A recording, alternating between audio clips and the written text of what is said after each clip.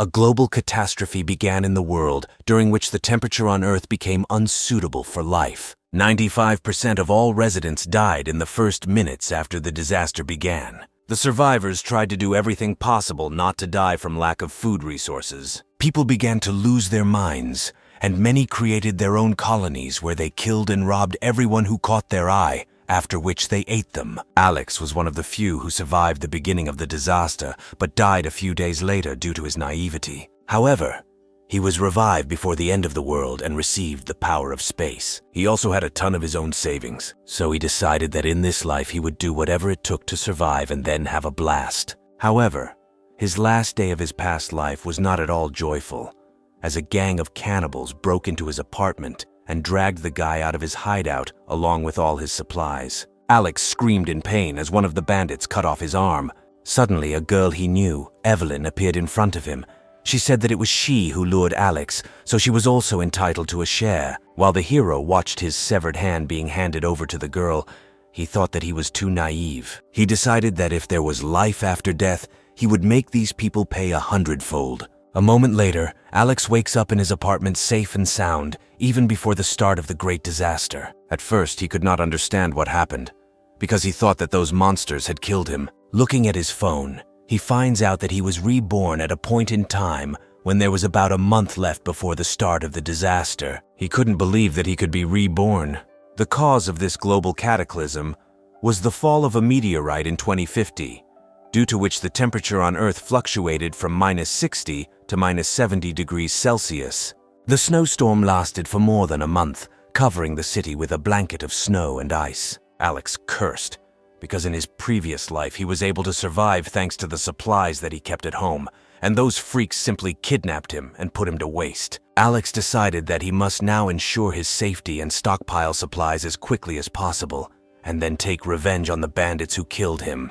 He also understood that in addition to protection and food, he needed to take care of weapons to repel the attacks of those people if they tried to infiltrate him. Suddenly he felt something get into his eye. Suddenly he found himself in another dimension, which was more like some kind of virtual world. He wanted to equip it as a warehouse with various resources. Alex thought that if he managed to transfer all his supplies to this dimension, then he could easily survive decades in such harsh conditions. After this, Alex decided that during the global apocalypse, he would no longer be able to enjoy various delicacies, and the first thing he decided to do was get enough of his favorite food. He went to one of the most elite restaurants in the city, where he ordered a bunch of different food worth several tens of thousands of yuan. Alex greedily devoured everything that was brought to him, thinking about how during the disaster, people would pray to try at least some noodles. A few hours later, he left the restaurant and the waiter offered him a VIP customer card, but Alex refused such a gift. Alex's girlfriends were passing by, who happened to notice him and thought that he was not as poor as they imagined. When the girls decided to say hello to Alex, he saw Evelyn, the same girl because of whom he was killed. At first, he became gloomy, as it was unpleasant for him to look into the eyes of the person he liked, but who ultimately betrayed him. However, Alex did not dwell on this and told his friends that he was heading to the store to buy a few things. The girls said that they were just about to buy a few things and decided to go to the store together. Entering one of the nearby stores, they were surprised that Alex began to buy almost all the products in the store. Alex said that different things can happen in life, and you need to be prepared for anything, for example, a global catastrophe. The girls did not take Alex's idea seriously and offered him to treat them to dinner in gratitude for their help, to which Alex offered to arrange a joint dinner next month, since he now had a lot of urgent matters. Evelyn's friend Kylie could not contain her emotions and said that Alex went to the store and buys such a large amount of food himself. Evelyn asked Alex not to take her friend's words seriously and then kicked Kylie in the shoulder. The girl immediately began to apologize to Alex, saying that he was a very good person. Alex looked at the girls slyly and said that everything was fine. A couple of hours later, Alex and his friends were about to leave the store with carts filled to the brim with various products. They arrived at the apartment complex where the hero lived. Alex noticed the puzzled looks of passers-by, but he didn't care, since he only cared about the thought of survival and revenge for his death. At that moment, the old lady, the administrator of the complex, Abigail, walked by with her little grandson. They were surprised by the large amount of food that Alex bought. She asked if they were really bringing food again, because they had just recently bought groceries. Then Evelyn said that these were Alex's purchases, and they were just helping him. Abigail was both surprised and horrified that Alex could easily leave people without food, while her grandson tried to steal a candy bar from Alex's cart. Alex noticed that they wanted to steal his chocolate and immediately took it from the child. Then the child began to scream at Alex and threaten him that he would kill him if he did not give back the chocolate. The words of the little thief did not frighten Alex, and he threatened the child in response. The child in tears grabbed onto Abigail, who began to scold Alex for scolding her grandson. Abigail then said that she was going to buy chocolate from Alex, promising to bring him the money later. Instead of giving her the candy bar, Alex handed her the phone and told her that she would either pay for the chocolate right now or go to the store and buy the chocolate there herself. Abigail became even more angry and began to threaten Alex that he would still pay for his greed. But Alex no longer paid attention to her. After a while, Alex was already at home with all his purchases, and Evelyn continued to ask him to invite her to visit. After this, Alex decided to check how food would be stored in his dimension, and then he was going to start searching for cures. He also needed to think about heating and insulating the house. Alex did not forget that he needed to get a firearm as soon as possible, since it would be very difficult to get one now, while getting a melee weapon and a bow and arrow was not difficult. He sat down imposingly on the sofa, realizing that he had another month left, and he could also sell his assets. The next day, Alex decided to check what happened to the food he left in his dimension. He noticed that the meat and vegetables were fine, but the fish had spoiled as time flowed differently in his dimension. Alex then decided to do the same experiment with ready-made products. Alex called the restaurant and said that he was throwing a big party for his friends. The administrator replied that his order would cost at least 1 million yuan and that he needed to make an advance payment of 200,000 yuan. Alex transferred the prepayment amount and then went to the bank to leave his house as collateral. After Alex mortgaged his house, 6 million yuan was deposited into his account. Then he began to calculate further expenses for home repairs, medicine, and weapons, from which he concluded that he did not have enough money for all expenses. At that moment, Alex was approached by a man who wanted to offer him the services of the company for which he works. Alex was glad that he had found a way to quickly get a large sum of money so quickly, so he agreed. After some time, this man brought Alex to his boss to discuss all the conditions for issuing the money. The director began to find out from Alex what amount and for how long he would like to receive. Alex said that he needed as much money as possible as quickly as possible, and that he would return all the money within 3 months, regardless of the interest rate. Before signing the contract, the director asked Alex to provide something as collateral. Alex offered to mortgage his house and expensive car, which together cost more than 5 million yuan. The director began to doubt that Alex would be able to return all the money on time. Then Alex tried to convince the director to at least slightly reduce the total loan amount to 4 million. At first, the director refused, but Alex asked to give him 4 million on the condition that he would return him 7 million yuan. The director accepted these terms and Alex signed the agreement and then left the office. Alex was pleased that the director actually gave him these 4 million, since he was sure that in less than a month these people would die after the disaster began, and he would not have to return the money. The bank director and employee decided to check if this stupid guy had any other assets. Meanwhile, Alex got into the taxi, very happy that he was given such a large sum of money. After this, Alex decided to go to the office of one of the largest security companies, Janlun, which provides high-quality protection to various celebrities and politicians.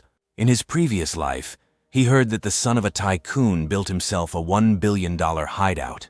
The manager of the commercial department of the security company approached Alex and greeted him. Alex immediately asked him a question about creating a shelter that could withstand any consequences of the end of the world. The manager said that their company could do everything necessary to create such a shelter. After that, he provided Alex with several drawings of various shelter options. Among the features of the shelter in the drawings were very thick steel walls, bulletproof glass, a high-tech ventilation system, an advanced video surveillance system, and armored doors. As he looked over the plans for the shelter, Alex thought that the most important thing for him was to make his home a large metal box that would withstand extremely cold temperatures and that no one could penetrate. And although the man did not know Alex's true goals, he decided that this client was definitely suitable for them. The manager added that their company is able to create a shelter almost anywhere, regardless of the size and location of the home. In between, the manager told Alex that before becoming a manager in this company, he was an international mercenary, and therefore he himself knows a lot about such shelters. Alex was very interested in these words, and he decided to ask the manager if he could get him a firearm. The manager replied that he could not immediately resolve this issue, to which Alex said that the other day he accidentally came across several guys with machine guns. The manager thought he had contacts with people who could provide guns, but he was also concerned that he couldn't just hand the gun over to a stranger. The man told Alex that the construction of the shelter should take up to 2 weeks, and during this time, he would try to resolve the issue of obtaining weapons for Alex, for which he was very grateful. Alex then decided to start purchasing melee weapons such as axes and clubs. After some time, Alex went to a hunting store to buy a crossbow and arrows for it. He promised that he would use his purchases wisely. Fortunately for Alex, he had a hunter's license, thanks to which he could be calm in case someone suddenly discovered a crossbow on him. About an hour later, Alex returned home, where several food trucks and an astonished crowd of residents had already gathered. Alex approached Uncle Aaron, who met the courier, and told him that he was the one who ordered such a large delivery, and that the trucks could move on. Meanwhile, the neighbors were discussing how much Alex could spend on such a large order. Among the neighbors was Evelyn, who was also shocked. She thought that Alex really had so much money, and that she shouldn't embarrass herself in front of him. The hero asked the couriers to take everything to the warehouse first, and he would take care of the goods himself. Alex noticed Evelyn among the crowd, but pretended not to notice her, and thought that at the first opportunity, he would send her to the next world. A few minutes later, Alex stood in front of a pile of boxes containing various culinary delicacies from the hotel. Looking at these boxes, Alex could not stop thinking that all these goodies now belonged to him, and that he could enjoy them for the rest of his life. Then he immediately began to transfer these boxes to his dimension. He was very happy, anticipating his future carefree life. The next day, construction workers and engineers from a security company came to Alex's home to turn his apartment into a shelter. Meanwhile, Alex's neighbors began to suspect that he had become somehow abnormal, as he began to buy large quantities of food and turn his house into a fortress.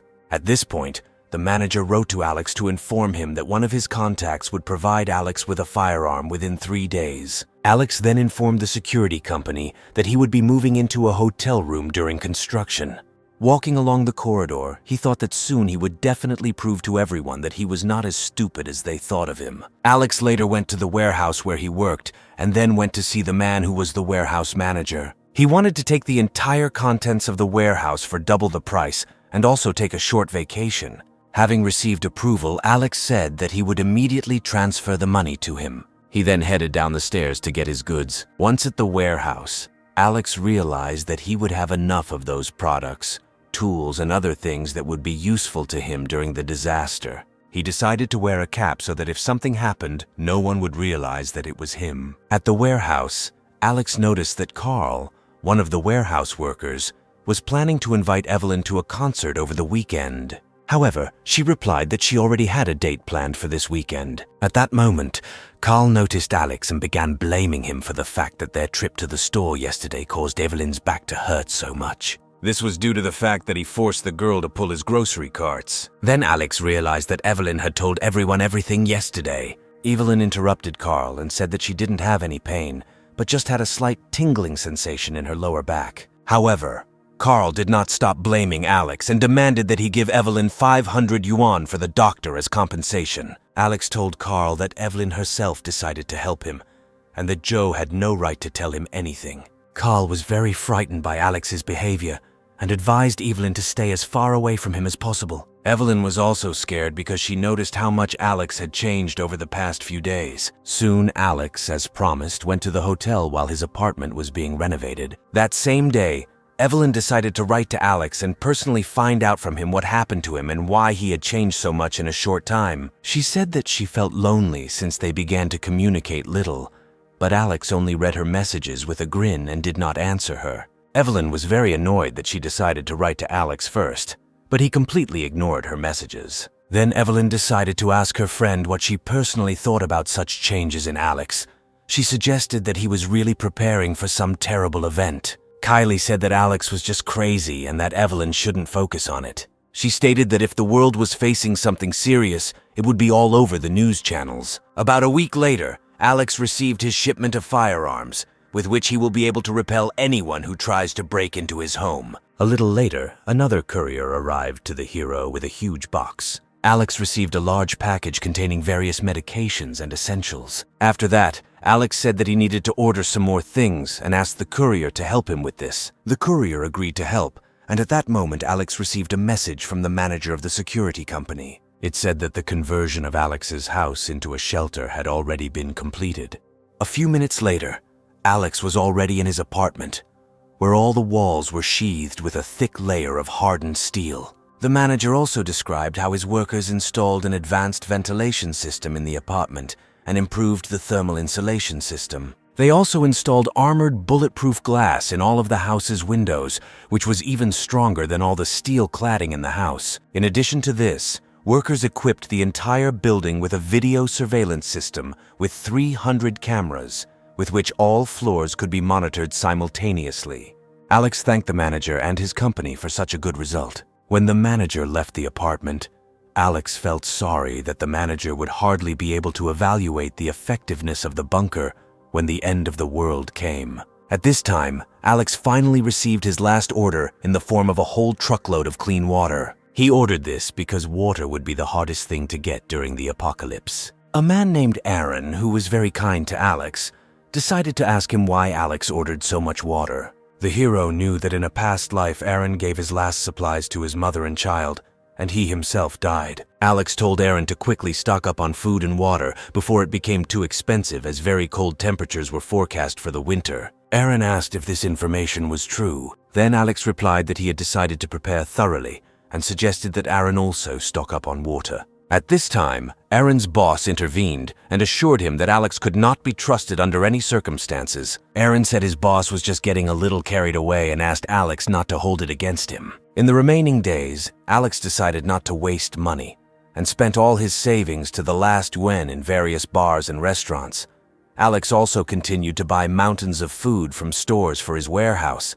He learned how to shoot a gun and went to the gym so that during the disaster, no one couldn't resist him. 3 days before the disaster, Alex came to work early so that no one would suspect him of missing most of the things from the warehouse, and added sleeping pills to his colleagues' tea. A few minutes later, Alex returned to his colleagues and invited them all to relax and drink a mug of tea. All the workers, without exception, decided that it really wouldn't hurt to get some rest, and everyone sat down to drink tea together. Alexa knew that the sleeping pills would take effect within 30 minutes. Half an hour later, all the warehouse employees were already fast asleep, and then Alex began stealing things from the warehouse. Before removing all the items from the warehouse, Alex turned off the entire security system and all CCTV cameras. Then the hero decided to activate his super ability. After that, Alex began to transfer all the boxes from the warehouse to his dimension. In a matter of seconds, Alex collected absolutely everything from the warehouse into his dimension: gasoline, toys, food, household goods, and much more. He decided that he would first move everything to himself and then sort it. After a few minutes, Alex transferred almost all the things to his dimension, leaving one small load in the corner. Alex decided to look at the contents of the boxes. Inside, I found sets of clothing that can withstand extremely low temperatures. He decided that this could be very useful in the end of the world. After that, there was not a single box left in the warehouse that Alex did not take to his dimension. Later, Alex returned to his sleeping colleagues and removed traces of the sleeping pills so that no one would think that it was he who stole all the things from the warehouse. He also drank a drink to pretend that he too had fallen asleep. A couple of hours later, colleagues began to wake Alex up. They informed him that someone had stolen all the items from the warehouse. The hero took on a surprised expression and immediately ran to the warehouse. Arriving at the warehouse, Alex pretended to be very shocked that someone had completely robbed their warehouse in such a short time. Then one of the employees approached Alex with a phone in his hands. Alex picked up the phone and heard the voice of the director, who wanted to know what was happening in their warehouse. Alex said they don't yet know how it happened, and that all the items have disappeared from the warehouse in the last 2 hours.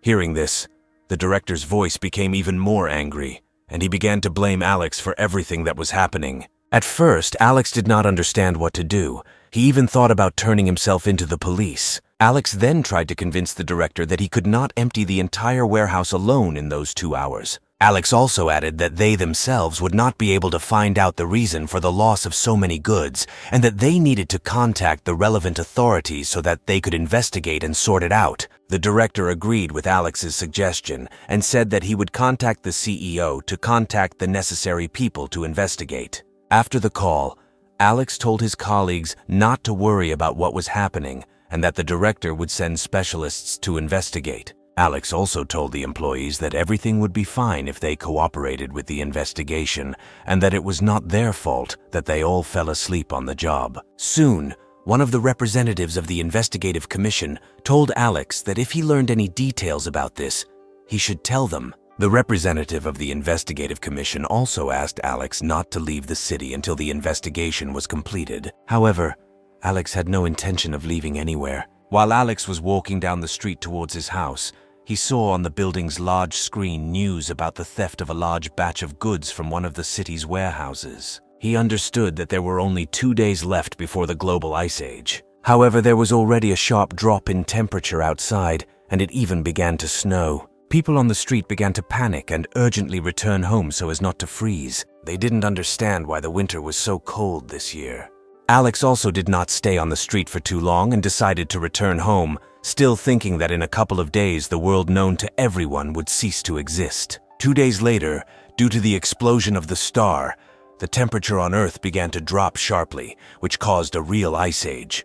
People were in panic, and no one wanted to leave their homes so as not to freeze to death on the street. Alex watched everything that was happening on the street and realized that the time had come for the great extinction of humanity. That same day, Alex was sitting at home, reading messages from friends who continued to be surprised by the weather. However, the main character already knew that this was just the beginning. Alex understood that it would snow continuously for at least 3 months, which would lead to an even greater drop in temperature. The very next morning there was so much snow outside that people could not leave their houses. The fact is that the snow completely blocked the doors. Even while in their homes, people continued to freeze. No one knew what to do about it, since most did not have warm clothes.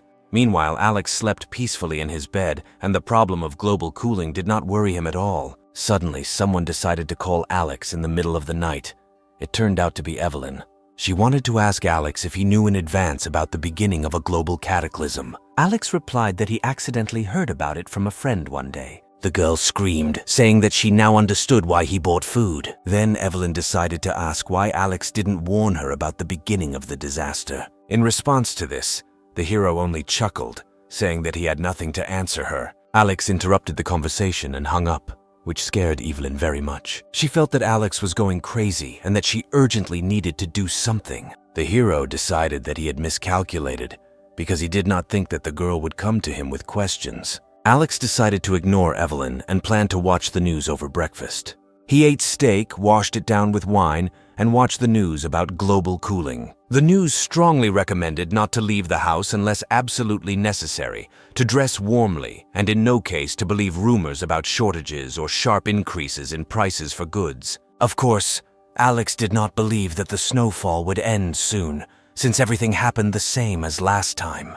During this time, Evelyn wrote to Alex, asking him to share the food with her, promising that she would cover all expenses. Alex just grinned at Evelyn's naivety, thinking that he would just give her part of his supplies. Instead, he decided to tease Evelyn and sent her a photo of his steak and wine. He knew that in this life he would not give her an iota of help. At first, the girl was glad that the guy answered her, but then, when she saw the contents of the message, she became angry. Evelyn was shocked that while she was starving, Alex had the conscience to send her such a photo.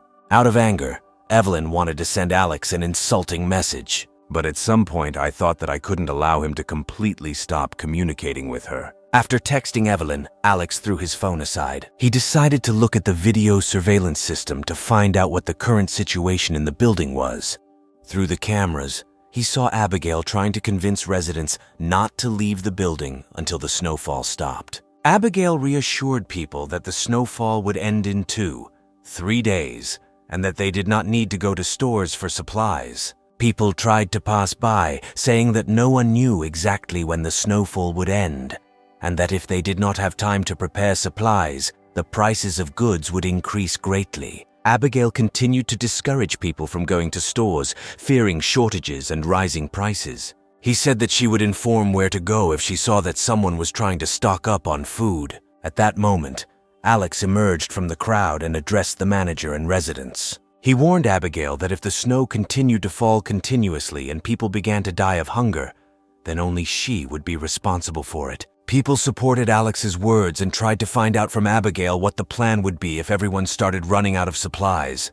Abigail tried to calm the disgruntled neighbors by telling them that the snowstorm would soon subside and that no one would be short of supplies. After that, she asked Alex not to create panic among people because, according to her, he was breaking the law in this way. Alex turned towards the elevator to return to his apartment and said that under no circumstances would he go outside. Abigail was very angry with Alex's behavior and began to think about how she could get revenge for this. Meanwhile, several days have passed since the beginning of the cataclysm. Alex, as if nothing had happened, just sat on the couch, ate various treats, and played video games. Alex thought that it was much easier and more enjoyable for him to spend time playing games than maintaining any relationships with people. At some point, Alex received a message from Abigail. She asked him to remove all the snow from the entrances to the house. Alex thought that Abigail specifically wrote this request in the general chat in which all the residents of the building were. In response, Alex wrote that there is no point in clearing the snow now, and that it is better to wait until the snowfall ends. The residents of the house supported Alex's words, which angered Abigail even more.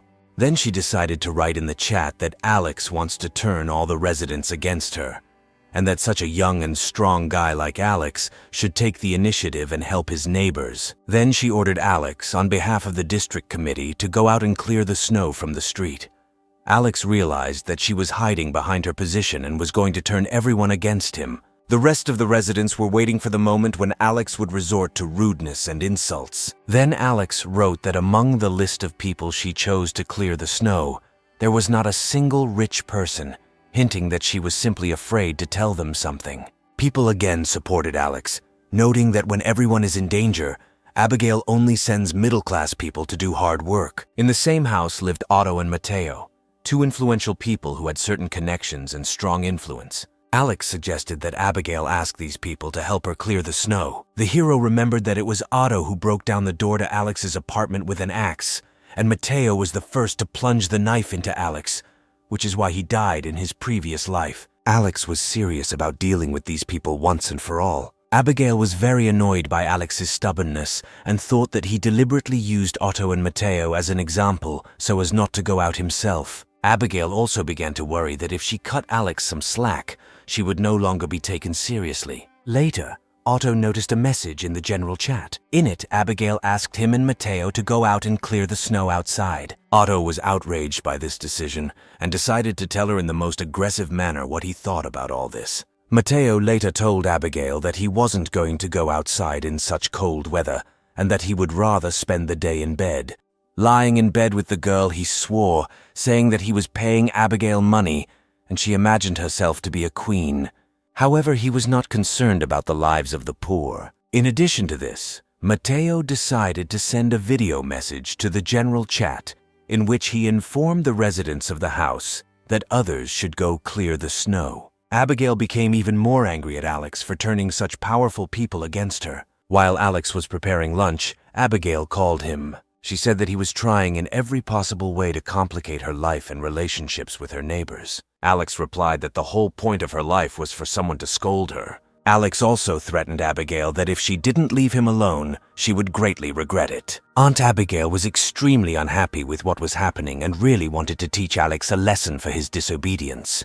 Meanwhile, Otto tried to break into Alex's house, wanting to talk to him about those messages. He said they would discuss it while Otto was killing him. Alex stood up from the couch, picked up a loaded crossbow, and prepared to finish off Otto. Alex was ready to shoot if Otto managed to break through the door into the apartment. He aimed at the door where the man was standing. However, Alex thought that simply killing Otto would be too boring. He decided to mock him by aiming at his leg.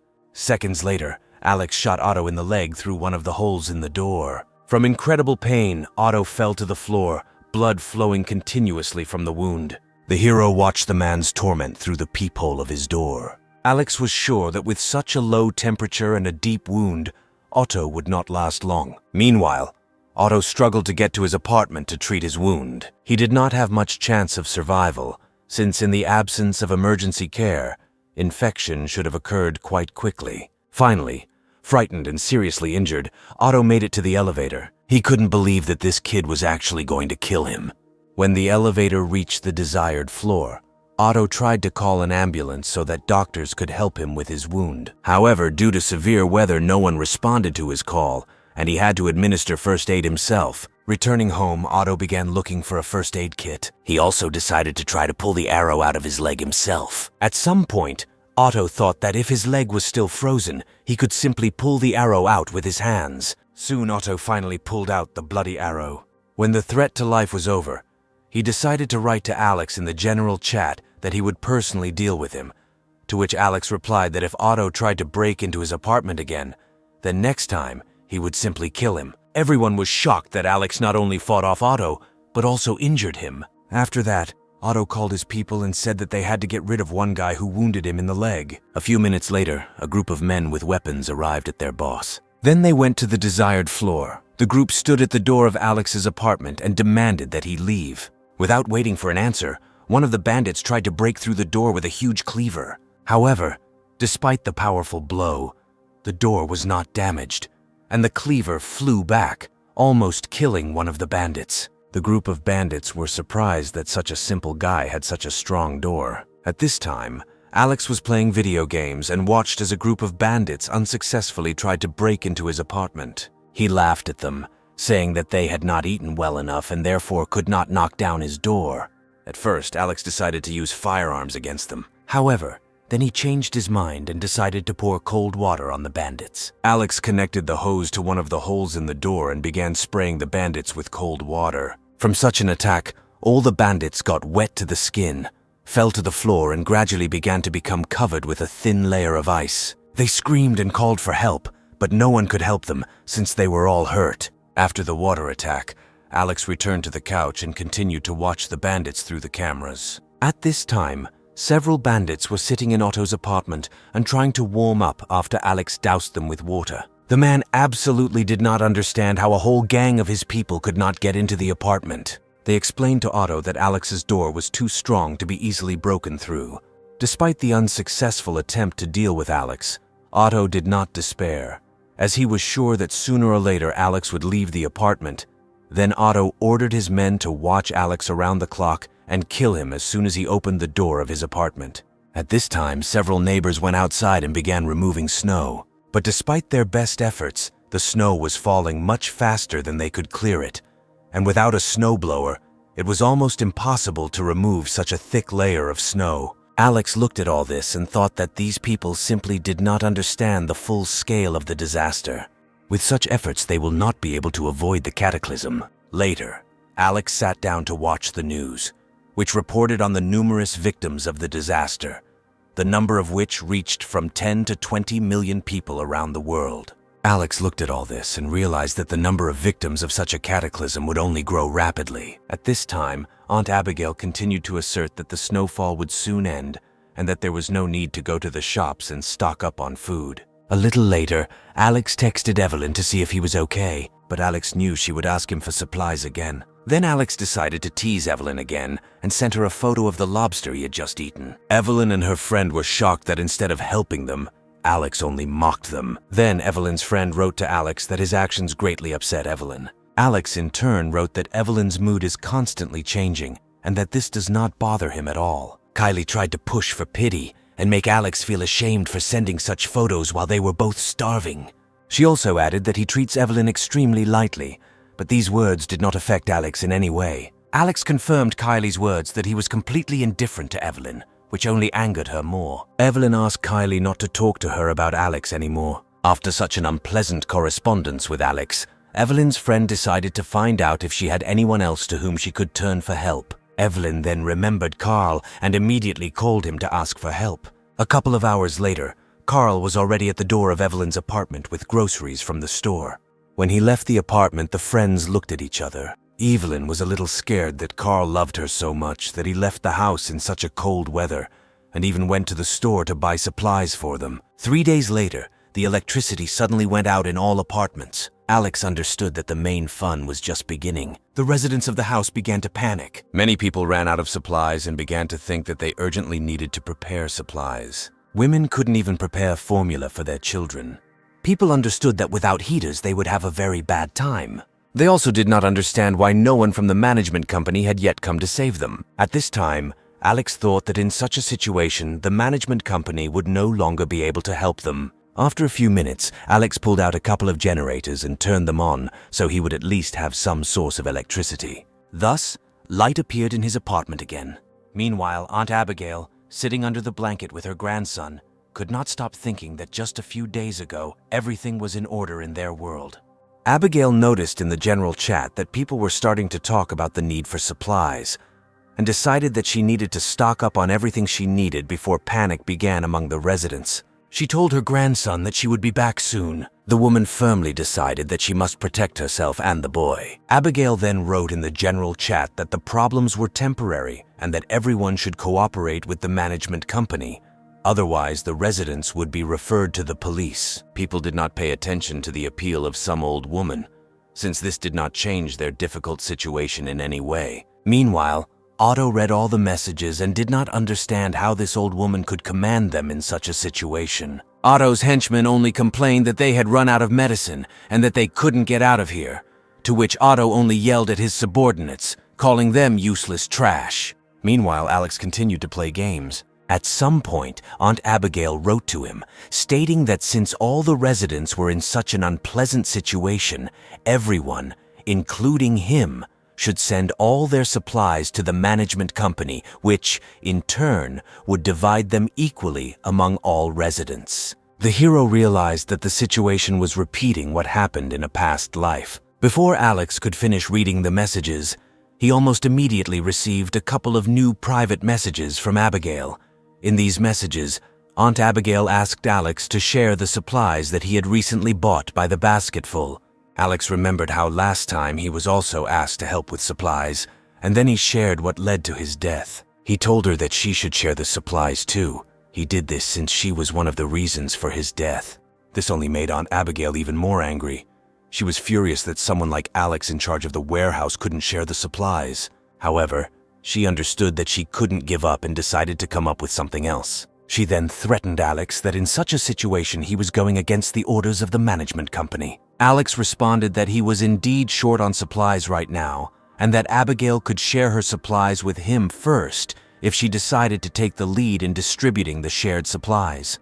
Such statements angered Aunt Abigail even more, and she said that if Alex refused to cooperate with the management company, then he would be punished. Alex, in turn, told her that she was just an employee of the district committee and could not pose any serious threat to him. Abigail hung up and started cursing Alex. Furious, she began to think about how she could influence him. She wanted to turn her neighbors against Alex, but then she thought that this would make people realize that they didn't have to give away their supplies to everyone. Alex later watched through cameras as neighbors voluntarily donated their supplies to Aunt Abigail. Alex thought that these people themselves were to blame for giving her their supplies so easily and obediently. Thus, the food will be consumed faster, which will lead to their rapid death. Soon, Abigail and her grandson took over all the neighbors' supplies, instead of distributing them among the residents. The woman laughed, saying that she would never take food away from her grandson for the sake of these people.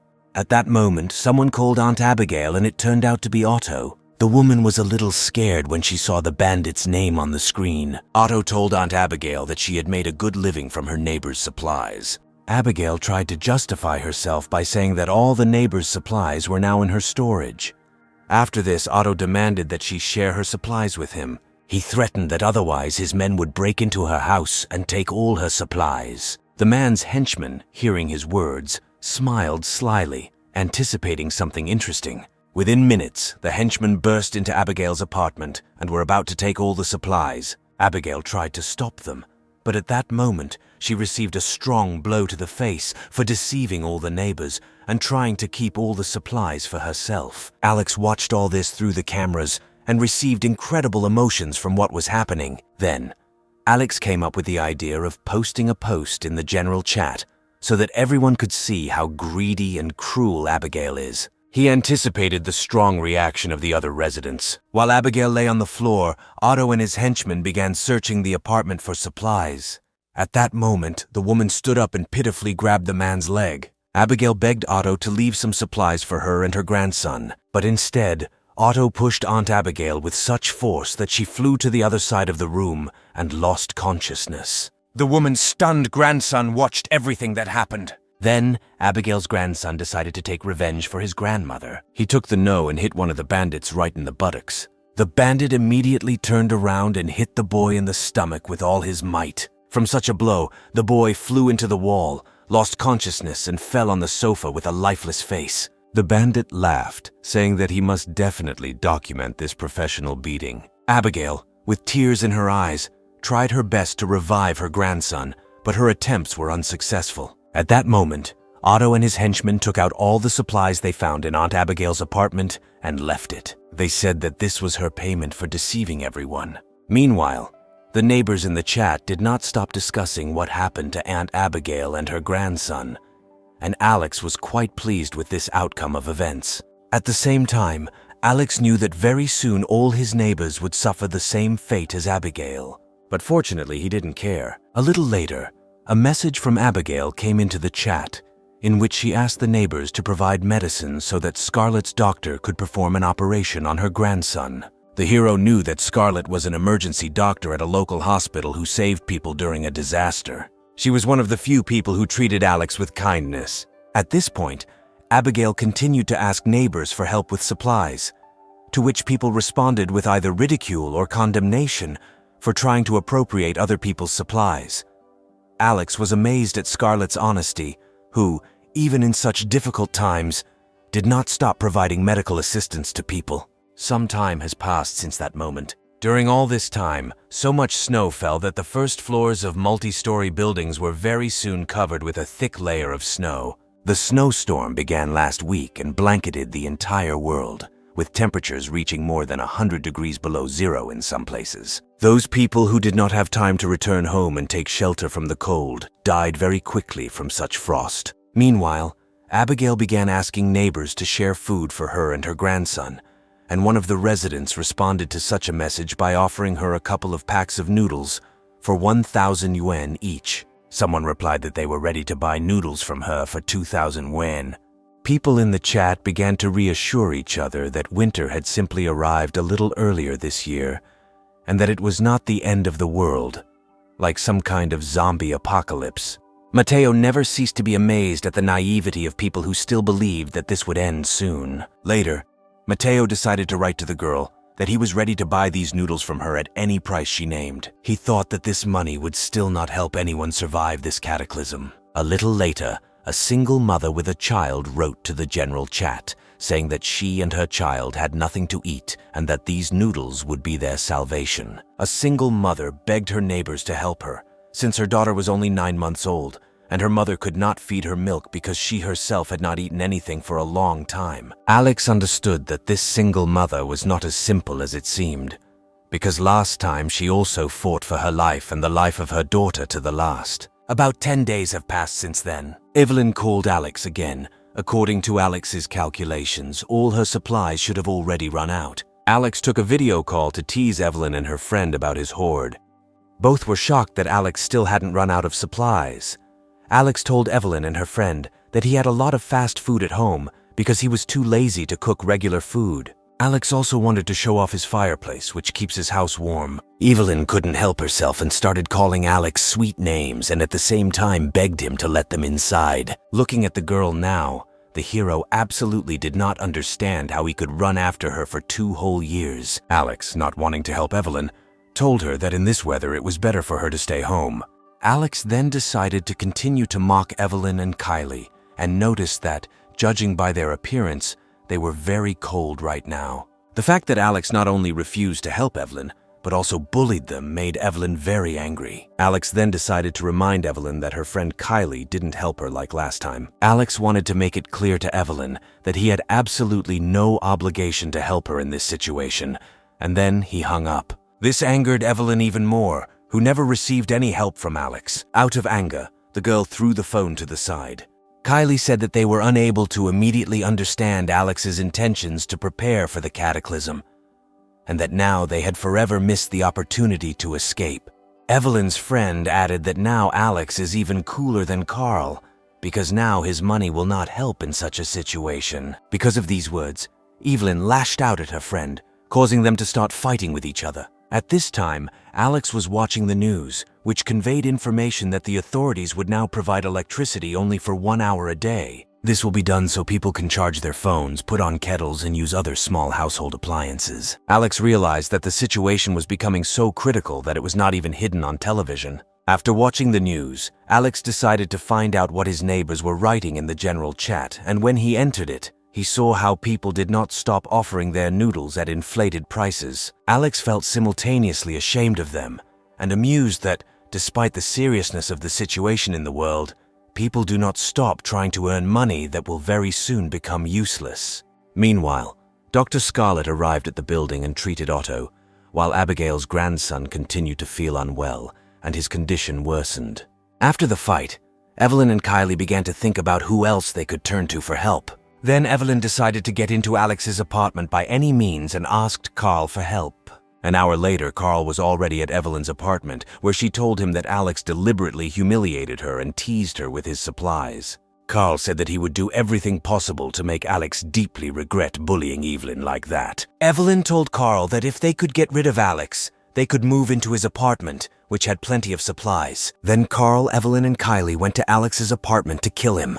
A few minutes later, they took out a club with a pair of knives and prepared to wait for the moment when Alex left the apartment. Alex noticed that Carl came to him and realized that he clearly came with bad intentions. Taking a closer look, Alex noticed that Carl had come with Evelyn and her friend with weapons to kill him and take his supplies. When the hero realized their true intentions, he became furious. Then Alex decided to pour cold water on them, like those bandits who had recently come to him. However, he remembered that he had a whole bucket of waste, which he decided to use against the uninvited guests.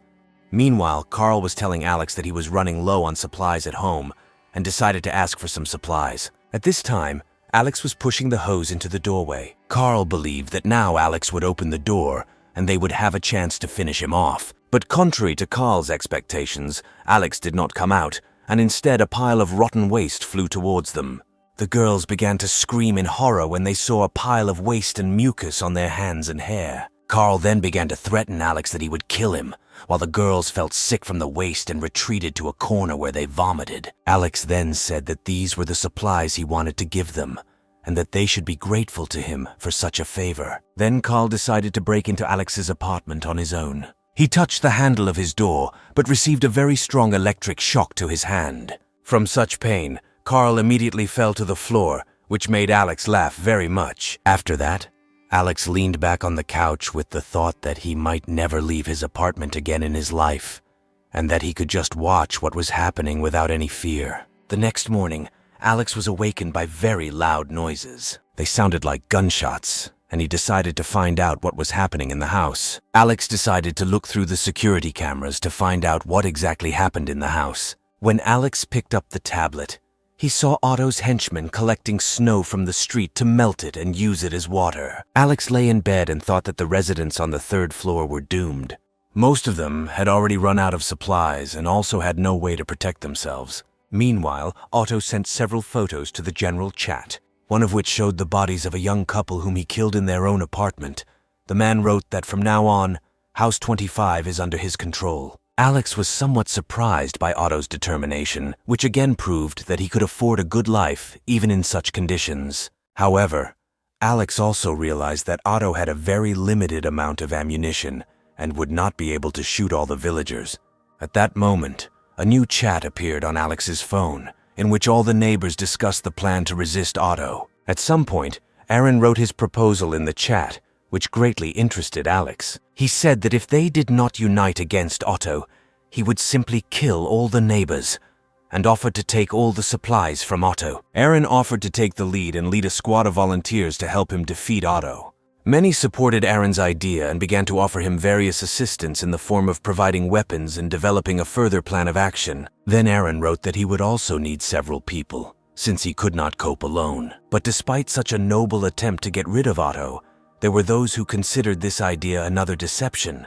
They recorded voice messages, recalling the recent case of fraud with supplies from Abigail. A major quarrel broke out in the chat, where everyone began to indiscriminately blame each other for everything. Meanwhile, Alex read all these messages and realized that he should not have expected a different reaction from the residents. While eating, Alex kept thinking that all the people accusing each other in this chat without good reason deserved to die. Meanwhile, Otto and his bandits continued to kill their neighbors in order to take all their supplies. During the robbery, one of Otto's subordinates complained of extreme fatigue and offered to have a snack with some of the obtained supplies. Then Otto pointed a gun at him and threatened him with serious punishment if he continued to whine. The subordinate stopped complaining and continued to dump the corpses of his neighbors in one pile. When everything was ready, Otto praised his henchmen, saying that their efforts would not be in vain. At that moment, Otto wondered what they would have done to him if he had no weapons, and if they would have listened to him at all. Alex watched Otto's actions and realized that he was deliberately leaving all the corpses in one place in case there were no supplies left, and then he would have to eat these corpses. Alex also thought that if Otto decided to poke his head into his apartment this time, he would simply kill him and all his bandits. The next day, one of the residents tried to call neighbors for help to help her deal with Otto. However, despite all her attempts, Otto's men were still able to break through the apartment's internal barricade and break into it. One of the subordinates grabbed the girl by the legs and dragged her out of the apartment, while her neighbors continued to discuss that this girl fully deserved such a fate. Meanwhile, Evelyn and Kylie thought that if Otto's people began to rob and kill women, they would soon get to them.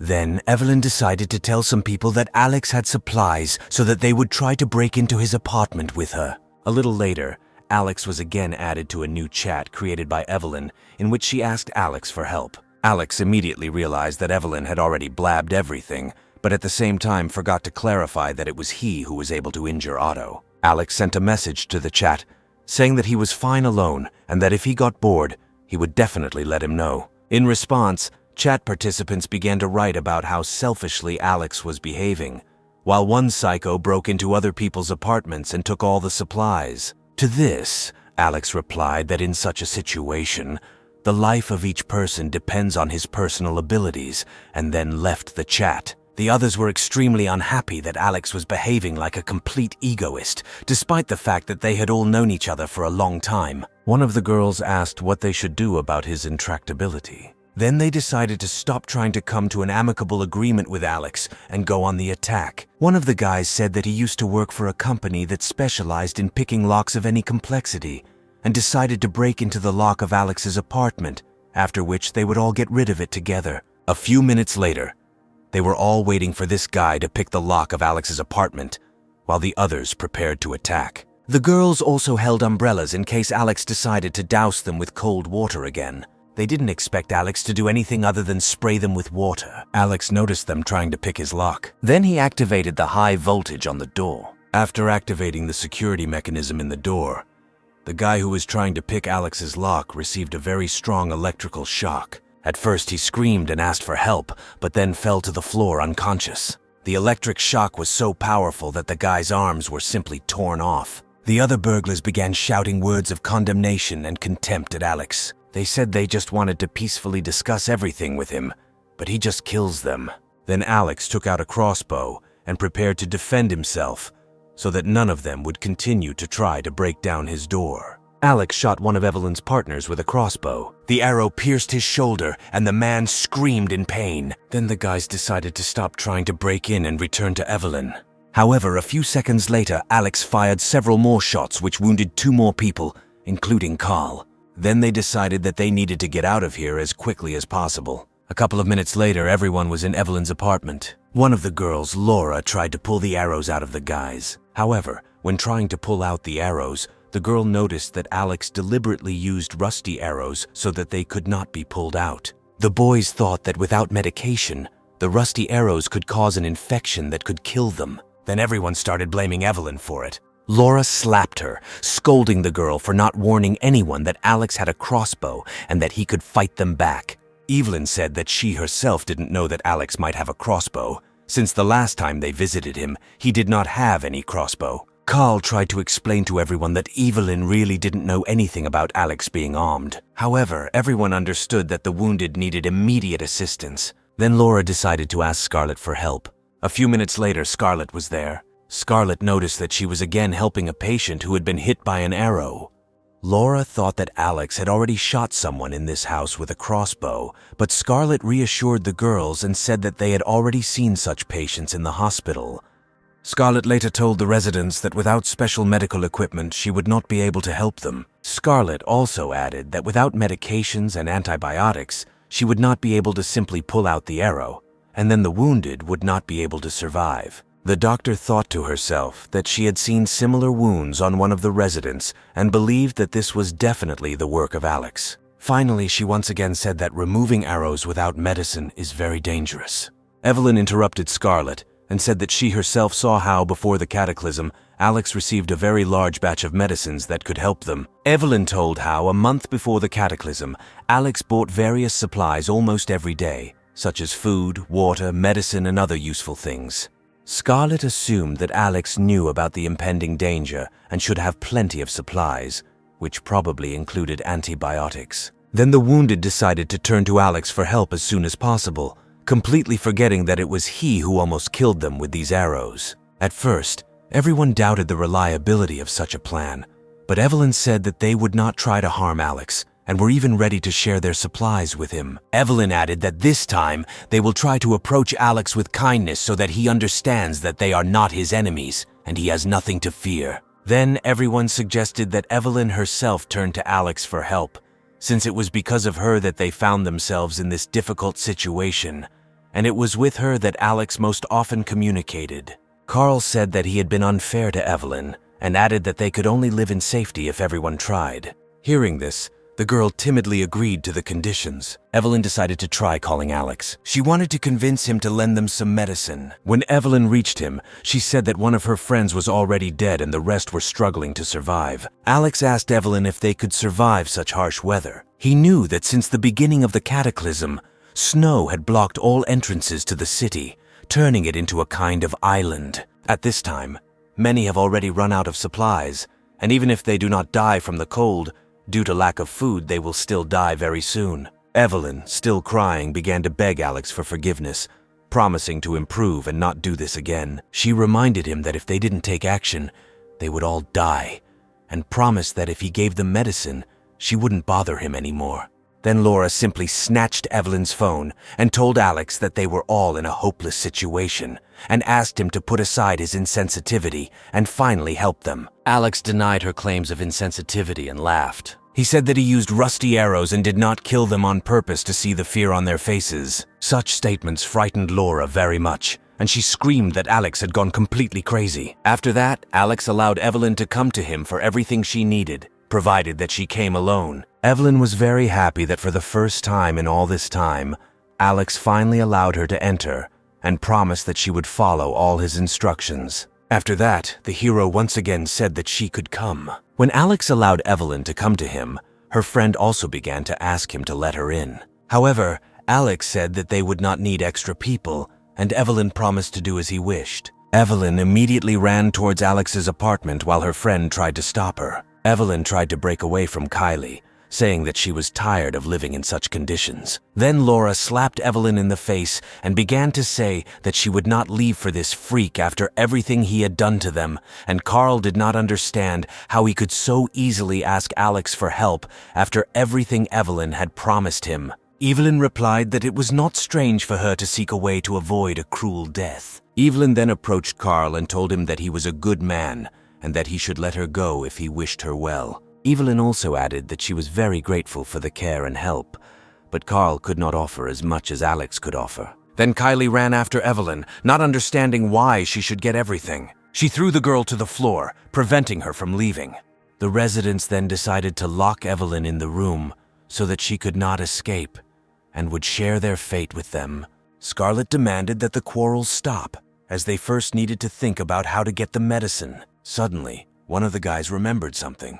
He said Alex has a fireplace, fuel, and a variety of supplies. Since they can't handle Alex themselves, they can tell the other neighbors about his supplies, hoping that they will also want to try to get through to Alex, after which they can divide the supplies equally. Evelyn was completely against this plan because she just wanted to live with Alex and not kill him and steal his supplies. Laura wanted to shut Evelyn up and hit her again. However, despite all the words spoken to him earlier, Carl came to her defense. Carl said that if he tried, Evelyn would also love him sooner or later. Laura decided not to argue with Carl and began implementing the previously proposed plan. A few minutes later, the girl posted photos of the food that Alex sent them to the general chat, so that the neighbors realized that he now had a lot of supplies. All the residents, including Otto and his henchmen, saw this. When Otto saw these photos, he decided that it was time to take revenge on Alex for everything he did to him. Meanwhile, residents turned to Alex for help in the general chat, hoping that he would still help them at such a time. Matteo even promised to give him all the shares of his company if Alex would share with him. However, Alex did not forget how in his previous life he shared supplies with everyone, and when he asked everyone to share supplies, they simply killed him and tore him into pieces. He said that the other neighbors were not his friends, so he was not going to help them. After people realized that the plan did not work and Alex was not going to share the supplies, the neighbors began to insult Alex. They berated him for his indifference, calling him a monster and threatening him with retaliatory violence. The neighbors' general outrage towards Alex increased. However, he didn't even pay attention to all the negative reactions directed at him. Alex got up from the sofa, looked out the window and thought that he was a little tired of sitting at home. Then he remembered that he had a pair of snowmobiles. He decided that he could use them to safely leave the apartment and have fun on the street. At this time, Scarlett wrote to Alex. She reported directly and without further ado that she had run out of food and medicine. Alex remembered that the last time Scarlett died because she was distributing her supplies to those in need.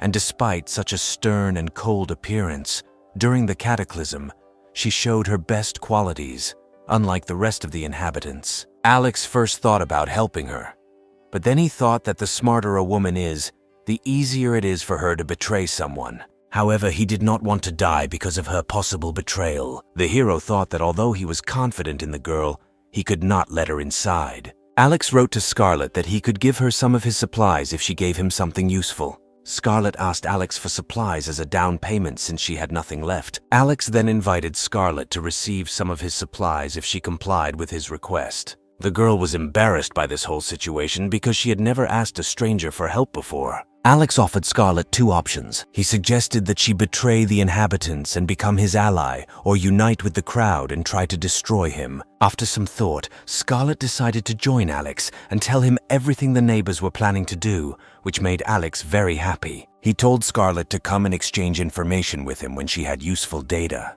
After that, their conversation ended, and Scarlett decided that she needed to immediately begin fulfilling her part of the deal. During this time, Alex received a message in which one of Evelyn's friends kept asking him to share supplies. In response, Alex simply wrote that even if all the neighbors wanted to burn down his apartment, no one would receive his supplies. After such a rude refusal, the guy created a new group chat in which he was going to discuss with his neighbors the further plan to seize Alex's apartment. Otto said that he was willing to help the neighbors on the condition that they forget all the murders he and his bandits had committed previously, and that he would take half of all the supplies they found in Alex's apartment. Aaron and Scarlett were unhappy with what they read and decided to report everything to Alex. Scarlett reported everything to Alex, but he already knew the situation and prepared to defend his apartment, taking out all his weapons. Alex also warned Scarlett not to come to his place with the rest of the neighbors under any circumstances. He said she better watch the upcoming show.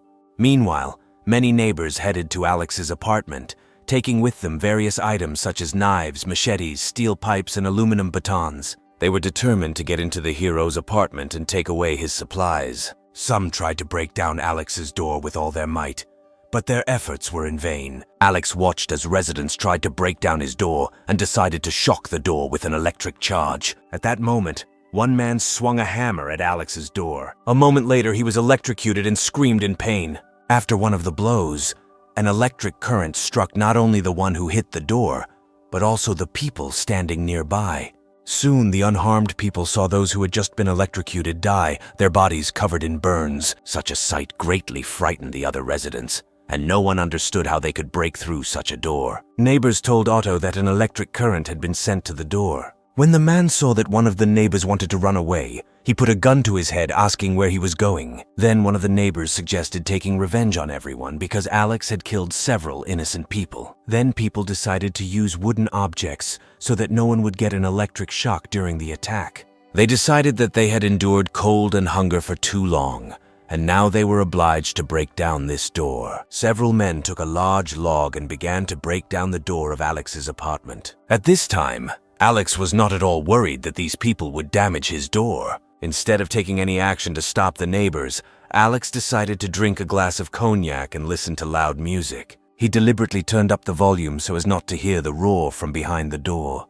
The neighbors still couldn't stop trying to break through the door and shouted that Alex would pay for the death of those he electrocuted. However, they soon became very tired and stopped trying to break the door. One of the neighbors decided to inspect the door and told others that such doors are usually used in bank safes. The residents asked him what they should do in this case. Then the man said that such a door could not be broken through even with the help of explosives, and even more so, it could not be broken through with a wooden log. At that moment, Alex, standing right outside the door, was ready to shoot the man with his crossbow. While the tenant continued to talk about breaking the door, the hero opened a small window and pointed a crossbow there. A moment later, an arrow from a crossbow pierced the neighbor's throat. Then the neighbors realized that Alex had a weapon. The residents were very scared and began to run away from Alex's apartment. Alex continued to kill his neighbors with precise shots, which only increased fear among the residents. After several shots were fired, several people remained in the corridor who no longer had a chance of survival. Suddenly, one of the men shouted that he had an idea. He said that this door is made of a special alloy, so it cannot be opened just like that. Then the residents decided that trying to break through the door was useless and decided to try to break through the walls. Several people began hitting the walls as hard as they could, hoping to successfully break into Alex's apartment. They were determined to take revenge on Alex for everything he had done to them during this time. However, after several minutes of trying to break through the walls, residents noticed that the wall was not giving in. The residents did not understand why the walls were so strong. Then they noticed that the walls were also made of the same steel alloy as the door. They couldn't understand why anyone would build an apartment made entirely of steel. Despite this, people continued to try to break into Alex's apartment using various tools. Alex soon informed his neighbors that his walls were covered with a super strong alloy 20 centimeters wide, which was impossible to penetrate. Alex looked at what was happening outside and thought that if the neighbors continued to try to break into his apartment, they would soon become exhausted. At this time, the neighbors remembered that a few weeks before the disaster, Alex had completely renovated his apartment. Then, one of the neighbors said that Alex knew in advance about the impending snowstorm and specifically decided to protect himself and his apartment without warning the others. The neighbors were furious that Alex had not warned them about the approaching storm and that he had deliberately chosen not to tell anyone so that he could remain the only survivor. They cried and wanted him to pay one day for dooming them all to suffering. Otto then told the neighbors that even if the walls of Alex's apartment were secure, they could try to break through his ceiling and floor. He divided people into groups and sent them to specific apartments to punch through the floor and ceiling, creating a hole through which to enter Alex's apartment. Several people went to the desired apartments and spent several minutes trying to break through the floor and ceiling in order to create a hole on the other side and enter Alex's apartment. Alex heard the neighbors knocking on the ceiling and floor and thought that Otto was a little smarter than he thought. But the neighbors still wouldn't be able to get into his apartment. When neighbors were finally able to break through the floors and ceilings of the apartments, they discovered that behind them was the same heavy-duty alloy that covered the interior walls of Alex's apartment. Neighbors were shocked that Alex's entire apartment was lined with durable alloy, making it look like a large, impenetrable box. While neighbors tried to break into Alex's apartment from different directions, many of them began to lose strength, and their desire to eat increased with each passing moment. They even began to look at each other, seeing their neighbors not as people, but as meat. However, they tried to push away these crazy thoughts. People were so tired that despite the very low temperature, Many began to overheat, and only this could warm them up a little. Some people panicked, not knowing what to do with all this. Many began to become hysterical and shout at Alex that he was a selfish person who was not going to help his neighbors. Then one of the neighbors suggested that others get into Alex's apartment through the balcony, through which they could easily enter his apartment. The other neighbors then thought that they should have tried to get onto Alex's balcony from the start, since there should no longer be a protective covering there, and then they could easily break into his house. A few minutes later, the neighbors put down a board that led to Alex's balcony, and soon a small group of them took turns moving onto the balcony. Despite the fact that the neighbors were approaching Alex, he did not even get up from the couch and continued to drink his coffee. A few minutes later, an angry crowd was on Alex's balcony and tried to break through the bulletproof glass, but Alex still was not afraid. Every minute, the number of neighbors on Alex's balcony increased, and they tried more and more to get into his apartment. The hero only watched them with a grin, saying that if there was a funeral today, it would definitely not be his. A few minutes later, Alex got up from the couch and headed to the kitchen. He took a bottle of flammable liquid and set it on fire. After that, Alex went to the wall and threw the bottle into a special compartment, through which the bottle with liquid should have ended up on the balcony. Less than a second later, neighbors on the balcony saw the bottle fall on them. In the blink of an eye, the bottle fell on one of the neighbors, and he immediately burst into flames. The others watched in horror as one of their comrades burned to death. While the neighbor was burning, he experienced such severe pain that at some point he simply fell from the balcony. The hero knew that being burned alive was the worst and most painful death of all. Alex did not stop throwing bottles of liquid onto the balcony, and just a few seconds later, all the neighbors on the balcony began to burn alive. Alex watched with pleasure as the neighbors, who just a minute ago wanted to kill him, began to beg him for mercy. Alex still refused to let the neighbors into his house, and they decided to try to return back. But the people who remained in the neighboring apartment were afraid that the burning neighbors would approach them. When the burning people began to approach, one of the neighbors tried to disperse them, and many of the burning people fell from the board several tens of meters down. After a few seconds, the remaining burning people stopped showing signs of life. The people who remained in the neighboring apartment brought several burnt corpses in order to somehow warm up. However, after some time, the corpses stopped burning and turned into pieces of ice. The next group of people then headed to Alex's balcony. Unlike the previous group, this group came to Alex's balcony without weapons and began to beg Alex to give them at least some food. However, such actions did not evoke any pity or compassion in Alex. He continued eating the noodles he had prepared earlier and watching these people. Then people kept begging Alex to share food with them, saying that they would do anything to get something. Alex thought that now he could easily manipulate these people based on their hunger and decided to give them a chance. The hero walked up to the balcony and said that he would give a bag of instant noodles for a week to anyone who brought him Otto's head. The group of people on Alex's balcony looked at Otto's men. They felt that if they did not want to starve, then they had no choice but to kill Otto. At that moment, Otto realized that they were up to something bad. A group of hungry people headed towards Otto to kill him, but his bandits tried to stop them. While Otto and his bandits defended themselves from the attackers, Otto noticed that a new message from Alex had appeared in the general chat, in which he wrote that he would give instant noodles for a week to anyone who brought him Otto's head. Otto realized that Alex was trying to turn the remaining people against him and tried to return home as soon as possible to consider further actions. The next day, the group of people Alex was talking to were waiting in the hallway to catch Otto by surprise and kill him. A few minutes later, Otto went out into the hallway to go outside and remove the ice that was preventing him from going outside normally. A group of people were waiting for the most opportune moment to attack Otto. After a couple of seconds, they raised their weapons and attacked him from behind. Otto's henchmen heard the sound and turned to look at their boss. They saw two armed men flying towards him from behind. However, Otto managed to react in time and shot at those who tried to attack him. Otto's bandits took the bodies of the traitors, thinking they would do the same to anyone who wanted them dead and tried to kill them and their boss. However, despite the failure of these men to deal with Otto, one of them was still able to leave a serious, deep wound on Otto's back. The wound was very deep and large and was bleeding heavily. One of Otto's bandits took him to one of the apartments while Otto himself called Scarlet to bandage his wound.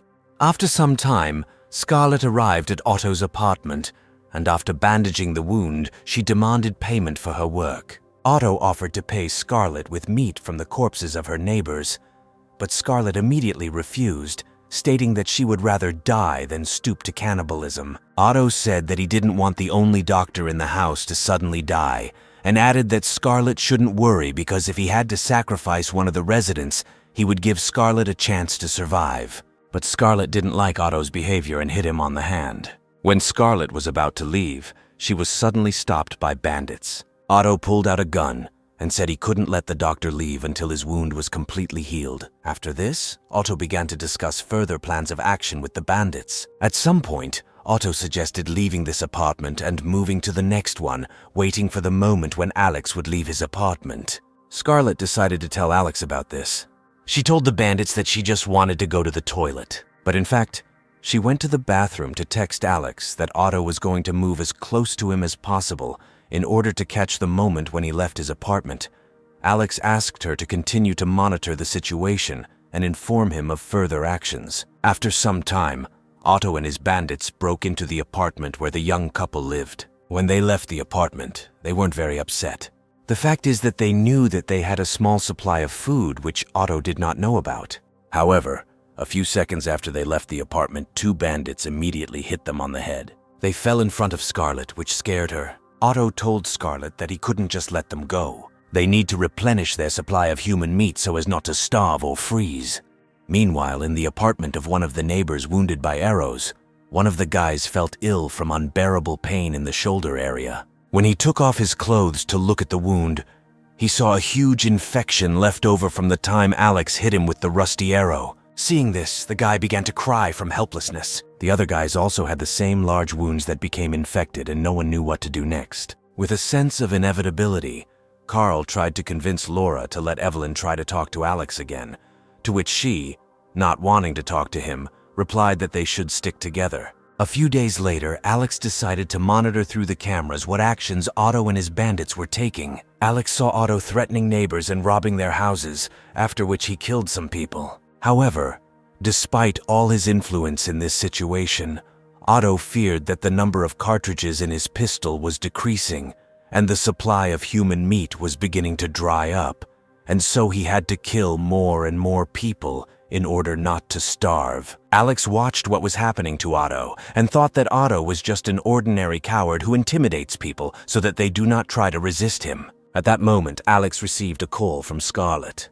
She reported that Otto's bandits began to go crazy, robbing and killing people. Scarlet was especially frightened by the fact that the bandits deliberately hunt other people, kill them, and use the flesh of corpses as food, which was extremely disgusting for her. Scarlet also said that she was starving because she hadn't eaten anything for 2 days and wanted to ask Alex for help. Alex felt that he should not let Scarlet die, since in the current situation it is very difficult to find a good doctor.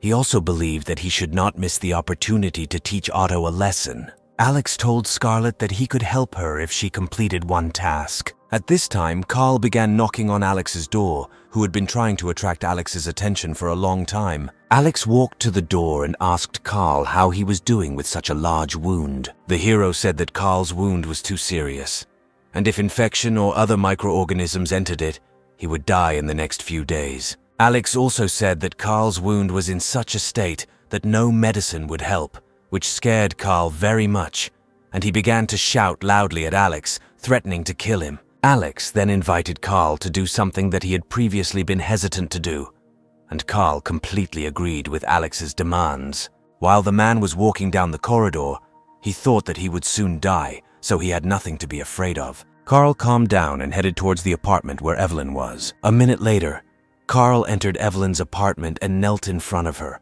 The girl covered the guy with her hands, not understanding what he was doing. Then Carl did what he had been afraid of in recent years. He asked Evelyn to marry him, but she refused him. Evelyn was angry with Carl because he, like the last selfish person, offered her this at a time when the world was collapsing and people were dying every minute. Out of anger, Carl took her by the neck and began to talk about how they would go to hell together. She was afraid of this behavior and the unpleasant smell from Carl, so she hit him hard. In response, Carl began to strangle Evelyn while she accused him of being a useless loser. At this time, Scarlet could not stop thinking about the risks that threatened her, despite her promise to Alex to help. At one point, Scarlet noticed one of the bandits preparing human meat soup and told Otto that she would go help with the cooking. Otto was pleasantly surprised that Scarlet finally decided to do it, although she was still disgusted by the thought of cannibalism. Scarlet then told Alex that she just didn't want to die, and that's why she had to do it. After this, Otto decided to leave the girl and his man, and he went to rest. Scarlet pretended to help in the kitchen preparing firewood. A few minutes later, the bandit who was preparing the soup asked Scarlet to look after the cooking while he left for other matters. At that moment, the girl realized that Otto and his bandits did not see her as a threat and decided to take advantage of this. She took a bottle with some liquid and poured it into the soup. After that, she began to cook the dish, covering her nose from the terrible smell of human flesh. Soon Scarlet brought Otto and his bandits a cup of human meat soup. Otto laughed, saying that he never thought the doctor would decide to join them. When everyone started eating, Scarlet said that she would go to the other room to eat, but no one paid much attention to her, and everyone was happy to eat the soup. After that, Scarlet went into another room and waited for her sleeping pills, which were supposed to work soon, to take effect. She knew that the men would have to sleep for at least half an hour. A couple of minutes after everyone had eaten the soup, Otto and his bandits began to feel sleepy. When the bandits fell asleep, Scarlet was going to ask Alex what to do next. When she asked Alex about the next steps, the hero told her that she should drag everyone she had put to sleep to the balcony. A few minutes later, Scarlet dragged Otto and his bandits onto the balcony, just as Alex had asked. At this time, the hero went out onto his balcony to make sure that the girl completed the assignment. After that, Scarlet wanted to find out from Alex what he was going to do with them. Alex threw Scarlet a rope and told her he wanted her to kill them. He also told Scarlet to find Otto's gun and tie him and his bandits together. The girl said he was too careful and was angry that he didn't even want to help her. However, the hero answered her that for him, safety comes first. Scarlet then tied Otto and his bandits tightly together. After that, she took Otto's weapon, which he kept on his belt. When Scarlet pulled out the weapon, Alex told her to remove the magazine from it and throw it towards him, after which she could leave. The girl asked why she should believe Alex, but the hero replied that she had no other options. Scarlet, without hesitation, disassembled Otto's pistol and threw it with the magazine to Alex. When Alex caught the weapon, he noticed that it was very similar to the one he had seen Otto have earlier. After that, Alex returned home, which interested Scarlet a little. A minute later, Alex returned to the balcony with a long hose from which a strong stream of water flowed. He pointed it at Otto.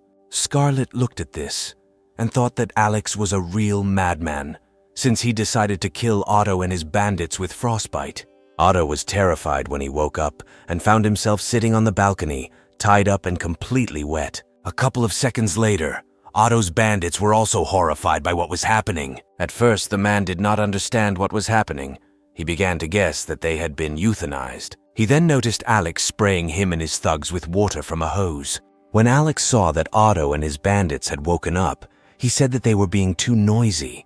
Then he increased the water pressure in the hose to get them as wet as possible. After a few seconds, Alex decided to stop watering Otto so as not to waste his water supplies. Soon Otto and his bandits froze to death, icicles hanging from their faces. After that, Alex called Scarlet and said that she had proven her loyalty to him. The girl knelt down doomedly and said that she would come to him now. Soon the girl reported that she was standing right outside Alex's door. Alex saw through the cameras that Scarlet was already standing at his door. He noted that there was nothing in her hands. The hero stood at the door with a gun in his hands in case Scarlet tried to attack him, after which he allowed her to enter.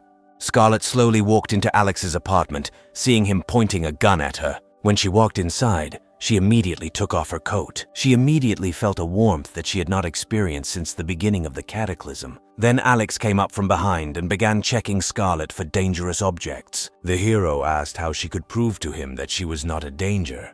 The girl asked him what he wanted her to do. Alex told Scarlet that since he allowed her to live in his apartment, she had to prove to him that she was not a threat. A few minutes later, Scarlet stood in front of Alex in her underwear, after which the hero was finally convinced that she did not pose a threat. Alex gave Scarlet a towel so she could wash herself in his bathroom in peace.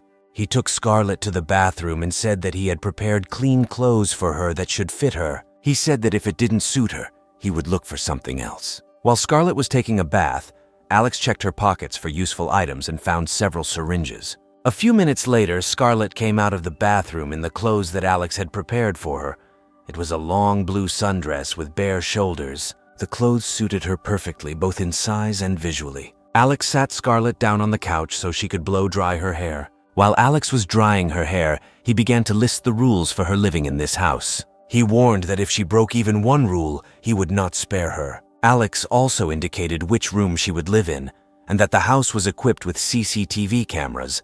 The walls and doors were made of impenetrable steel, and leaving the apartment was only possible with Alex's permission. Scarlett listened carefully to everything Alex said and replied that she was ready to follow all his instructions. The hero said that the only right choice for the girl would be to cling to him. After that, Alex was going to tell Scarlett his secret, which he had never revealed to anyone. Alex said that keeping secrets is an important step to strengthen their mutual cooperation. He told Scarlett that the first thing he wanted to do was kill those who tried to kill him. Alex explained that the disaster occurred after an unknown cosmic ejection, which caused not only climate changes but also biological ones, changing the internal structure of some people and giving them incredible superpowers. Alex then took food out of his pocket, demonstrating to Scarlett his ability to store items in his pocket space. He handed the food to Scarlett and said that all the food in the house was only a small part of the supplies in his pocket space, which would disappear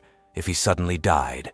Scarlett looked at the food and realized that Alex really had superpowers. After that, Alex finally allowed her to eat the food. Scarlett, without hesitation, tore the packaging and began to eat greedily. As Scarlett washed down her meal with water, Alex said that despite such a favor as helping to kill Otto, she still had not gained his full trust. The hero also said that since the sewage system has not been working for a long time, she will now be responsible for cleaning the bathroom. Alex then asked what sacrifices Scarlett would be willing to make to continue living warm and comfortable during the disaster.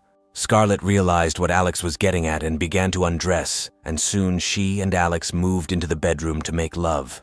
The next day, Alex woke up before Scarlett and had already prepared breakfast for both of them. When breakfast was ready, Alex woke Scarlett. The girl reluctantly got out of bed, got dressed, and went to the living room to eat. During the meal, Alex slowly ate his food while Scarlett quickly and greedily devoured the entire breakfast. After breakfast, the hero asked Scarlett if she was full, to which she replied that she was not full and could have eaten much more, but decided to stop due to the risk of causing gastroenteritis. After breakfast, Alex gave the girl her coat so she could put it on and go outside. The girl asked the hero what they were going to do. Alex then took a baseball bat, went out onto the balcony with Scarlett, and told her that they would now go get ice. Alex handed the bat to the girl and ordered her to break the frozen corpses of Otto and his bandits. Alex said that even in this state, he was disgusted to look at these corpses and he wanted to get rid of them.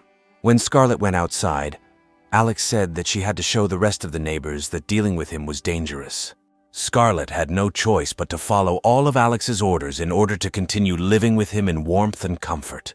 The girl moved to the next balcony where the frozen corpses of Otto and his bandits were located. She then swung the bat and started smashing them. While Scarlett broke the frozen bodies, Alex filmed what was happening on video. At first, the girl was not happy that Alex started filming her, but he said that this was necessary to show the neighbors that Otto and his bandits were dead. After that, Scarlett stopped arguing with Alex and continued breaking corpses. When she finished, the hero immediately uploaded the video to the neighbors' general chat. The neighbors watched the video and were incredibly happy that Alex had finally dealt with Otto and his bandits once and for all. After that, Alex sent a voice message to the general chat in which he said that now, after the death of Otto and his bandits, the entire house was under his complete control. Alex read the chat messages and saw how neighbors began to praise him for freeing them from Otto's ruthless tyranny, and those who had run out of supplies kept begging Alex to share food. While the hero was reading all these messages, Evelyn called him. Alex was a little surprised that she was still alive and answered the call. Evelyn asked if she could come live with him now that he had dealt with Otto. Alex asked Evelyn how she was still alive, and Evelyn thought Alex was worried about her and stopped texting her, thinking she was already dead. Evelyn tearfully asked Alex to kick Scarlett out and let her move in with him, with the pretext that they would definitely be happy together. Evelyn was so engrossed in conversation that she didn't see the furious Kylie and Laura approaching her from behind. Alex heard her neighbors attacking her, saying she deserved to die, and then the call was disconnected. Scarlett snuggled up to Alex and said that she was not as selfish as Evelyn. From such a tender scene, the hero's face turned a little red. Then Alex thought that if he sent Evelyn a photo of himself with Scarlett, Evelyn would just go crazy. While Evelyn was quarreling with her former friends, a new message from Alex arrived on her phone. Evelyn immediately ran away from the girls and grabbed the phone. However, all she saw was a message with a photo of Alex and Scarlett sitting together and hugging. Evelyn immediately became hysterical and wanted to convince Alex that he couldn't do this to her. However, Alex said that he and Scarlett were happy together and had no intention of leaving her for Evelyn, and that there was no point in him staying in touch with her. Evelyn was very upset because Alex used to chase her for 2 years, and now he lives happily with another girl. Evelyn began to blame Scarlett, and instead of words of encouragement, Kylie and Laura began to laugh at her, saying that she more than deserved this ending. After this, Alex decided that there was no point in continuing to communicate with Evelyn and blocked her. Then the hero decided to ask Scarlett if she considers him a cruel person after this act. However, Scarlett replied that she did not consider him cruel and thought that Alex probably had his own reasons for such actions. Alex was pleased that Scarlett understood his motives. After some time, Scarlett prepared dinner and invited Alex to the table. However, Alex decided to snack on an ordinary apple because he read messages in the general chat in which Aunt Abigail wrote that if the neighbors did not listen to her, she would turn her relatives to the police. And after the storm ended, the police would shoot everyone. Scarlett thought that Alex was afraid that she wanted to poison him, but at that moment, Alex was thinking about how Abigail survived Otto's attack on her and her grandson. Scarlett said that when she came to check on Abigail's grandson, she felt sorry for them both and gave them some of her supplies. At first, the hero did not understand what she meant. The girl began to make excuses, saying that then everything was just beginning and she could not predict how the circumstances would develop. However, the hero said that this was not the problem. Alex said that most likely, Aunt Abigail and her grandson had long ago eaten all the supplies they received, and he did not understand how they were still alive. Scarlett added that Abigail's grandson died a week and a half ago due to a shortage of medicine, so she may have eaten her grandson's supplies to survive. At that moment, Scarlett noticed a man standing from one of the windows of a neighboring building. This was a man. He stood on the windowsill and laughed hysterically, and then suddenly jumped down. He finally lost his mind and decided to end his torment. Scarlett asked Alex when the storm would end, to which Alex replied that he did not know, and they could only wait. Alex then received a call from Aaron, who answered without hesitation. Alex immediately said that Aaron could leave all the formalities and say directly what he needed, and he would be happy to help. Aaron was one of the few good people who could be useful to Alex. Aaron said that his girlfriend's daughter, Lucy, has a high fever and they have run out of medicine. They are very worried about the child's condition. He asked the hero if he had any medicine. Alex thought that Aaron was a lonely person and Lucy had a good figure, so Aaron decided to take care of her and her daughter. Alex said he had the medications he needed and Aaron could come get them. Aaron was very grateful to him, and then the hero said that the man could seek help at any time, since he was even closer to Alex than his own uncle. When Alex finished the call and hung up, he thought that Lucy was not as simple as she might seem at first glance. Aaron was the only person who listened to Alex and prepared a certain amount of supplies in advance, and therefore he was the most suitable option for Lucy and her child.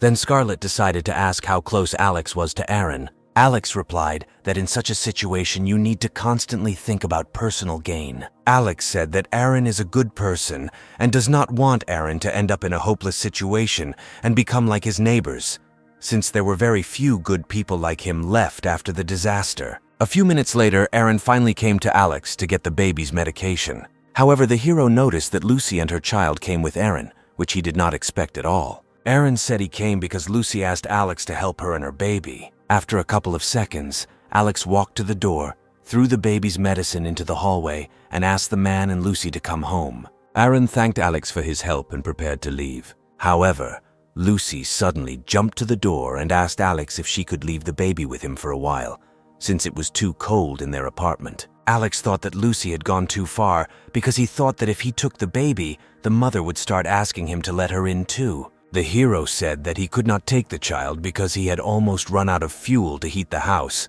and the temperature in the house was the same as the temperature outside. Aaron told Lucy that Alex had already done everything he could for them and suggested they return home as soon as possible. Then Lucy began to cry and said that the man was unlikely to understand her concern for the child, and then continued to beg Alex to take the child at least for a short time.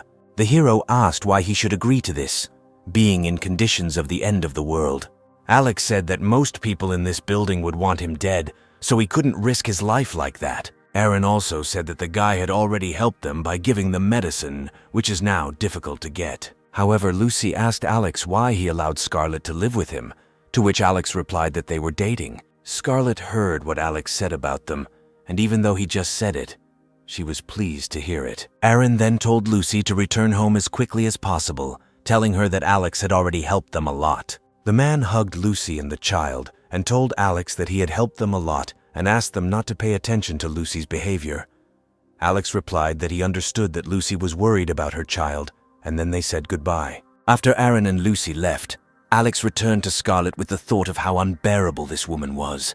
Scarlett said that there are many women now who worry about their children. The hero replied that he should under no circumstances break off relations with Aaron. When Aaron and Lucy returned home, Lucy put her daughter to bed, after which Aaron began to express dissatisfaction with her behavior that day. Lucy began to make excuses, saying that she was doing all this for the sake of her daughter, so that she would be in more pleasant conditions. Aaron then told her that he understood that she was worried about her daughter's life, but also said that all kindness has a price. He added that if Alex had not warned him about the impending threat, he would have died long ago, and then Lucy would not have been able to live with him and her daughter. Lucy then told Aaron that she actually doubted that Alex deserved such praise due to his overguarding. These words greatly angered Aaron. The girl stated that Alex simply did not want to help them. Lucy also said that Alex uses such small help to then take advantage of Aaron, believing that if Alex was a good person, he wouldn't be so cruel to the dozens of people who died because of him. After that, Lucy started saying that Alex's apartment was big enough for them to live with him. But Aaron was already so angry at Lucy that he simply interrupted her and told her to shut up. He told Lucy not to say such words about Alex, since he himself could distinguish between good and evil. After this, Lucy's child began to cry, and the girl apologized to the man, saying that she was just worried about him. Aaron, not wanting to continue the conversation with Lucy, said that he would sleep in the living room that night, after which he left the bedroom. Lucy thought that she could not allow herself and her daughter to continue living in such conditions. She promised her daughter that they would definitely live in Alex's apartment. The next day, a group of former construction workers forced their way into the building where Alex lived. They intended to find supplies here. The chief builder ordered his subordinates to immediately begin the search. Seeing one of the residents in the corridor, they immediately chased after him to neutralize him. The man tried to run away from them, but he failed. The bandits dealt him a fatal blow with a shovel directly to the neck. The builders decided not to touch the dead resident for now and leave the body in place until their work was completed. A few minutes later, the construction workers reached the 24th floor. When they arrived at Alex's apartment door, one of the construction workers prepared an explosive device to blow the door open. When the explosive device went off, there was a large explosion. This caused a loud sound that woke Alex up. The hero took the weapon and checked the CCTV cameras to check the condition of the apartment.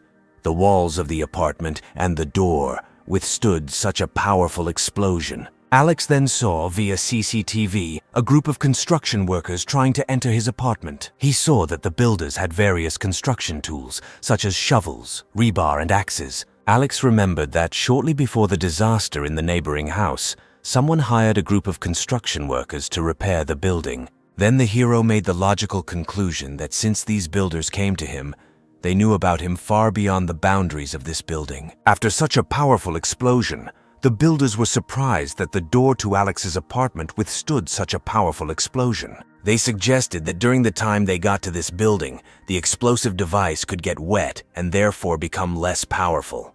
At this moment, the hero approached the door and prepared a special chemical solution. It was white phosphorus and was as destructive as standard construction explosives. When Alex prepared his special solution, he threw it with flammable liquid into the corridor. When the construction workers saw the flammable liquid and chemical solution flying towards them, they immediately began to run away from Alex's apartment. However, The destructive power of the chemical solution combined with the flammable liquid was so great that all the builders began to burn alive. At some point, a group of construction workers tried to leave this floor as quickly as possible. However, Alex took the gun and started shooting through the door at the construction workers.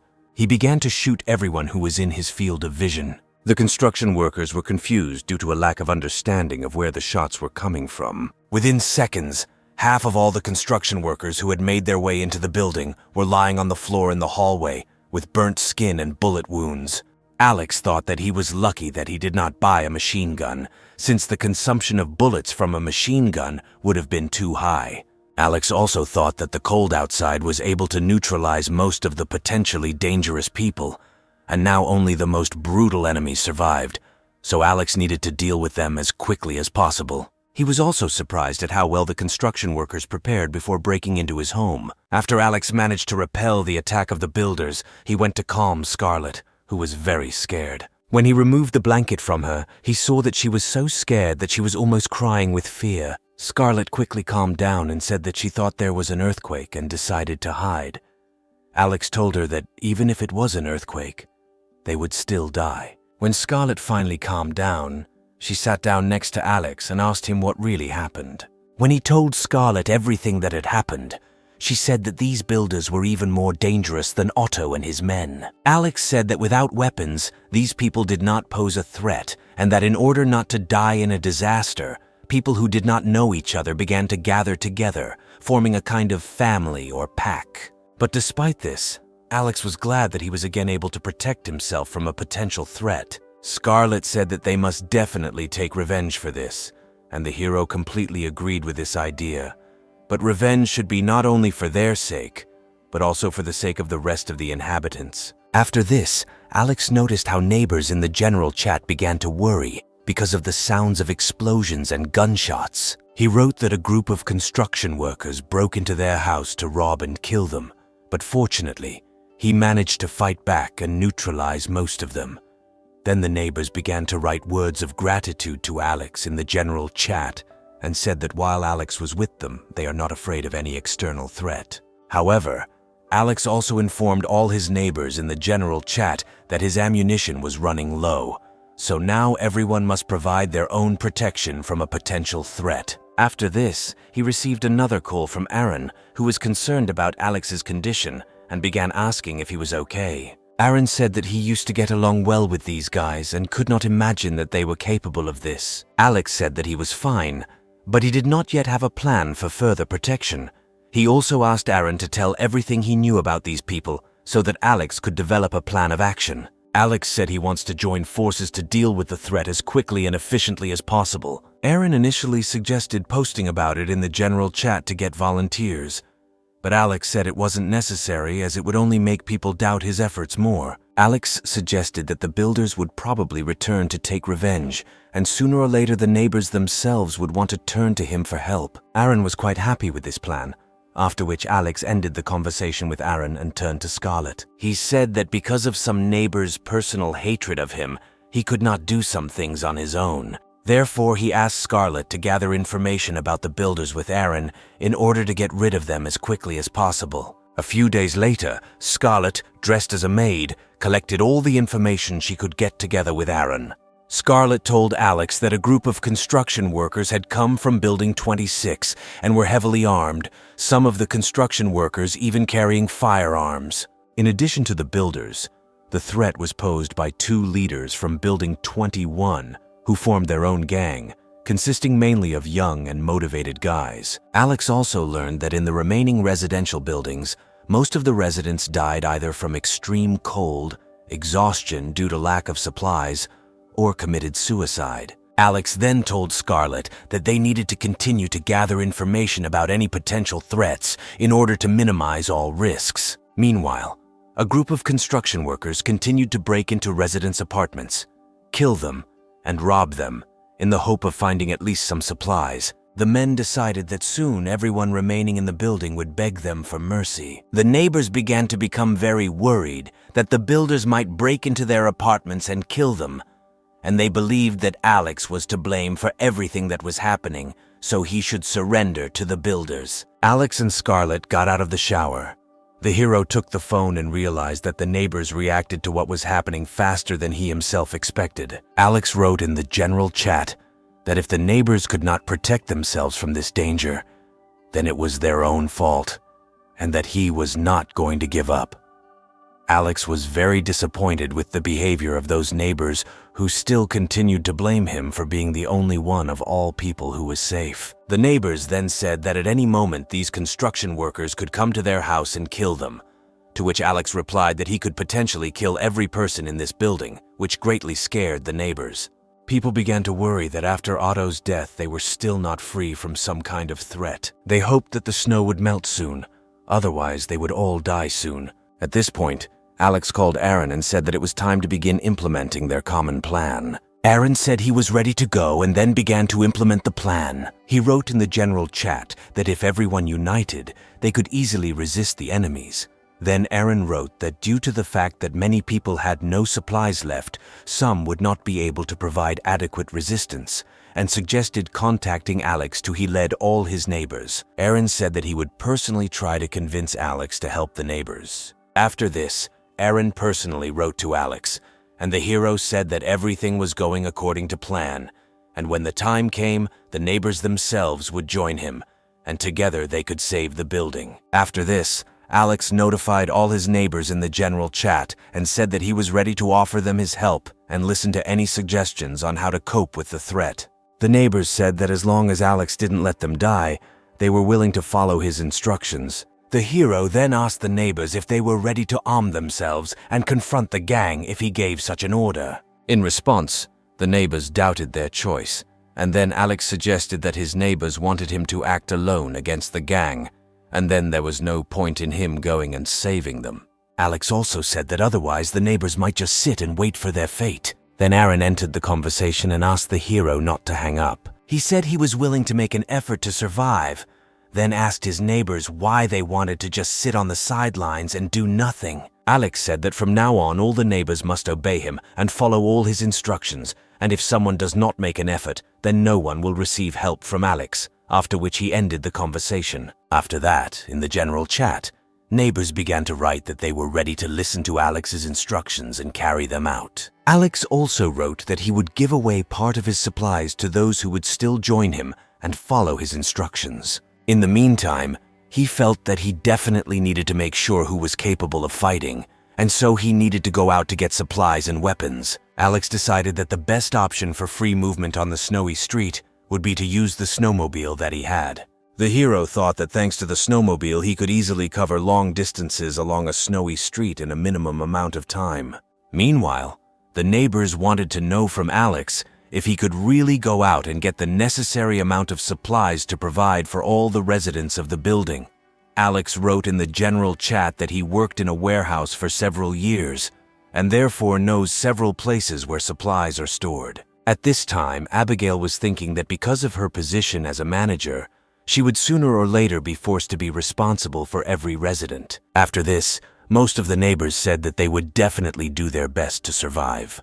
Scarlett was very glad that the neighbors sided with Alex, but Alex himself said that for him, all these neighbors were just meat and cannon fodder that would sooner or later be spent. However, Scarlett still doubted whether Alex was really going to go outside.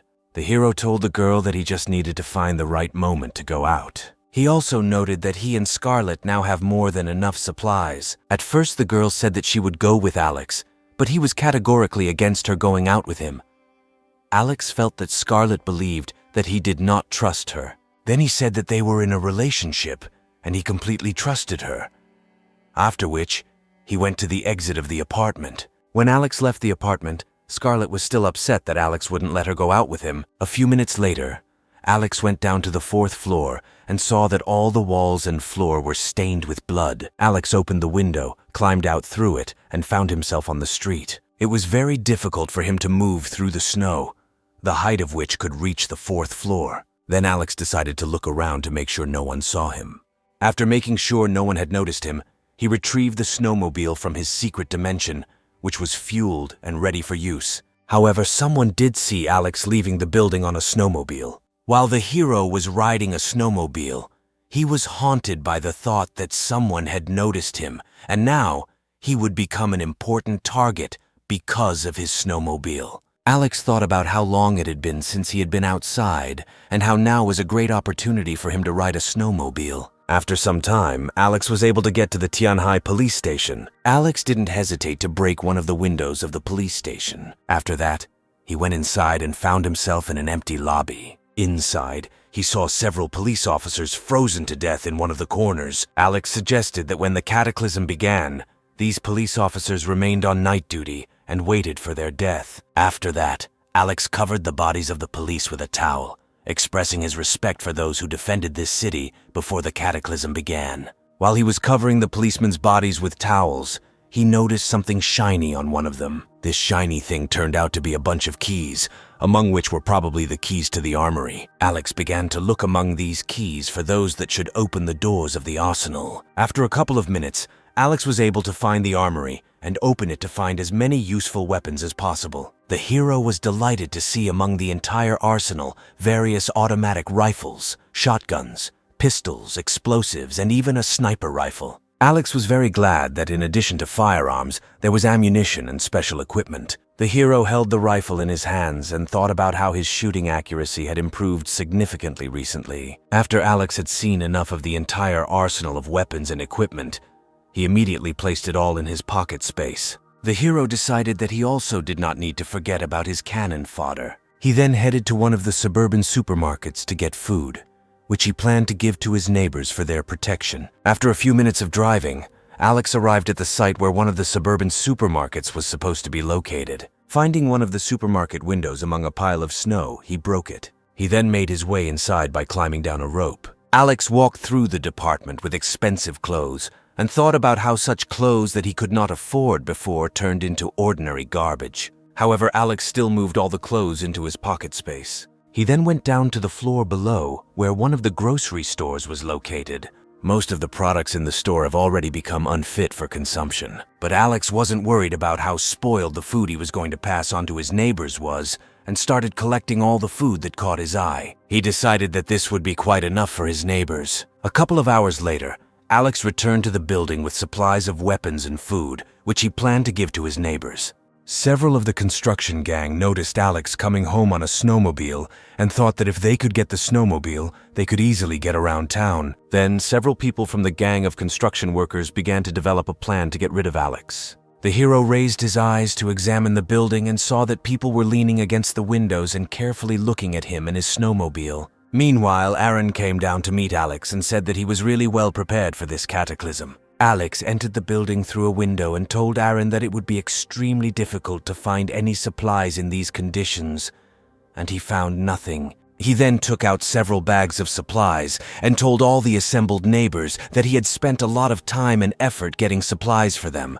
Scarlett then took one of the bags and emptied the contents to show the neighbors how much food Alex was able to get. People saw how much food Alex was able to get for them and began to praise him for his help. They began to praise him, saying that he had become closer to them than their siblings. Alex told his neighbors that although he got all this food for them, he clarified that he was not going to feed those who did nothing. At this time, armed construction workers began to head towards the building to take away all the food that Alex had obtained. Then the hero pointed out to his neighbors a group of builders and said that the more builders they could defeat, the more food they would get. When the residents heard this, they immediately started drooling. The neighbors immediately rushed to attack the builders, hoping to get as much food as possible. The builders were very scared by how the residents boldly attacked them. A few seconds later, a fierce battle ensued between the residents of the house and the builders. Alex and Scarlett watched as their hungry neighbors brutally killed construction workers. Meanwhile, the number of neighbors participating in the battle against the builders was increasing. The builders could not fight, since they were clearly outnumbered, despite the presence of weapons. After a couple of minutes of such a brutal and unequal battle, the gang of builders decided to retreat and escape. All the neighbors were very glad that this time they managed to repel the attack of a gang of builders on their own. Meanwhile, Scarlett looked at the bodies of her wounded neighbors and wanted to do everything she could to help them get back on their feet. However, Scarlett was confident that Alex would not allow her to waste her medical supplies on these people. A few minutes later, Alex gathered all the neighbors in the hallway on the first floor to inform them of the successful defense of the building. He told his neighbors that it was thanks to their courage and efforts that they not only survived, but were able to repel the enemy on their own. After that, Alex called several men who killed the most enemies. As the men approached, Alex presented them with several groceries in recognition of their significant contributions to the defense of the building. The men were incredibly happy to receive their groceries and said they would now make even more efforts to ensure the safety of the entire home. Then Alex looked at the crowd of neighbors and thought that it was the feeling of hunger that made these people stand up for protection. He realized that this was exactly what he needed. He then called the rest of his neighbors who had participated in the battle and gave them as much food as they deserved for their participation in the battle. The neighbors lined up, and Alex gave everyone as much food as they deserved for their work. Now every resident of the house received food if he worked hard, and if someone did not make an effort, he was left without food. Alex wanted to give food to another neighbor, but one of the residents started screaming, asking where his food was. Then Alex looked at this man and threw something at his feet. As it turned out, it was an ordinary candy. The man began to be indignant that Alex gave him only one pathetic candy. Then the hero said that he personally saw how this man stood and hid behind other neighbors who participated in the battle. Alex also told the man that he only gave him this candy because he was being kind today, thus shaming him in front of the rest of the neighbors. After this man began to make excuses, saying that the other neighbors dealt with the builders too quickly, and therefore he did not have time to defeat anyone.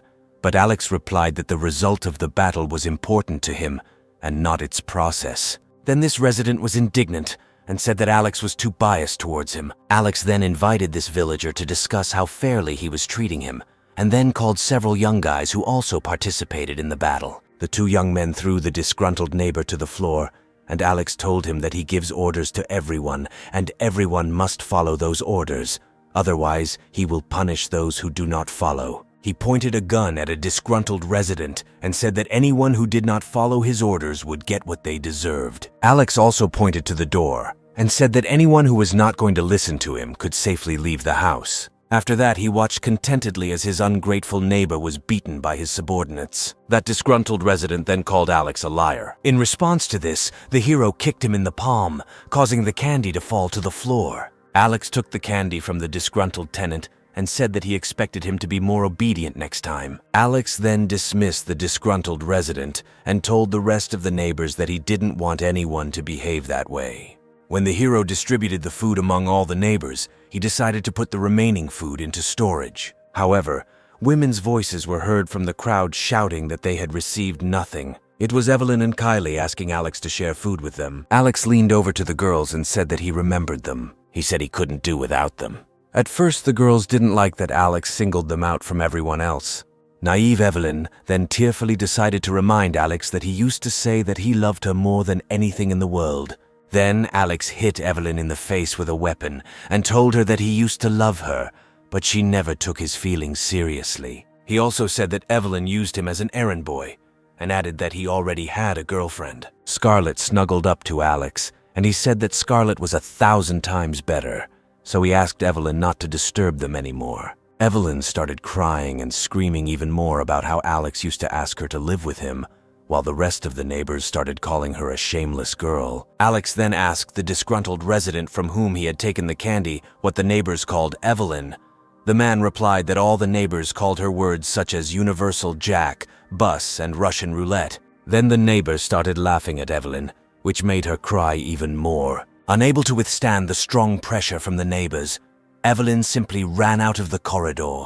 Then Alex again gave the disgruntled resident candy, and this time he thanked Alex for his kindness, saying that now he will try his best for the good of the house. Kylie also left the hallway without receiving any food. After Alex got rid of Evelyn and her friend, he began to develop a plan to strengthen the entire building. Alex counted all the neighbors and found out that among everyone, excluding children, there were 47 people left in the building. The hero suggested creating several groups of 7 people, and each group would be on duty at a specific time and place, while he, Scarlett, Aaron, and Lucy would perform other duties. Alex also ordered to knock on the staircase railings in case any group discovered enemies approaching the house. He clarified that he will now give food to those residents who can neutralize 5 or more enemies, and that during duty, each group will eat only what it has. Alex then assigned Aaron to manage each group, and Aaron said he would take on that responsibility. A couple of hours later,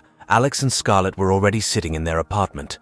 Scarlett asked Alex what the situation was on the street. The hero looked through his weapons and said that the cataclysm completely covered houses with a small number of floors in snow. Alex also noted that even if the snowfall stops, it will take at least 2 weeks for all the snow to melt. However, he said that large amounts of snow are not a problem for them. After that, he took out from his pocket space the entire arsenal of weapons that he had obtained from the police station. Alex told Scarlett that despite all the dangers, they were not in any real danger. He picked up a sniper rifle from the floor and noted that at the moment the biggest threat to them was the people they might encounter sooner or later. He then went out onto the balcony to check the functionality of his sniper rifle. Through the scope, he saw that someone was on the street. After waiting a little, Alex saw that the man was heading towards the garage, where his snowmobile was supposed to be located. Alex thought that his bait had worked, and when this man was inside the garage, he would be in for an unpleasant surprise. At that moment, the hero received a call from Aaron. He wanted to thank him for providing the noodles and apologize for Lucy's words, justifying it by saying that she had a boneless tongue.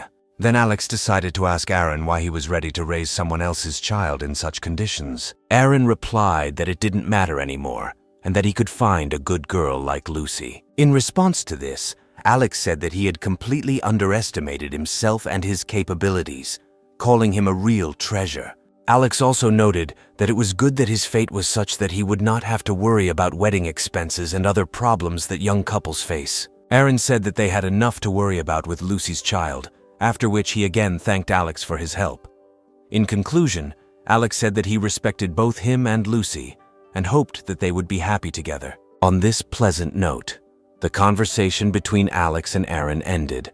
After the call, the hero told Scarlett that such matters should never be rushed, with which she completely agreed. After this, the couple kissed. A few hours later, a group of construction workers broke into the building again, trying to rob residents. They went straight to the stairs. While a group of construction workers was walking along the stairwell, a brick fell on one of the construction workers, but the construction worker managed to avoid the brick and survive. One of the residents continued to throw bricks at the uninvited guests and call on other neighbors for help. A group of builders were surprised by how thoroughly the inhabitants had prepared for their arrival and decided to kill everyone who caught their eye. Less than a minute later, a fierce battle began between the residents and the construction workers in the stairwell. But this time, the group of construction workers suffered serious losses, unable to withstand the full defensive power of the residents of this building.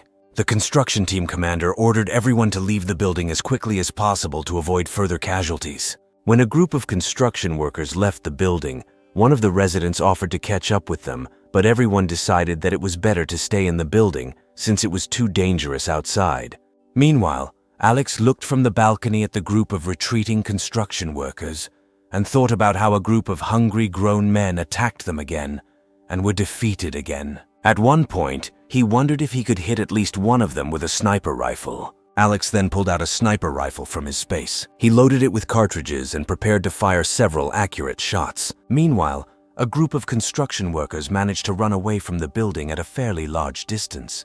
But despite this, Alex, using a very powerful sight, noticed them and aimed as accurately as possible. The hero pulled the trigger and instantly neutralized one of the builders with a precise shot to the head. The construction workers immediately stopped and began looking for the place where the shot was fired. Alex was very pleased that he was able to neutralize one of the builders so easily at such a great distance. He then decided to fire a few more shots and kill a few more construction workers. This time, he again managed to kill one builder with a precise shot to the head. With each shot, the number of corpses of construction workers from Alex's shots became more and more. He soon decided to stop shooting, since he had already neutralized a significant number of enemies, at which point Alex thought that now he would not even have to go outside to get rid of the invaders and keep the building safe. Some neighbors were frightened by the sound of gunfire and immediately realized that it was Alex, and were very surprised at how he was able to get rid of several construction workers at once with such ease. Alex wondered how much the sounds of his shooting had frightened the neighbors,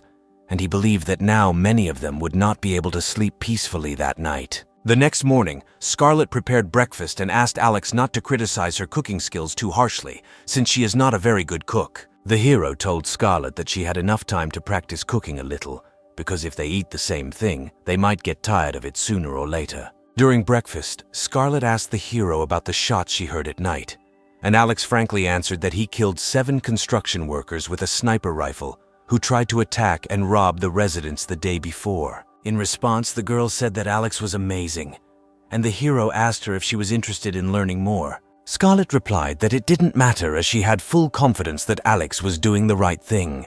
The guy was very pleased that Scarlett never showed too much curiosity. Meanwhile, one of the leaders of the 26th building looked at the corpses of those builders whom Alex was able to kill at night. At this point, one of the residents informed him that most of the people were either dead or missing.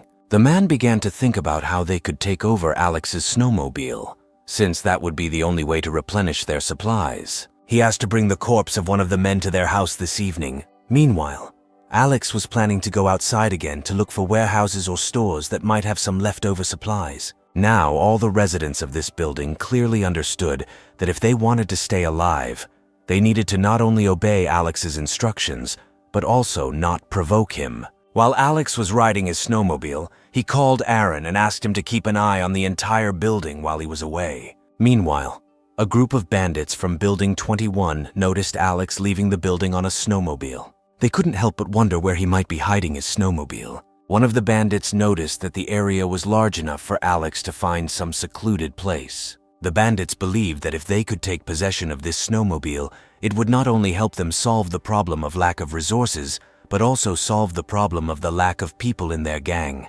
One of the bandits especially wanted to get this snowmobile so that he could easily move between stores and pick up cigarettes from there, without which he was already going crazy. For several hours, Alex rode a snowmobile around the snowy city, trying to find some large warehouse or store from where he could pick up more supplies. Later, he remembered the main warehouse at the southern base, which was difficult to reach alone. He decided that there must be some supplies there. A few minutes later, Alex arrived at one of the largest city warehouses, from which all products were already being redirected to other city warehouses. Alex could feed thousands of people with these supplies, and he immediately tried to get inside. However, he noticed that all the easily accessible goods had already been taken, but still decided to go down to see what was left. Going down, Alex saw in front of him a bunch of expensive business-class cars and various sports cars. The hero decided to take all these cars into his pocket space just in case. A few minutes later, Alex took everything that was left in the warehouse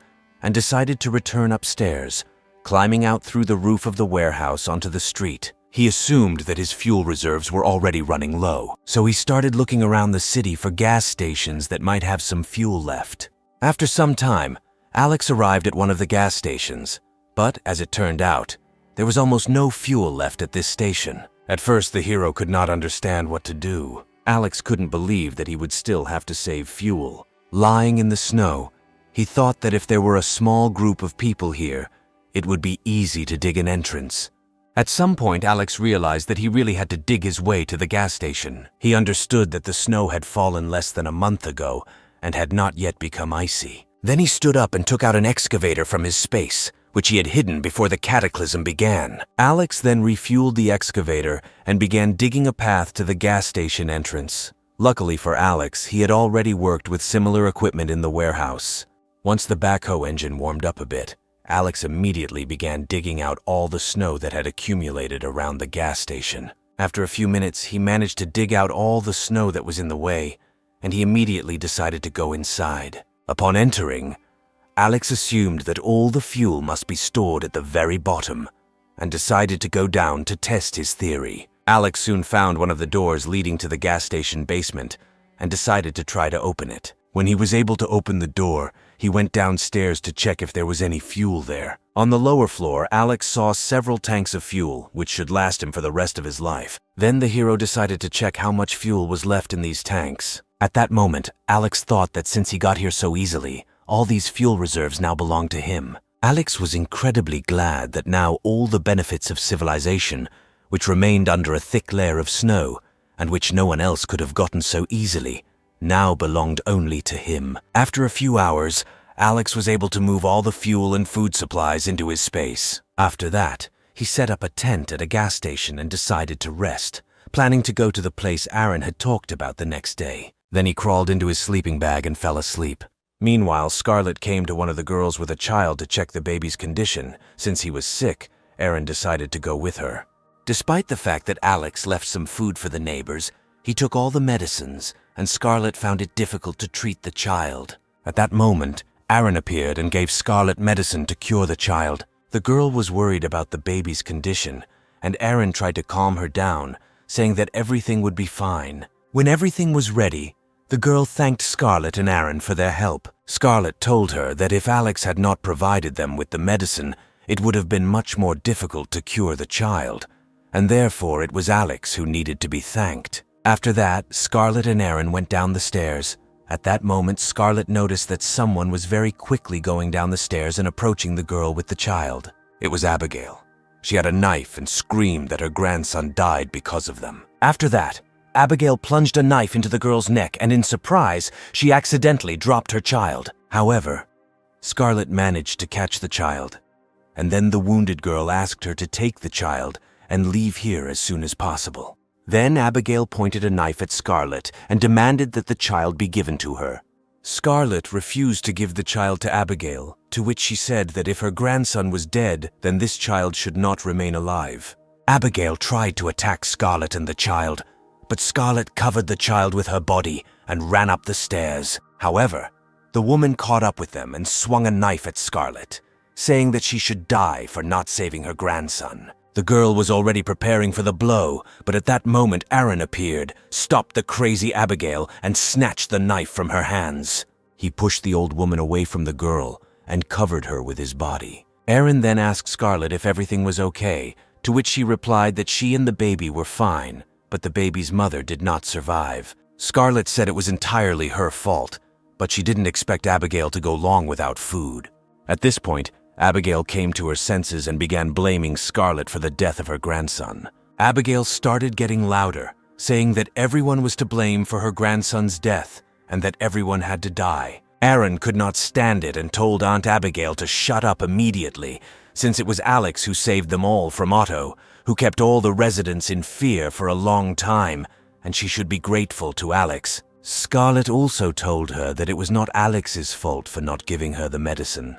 However, Abigail continued to claim that her grandson died because Alex refused to help her. Scarlett then said that she managed to persuade Alex to provide medicine for Abigail's grandson, but when she arrived, her grandson was already dead, and it was she who killed him. However, Abigail continued to claim that she did not kill her grandson and that they killed him. The neighbors, looking at Aunt Abigail, began to loudly condemn her for daring to torture her grandson and eventually killing him. One of the guys added that he was surprised how this old woman remained alive after everything she did during the cataclysm. At that moment, the other guy took a lighter out of his pocket and said that he had not eaten for several days, and Abigail looked quite well fed. The next morning, Alex woke up, climbed out of the tent, and was ready to go to the place Aaron had talked about. The hero left the gas station and headed to the place indicated by Aaron, where there should have been various ammunition. Arriving at this place, Alex noticed that there was also a lot of snow here and decided to use the excavator again. A few minutes later, he was able to break through the entrance, after which he entered the building. When Alex entered the building, he noticed that the place looked very secure and did not understand why no one was here. Having examined all the rooms, Alex did not find a single person, which scared him a little. He suggested that the people who were here might have left earlier. Perhaps they knew about the beginning of the cataclysm in advance. They took all the ammunition and hid somewhere to wait out the storm and then restore the previous order in the new world. After inspecting the building from the inside, Alex returned outside and thought that armed people could be the most serious problem that he would have difficulty dealing with. Then the hero got into the excavator and after a few minutes began to break down one of the walls on the other side of the building. After some time, Alex was able to break through the wall of the building and found himself in one of the rooms that he could not get into from the inside. Having passed through the wall, Alex saw in front of him a room completely filled with various ammunition. The man was very happy about such a big find, because among various pistols, machine guns, shotguns, and cartridges, he found many sniper rifles and even grenades. A couple of minutes later, Alex took all the weapons and ammunition along with explosive devices. After that, he got on his snowmobile and drove home, thinking that if he ran out of ammunition again, he would definitely need places like this. After some time, Alex returned home and told his neighbors that he had carefully examined many places, but could not find anything useful, and next time he would try to look in other places. The neighbors were extremely unhappy that they would have to go hungry again until Alex went outside again. Alex couldn't help but notice the obvious dissatisfaction on the part of the neighbors. He decided to remind them who saved them from certain death. Alex said that so little time has passed, and his neighbors have already become so angry, and when the situation improves, he will stop helping them, and everyone will look for their own food. One of the neighbors told Alex that he had simply misunderstood them, and they were well aware of how difficult it was to find supplies in such harsh conditions. After this, the hero decided to return to his apartment and informed his neighbors that they were all free for the day. Many of them looked at Alex and thought that he was treating them like cattle, even though they were risking their lives. One of the neighbors, holding a knife behind his back, invited Alex to go outside with him in a small group. He said Alex's snowmobile could carry 2 more people. Several people supported the idea and said they would be willing to help Alex find supplies. However, Alex realized what these people were up to, after which he took out a gun and immediately shot one of the neighbors right in front of everyone. Alex said he didn't believe a word they said and decided to remind them of their unconditional submission. When the hero pointed his weapon at the rest of the neighbors, they began to say that they actually wanted to offer him help. Alex said that if he didn't kill these people who just wanted to kill him, other people wouldn't understand that they better stay out of his way. After several shots, he dealt with those who wanted to get rid of him. After the shooting, Scarlett and Aaron came to see Alex to see if he was okay. The man said everything was fine and he only got away with a couple of scratches. Alex also said that he has always been a good person, and therefore he will simply forgive the other neighbors for their failed attempt at rebellion. Lucy, who passed by him, silently thought that he was not quite as kind as he said. On the way to his apartment, Alex thought he needed to clean up the cannon fodder a bit. When they arrived home, the hero decided to first ask Scarlett what happened in the house during his absence. Scarlett told him about a recent incident where Abigail killed a girl and was killed the next day. Alex said that of all the neighbors, Abigail was the one who deserved to die the most. Scarlett also told Alex about a man from Building 9 who wanted to hold peace talks with him. However, Alex did not quite understand what this man wanted to talk to him about. Then Scarlett said that she did not know all the details and that the man wanted to personally discuss future cooperation with Alex. The hero replied that he did not need anything from this person and that in any case, these people can only wait for their death. Scarlett thought she should tell these people that Alex wasn't going to talk to them. However, Alex said that he would first like to know everything about these people from Scarlett in order to better understand with whom he would have to negotiate. As it turned out, Leilani headed one of the largest cosmetics companies, which was worth more than $200 million, but it later turned out that the entire company was one big financial pyramid. Leilani was in good shape, despite her age, and had approximately 10 survivors from Building 9 under her command. Scarlett also added that Leilani is in charge of the entire 9th building. Alex thought that even a woman could show some form of leadership in such conditions, and realized that this woman was not as simple as she seemed. Afterwards, Scarlett asked Alex if he had decided to date Leilani. Alex replied that he first needed to understand the overall situation in order to better understand what this woman wanted to achieve from him. Alex then saw messages on his phone that Leilani and someone named Carter had added him as friends. The hero thought that he had already met this man. Alex accepted applications, and at the same moment Leilani wrote to him to discuss their joint cooperation. Leilani offered to call, but Alex replied that if she had something to say, let her say it directly and without further ado. Leilani felt that Alex was a very tough person and that he should be approached with extreme caution. She had heard about Alex that he had killed a lot of people and had a snowmobile and a sniper rifle, so she needed to choose her words carefully when talking to him to increase her chances of a successful deal. Leilani wrote to Alex that she had long admired him and would like to collaborate with a person like him. Alex thought Leilani was being very persistent when she wrote that if he and his snowmobile would help her and her people on forays, she would provide him with the manpower later. Leilani reminded Alex that his people were extremely negative against him, and as long as he helped her and her people get supplies, they would remain neutral. Then Alex assumed that Leilani was trying to intimidate him and decided to ask her about it directly. The girl answered him that in this situation, the best solution for both parties is cooperation. In response, Alex told Leilani that this was the first time he had seen such a confident and purposeful person, after which he added that he would definitely think about her proposal and will answer her. After that, Alex looked out the window at the 9th building and sarcastically thought that if these people and his neighbors really turned on him, he wouldn't be able to do anything about it. He then thought about his chances against these people if they all attacked him. He believed that these people would not be able to destroy the building with their bare hands, and due to the lack of fuel and electricity, would not be able to use heavy equipment. Alex tried to understand what consequences could await him if he continued to persist in his opinion. He didn't want to risk killing thousands of innocent people. While Alex was thinking about his next steps, he received a new message from Carter on his phone. The man immediately wrote to Alex that he would like to cooperate with him on mutually beneficial terms. Carter wrote that in the 18th building, where he is responsible, there is a well-coordinated team, and he is willing to provide Alex with labor and other resources in exchange for food. Alex felt that Carter was a very talented performer who could get maximum benefit at minimal cost. He then asked Scarlett if she knew anything about Carter and the 18th building. Scarlett said she heard from some of the neighbors that Carter was a very charismatic person, and almost everyone in the building survived thanks to a close-knit team and an even distribution of resources among the residents.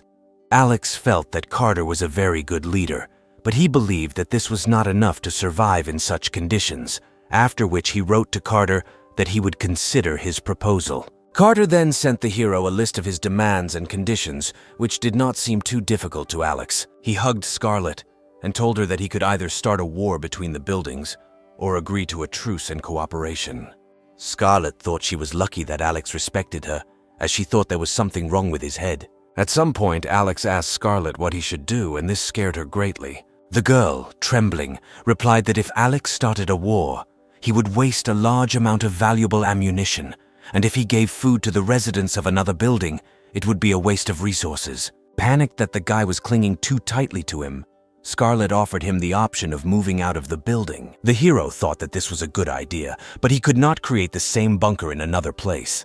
As night approached, Alex asked Scarlett to cut the body armor into several pieces of fabric to later make regular clothing from. Meanwhile, he wrote in the general chat that people from other buildings want to attack them and take all the supplies. After this, the neighbors wrote that they could not allow this to happen and that they needed to prepare and fight back. Alex also suggested that the neighbors divide up all the supplies and hide some of them in case people from other buildings were able to grab some supplies. At that moment, he received a message on his phone about entering into a conversation with the managers of residential buildings. Alex accepted an invitation to join a group with building managers, and someone immediately began listing to him the terms of their common cooperation.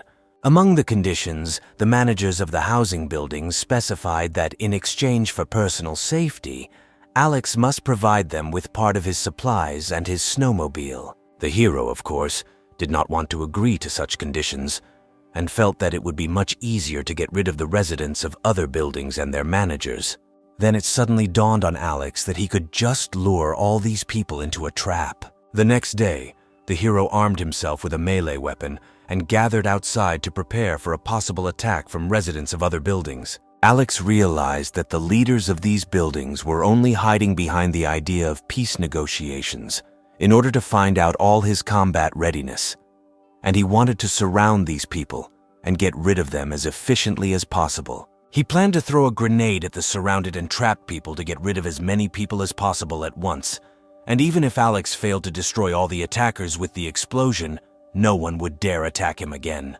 Meanwhile, Aaron distributed the food that Alex gave him to feed the villagers a little before the fight. The neighbors ate and thought they had made the right choice by listening to Alex's instructions. When the hero found himself among the neighbors, they began to ask him about the results of the negotiations and whether they could return to normal life after everything they had experienced. Alex told his neighbors that if the negotiations were successful, the residents would no longer worry about food shortages or constant attacks from residents of other houses. Alex hoped for a bright future and thought that this nightmare would soon end. People followed him with the hope of victory, but Alex himself understood that not everyone would return alive. Soon the hero went out with his neighbors to prepare for defense. However, as soon as Alex and his group stepped outside, they immediately noticed groups of residents from other buildings approaching them. Alex did not expect that the residents of other houses would appear so soon. The neighbors also did not know what to do in this situation. Then he ordered Leilani's group to return back as quickly as possible. After that, Alex called Aaron and said that there were too many enemies and he needed reinforcements. After that, Alex hid in the snow, took out a sniper rifle, and prepared to defend himself from potential enemies. The rest of the group of residents began to suspect that residents from other buildings had clearly not come here to negotiate. Aaron then told the residents that they had nothing to worry about, as Alex must have had some kind of plan. One of the neighbors drew Aaron's attention to the fact that there were too many of these people, to which Aaron replied that their main task was not to give Alex a chance to stand against them. However, he said Alex assured them they had nothing to worry about, and they should have trusted him. In front of the group of people stood the managers of the residential buildings. Among them were Carter, Leilani, Evan, Jose, and Andrew. Alex looked at Leilani and wondered if they could handle the ambush he had prepared for them. He also thought that under any circumstances, he should not allow these residential building managers to attack first. Meanwhile, Jose brought to the attention of the other managers that there would be enough of their tenants to wipe out everyone in Alex's building, and they sensed that Alex was afraid of negotiations.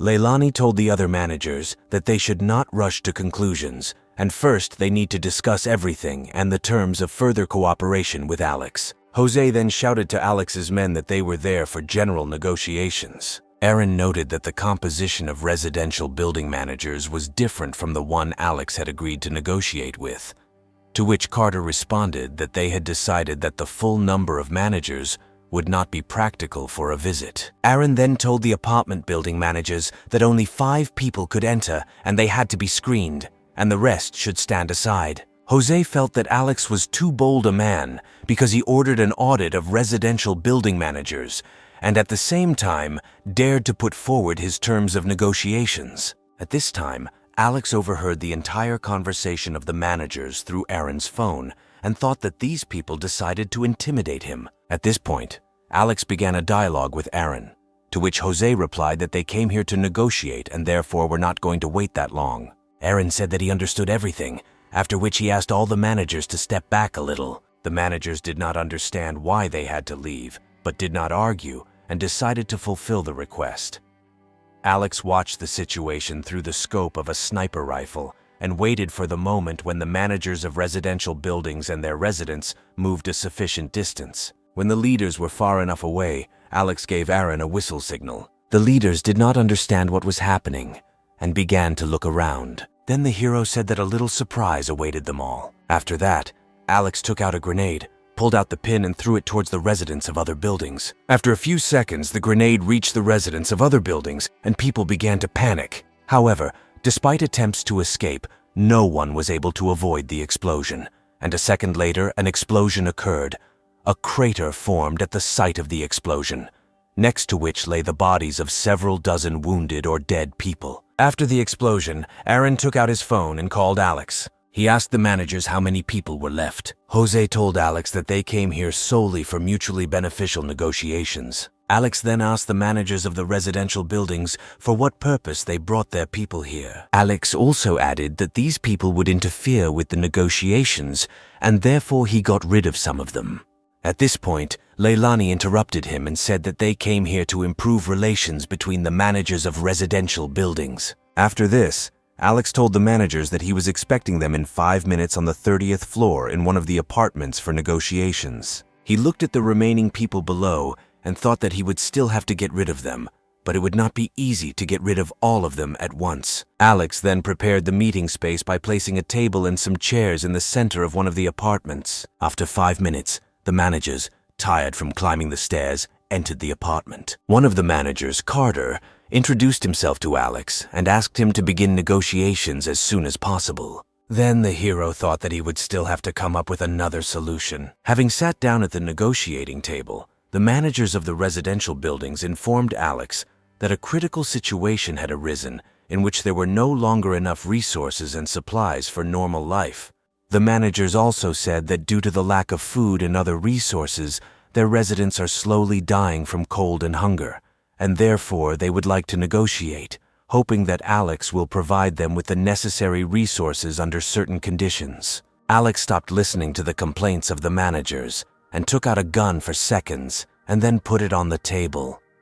The managers of the residential buildings were scared at the sight of the weapon and said that they wanted to resolve all issues peacefully. Alex said that residential building managers shouldn't be afraid because the guns were already starting to bother him, so he put them away. Alex then tried to calm the managers and asked them to sit down. He informed them that he did not at all like having to unwisely distribute his supplies between the managers and their residents. However, he understood that the people who manage the buildings are not so stupid. Alex also noted that he understands that they are doing everything possible to take care of their residents, even in such harsh conditions. After that, Alex said that he would offer his conditions, and if at least someone did not agree to fulfill them, he would start a full-scale war between the buildings. Alex's first condition was that he was ready to provide the managers and their residents with food, but in reasonable quantities, and they must decide for themselves how to distribute the supplies. Alex said he could provide food for a maximum of 300 people, but Leilani did not agree to such conditions. She said there are about 100 people in her building and she doesn't know how she will distribute supplies to her residents. Then Alex said that there was no point in this empty conversation and suggested moving on to the next conditions. At this point, one of the leaders said that they did not need to rush. He said they really needed to discuss stock distribution again. Jose added that this is really not enough to feed all its residents. Alex then began loading his gun and asked the managers if it would be easy to provide food for 300 people every day. Frightened, Carter suggested leaving the question and moving on to Alex's next condition.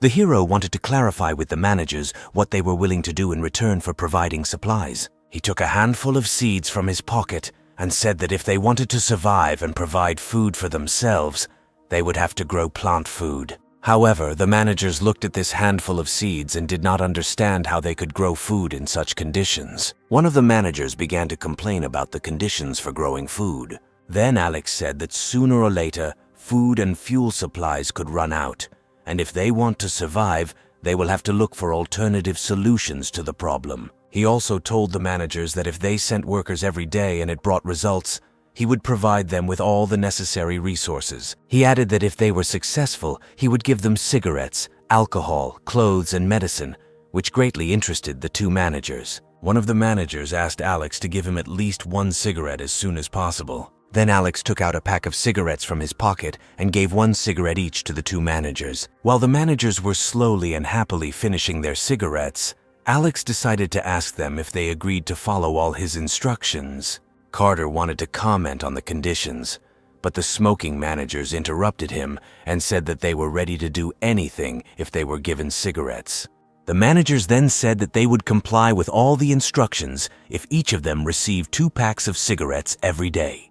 However, Alex replied that he was willing to give no more than 1 pack a day, and they both agreed. Alex told the other managers that he was glad they were able to reach a compromise, but the managers realized that they could not get the terms they had originally offered from Alex. At this point, Jose shouted at the others, saying they had no time to waste and needed to act. Carter said the conditions were too harsh and unfair for anyone to cooperate. Carter was very annoyed at how quickly the other 2 managers changed their minds, naively believing that this would somehow save them. Evans said that they should not try to solve the current problem so lightly, but Jose reminded that they had agreed in advance to make such decisions together. Meanwhile, Alex went out onto the balcony and noticed that many people were moving towards the building. In a fit of rage, Alex pointed a gun at one of the managers and demanded an explanation as to how they dared to send more people here. Jose told Alex that if they did this, they would be at great risk. Then Alex replied that he wanted to check something before they left the building. At this point, Carter proposed to stop everything, since the risk among ordinary residents was too great. However, Alex became even more angry and ordered everyone to sit down. At that moment, residents of the building burst into the apartment and tied the managers to chairs. When the neighbors brought in and neutralized the leaders, they immediately began to search them. Meanwhile, Alex pulled out a sniper rifle and prepared to shoot at the advancing crowd. Alex took aim at one of the people and fired. The bullet hit the man who was standing in front of everyone right in the head. A second later, Alex shot at one of the people standing next to the leader. People in the crowd panicked, and many of them ran away in hopes of being rescued. But Alex didn't care too much about who was running away and continued to shoot at people with maximum accuracy. With each passing second, the number of lifeless bodies lying in the snow with no signs of life became more and more. The managers could not do anything but sit still and listen to the shots from Alex's sniper rifle and the louder screams of their inhabitants with each shot. After a few minutes, Alex stopped shooting and again asked the managers if they were ready to accept his terms. Jose and Andrew said they fully agreed to Alex's terms. Without further conversation, Leilani and Evan raised their hands to show their agreement to Alex's terms. Carter also raised his hand and said that he too was ready to follow all of Alex's instructions. Alex then informed the managers that they would start working from today, and tomorrow he would tell them when and where they could pick up their supplies. The hero walked past Carter and told him that he would keep an eye on him, hoping that he would not make such mistakes again. The managers went outside, where residents of other buildings were already waiting for them, eager to find out how the negotiations went. Alex surprised his neighbors by revealing that he had reached a compromise with other building managers. The neighbors asked how he managed to convince the managers to agree to his terms, to which Alex replied that he simply intimidated them a little. He said that from that day on, he would provide 300 additional people from other residential buildings, and in return, they would grow plant-based food. Some residents were a little afraid that if Alex started providing supplies to more people, his neighbors would receive less. Then, Alex said that if he did not agree to provide supplies to the residents of other buildings, then sooner or later, his residents would fight to the death with the rest of the residents. Alex also noted that although he would survive in any case, he was still not sure that his neighbors would cope on their own. Alex then reassured the neighbors by telling them not to worry, as he would do everything he could to find food for his neighbors and prevent them from starving. The neighbors were very touched that Alex was willing to help them and continued to receive food from him. Many people shouted that Alex's desire to help his neighbors deserved respect, and in this way Alex once again strengthened the trust and loyalty of his neighbors. As the neighbors went about their business, Alex noticed a strange expression on Aaron's face, which made him think that Aaron was unhappy about something. However, Aaron said that today was just an unusual day that somehow didn't fit Alex's style. He said that he made the right decision to cooperate with other managers of residential buildings. Alex also told Aaron that he initially planned to get rid of all managers at once in order to create chaos among their residents and then easily deal with everyone. However, contrary to Alex's expectations, only 5 managers showed up, so he decided to find a compromise and wait until he could get rid of all the managers at once. Aaron said that he didn't fully understand Alex's entire plan, but he had full confidence that Alex was doing the right thing. The hero explained to Aaron that since food supplies were very limited, it would be difficult to distribute food to the residents of other residential buildings. Aaron realized that the inhabitants themselves would destroy each other if there was not enough food for everyone, and said that this was just a great plan. Alex went out onto the balcony and told Aaron that he was absolutely confident of his victory, since he had enough ammunition to face the managers and their residents. Looking at the corpses of the murdered residents of other buildings, Alex thought that he was vastly superior to them in firepower, and they would not be able to resist him while they were experiencing a lack of food. Alex also noted that he could even beat a world champion if he didn't eat for 30 days. He said that he could not be defeated by an army of people who had not received nutrients for a long time. Alex believed that these people were not as stupid as they might seem. They probably understand his plan, But they weren't the only ones interested in such payment. The hero also thought that if these people really wanted to survive under such conditions, they would definitely not do anything provocative or radical. However, Aaron did not fully understand how one could farm in such conditions, to which Alex replied that he was only doing it in order to wear them down as much as possible. Aaron said he now fully understood Alex's plan and would do his best. Then Alex only asked him to keep the plan a secret and just follow it. Returning home, the hero thought that there might be enemies not only outside, but also among his neighbors who still want him dead. When Alex returned home, he saw Scarlett doing yoga. Scarlett, doing the splits, saw Alex and said that she was glad that she had finally come home. She hugged Alex and asked how his negotiations with the managers went. The hero, seeing Scarlett, picked her up and pulled her towards the bed. He laid Scarlett on the bed and told her that she should not leave the apartment for several days. Alex told her that if everything went according to his plan, then soon all their problems would be solved. The next day, residents from other residential buildings came out to begin work. A huge crowd had gathered in the street, and every person in the crowd was armed with shovels and other farming tools. Many were glad to have gathered in such a large group to work for the common good. While other residents worked, Jose and Andrew smoked cigarettes and watched their neighbors work hard. Alex soon left the building to check on the work of residents from other buildings and conduct reconnaissance for supplies. Jose and Andrew saw Alex and began to offer help in searching for supplies, hoping to find out where Alex was hiding his snowmobile. However, the hero reminded them that he had a snowmobile and would be able to bring the supplies he found himself. Alex then shouted to the residents of the other buildings, saying that when he returned, he would be sure to check their work according to his instructions. They began to work even harder, hoping that Alex would give them many different supplies for their work. Jose then told Andrew that he had searched every possible place where Alex could have hidden the snowmobile. But Andrew still thought that they were not looking for a snowmobile, but a sled. After some time, Alex arrived at one of the local stores.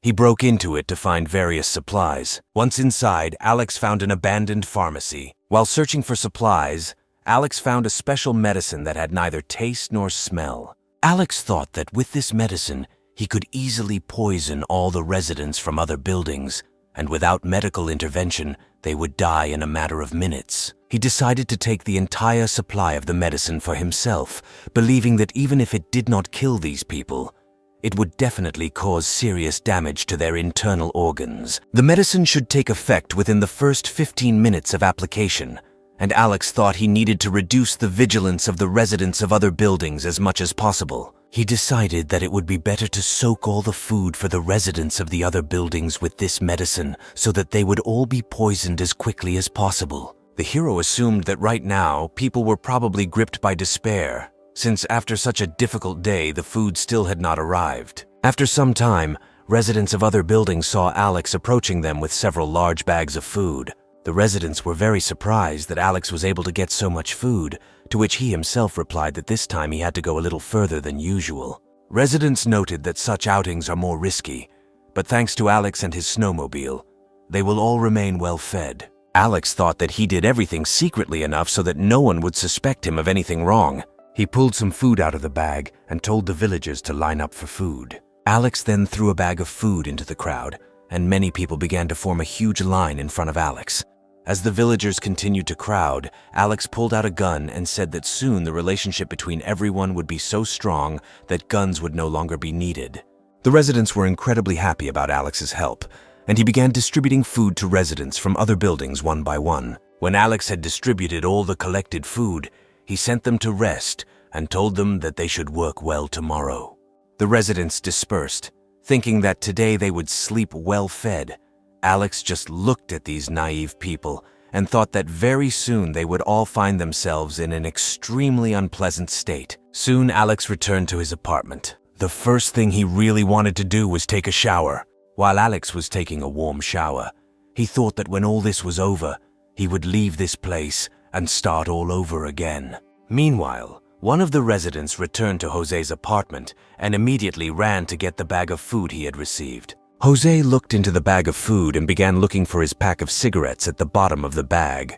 Soon Jose found a pack of cigarettes and thought that Alex had kept his promise after all. However, at that moment, several other people were smoking in the apartment and they also wanted to smoke. People began to beg Jose to share at least one cigarette, and he calculated that if he gave everyone a cigarette, he would have at least half a pack left. Jose gave each of them a cigarette and said that it was very difficult for him to get these cigarettes. He said he was willing to share them if everyone who received a cigarette would work harder in the future to continue receiving cigarettes. After everyone had their cigarettes, Jose took the bag of food and called everyone into the kitchen to share the food. After that, everyone present sat down in their seats and began to slowly eat the food that Alex had poisoned shortly before. Jose lit a cigarette and suspected that Alex might have poisoned the food. However, he decided to leave his men in the dark so that they would continue to work hard the next day. At this time, in another apartment, a young couple was discussing that if they work hard, then a life without hunger awaits them in the future. The next day, Alex was awakened by loud screams from neighboring apartments. He heard them when he came out of the bath. When Alex walked out onto the balcony, he heard the residents of the other buildings arguing about which of them worked harder and who did nothing all day. Alex and Scarlett sat down to breakfast together, and Scarlett was a little bothered by people screaming on the street. Then Alex told her to just ignore them. Meanwhile, outside, a group of people with unquenchable zeal continued their attempts to break through to the ground. Alex went outside with the thought that his plan was starting to come true faster than he expected. Before heading out to get supplies again, he told Aaron that there was a big food shortage in the other groups, so he should try to stay out of trouble. Alex then went to other buildings to distribute the poisoned food to local residents. Arriving at one of the buildings, he began distributing poisoned food to hungry residents. Alex also learned from the residents that they were more than happy with the quality of the food they received, indicating that they had indeed eaten all the food they had previously received. The hero then distributed the remaining food to the other villagers, thinking to himself that they would all soon meet the same fate. Meanwhile, some people from other buildings began to fight each other, accusing each other of killing their neighbors. Many, in a fit of rage, began throwing each other from the balconies. At the same time, Alex prepared his weapon, listening to the screams of people falling into the street from a great height. The number of corpses on the street near the buildings grew more and more, and Alex continued to prepare his weapon and eagerly waited for the next day to see the results of his plan. The next day, Alex went outside with Aaron and a group of several residents from other buildings. Once on the street, he observed countless corpses. Alex, Aaron, and a group of neighbors decided to take a short walk down the street and roughly assess the losses among the residents of other buildings. Despite the great height of the floors from which people fell, there were those who did not die immediately, but only received severe injuries, which is why many could not even move and simply froze to death at night. Aaron asked Alex if he was going to send more groups of residents from other buildings to work. The hero answered him that if these people want to survive, they will have to work, and they will definitely go out for food. Alex also noted that if the residents of other buildings do not go to work, he simply will not give them food, and sooner or later they will either start working or die of hunger. Residents of other buildings who came out with Alex and Aaron were very frightened, after which they immediately began to prepare for a new working day. Aaron noticed that not a single group came out to remove the accumulated snow and suggested that Alex call the right group of people. But the hero said that these people now do not care about clearing the snow. Alex told him that this night was the beginning of the struggle between ordinary people and leaders, and if they do not solve the problem of distributing supplies among the residents on their own, then many of them will soon die. He added that if the situation continues to develop in this way, then soon these people themselves will die in large numbers. Alex also noted that now this does not concern them, and now the managers of residential buildings must figure it out themselves, after which he wrote to a group of managers that if tomorrow he does not see significant results from the work of the residents, he will stop giving them food and cigarettes. The next day, Alex and Aaron noticed that more residents from other buildings had joined the work. Alex noticed that only 60% of the total number of workers showed up, which indicated that his plan was working perfectly. At some point, Aaron wondered why many people, not knowing about the opportunity to get food, do not begin to show proper resistance and fight for their lives. Alex replied that it was not a matter of distributing supplies. The fact is that many people do not want to risk what they have left, and therefore such people try to avoid such disputes. While the hero was talking with Aaron, Leilani approached them with an important question. She told Alex that she wanted to discuss their mutual cooperation.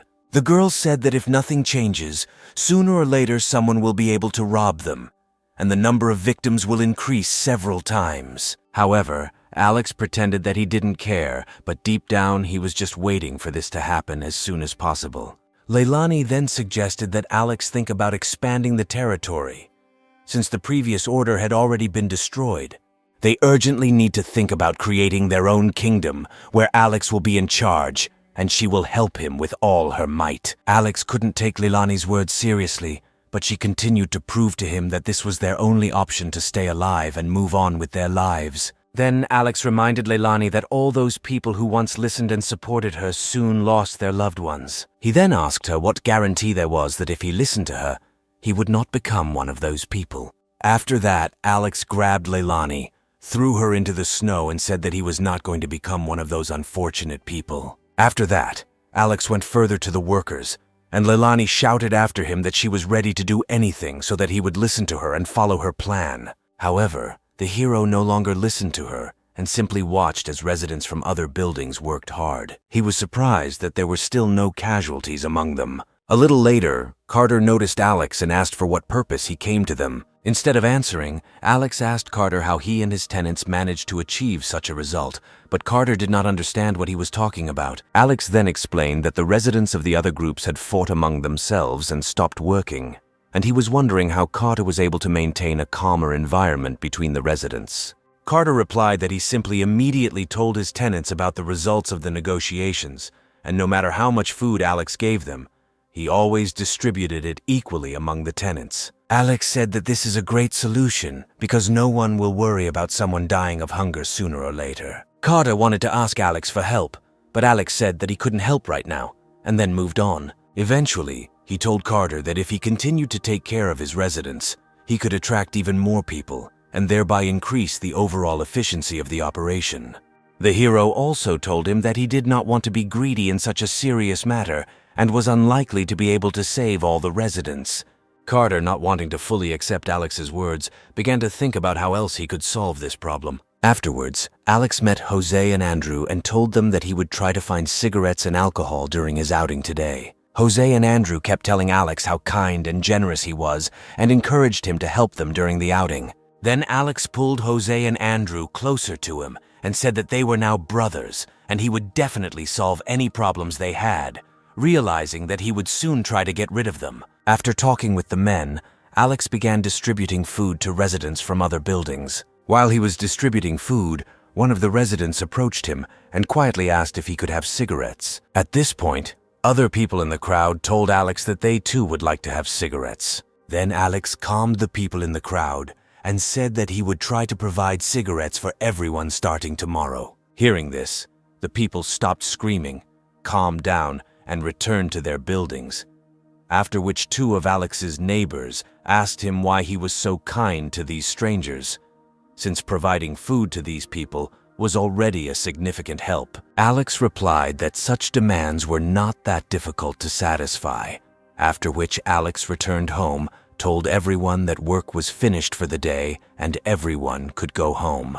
However, Alex's neighbors did not understand how he could fulfill all the privileges for strangers, while his neighbors worked day and night so as not to die of hunger. Soon Alex returned home, lay down on the sofa and thought that he had little time left to implement his plan. The total number of victims of internal conflict in other buildings exceeded 400 people, and Alex could not afford to wait until these people's guard was relaxed enough for his plan to be carried out. Alex decided that there was no point in waiting any longer and was going to take action the very next day. That same night, he went to one of the stores to pick up as many different delicious products as possible. Alex was sure that nothing would lower the vigilance of these people more than a variety of delicious food. As soon as Alex collected the necessary products in the right quantities, he began adding rat poison to them, which would definitely kill all these people. At some point, the hero decided to light a cigarette and thought that his plan was developing too well to be realized so easily. He also began to think that all the previous disagreements were not the fault of these people,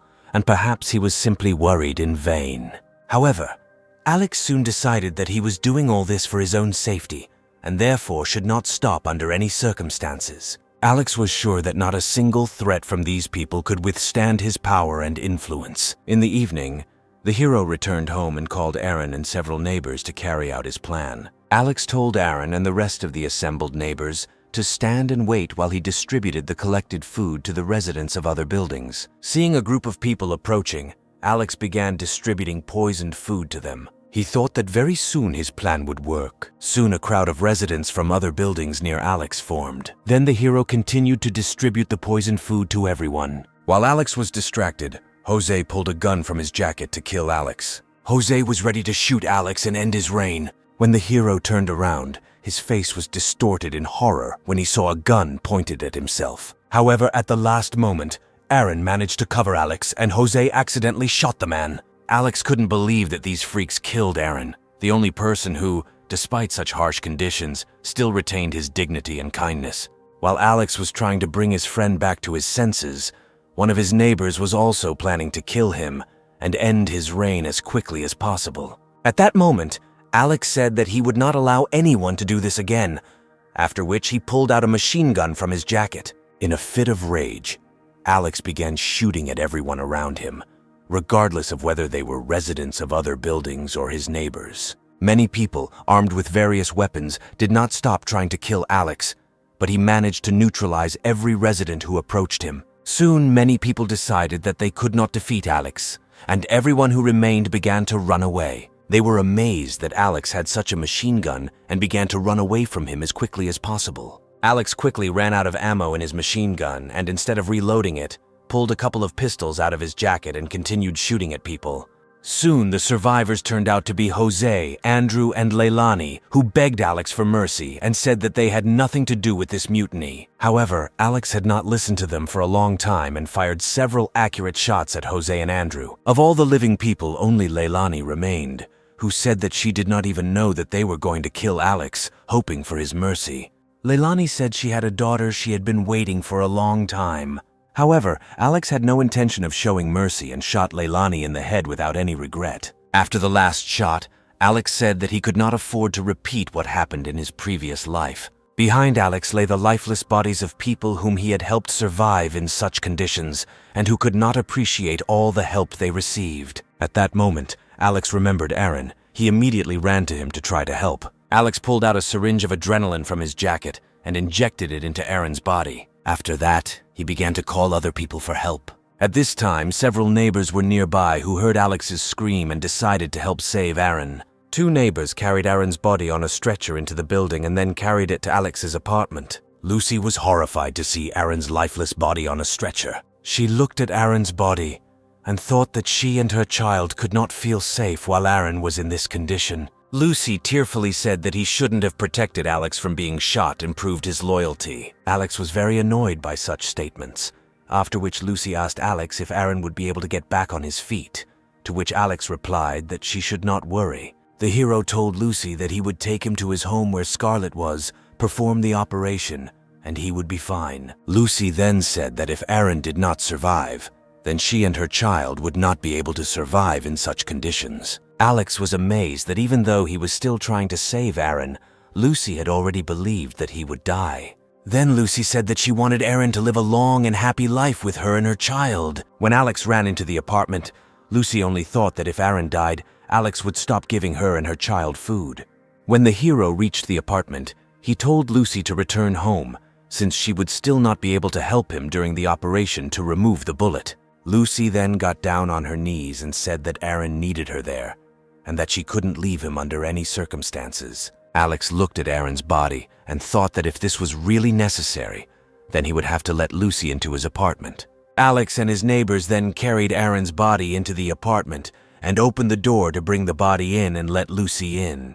As soon as they entered the house, Lucy finally felt the warmth that she had been missing for a very long time. While Alex and Scarlet carried Aaron's body into the apartment, Lucy simply looked at the apartment and was surprised by the presence of heating, food, and a fireplace, and thought that she also wanted to live in such conditions. As soon as Alex and Scarlet brought Aaron's body into the apartment, they saw Lucy greedily drinking water. After Lucy drank the water, she asked Alex if he had any powdered milk. Alex looked at Lucy and became angrier by the moment. Lucy, seeing Alex's rage, immediately said that she wanted to feed her child, who was very dear to Aaron. Alex told her that if she didn't help, he would kick her and the child out of his apartment. He then entered the kitchen and took out surgical instruments and equipment from the space to perform the operation. With all the supplies in place, Alex set up Aaron's bed in the center of the kitchen. When Lucy saw Alex using his powers, she started asking him what it was and how he did it, but Alex didn't pay her any attention.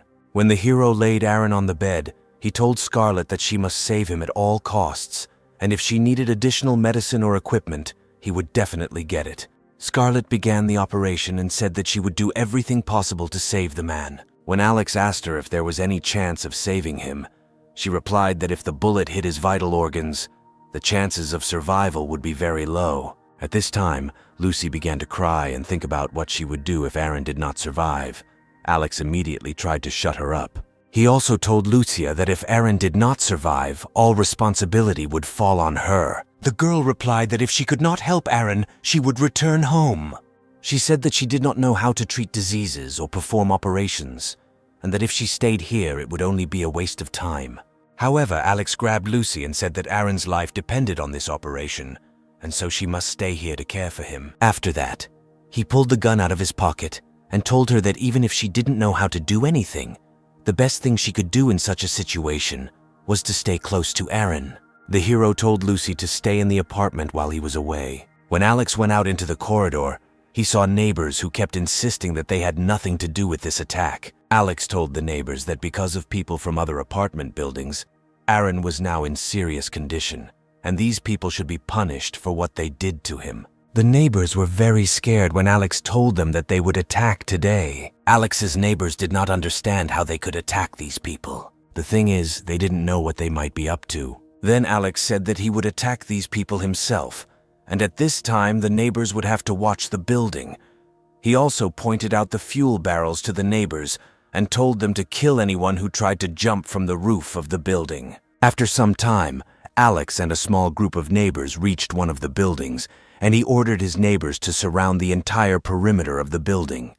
Residents took to their balconies to assess the situation. Many of them were afraid of Alex's arrival, as they did not know how he would behave this time. However, most of the residents of this building were not afraid of Alex since he came into their territory, and they thought that even if he entered the building, they would quickly defeat him. As Alex's men surrounded the building, Alex told them to watch the windows so that none of the occupants could escape through the windows. While some of Alex's people were watching the windows of the building, one of the neighbors saw the hero climbing through one of the windows. When Alex was inside the building, he looked around and made sure that no one was nearby. He then pulled out a lot of firewood and bags of fuel from the space, placed the firewood all over the floor, and placed the bags of fuel next to the firewood. After that, he began to fill the firewood with gasoline. Residents of the building tried to find Alex on the street, not understanding what he was up to. Meanwhile, Alex had poured out almost all the fuel and was about to set fire to the wood. When he took the lighter out of his pocket, he thought that the inhabitants of this building should be very grateful to him for preventing them from dying from the cold. After that, Alex threw the lighter into the fuel and began to leave the building. Soon the fire engulfed the entire floor. A few seconds later, Alex's men saw him exit the building unharmed. Soon the smoke began to completely engulf the building, and Alex ordered his men to watch the windows. Meanwhile, the residents of the building began to choke from the approaching smoke and tried to open the windows. However, all the windows in the building simply froze, and people began to look for a way to leave the building. Alex held a machine gun in his hands and remembered the times when he was in college. He often gathered around the fire with friends and sat there until the night. Alex looked at the burning building and thought that when he sat with his friends around the fire, the flames were smaller and less dangerous. Meanwhile, the first victims began to fall from the windows of the building, trying to escape the fire. Alex's people watched as people fell from windows and thought that their house had become a trap from which they were desperately trying to escape. After a few seconds, more and more people began to fall from the windows of the building, wanting to escape and not be burned alive. One of the fallen began to crawl to Alex's people and ask them for help. However, Alex's men remembered that he told them to kill anyone who falls from the building without hesitation. Then some of Alex's people began to mercilessly kill the inhabitants of the building, leaving them no chance of survival. Some carried out the order without asking any questions, while others simply watched in horror what was happening. Soon, Alex's neighbors approached one of the women and expressed surprise at how easily she dealt with the residents who had fallen from the windows. The girl turned away from the corpses and said that she could not sit on the sidelines while the rest of the neighbors were making efforts for the common cause. Meanwhile, the corpses of residents of other buildings continued to fall from the windows. Alex watched as his neighbors dealt with the corpses. He also looked at the huge burning building and only thought that it would be nice to start such a big fire again so that he could admire such a big flame. Residents of the neighboring buildings were shocked that Alex was able to plunge such a large residential building into flames in a few minutes, and most of them believed that Alex would soon reach their building. One of the neighbors suggested trying to fight Alex, but the rest of the neighbors thought that if Jose couldn't handle Alex, then they definitely couldn't do anything. The villagers then realized that they had no choice but to hope that Alex would not harm them. When most of the residents of the burning building jumped out of their apartments onto the street and died, Alex headed to the next building. When the hero and his group reached the next building, the locals begged him to spare them, claiming that they had nothing to do with the recent assassination attempt on Alex. Alex then told the villagers that he was not going to kill good people, and added that since they had survived up to this point, they probably had several lives left. But in fact, the hero planned to kill all the inhabitants of the neighboring buildings, regardless of whether they were his loyal partners or traitors. After this, Alex proceeded to set fire to another building, most of whose inhabitants died in the first few hours. Carter was very scared that Alex had so quickly dealt with the buildings whose inhabitants were trying to attack him, and was afraid that he would soon come to his building. Meanwhile, Alex thought that he would not be able to get rid of all the inhabitants of the neighboring buildings and decided to try to lower their vigilance. He took out a loudspeaker and told the residents of a nearby building that he just wanted revenge on those who tried to kill him, and said that if they were positive towards him, they had nothing to fear. The residents of the neighboring building were incredibly relieved that Alex was not going to kill them. Then the hero ordered his partners to return, but first they wanted to warm up a little by the fire of the burning building. Alex's companions said that when they returned home they would be very cold again, and they wanted to warm up a little before returning. They picked up the bodies of residents of burnt buildings and threw them into the fire. Meanwhile, Alex approached several corpses. He wanted to know why these people decided to get rid of him. He began to search in the remaining dead bodies of local residents for at least some clue to their plans, and found a phone that survived the fall of one of the corpses. When Alex opened a private chat on the phone of one of the victims, he realized what really happened. After storming nearby buildings, Alex returned home to check on Aaron. When Alex looked at him lying on the machine, he thought that he would be okay. He then approached Scarlett and thanked her for the efforts she made to save Aaron. At this point, Lucy told Alex that she and her baby had not eaten anything for 24 hours and asked Alex to give them some food. Alex looked at Lucy's face and was again convinced that she was crossing the line. However, the hero decided to take pity on the girl and gave her one package of noodles straight from space, which at first scared Lucy very much. After that, Alex hugged Scarlett and went to the bedroom, while Lucy wanted to ask Alex if he had any other food for her and the baby. Alex got really angry when Lucy said she saw chicken bones in the trash can and eggs in the refrigerator. Then the hero could not stand it and told Lucy that he only had noodles, and if she did not want to eat, she could return the package of noodles to him. Lucy then told Alex that she just wanted to know about his food supplies and thanked him for providing the food. After that, Alex and Scarlett went to the bedroom. When they entered the bedroom, the girl told him that they needed to get a good rest, since lately they were increasingly faced with difficult problems. As Alex began to remove Scarlett's shoes, he decided to find out how bad Aaron's condition was now. Scarlett told him that Aaron was very badly injured, causing him to lose a lot of blood, and at first she thought she couldn't save him. Alex then began massaging Scarlett's legs and asked her how she managed to save the man. Alex was shocked when Scarlett said that when Aaron's pulse should have stopped, his body began to rapidly recover, the wound healed and the bleeding decreased. Alex realized that the root cause of the entire climate disaster was a special gamma ray from space, which also gave him special abilities.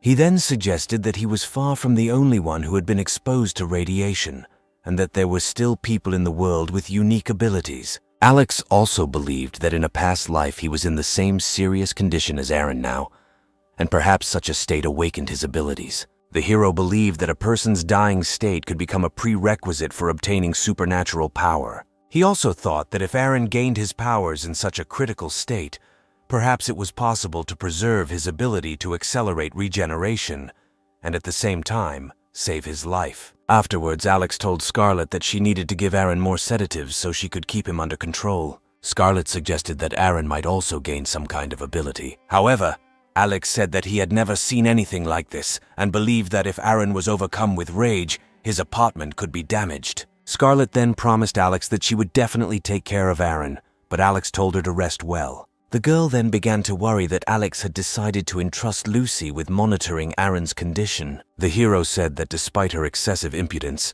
Lucy understands that if something bad happens to Eren, he will kick her out of his apartment. After that, Alex returned to the living room where Lucy was looking for something, looking around. Alex told her that she could now live with the child in the room where Eren was lying, and from that day on she should look after him.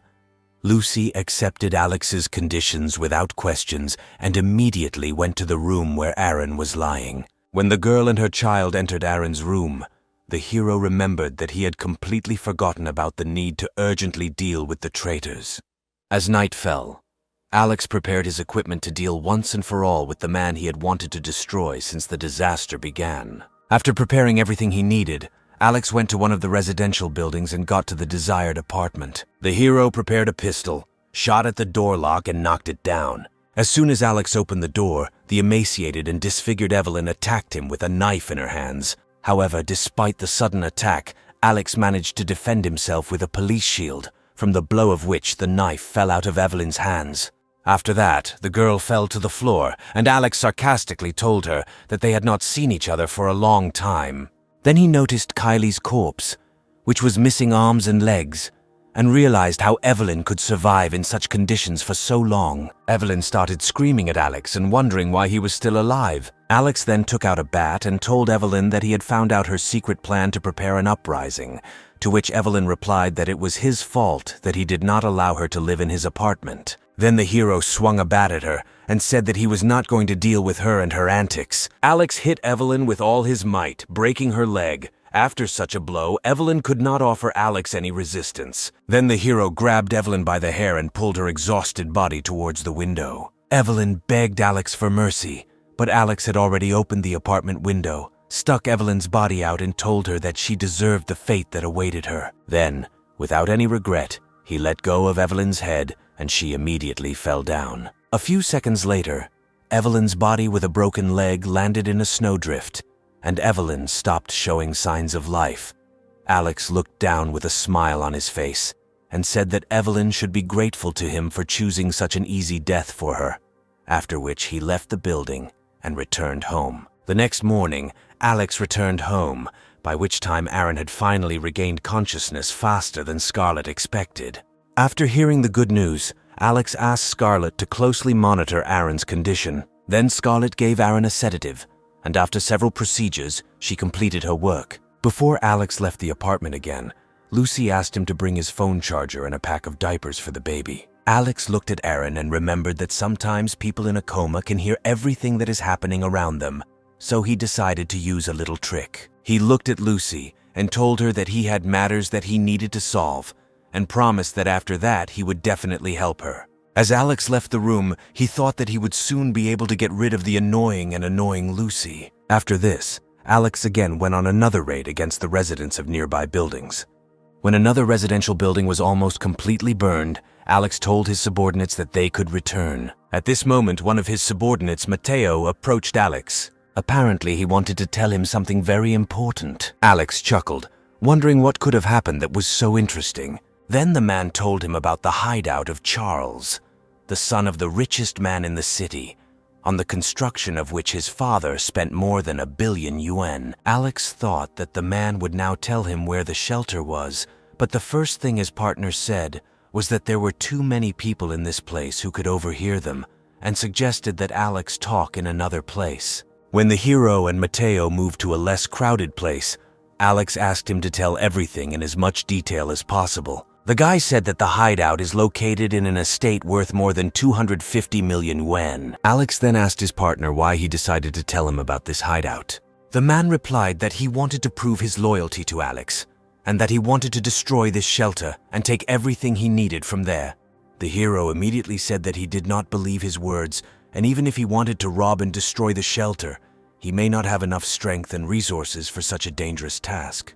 However, Mateo told Alex that he knew where this hideout was, and that its owner himself found out about Alex and decided to contact him.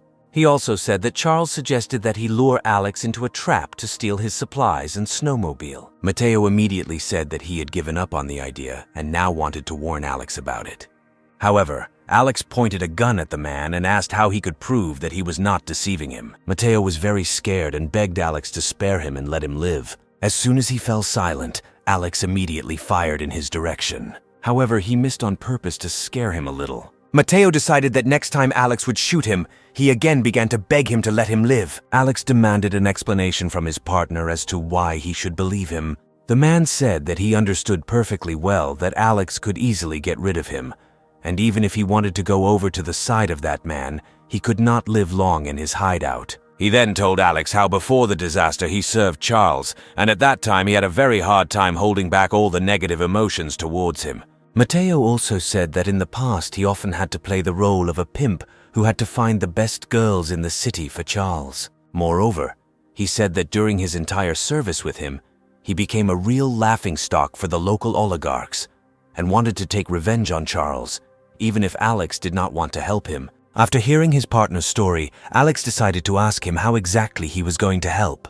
Mateo said that he could pretend that Charles had deceived Alex, after which they would get into a hideout and Alex could easily destroy him. Alex then asked him how advanced the security system was in this hideout and how many weapons there were. In response to this, Mateo only said that he would tell Alex everything only if he agreed to cooperate with him and then provide him with food and clothing. In response to such an impudent demand, Alex again pointed the gun at Mateo, wondering why he needed such a partner. Then Mateo replied that even so, he would not tell Alex anything. He added that Alex only gets rid of those people who mean nothing to him, and information about the shelter is his only chance of survival. After these words, Alex put the gun away and told Mateo that he was much smarter than he thought and that he was ready to help if Mateo agreed to his terms. The man was glad that Alex not only left him alive but also decided to help him and said that he was ready to fulfill any of Alex's demands. The first thing Alex said was that he needed more information about the shelter and its security system.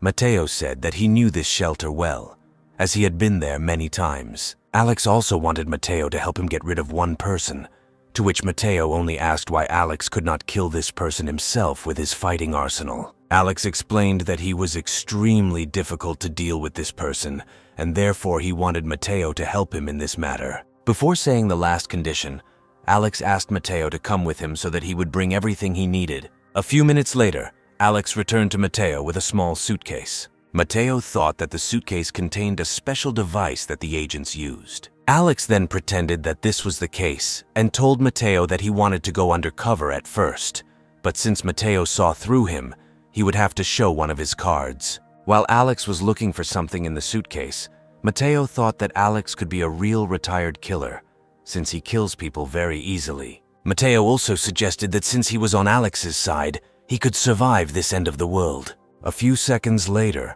Alex pulled out a syringe with some substance from his suitcase and told Mateo that he had previously used such serums to keep problem prisoners. Mateo was scared when Alex brought the syringe closer to his face and didn't understand what Alex was going to do with it.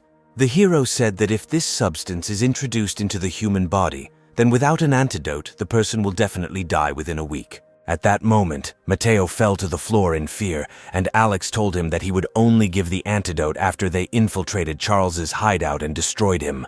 He then grabbed Mateo and held him down while he injected the substance from the syringe into his body. When Alex administered the substance, he told Mateo that he was now completely under Alex's control. After that, he tried to calm him down, explaining that after they dealt with the hideout, he would definitely give him an antidote. Mateo told Alex that they had to trust each other, and if he died, then Alex would have to die too. After that, Alex released Mateo, who said that he would definitely contact Charles and let him know that he and Alex would arrive soon. As soon as Mateo returned to his apartment, Alex thought that the man did not realize that he had deceived him.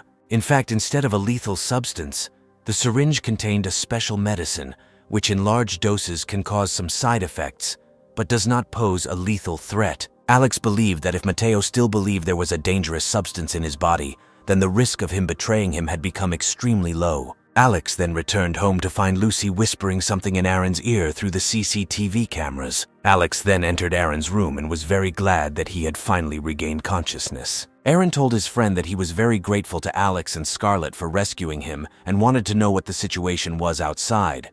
But Alex replied that Aaron shouldn't worry and should focus on getting better. Meanwhile, Lucy told Alex that she was very grateful to him for helping Aaron and that she now owed Alex her life. Suddenly, the hero told his friend that he and Lucy had recently talked about how he was now responsible for their family. Lucy was very glad that Alex himself decided to return to such an important conversation for her and her child. Joyful Lucy handed her baby to Alex and asked him to look after him while she collected her things from her previous apartment. Before leaving, Lucy asked Alex not to lock the apartment door, to which Alex replied that he would never do that. Before leaving the apartment, Lucy thought that since her child was now with Alex, he couldn't help but let her back into his apartment.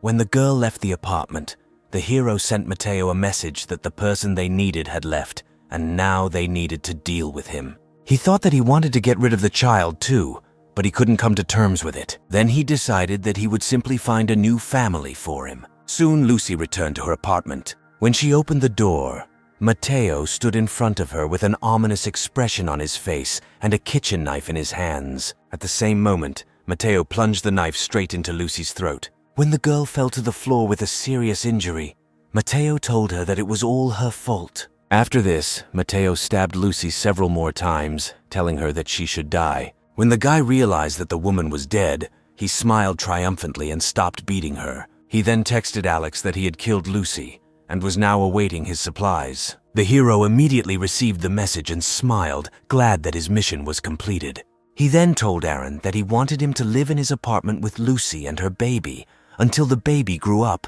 and Aaron recovered. Aaron categorically objected to this proposal, as he was afraid that if they lived in his apartment, the consumption of food and coal for heating would increase significantly. However, Alex told Aaron that he shouldn't worry about it now, and that Aaron should focus on recuperating and getting better. While Alex was talking to Aaron, Lucy's baby suddenly started crying loudly. Alex didn't know how to calm the baby down, and Aaron told him that Lucy usually calmed her baby down easily. After this, the hero ran to Scarlett, and she accepted the child. She said she didn't know how to handle children, and soon felt like she needed to change the baby's diapers. Then Alex handed her a whole bag of baby diapers. Alex then asked Aaron if he felt any unusual sensations in his body. Aaron replied that he didn't feel particularly well, and that his wounds were very itchy.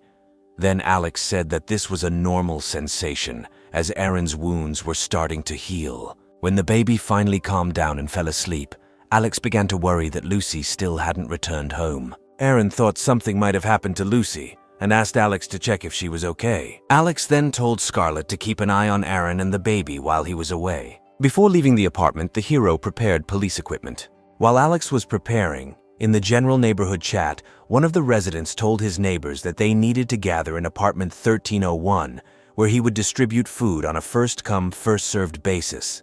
Alex wrote in the chat that if the neighbors don't want to die, then they should stay at home. After some time, a large number of residents gathered in apartment 1301, discussing that in order to survive, they needed to support Alex and help him in everything.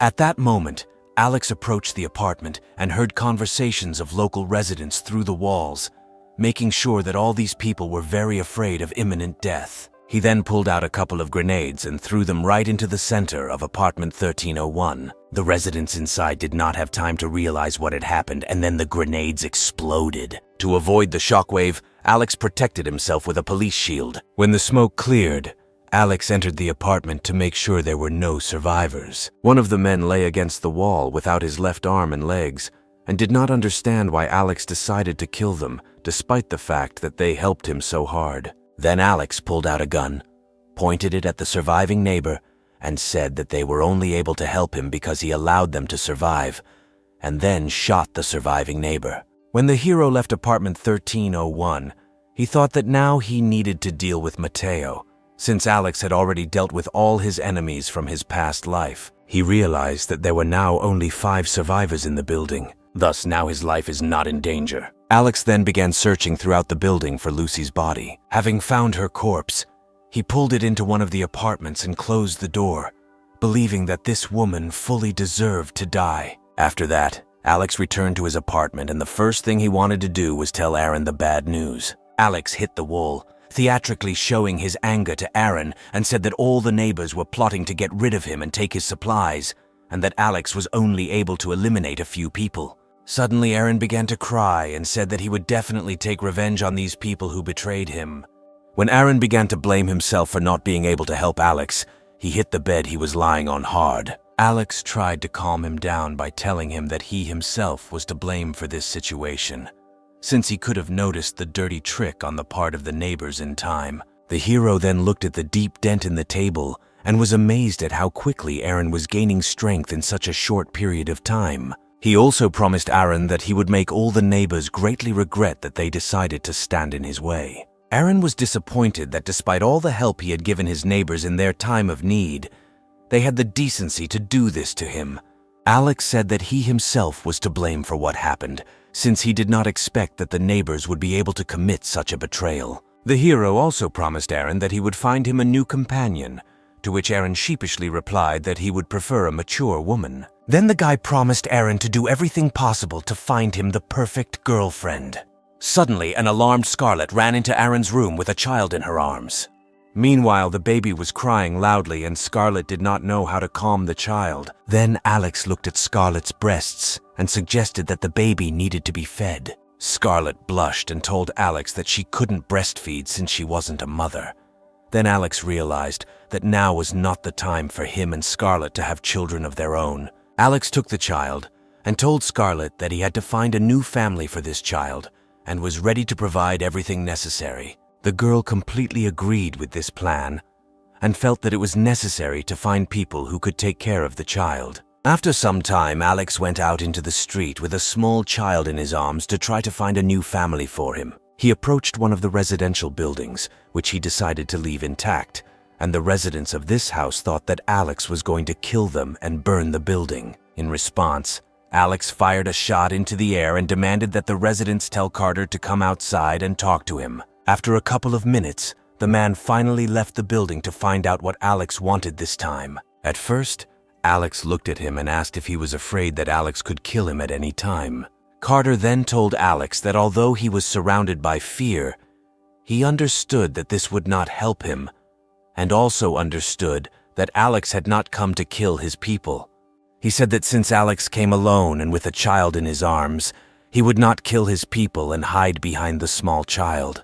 Alex said that Carter is a really smart person and offered to give him this child. Then he handed the child to Carter and said that if he and his people took care of the child, then Alex would leave them alone. Alex also gave Carter a large backpack containing diapers, baby milk, and some food for the baby. He then placed his hand on Carter's shoulder and warned him that he should be well aware of what would happen to him and his men if anything happened to the child. Carter told the hero that he should not worry about the child and that they would not allow anything bad to happen. After that, he went to his neighbors to give the child to them. When Carter returned to Alex, the hero asked how many neighbors he had left. Carter replied that there were 66 people left. Alex did not understand how he and his people were going to survive, to which Carter replied that since they had lived to see this day, they could cope. The man looked at his men and said he believed they would be okay as long as they had hope. Alex then said that the food problem was much easier to solve than he thought. He pointed to one of the buildings he had burned down. He said there was enough food left after the fire for Carter to feed his men. However, Carter told Alex that if they and their people went to this building for food, he was afraid that if they went there, they would face the same cruel fate as the residents who died in this building. Carter also said that even in such difficult conditions, they intend to maintain their humanity, and even if death overtakes them, they will die with dignity. Alex listened to Carter and thought that even when the world was literally falling apart around him and his people, they still remained true to their beliefs and moral values. When Carter finished speaking, Alex said that he was amazed at how Carter and his people were able to remain the same as before the disaster. However, Carter regretted that he could not improve the lives of many people in such conditions as Alex did. After that, he wanted to ask the hero something, but Alex immediately interrupted him and said that he already knew very well what he was going to ask. Carter did not understand why Alex refused to help him, although previously, despite having more people, he could still provide them with food. He also told Alex that it was thanks to him that all these people could survive, to which Alex only replied that Carter should stop thinking about it. The hero said that he is not God to help everyone around him, and that all people will suffer sooner or later. Most people now only care about food and no one wants to fight. Alex also said that in times like these, everyone should only take care of their own lives while they themselves plan to spend the rest of their lives in warmth and comfort. Before leaving, he asked Carter for several small bags of agricultural seeds as a parting gift. Alex said that he proved to him that even in such difficult times there are always honest and kind people. So he decided to give him and his people a second chance to survive. Alex gave a few more bags of seeds for Carter and his people so that they could grow plants for future nutrition. Finally, he told Carter and his men that if they wanted to survive, they must do whatever it took. At first, the residents thought that they would not be able to grow anything in such harsh climatic conditions. However, one of the residents, who used to work as a professor at an agricultural university, told other residents that they needed to collect the seeds and plant them as soon as possible. Carter asked the professor if they could grow these seeds in such unfavorable conditions for plants. The professor replied that if they have a chance to grow edible plants, they should definitely take advantage of this chance. Then the rest of the residents also quickly began collecting bags of seeds. Alex soon returned home and thought that, having dealt with all the problems, he needed to start thinking about taking over the hideout. He then told Scarlett that he was very tired and hungry. Scarlett immediately went to the kitchen. She tied her hair in a ponytail and asked Alex what he would like to eat. Then Alex hugged Scarlett from behind and said that she was very sweet. Scarlett was very embarrassed and told Alex that he should wait until Aaron fell asleep. However, Alex replied that his apartment was well soundproofed, so they didn't have to worry about Aaron hearing anything. The next day, Alex woke up to messages on his phone, which turned out to be messages from Mateo. Mateo wrote that he was able to talk to Charles's people, and Alex told him to come to his apartment. A few minutes later, Mateo came to Alex's apartment and was incredibly glad that for the first time in all this time, he found himself in a warm and comfortable atmosphere. Then the hero approached Mateo and invited him to sit down to talk. A minute later, he sat down on his knees in front of the hero and wanted to tell all the details of his conversation with Charles as quickly as possible. However, before Mateo could explain everything, Alex asked him for his mobile phone. Mateo immediately panicked, not understanding why Alex needed his phone. Then Alex said that he just wanted to see his correspondence with Charles. Then he once again demanded the man's mobile phone. Mateo slowly and carefully took out his phone. Alex was annoyed that Mateo was taking so long and pointed the gun at his head to force him to hand over the phone faster. Before Mateo gave Alex the phone, he said that he wrote all sorts of nasty things about Alex so that Charles would believe him. Taking Mateo's phone, the hero noticed that he had been communicating with Charles for more than 2 weeks. When Alex opened the correspondence with Charles, he noticed that Mateo had indeed written a lot of nasty things about him, and also indicated that Alex was well armed and had a lot of supplies. When Alex wanted to know from Mateo how he was going to explain this correspondence, Mateo said that he wrote all this solely so that Charles would believe him. Mateo also reminded Alex that he injected a poison into his body that would still result in his death if he suddenly decided to betray Alex, and therefore he had no reason to betray him. Alex thought that from this correspondence, Charles only knew about a large number of weapons, a snowmobile, and the hero's well-protected apartment. Alex felt he should take advantage of this to lower Charles's guard and catch him off guard. Then he returned Mateo's phone and asked him to tell him about Charles's hideout and the security system. He was especially interested in Charles's defenses and weapons. Mateo reported that Charles's shelter was built from durable materials that are used to create spaceships, and even a nuclear explosion could not penetrate such protection. He also suggested that Alex try to sneak into the shelter with the help of a well-armed mob. Mateo added that despite the lack of heavy weapons, Charles had many poisonous gas sprayers in his shelter, and flamethrowers were mounted at the entrance to the shelter, the fire temperature of which exceeded 2,000 degrees. When Alex finished recording, he realized that if Charles needed his supplies, he would probably want to kill him. Alex suggested that in order to successfully invade Charles's hideout, they just need to wait for the right moment. The hero also told Matteo that he was not sure that Charles needed him alive, and therefore if he was caught, it would be the worst possible outcome. When Alex mentioned that the biggest threat was the trap at the entrance, Matteo said that they needed to pretend he caught Alex, so they could get through more easily. Alex also told Matteo that if he pretended that the gas affected him, then it would be possible to minimize the risks from traps in the shelter. The hero promised that as soon as they were inside the shelter, he would do everything possible to finish off Charles. Despite this plan, Alex decided not to tell Matteo that he had a gas mask to protect himself from the poisonous gas. After that, he thought about how to cope with all the difficulties with minimal effort. Suddenly, a brilliant idea popped into his head. In Alex's space, time always stands still, and therefore he can use his abilities in battle, which will give him a huge tactical advantage. Alex thought that if he could use his abilities not only as storage, but also as a weapon, it could greatly help him in the future. He then turned to Matteo and said that he would contact him in a couple of days. But the guy said that the poison in his body would not wait. The hero said that the poison takes a week to take effect, and a couple of days will not solve anything. He then escorted Matteo out of his apartment. When the hero was left alone, he thought that in the future he would have to find time to develop his abilities. Perhaps he had a talent not only for firearms. However, now he had to think about how to use the space in his confrontation with Charles. Alex then built a fire right in the middle of his apartment. He decided to try to absorb the flames that would erupt from the flamethrower using space. He thought that in theory, he could do something like this. Since space is in a stable state, while maintaining constant kinetic energy, this can be accomplished. After that, Alex was going to turn this flame against his enemies. The hero decided that this was a great idea. He was glad that the space had so many uses. He then decided to start training to use his opponent's attacks against them. Suddenly, Alex remembered how he experimented with his abilities on live fish and wondered what would happen to a person who found himself in his space. Alex felt that he urgently needed to find people on whom he could conduct experiments with his abilities. After some time, Alex found one person who had been driven out by other neighbors and decided to conduct experiments on him. He threw a stick at the man's feet and told him to attack him. Alex also told the man that if he could hit him at least once, he would give him a piece of bread. At first, the man did not believe his words. However, the promise of giving him food motivated him, and after a second, he grabbed a stick and tried to attack Alex. However, at that moment, Alex reached forward and began to use his abilities, and at that very moment, he was able to pull the stick towards him. When Alex began to pull the man towards him, he tried to run away, but did not have enough strength to break free. After a few seconds, the hero was able to completely pull the man's body into his space.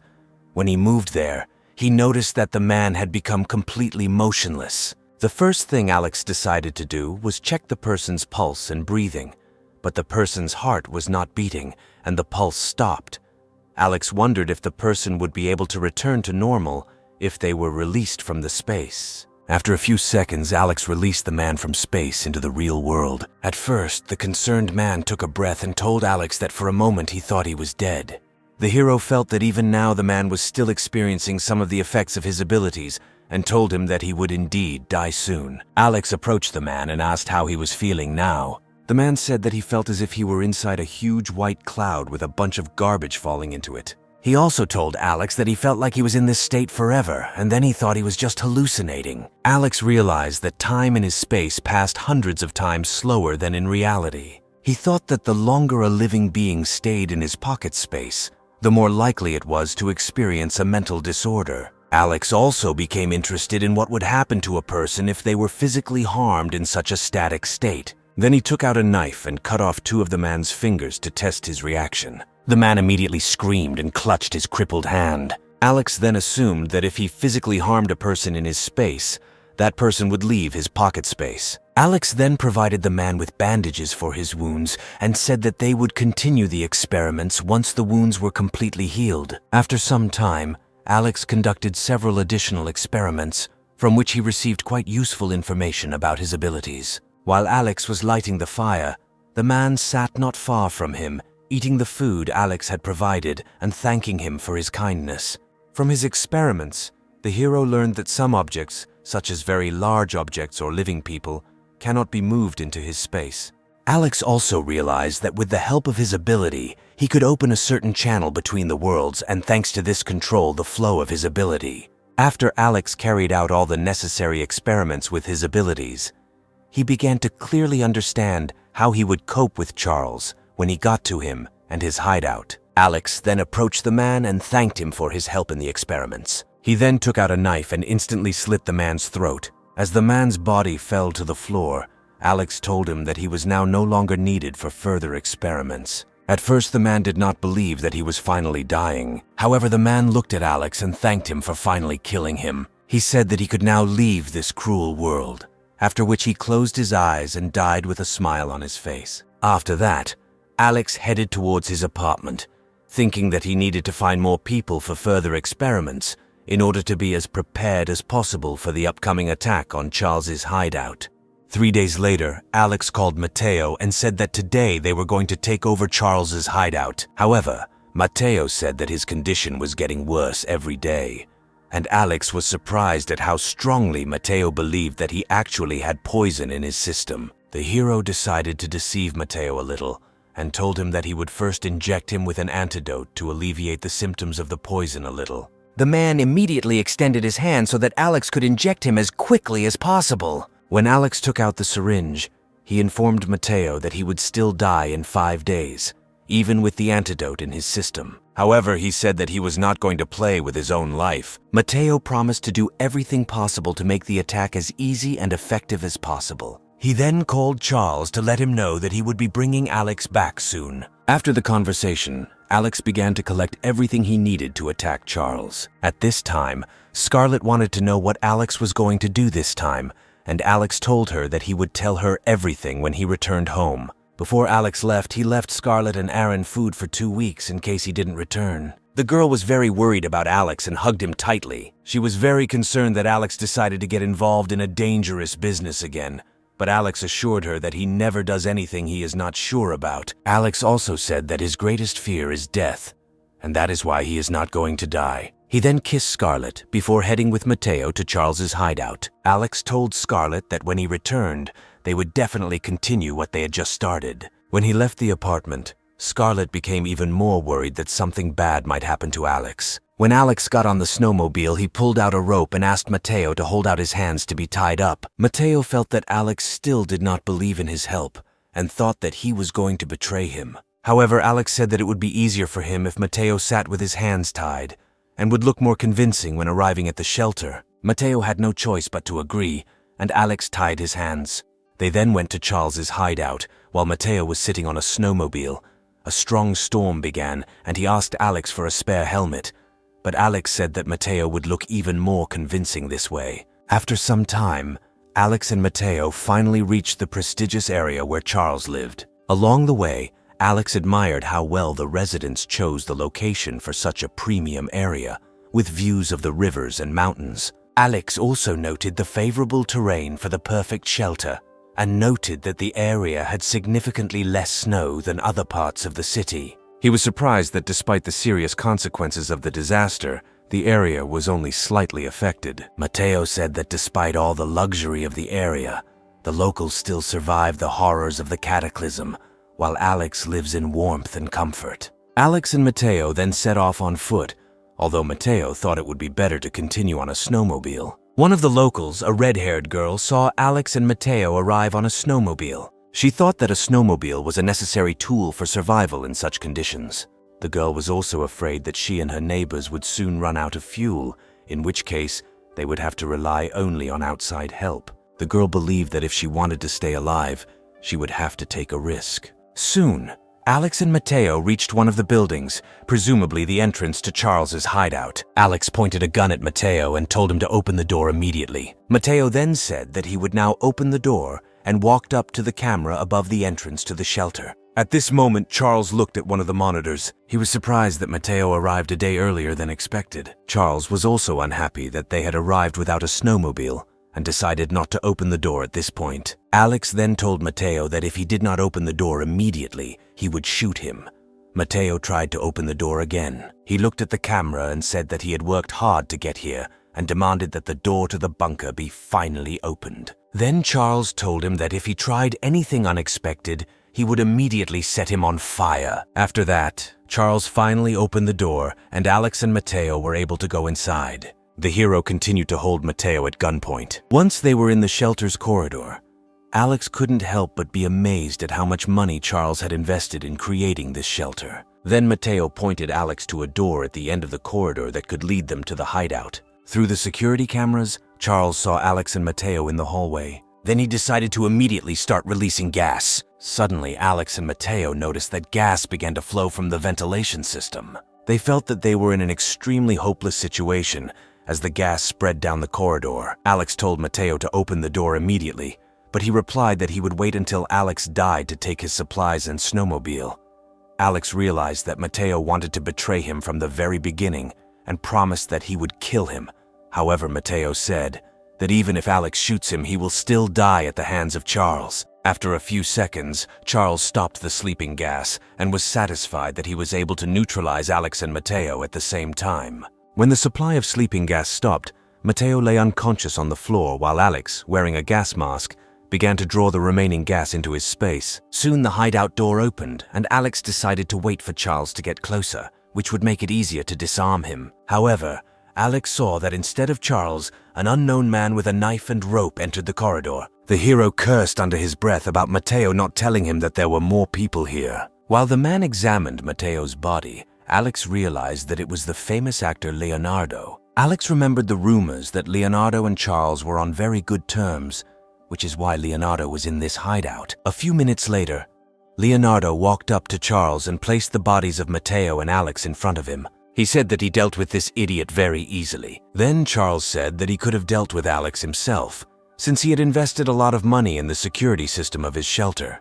While Leonardo and Charles discussed their future plans, Alex released the sleeping gas he had collected earlier from his space. After a couple of seconds, Charles and Leonardo began to feel extremely tired and weak and began to hallucinate. Soon they both fell to the floor unconscious. As Charles fell to the floor, Alex cut the ropes Leonardo had tied him with. Having freed himself, Alex approached the neutralized bodies of Charles and Leonardo. After this, he tied them up and searched them but found nothing useful. Then Alex decided to explore the area of the shelter a little in order to roughly assess its scale. The first thing he came across was a huge room with a bar counter and could not believe that Charles continued to live comfortably even in such harsh conditions. Then he went out into a corridor where there was a spiral staircase and several more doors. Opening the next door, Alex discovered a large courtyard space in which a variety of plants grew that survived even during the cataclysm. Alex was very pleased that this shelter was now completely his. After this,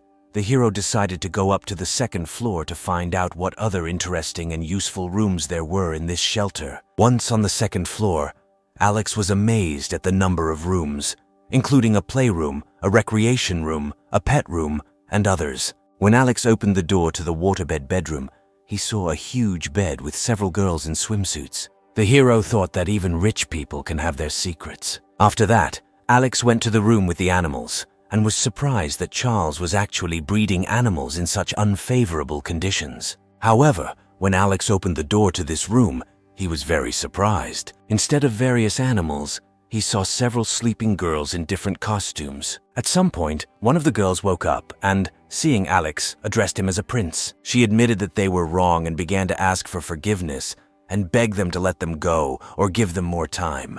When the girl grabbed Alex's leg, he just kicked her and pushed her to the side. He understood why there was not a single living soul left around. After that, Alex took out a gun and shot at the unfortunate girls to finally put them out of their misery. Alex then found a very large room that looked like a security center. Another huge room contained a lot of specialized equipment responsible for many of the processes inside the shelter, such as power supply and other vital elements. Through surveillance cameras, Alex also learned that the hideout had rooms such as a gym and a shooting range where he could train his fighting skills. Alex also wanted to explore a few more rooms, but access to them was closed. Then he realized that in order to fully study all the rooms of the shelter, he would have to turn to Charles. Alex returned to the bound Charles and Leonardo and poured water on both of them to wake them up. When Charles finally woke up, Alex immediately told him that he needed his help. Charles was at a loss. not understanding how Alex managed to free himself and neutralize them.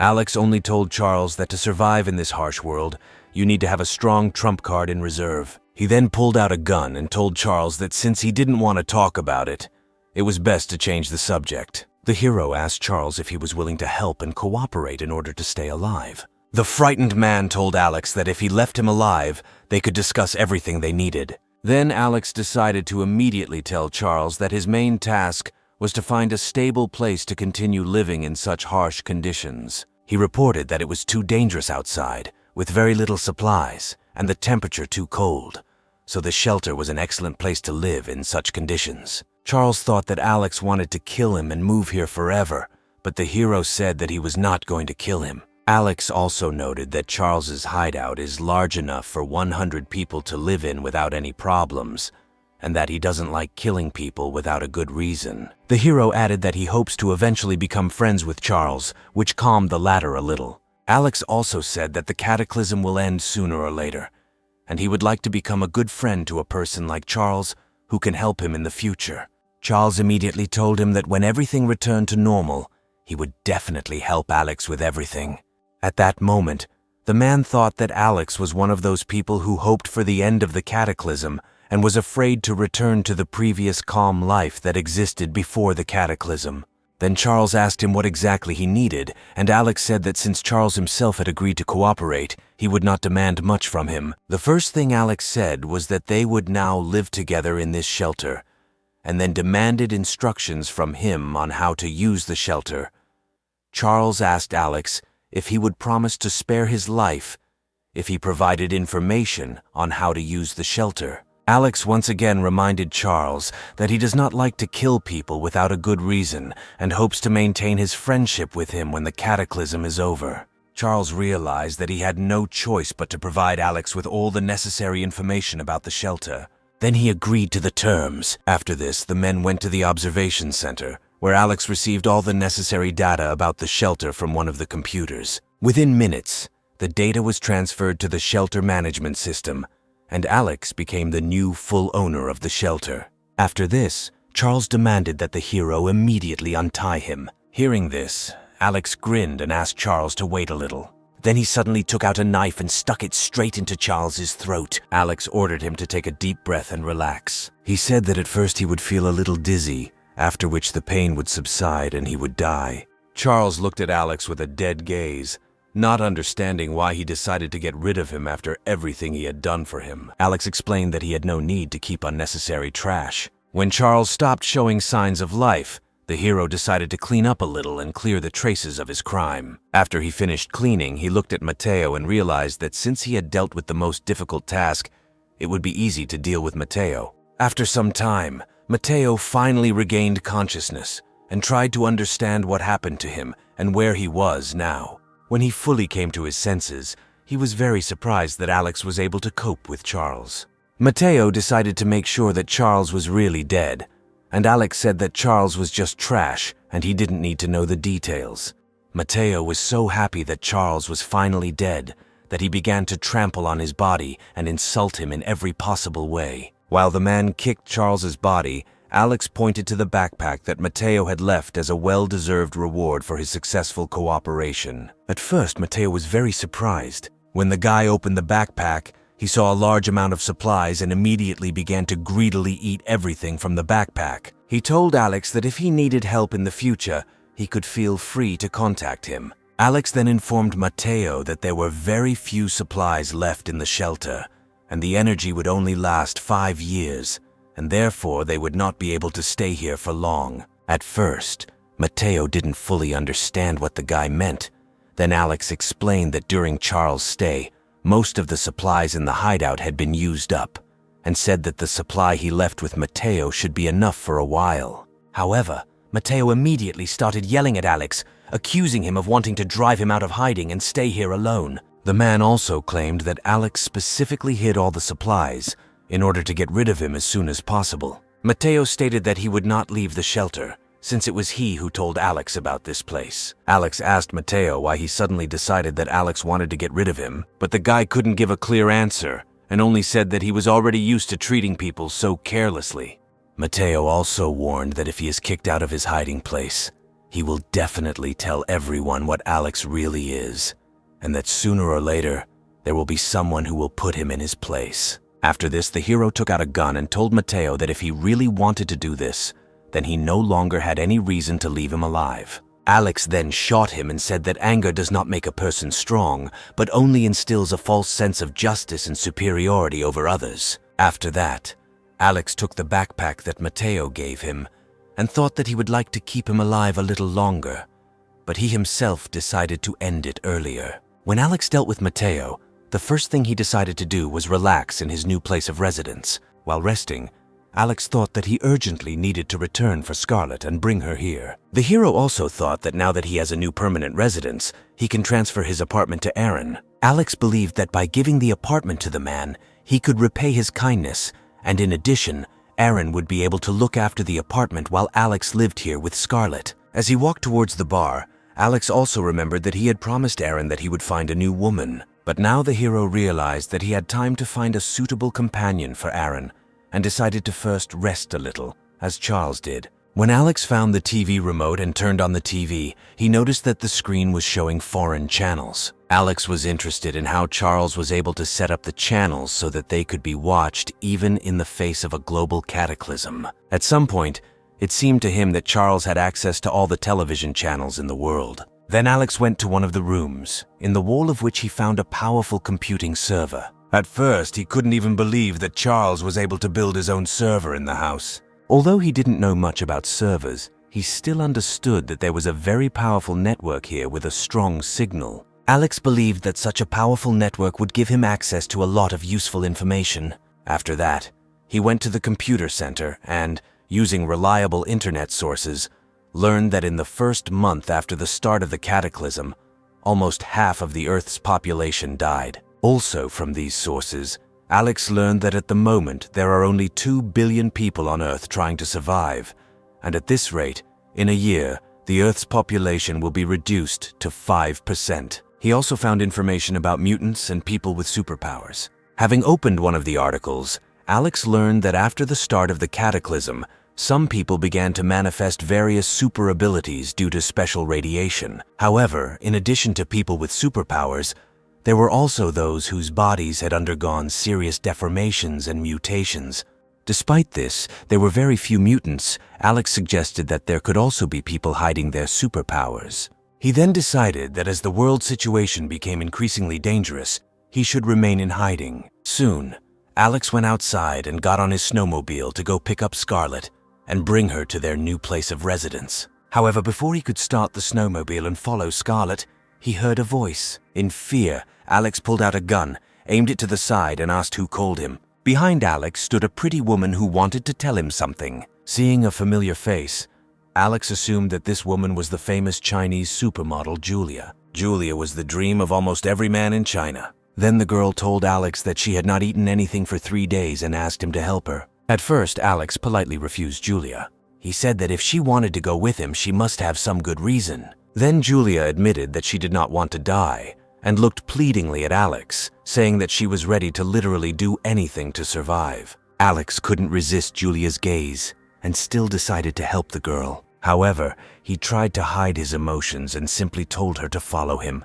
Julia notices how experienced Alex is when he enters Charles' house. As soon as the girl walked inside, she immediately felt warm and took off her coat. She pretended to be surprised and asked if this was Charles's residence and what his relationship was with him. Alex didn't answer her question but carefully asked if she knew Charles well. Julia explains that Alex doesn't really know Charles very well. She added that in their social circle, they meet at events and simply nod and greet each other. Alex poured the tea, thinking it was a smart move. He handed the tea to Julia, saying that the place belonged to him now and she shouldn't ask questions. Julia drank the tea, enjoying its warmth, and noticed that it was the first cup of hot water she had drunk in days. She then coyly asked if she could use the bathroom to take a hot shower. Alex naturally allowed her. Julia undressed and left her clothes in the living room, enjoying a long hot shower. Her body instantly relaxed, and she began to think about how to get Alex to take her side. She believed that with her beauty it would not be difficult to win him, and compared to some of the men she knew, Alex was simply a godsend. She believed that her luck had not run out yet, and even if she had to be with Alex for several months, she agreed. After her shower, Julia walked outside barefoot, deciding that she would do whatever it took to stay. She had a clear idea of what would happen next and mentally prepared herself for it, telling herself that this was just a deal. When the snowstorm was over and everything returned to normal, she would still be a top-class celebrity, and no one would know about it. She wrapped herself in a towel and approached Alex, asking if she could stay. Julia said that she needs a strong man like Alex who can protect her. Seeing that Alex remained unperturbed, she took his hand and began to ask for help, assuring him that she would not create problems and would calmly leave as soon as the blizzard ended. However, Alex shakes her hand off, realizing that she views him as a means of protection and plans to leave as soon as the blizzard ends. He took a sip of red wine and quipped that he didn't know if the blizzard would ever end, or if the world would return to the way it was before. Julia suddenly begins to worry and claims that of course everything can return to normal, as if reassuring herself. She worried that if the world could not return to its previous state, then all her previous achievements would be in vain. Alex, not wanting to argue, says that if she thinks everything can go back to normal, then so be it. But for now, if she lives in his house, she will follow his rules. He pulls Julia close and she whispers that she understands. Alex decided not to stand on ceremony with her anymore and kissed her, throwing her onto the sofa. After spending the night together, Alex retrieves an item of clothing from another dimension and tosses it to Julia. She looks at him dumbfounded, wondering what kind of superpower allows him to summon objects out of thin air. When Alex is about to turn away, Julia grabs his hand and asks him not to leave. He looks at her cheerfully and says that he has things to do and will deal with her later in the evening. Then Julia blushes and explains that she needs to discuss something important with him. Alex, feeling a little hungry, agrees to talk while they eat. Julia obediently sits down at the dinner table, and Alex instantly summons some food from another dimension and places it on the table. He calmly says that since they are going to move in together, they need to set some ground rules. He says that his house is quite big and adding another woman will not change anything, but he has only one requirement: she must obey him. He expects her to understand what he means. Julia, of course, understands what Alex is getting at. He clearly sets some unspoken rules, but she also did not become a celebrity out of naivety. The girl says that she can agree to his terms, but she has principles that she hopes he will respect. Alex, amused, throws up his hands and tells her to continue. Julia seriously states that everything that happens between them will remain within the framework of this ice age. If they break up, he shouldn't reveal what they were doing because her reputation would be ruined if people found out. Alex, eating at ease, understands her concerns and readily agrees to her terms. Plucking up courage, Julia puts forward a second condition.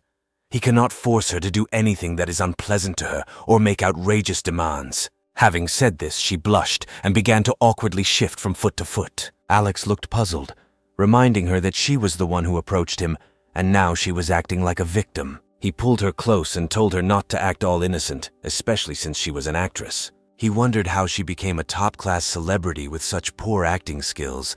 Julia remained silent, unable to respond to his reproaches. Then Alex picked her up and sat her on the dining table, whispering in her ear that she shouldn't worry because he didn't have any strange fantasies. Early the next morning, Alex was preparing to leave. He asked the girl to stay in the room while he was gone. He then suddenly remembered that his friend Aaron was still single and asked Julia if rich women and celebrities lived here. She nodded, confirming that to live here you had to be rich or a high-ranking person. Alex smiled and said that he had a friend who had recently been deceived by a treacherous woman, and he could use some female companionship to heal the wound in his heart. He asked if Julia could help him find the right person in his circle. Hearing this, Julia looked at him in surprise. She explained that only slightly older women remained in the area. Alex said that Aaron prefers mature women, so Julia readily said that this simplifies the matter and said that she would contact one girl, Elsa.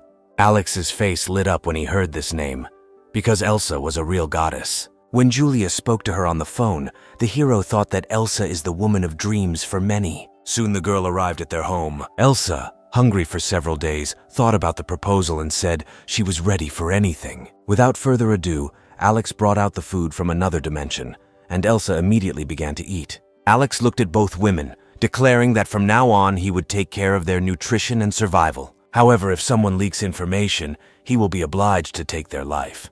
Meanwhile, the story moves to another village called Shu. Local young people were busy drilling a layer of ice underground. Soon a huge drill was brought to the drilling site. Several sleighs with sled dogs were tied to it. The sled dogs ran with all their might, while the machine was working at full capacity. Suddenly she broke the ice with a loud sound. Small fish immediately jumped out of the drilled hole, and the workers went down to the hole to collect the fish. The young man asked his uncle if he thought that the people in the city froze to death in such cold weather. The old man sighed and said that city dwellers don't even know how to farm and usually depend on them for food, so they're probably already starving if they aren't already. He added that fortunately in the countryside they had food supplies and the stamina to survive, although the cold scared them. At that moment, a roar was heard in the distance. The uncle became wary, noting that in such cold it is rare to see living people, and wondered if it was the sound of a snowmobile. At that moment, Alex rushed past on a snowmobile and was surprised to see that people in Shu City were fishing by breaking through the ice. He also noticed their sled and was amazed at how quickly people adapted to this icy apocalypse. Elsa, who was riding with the hero, was horrified when she saw the dogs. The villagers noticed Alex's snowmobile and, without saying a word, rushed in pursuit of their sled dogs. Alex quickly increased his speed, speeding away with the girl. With 6 dogs and 3 riders chasing him, Alex realized that if he got caught by this group of people, he would definitely be in trouble. Suddenly, one of the fishermen threw a harpoon towards Alex, but he dodged. Alex turned sharply, and due to inertia, Elsa was thrown to the side. At that moment, the hero realized that strangers with dogs were approaching them. The fisherman caught up and attacked Alex, demanding to leave the woman and the snowmobile, and then he could leave. Alex looked at them coldly and quickly pulled out a gun, pointing it at them. The fisherman suddenly became nervous and offered to talk, saying that there was no need for knives and pistols. They also wondered where this guy got the weapon, to which Alex replied that he inherited it. However, when they saw a beautiful woman and a snowmobile, they did not want to let him go. They said that this was Shu Village territory and he had to pay a toll to pass through. He must leave either the woman or the vehicle of his choice. Alex chuckled and asked what if he didn't want to choose either. The fisherman immediately became serious and said that they had so many people and dogs, but he had a limited amount of ammunition. Alex's eyes became even colder. He realized that he had to end this quickly, otherwise it would be difficult to escape if other fishermen from the village arrived. Taking a deep breath, he muttered that they forced him into this matter. He then took out another weapon and warned them not to blame him. He raised both pistols and shot at the strangers. Several people from the village immediately fell. The male leader was shocked to realize that Alex was serious. He ordered the dogs to rush at Alex, but Alex was already ready. He opened his palm, waiting for the right moment. With one movement, he activated another dimension, drawing in all 8 angry dogs. Taking advantage of the opportunity, Alex lifted Elsa from the ground, started the snowmobile, and rushed away. Looking around at the villagers who arrived one after another, Alex thought that it was very close and he was almost bitten by those mad dogs, but he was smart enough to use another dimension as a weapon. The villagers who woke up, seeing corpses on the ground, were shocked to realize that they were faced with such a cruel enemy. Looking around, they noticed that the dogs were missing. This seemed extremely strange to them, because the dogs were tamed and did not retreat without orders. They lamented that they had lost 4 lives and 8 snow dogs, and realized that they were in big trouble. The leader noticed that this man not only had a gun and a snowmobile, but he had also killed many people from the Shu family's town, suggesting that he might be unusual or even have superpowers like Joshua from their village. He advised them not to act rashly and to consult the village chief. Returning to the city, the village leader gathered the group and went to see Joshua, who was fast asleep, clutching a pillow with a print of a beautiful girl in his arms. The village leader blushed when he saw the room full of anime figures and posters. He scolded Joshua, asking if he was ashamed of furnishing his room like that as a grown man. Joshua stretched lazily and replied that the village women could not even be called girls, but this was his hobby. In response to this, the man shouted, saying that his village was full of beauties. Then Joshua asked what they wanted from him. The headman said that this morning while fishing they encountered a young man who killed 4 and took their dogs. Joshua thought that after the fighting with the neighboring villages had just ended, this was now upon them. Then the headman said that that guy was incredibly strong and could have superpowers like Joshua. Perhaps the village is no longer safe. Then Joshua realized that this was clearly no ordinary opponent. He stated that this was quite possible. However, the guy was sure that he was the chosen one, and God sent him here to make him stronger. At this moment, an awkward pause hung in the room. Then the old man said, "All the families in their village belong to the same clan, and therefore they must avenge their sacrifices with blood." He then added that the man was too strong, and so Joshua had to deal with it. The guy said they shouldn't worry and promised to look into it. Meanwhile, Alex dropped Elsa off safely at the base of the apartment complex. On the way, Alex told her that the man she would meet was in this building and asked her to go upstairs with him. Elsa agreed, albeit reluctantly, deciding that in this apocalyptic world, having someone to team up with wasn't the worst choice. Soon, Alex entered the apartment, where he was happily greeted by Scarlett, who quickly helped him take off his coat. When Scarlett noticed the woman standing behind Alex, she felt threatened and immediately began fussing over Alex. She asked if he was tired, if he was thirsty, and if he wanted something to eat. However, Alex ignored Scarlett and asked Elsa to sit down. Scarlett sensed that something had changed in Alex and asked if he now preferred mature women. Alex smiled and told her not to think too much about it, explaining that the woman had come to take care of Aaron, but she was right that he preferred mature women. Scarlett looked stunned, but Alex was more concerned about Aaron's condition. Scarlett replied that Aaron was almost recovered, which was simply a miracle, because it usually takes at least 3 months. She gave him muscle relaxants as prescribed, but they didn't seem to suppress his strength. Alex nodded, suspecting that Aaron had an enhancement-type mutation, and asked about his mental state. After thinking for a while, Scarlett said that he was fine and his mental state was normal. No problems were found. Alex then went into Aaron's room and saw that he was fine, which allayed his concerns. He also told Aaron about how he had captured Charles's hideout the day before. Hearing this, Aaron remarked that rich people know a lot about entertainment. Alex calmly replied that in this sense, it was easier for rich and powerful people to survive in this post-apocalyptic world.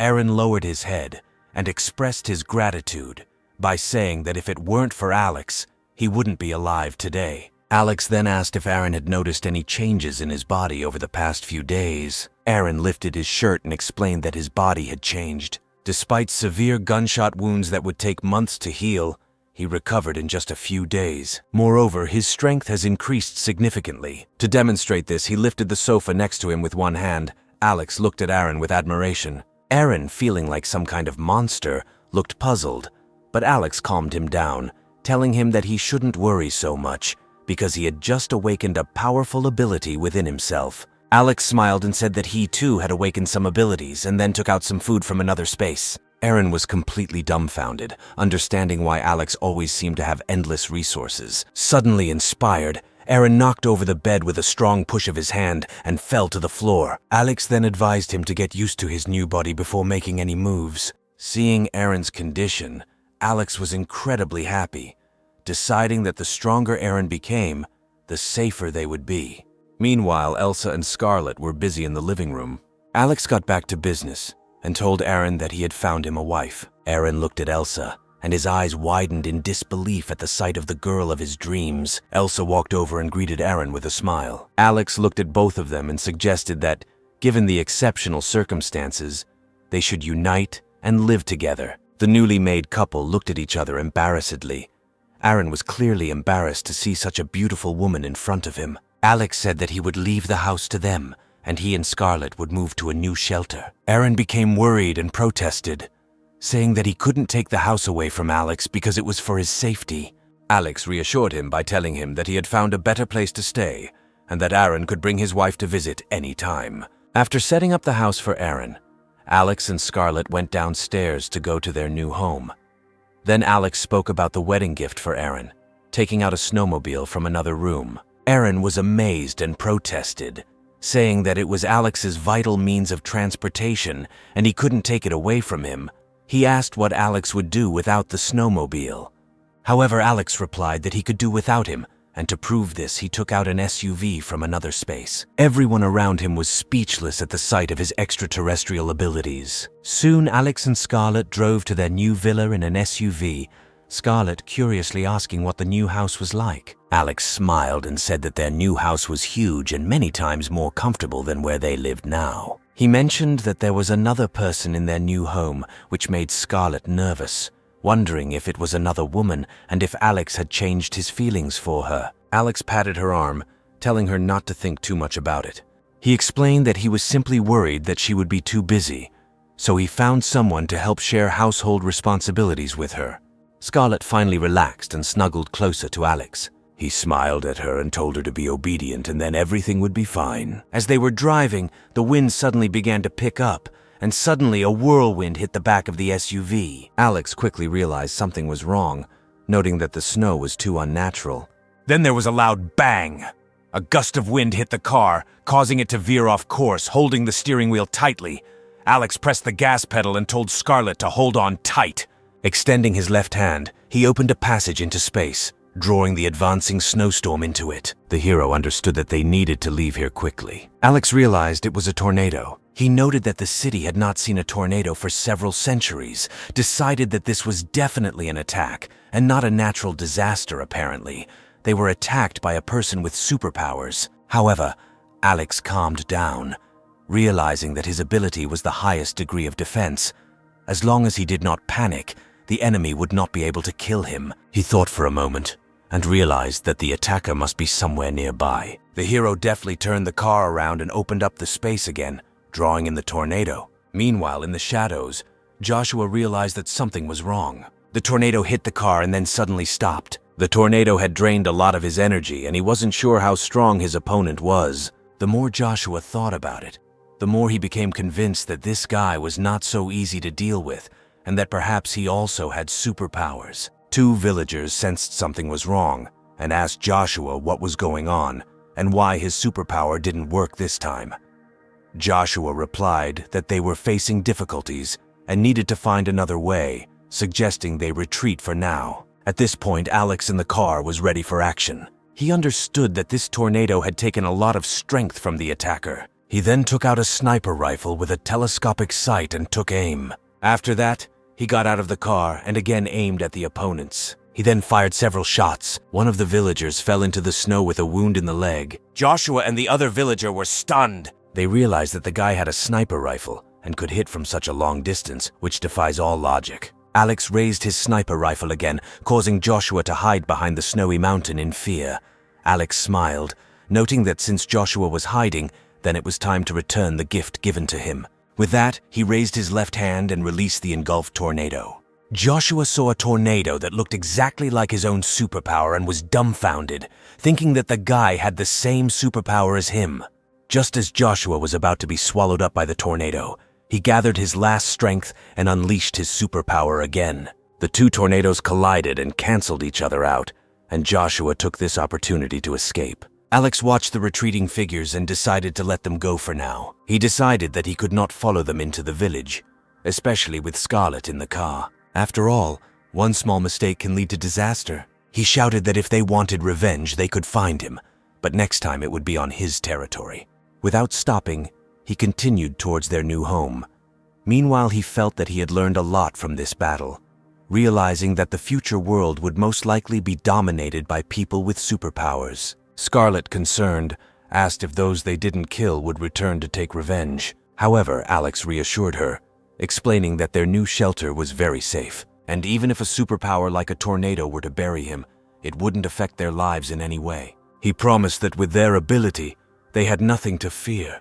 Meanwhile, the defeated villagers were heading back to their settlement. Meanwhile, Julia, dressed in lingerie, was lying on the bed. She was not used to being suddenly kept like a bird in a cage, and was wondering how to pass the time. As the door clicked open, Alex walked in and told her to stand up as he wanted to introduce her to his friend.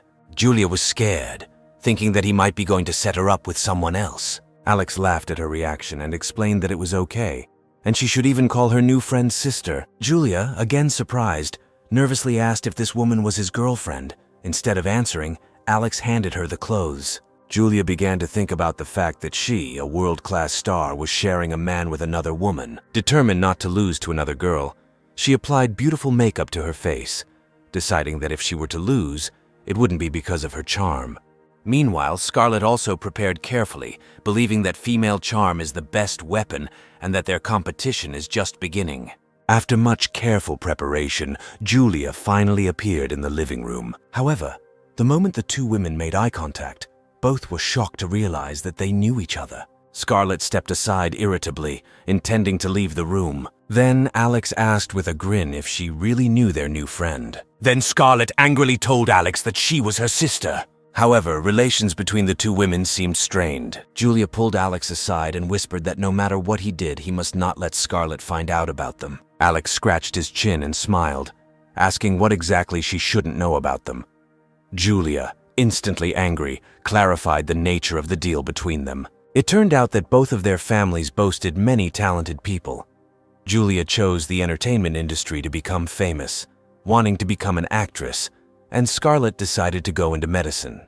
Meanwhile, Scarlet looked at Julia contemptuously, saying that if Julia were truly talented, she would have risen through her own efforts. She added that people in high places make fun of their family because everyone knows that Julia is doing shady things. The shame she causes with her behavior is sickening to hear, let alone see. Alex found Scarlet's expressions somewhat amusing. Scarlet kept telling her sister that she was only popular because of her figure. At first, Alex thought that the girl was right, but then he waved his hand, making it clear that he did not care about their past grievances, since there were no more eminent families here. Now they are just neighbors in misfortune. Alex then took them to an underground garden with vegetables and plants, informing them that their daily task, in addition to household chores, was to take care of these plants to ensure their vital functions. Both women nodded happily, glad to have something to do. After that, Alex sent Scarlet upstairs to clean up the bedroom, leaving Julia next to him. She thanked him for keeping their secret. She asked that in future they keep their relationship a secret from Scarlet. However, Alex had other plans, and he understood that there were only 3 people in such a large shelter, and it would not be easy to remain unnoticed. To express her gratitude, Julia offered to cook food for Alex. He was somewhat taken aback, surprised that the star could cook. Then Julia went to the kitchen, explaining that not all celebrities are useless and that cooking helps her relax when she's bored. However, to her misfortune, she discovered that there were no ingredients in the kitchen. Julia looked for something but found nothing. Watching Julia walk back and forth, Alex couldn't help but admire her figure. He walked up to her from behind and exhaled in relief. Julia stood up nervously and, leaning back, looked anxiously into the guy's eyes. Her face turned red as she asked him what he was doing, reminding him of their agreement not to behave like that, and asking him if their relationship was found out. Alex smiled, making it clear that he could not do anything about it, since she was too captivating. He then pulled out a bunch of ingredients from the space and placed them on the table. Julia widened her eyes in amazement and looked at the table. Alex playfully patted Julia's thighs, assuring her that this was how they would eat from now on. After cooking, Julia called Alex and Scarlet over for dinner. Alex looked with satisfaction at the dishes laid out in front of him. At this time, Julia and Scarlet were thinking about their own things. The red-haired girl was worried that her sister might have noticed them. Scarlet then tasted the food and immediately frowned, deciding that there was too much salt in it and wondered how anyone could eat such a thing. Julia felt a little guilty, realizing that in such circumstances, it was not so easy to choose the right seasoning. Alex watched all this, smiling. He deliberately incited rivalry between these two women in order to ultimately benefit himself. He quickly picked up the dish with his chopsticks and served it to Scarlet, hinting that this dish was less salty. The girl obediently ate the dish from the young man's hands. Feeling satisfied, Scarlet immediately began to feign love between her and Alex, claiming that food always tastes better when he feeds it. Julia, sitting on the sidelines, watched her sister's performance with a heavy heart. The hero thought to himself that competition is the best way to motivate employees. That evening, Scarlet asked Alex who he thought was better, Julia or her. Alex reassured her not to think too much and told her that she was the one he loved the most. Hearing this, Scarlet immediately hugged Alex tightly. Alex thought to himself that she was truly naive. Although he seemed passionately devoted to her, he had never truly been in love with her. She simply satisfied his basic needs. For him, love was just a disease that makes people lose their minds. Over the past few days, Alex has been slowly practicing his shooting skills. Suddenly his phone rang. Just as he was about to answer, he realized that this was not a message, but a regular phone call. Considering that after the apocalypse all electrical networks were turned off and almost everyone he knew had disappeared, he became curious about this unfamiliar number. He laughed, saying that even if it was someone he knew, he shouldn't worry, and quickly hung up, blocking the number. However, 2 minutes later the same number called again. This time Alex was alarmed, wondering what was going on since he had blocked the number. He thought he might not have blocked the number that time and blocked it again. Just then the phone rang again. This time Alex was truly panicked, wondering if he was imagining something.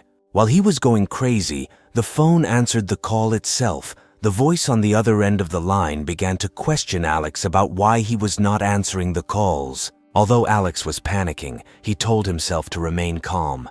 He knew that this person on the other end of the phone was no small thing compared to the trash he had encountered before.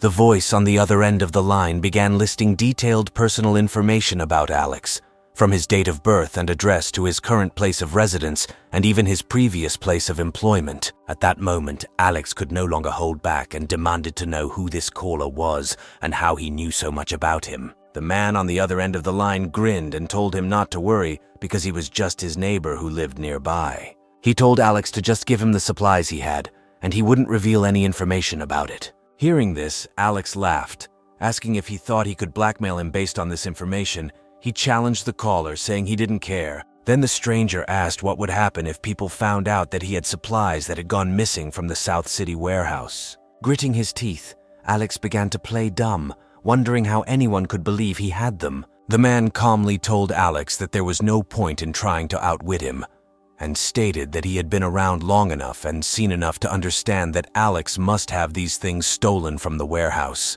He claimed that he could gather a lot of information about Alex through his phone. Then the hero realized that he was talking to David, the chairman of the country's leading information security company. Internally indignant, Alex decided that this damn blackmailer needed to be dealt with.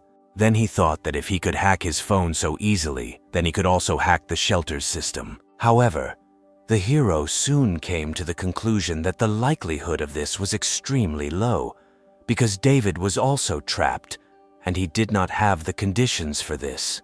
Realizing that he could no longer hide the truth, he admitted that he did have some supplies. He lied that there wasn't much left, noting that his space was limited and he had already packed and sold the extra items. But David didn't care how much he had, as long as his needs were met. He threatened to leak information and that people with special abilities would persecute Alex if he did not agree. The consequences of this were obvious to the hero. Alex realized that this time he was facing a difficult opponent. Despite everything, he decided to deal with David once and for all. Agreeing, he said that he could provide some supplies, but demanded that the secret be kept. Upon hearing this, David responded happily, assuring Alex not to worry and stating that only they would know about it. He listed the things he needed: food, alcohol, cotton socks, and underwear. He ordered them to be sent to Villa 302, warning Alex not to try to be cunning. Otherwise, information would leak and he would have big problems. Then the hero said that he would not do anything because he just wanted to live a quiet life. After hanging up, Alex had already formulated a plan, deciding that David should die. He walked into the living room where Scarlett was sitting on the sofa. The hero came to her and sat down on the sofa, taking a sip of water. He then told Scarlett that he needed to discuss something with her. As Scarlett leaned over, Alex explained that their location had been discovered. He briefly told her about David's actions, mentioning that David knew about the large amount of supplies and was trying to blackmail him. After listening to everything, Scarlett also realized that the situation was complicated. After thinking for a moment, she said that they had indeed encountered such people who were not as cunning as one might think, but were certainly very smart and had low moral standards. Otherwise, they could not be real businessmen. Alex was at a loss what to do. He really wanted to kill David, but he was afraid that the bastard might have a backup plan, and therefore he did not dare to act. The thought of being constantly blackmailed if he left him alive was unbearable for Alex. Scarlett nodded, agreeing that if the information leaked, it would definitely pose a threat to him. She recalled cases in which corrupt officials killed internet tycoons to get rid of evidence. The next day, this evidence appeared online, and Alex also heard similar stories. These desperate people always had a contingency plan. If something happened to them, They would automatically leak insider information, causing their opponents to hesitate. Worried, Scarlet rushed to Alex and said that even the death of that guy would not stop the leak. She suggested that if they couldn't find a good solution right now, they should leave it at that and relax. However, Alex was in no mood to think about anything else while the problem remained unresolved. He knew that the longer this dragged on, the more disadvantageous it would become for them. Just then, Julia walked in and Alex decided it was time to sit down and discuss strategy. After hearing the whole story, Julia noted that it was indeed a headache, comparing it to creating rumors that were easy to spread but difficult to debunk. In the entertainment industry, such behavior was categorically despised. Alex suddenly became agitated as he realized something. He realized that spreading information about him was akin to unethical media spreading rumors about celebrities. Scarlet noted disdainfully that even if it was a rumor, people would most likely choose to believe David. Alex rested his chin in thought. Although David had information about him, it was not conclusive evidence, however. If this information came out, it would undoubtedly cause him a lot of trouble. Since he couldn't stop David from going public, he decided to confuse the situation. Scarlet and Julia looked at Alex curiously, asking what he was going to do. Alex smiled mysteriously and turned to make preparations. He headed to the control room and called David, who asked if his things were ready. The hero, laughing, replied that he should not rush. On the other end of the phone, David burst into laughter, declaring that if anything happened to him, Alex's secret would be automatically sent to the phone of every resident of the city. He warned Alex to weigh the consequences. At that moment, an idea came to Alex's head. He agreed to wait and bring him things, and then hung up. He turned on the computer and began to quickly type something. As it turns out, he posted a lot of threads on the few remaining forums. Alex created sensational news to bury the truth among lies. His goal was to make sure that even if David told the truth, no one would believe him. Thus, he will reduce his risk of being detected. This was the end of his efforts. He left the rest of the plan to the mercy of fate. Then, following David's instructions, Alex collected all the necessary things. The hero was determined to kill this upstart. He slowly left the villa and soon arrived at David's house and placed the bag of belongings on his doorstep. He then took cover behind a pine tree, aiming his sniper rifle at a backpack left by the front door. He planned to shoot David as soon as he came out to get his backpack. After getting everything ready, he sent David a text message saying the items were at his door. He then watched the entrance carefully, silently waiting for David to appear. Time passed, and there was no movement at David's front door. Alex sensed something was wrong and wondered if he hadn't received his message. He reached for his phone, intending to make a call, but then hesitated, realizing that doing so would reveal that he knew David hadn't picked up the package and would likely make him suspicious. Alex sighed slowly, deciding to wait a little longer, confident that David would come out despite the risk. After about 15 minutes, the door slowly opened. First, the barrel of a shotgun appeared. Only then a short old man cautiously stepped out into the street. At this moment, David was jubilant, thinking that he had finally got his supplies and that his carefully laid plans had not been in vain. Just as he was about to pick up his backpack, a loud shot rang out and a bullet pierced David's head. Seeing that his shot hit the target, Alex quickly rushed towards the villa. When he reached David, he aimed at his forehead and fired a few more bullets, muttering to himself that the old bastard thought he could prank him. Alex then went inside and found David's computer. Just about to smash it with a pistol, he hesitated, realizing that the computer probably contained a lot of valuable information. A sudden idea struck him. He decided to store the computer in an alternative dimension, preventing the transfer of information. Taking a deep breath, Alex decided that this was the best he could do. With all this nonsense over, Alex would rather go home. He thought that even if the information leaked out, Alex was ready to blatantly lie and set others up. His goal was to clear his own name by any means. Soon he returned home. Stretching, he left the control room. Scarlet worriedly asked what he was doing and mentioned that she had made him soup. When the hero sat down in a chair, both women surrounded him. Alex asked if either of them had received messages on the phone. Julia looked puzzled, mentioning a bunch of strange messages. Scarlet also found the messages somewhat confusing and perhaps deliberately misleading. Alex explained that the messages were meant to mislead them. He released them as a smokescreen. From now on, hundreds of similar messages will be sent to all forums and to the phones of all residents. Since he couldn't stop David from sending out real information, he was left to cover up the truth with lies.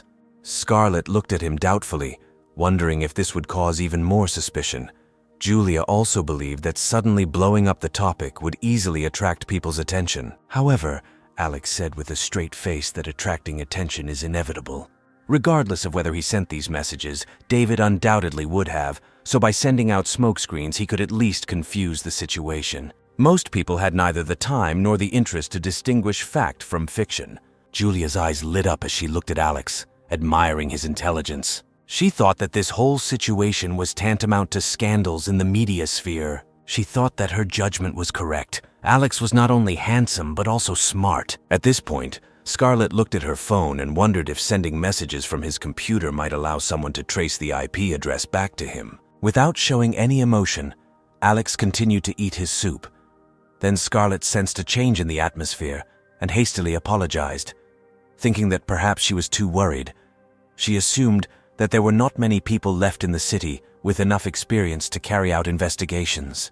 She added that his approach is still very effective. Alex noted that unless a snow disaster returns the world to the Stone Age, it will be almost impossible to completely cover their tracks. He had no illusions that he would be able to completely fool everyone, but by doing so, he would at least prevent most people from directly suspecting him. A clash with organizations with powerful cybernetic potential was inevitable in the future, and he was ready for it. If it weren't for David's appearance, this day would have come much later. However, the shelter cost $1 billion and was rumored to be resistant to nuclear attack. With endless supplies of food, he could only truly worry if he encountered top-tier military forces. Alex smiled and looked at Julia, warning her not to be overconfident. Even though he was confident in the security of the shelter, they would not remain idle in the coming days. Hearing this, Julia blushed, and her shy gaze betrayed inappropriate thoughts. Alex was perplexed, not understanding what she was constantly thinking about. Then he snapped his fingers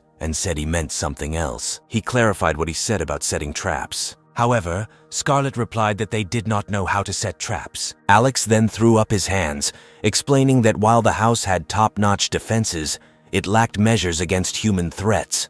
There were not enough defensive weapons inside the shelter. Therefore, he planned to set up a dense network of traps around him. If anyone dares to attack him, it will be a one-way trip. Upon hearing this, both women seemed to perk up instantly, both of them nodding eagerly, assuring him that they would do everything they could to ensure his safety. Julia added that she may not understand the pitfalls, but she will do her best.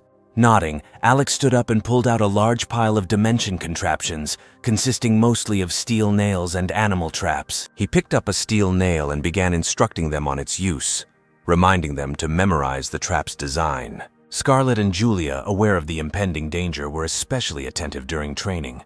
The hero said that such traps would create big problems for their enemies. Alex explained that simply scattering nails in the snow would not pierce anyone. He took out a wooden board and nailed a peg to it, explaining that this would pierce his leg, and that steel nails were too smooth and could be easily pulled out. He then took out a box of screws, stating that when combined with screws, the traps would be much more difficult to remove and cause more damage. At least 1,000 of these spike traps had to be placed throughout the villa, leaving no blind spots. Alex picked up an animal trap, explaining that in this weather it was an excellent tool. If someone fell into it, then they were finished. He carefully explained to the girls how to properly set up traps and how to maximize their damage. Following his instructions, both women immediately set to work, enthusiastically creating a large number of traps. Alex also did not sit idly by, standing by the window. He became familiar with the area surrounding them. There were 2 main routes leading to their villa. He remembered the 2 mines he had retrieved from the armory that could be ideally placed at these 2 access points.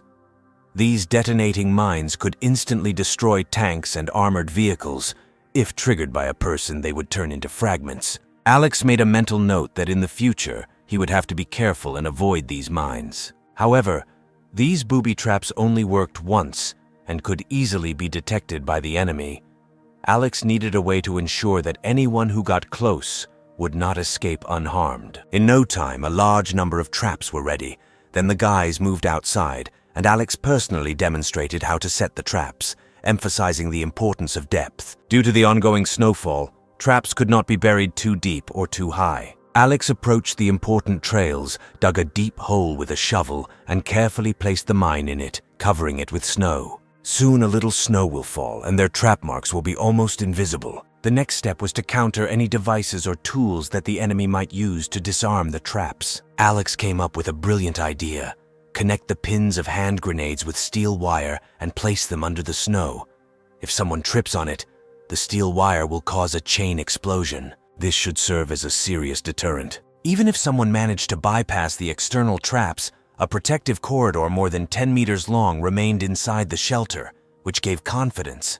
Alex also had an ace up his sleeve, his spatial abilities. Returning to the house, Julia eagerly asked Alex when the enemies would come. Alex looked at the girl dumbfounded. He would have preferred the traps to be just for show, but judging by her enthusiasm, it seemed like she was really hoping that someone would attack them. He didn't think an attack would happen anytime soon, considering how much time had passed since the start of the apocalypse. Anyone who managed to survive on their territory for so long was already considered an achievement. Unless there was an emergency, no one attacked others. Julia put her chin on her hand and began to think. She didn't know whether to hope that someone would fall into their traps or maintain the safety of their current surroundings. She was brought out of her reverie by a piercing noise. She turned and saw Alex, who was using a welding machine to install bolts on the door in the corridor. Curious, she approached him and asked what he was doing. Then the hero said that thick metal doors were no longer reliable enough. The recent incident with David made Alex more careful. As he worked, he explained that all the objects in the villa were controlled by computers. He noted that if someone hacked their system, they could easily open the doors. To be completely safe, he added deadbolts. Finally, he said that even if someone breaks into the corridor, they will not be able to quickly pass through the doors. It is always better to be safe than sorry. Julia looked at Alex with admiration. Although his methods seemed a little excessive to her, she believed that he would undoubtedly outlast most people. Reassured that everything was securely secured, Alex had only one concern: cybersecurity. He muttered that if only they had a computer expert with them, they would be completely safe. Hearing this, Julia's face became thoughtful. She remembered that Aurora was experienced in this field and regretted that she was not here now. Aurora is Julia's cousin. She was always frail. Her legs were paralyzed due to childhood polio, but she was brilliant with computers. By the age of 16, she had won international computer awards and was considered the best hacker. Alex thought that if they managed to find Aurora, then everything would fall into place. Julia shook her head and noted that she had long lost contact with Aurora. Especially after the snow disaster, she feared the worst. Alex noted that perhaps Aurora simply didn't want anything to do with her, suggesting that other than beauty, she had little to offer a genius like her. Julia, puzzled, hit Alex in the chest, exclaiming that he was saying terrible things. Alex felt a tinge of regret, thinking that if Aurora had been alive and able to join their group, it would have been a great outcome. Moreover, she was paralyzed, so she could not pose a threat. Considering the appearance of the two sisters, the younger one would most likely be no less beautiful. Then Julia asked what they should do now. Alex replied that now all they had to do was wait. As expected, after David's death, information about the hero was leaked online. However, Alex had prepared a program in advance. He sent hundreds of fabricated messages, and it was very difficult for ordinary people to determine which of them was true. Meanwhile, Alex continued to practice with his bow and arrows. After nearly half a month of rigorous training, Alex seemed to have expanded his spatial abilities, developing unique abilities. These abilities could be attached to weapons and projectiles, increasing their power and accuracy. With this ability, Alex could hit a target 400 meters away with a single arrow. He thought about applying this ability to melee weapons, or even his own body, and found that the results were surprisingly good. He fell in love with these abilities, noting their limitless development potential. Alex then quickly took out 2 candy bars to satisfy his hunger, realizing that his abilities required a lot of food to sustain him. No matter how powerful his abilities were, he couldn't use them without food. Thinking about the endless supplies in his space, Alex felt invincible. At the very least, he could wear down his opponents by having unlimited supplies. Meanwhile, in an underground shelter, Roman, the leader of the Western Military District Organization, was worried about energy problems. Just then, Grace's secretary came in with a stack of documents and said that the information received had been reviewed. All messages came from Villa No. 1 area. However, one message was special. It came from David's mobile phone, whose home was in Villa 302. Roman took the report and thought for a moment, asking for a detailed report on Alex. Grace reported information to Roman, which indicated that Alex was just a small warehouse manager. Roman's expression immediately became disinterested. He treated Alex like a petty thief who, most likely, was engaged in theft, using his position and hid the stolen goods. Even if this case had something to do with Alex, the goods were in his possession, there couldn't be so many. Roman came to the conclusion that Alex was definitely not the organizer of the warehouse theft case. Grace immediately began to flatter Roman, agreeing that such a small boy could not have such opportunities. Roman suspected that this must be a foreign conspiracy. They should have obtained intelligence in advance and thus seized the materials in advance. Grace continued to flatter Roman, agreeing that the leader's judgment was truly brilliant and that such little tricks could never deceive him. The girl was wondering whether it was worth looking for Alex, and then Roman decided that they had not yet combed the area. He ordered several people to be sent there, hoping that they would find clues about that batch of materials. After the last battle, Joshua's abilities were questioned by the villagers, which greatly affected him. He believed himself to be the chosen one, possessing abilities of the highest level. However, he never imagined that he would be so vulnerable. One day, while scrolling through his phone out of boredom, Joshua noticed that the sudden influx of fake messages he had received a few days ago looked unusual. He vaguely felt that it might be related to the mysterious person who scared him that day. Since he had some computer skills, Joshua quickly noticed something suspicious in the messages. His attention was drawn to an IP source that connected him to the warehouse manager and the theft case at the southern warehouse, which became major news shortly before the apocalypse. Joshua had always believed that the theft was a self-guided farce, but now it seemed his opinion was not unfounded. The thought that Alex could empty the warehouse single-handedly delighted him. Being a person with superpowers, Joshua found everything understandable. He imagined that Alex had awakened the ability to spatial dimension, like a vacuum cleaner with an infinite capacity, capable of absorbing a large number of objects. That day, the snow that Alex controlled disappeared before his eyes, but later reappeared. This indicated that his attack was directed into another space and then released in the opposite direction.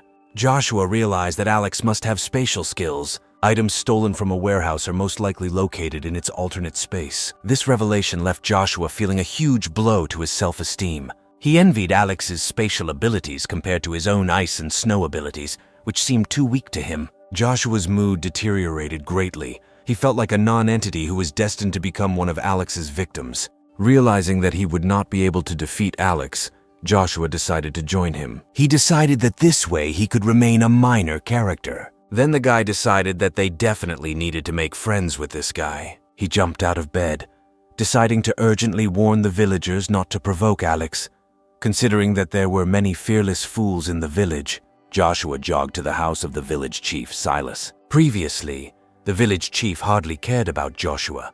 But now that Joshua had awakened his ice and snow abilities and became the strongest fighter in the village chief had to show him respect. Joshua immediately shared all the information he had with the headman. He said that they were no match for Alex, advising the villagers to stay away from the estate and not to fish in the area. However, the village chief seemed indifferent to these warnings, more intrigued by the news of the sensational case of theft from a warehouse. Silas looked at Joshua, asking if he was saying that the theft before the apocalypse was committed by Alex, and that all these goods worth billions were in his hands.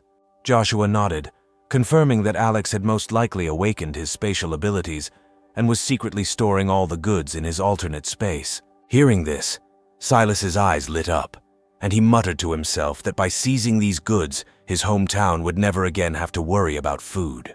Joshua was shocked by this reaction, thinking that they shouldn't think about Alex's products. However, Silas dismissed Joshua with a contemptuous look, considering him too cowardly, saying that there were thousands of people living in their village and they should not be afraid of one boy. He continued, reminding Joshua of past fights over water and land with neighboring villages that always ended in blood. He suggested that even if it cost a few lives, it would be worth it for their hometown. Disappointed, Joshua realized that his good intentions had not come true. Meanwhile, Alex was enjoying dinner with her two sisters. Life in the villa seemed like paradise even to Julia, who always dreamed of leaving after the apocalypse, but was gradually immersed in this bliss. A sudden scream from outside broke their peace. Alex stood up, sensing that something was wrong. He ordered the girls to stay put. He then headed towards the second-floor balcony. Taking out infrared binoculars, Alex examined the surroundings of the villa and saw that a large group of people was approaching it. Their identities were obvious. They must be the people of Shu. Alex pulled out a sniper rifle from his space, preparing to fight back against the attackers who clearly had bad intentions. He was ready to defend his peaceful life, although these ordinary people did not pose much of a threat. The only thing that worried him was if there was a person with superpowers among them, and then he would take the opportunity to destroy him too. Meanwhile, the advance party approached the edge of the traps. They looked at the brightly lit villa in the distance, feeling like they were in a dream, having survived the frozen apocalypse by stocking up on food and fishing. They could hardly imagine such a luxurious life. One of the villagers, deep in thought, walked forward and suddenly screamed from severe pain, piercing his leg. The group quickly discovered that he had stepped on a trap and thick, sharp nails were embedded in his leg. The team leader urgently ordered the wounded villager to be carried away and warned the others to beware of traps. Hearing the news, the village chief, commanding from the rear, immediately gave the order to use branches and sticks to probe and move forward slowly. Alex watched from afar, amused by their cleverness. However, he understood that the show was just beginning. Even though they managed to disarm several traps, the villagers were gradually closing in on them. As they watched the village chief deftly deal with the first wave of traps, their confidence grew. However, at the same time, they began to lose their vigilance. At that moment, someone felt a sensation next to his foot, as if he had tripped over a rope. The next second, there was a powerful explosion, instantly killing a dozen people. The villagers retreated in fear from the huge crater that was formed after the explosion. However, one man did not have time to move far when he suddenly felt severe pain in his chest and face. Picking up his clothes, he discovered that although he had managed to avoid the explosion, they were not safe from shrapnel. The wounded resident fell to the ground in panic and began rolling around and screaming. Suddenly there was another loud explosion as he inadvertently set off a booby-trap grenade. Frightened residents rushed back, but many nail traps remained on the snow-covered ground. In a panic, everyone was disoriented, and the scene became extremely bloody and chaotic. After the first attack, the villagers suffered heavy losses. Continuous explosions and nail traps created a horrifying sight. Some residents began to retreat, realizing the seriousness of the situation. In previous battles, they had never found themselves in such a predicament. Realizing the need for additional help, they decided to call Joshua, who could manipulate ice and snow. Fearing more casualties, the villagers surrounded the village chief and quickly turned to Joshua for help. Silas, whose expression darkened, remembered how Joshua had warned him before not to get involved with Alex, and how he had scolded Joshua for being a coward. Alex calmly watched what was happening with a sniper rifle in his hands, wondering why the Iceman had not yet taken a single step. The villagers were less than 200 meters away, so it would be easy to kill them even if that person attacked him from behind. Meanwhile, Silas, caught between a rock and a hard place, was reluctant to ask Joshua for help due to his previous boastful claim that he could handle Alex without outside help. And besides, asking his grandson for help was simply unthinkable. Silas pulled himself together and loudly cursed the villagers, questioning their usefulness without Joshua and remembering how they had dealt with similar traps in the past. He called the traps child's play, good only for deceiving boors, and stated that he intended to meet Alex directly. The man said that as long as this man was locked up, he could not do anything to them. He then handed the binoculars to one of the villagers, telling him to take a good look at the villa and see what was inside. The man took binoculars and aimed them at the windows of the house. Seeing the situation inside the villa, the residents were amazed. They saw a brightly lit house, a dining table laden with delicacies, luxurious furniture, and two fabulous women enjoying dinner. This sight tempted them, but they did not cease to fear because of the traps on the snowy ground. They decided that it would be better to call Joshua, whose abilities made it possible to detect all the traps in the snow. The village chief, enraged by the villagers' fear, scolded them for their cowardice. He threatened that if they got scared, they would return home. This speech worked wonders, and the villagers declared that they were not cowards. They picked up their tools and continued clearing the traps. Seeing this, Silas nodded with satisfaction, encouraging them that they should not be afraid of traps. If they are careful, they will be harmless. After Silas's speech, the villagers boldly continued to clear the traps. They began throwing blocks of snow from afar, which led to several traps being triggered. There were only 100 meters left to the villa, and they believed that all the food and beauties inside would soon belong to them. Silas also smiled smugly, assuring that there was no need to be afraid of children's traps. Meanwhile, people were getting closer to the villa. Soon they were almost next to the gate. Alex watched them through his scope, noting their determination. Although their method of disarming the traps was effective, it hadn't occurred to him yet.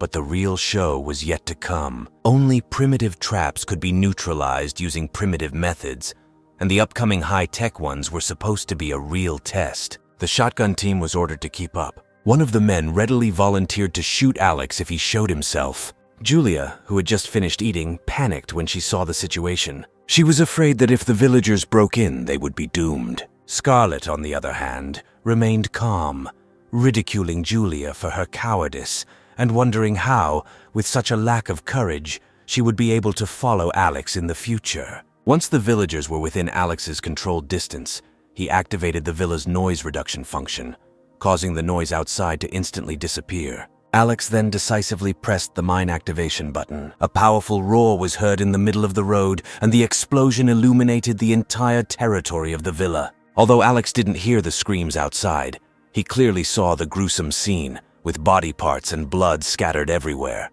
The hero thought that if he had more explosives, he could save all these people from suffering at once. Julia broke out in a cold sweat.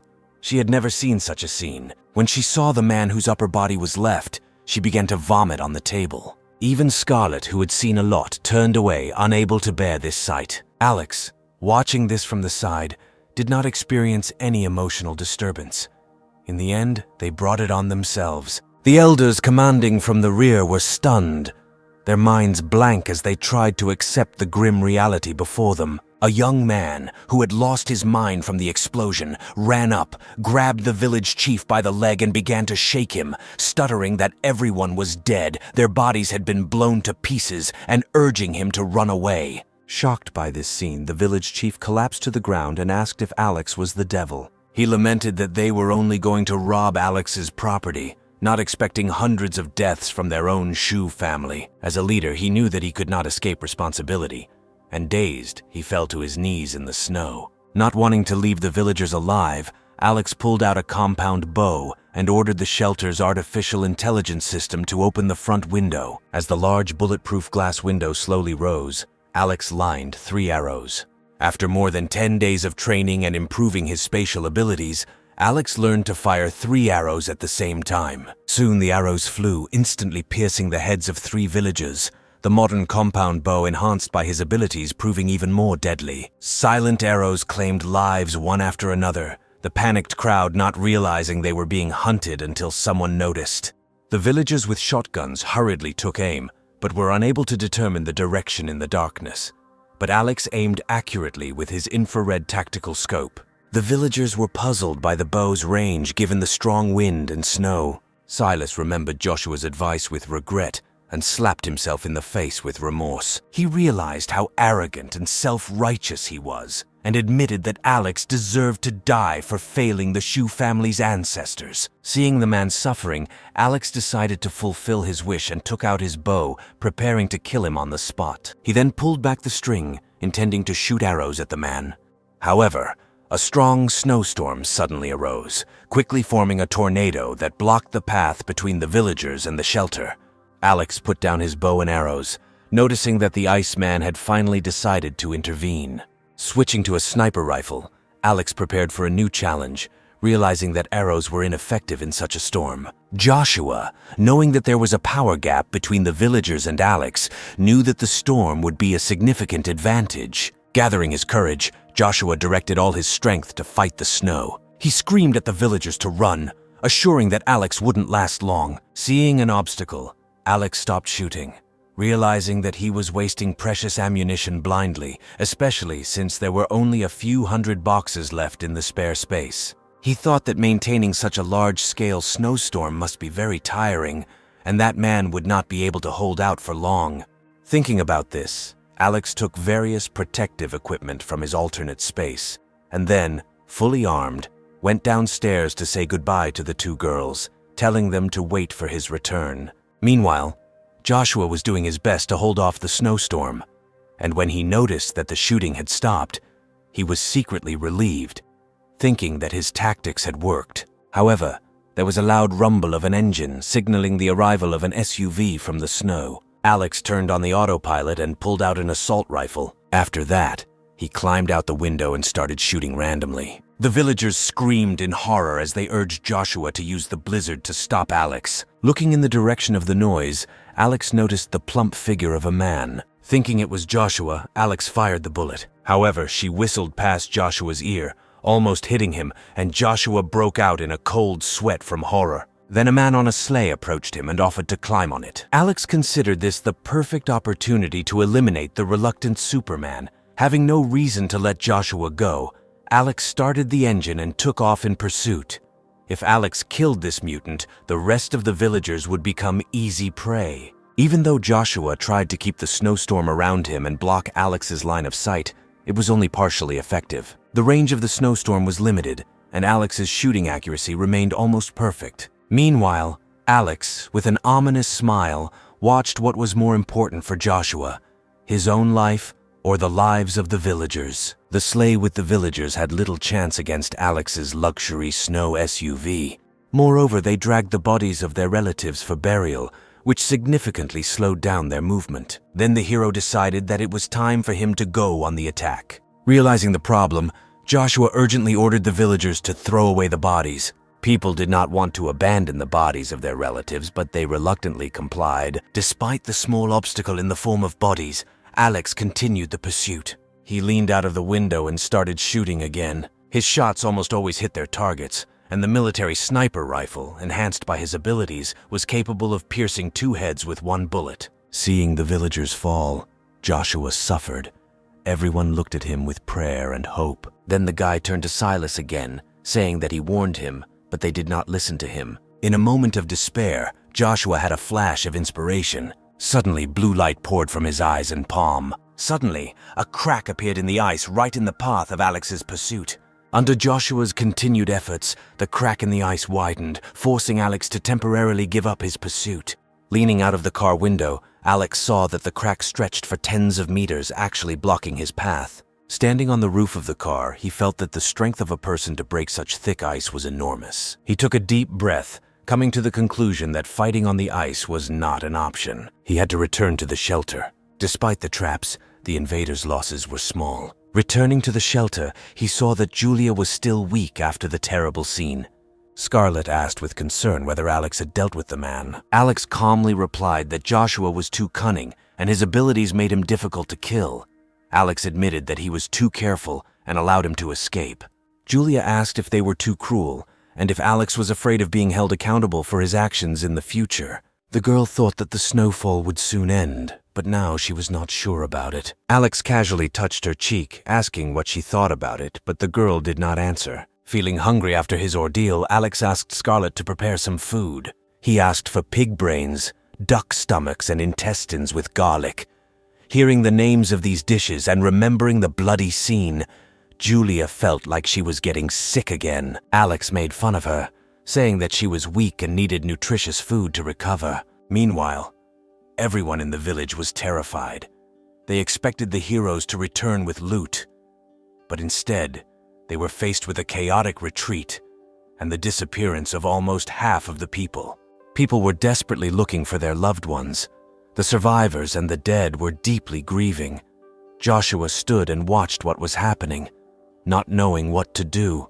One of the men urgently grabbed his hand, saying that they wanted to see him. Silas, who was in critical condition, wanted to see his grandson. Joshua hurried to Silas's house, where a crowd of villagers was waiting for him. The victims knew that Joshua had saved them, but many still felt bitter and blamed him for what happened. One woman, wiping away tears, accused Joshua of cowardice and failure to protect their family. Then a learned elder intervened in the conversation and ordered the residents to be silent. He called Joshua inside and asked him to talk to Silas. Silas, barely clinging to life, expressed guilt and regret. He admitted that his refusal to listen to Joshua's advice led to the deaths of many members of the Shu family. The man said he was too careless, but in fact, they are all ordinary villagers, and therefore their arrogance cost them their lives. Silas said that if they should blame anyone, it should be him. Now the residents were angry at Joshua because they had lost their loved ones, but the man hoped that he would not hold a grudge against them. Then Joshua said that he understood everything. He asked Joshua to protect the family well,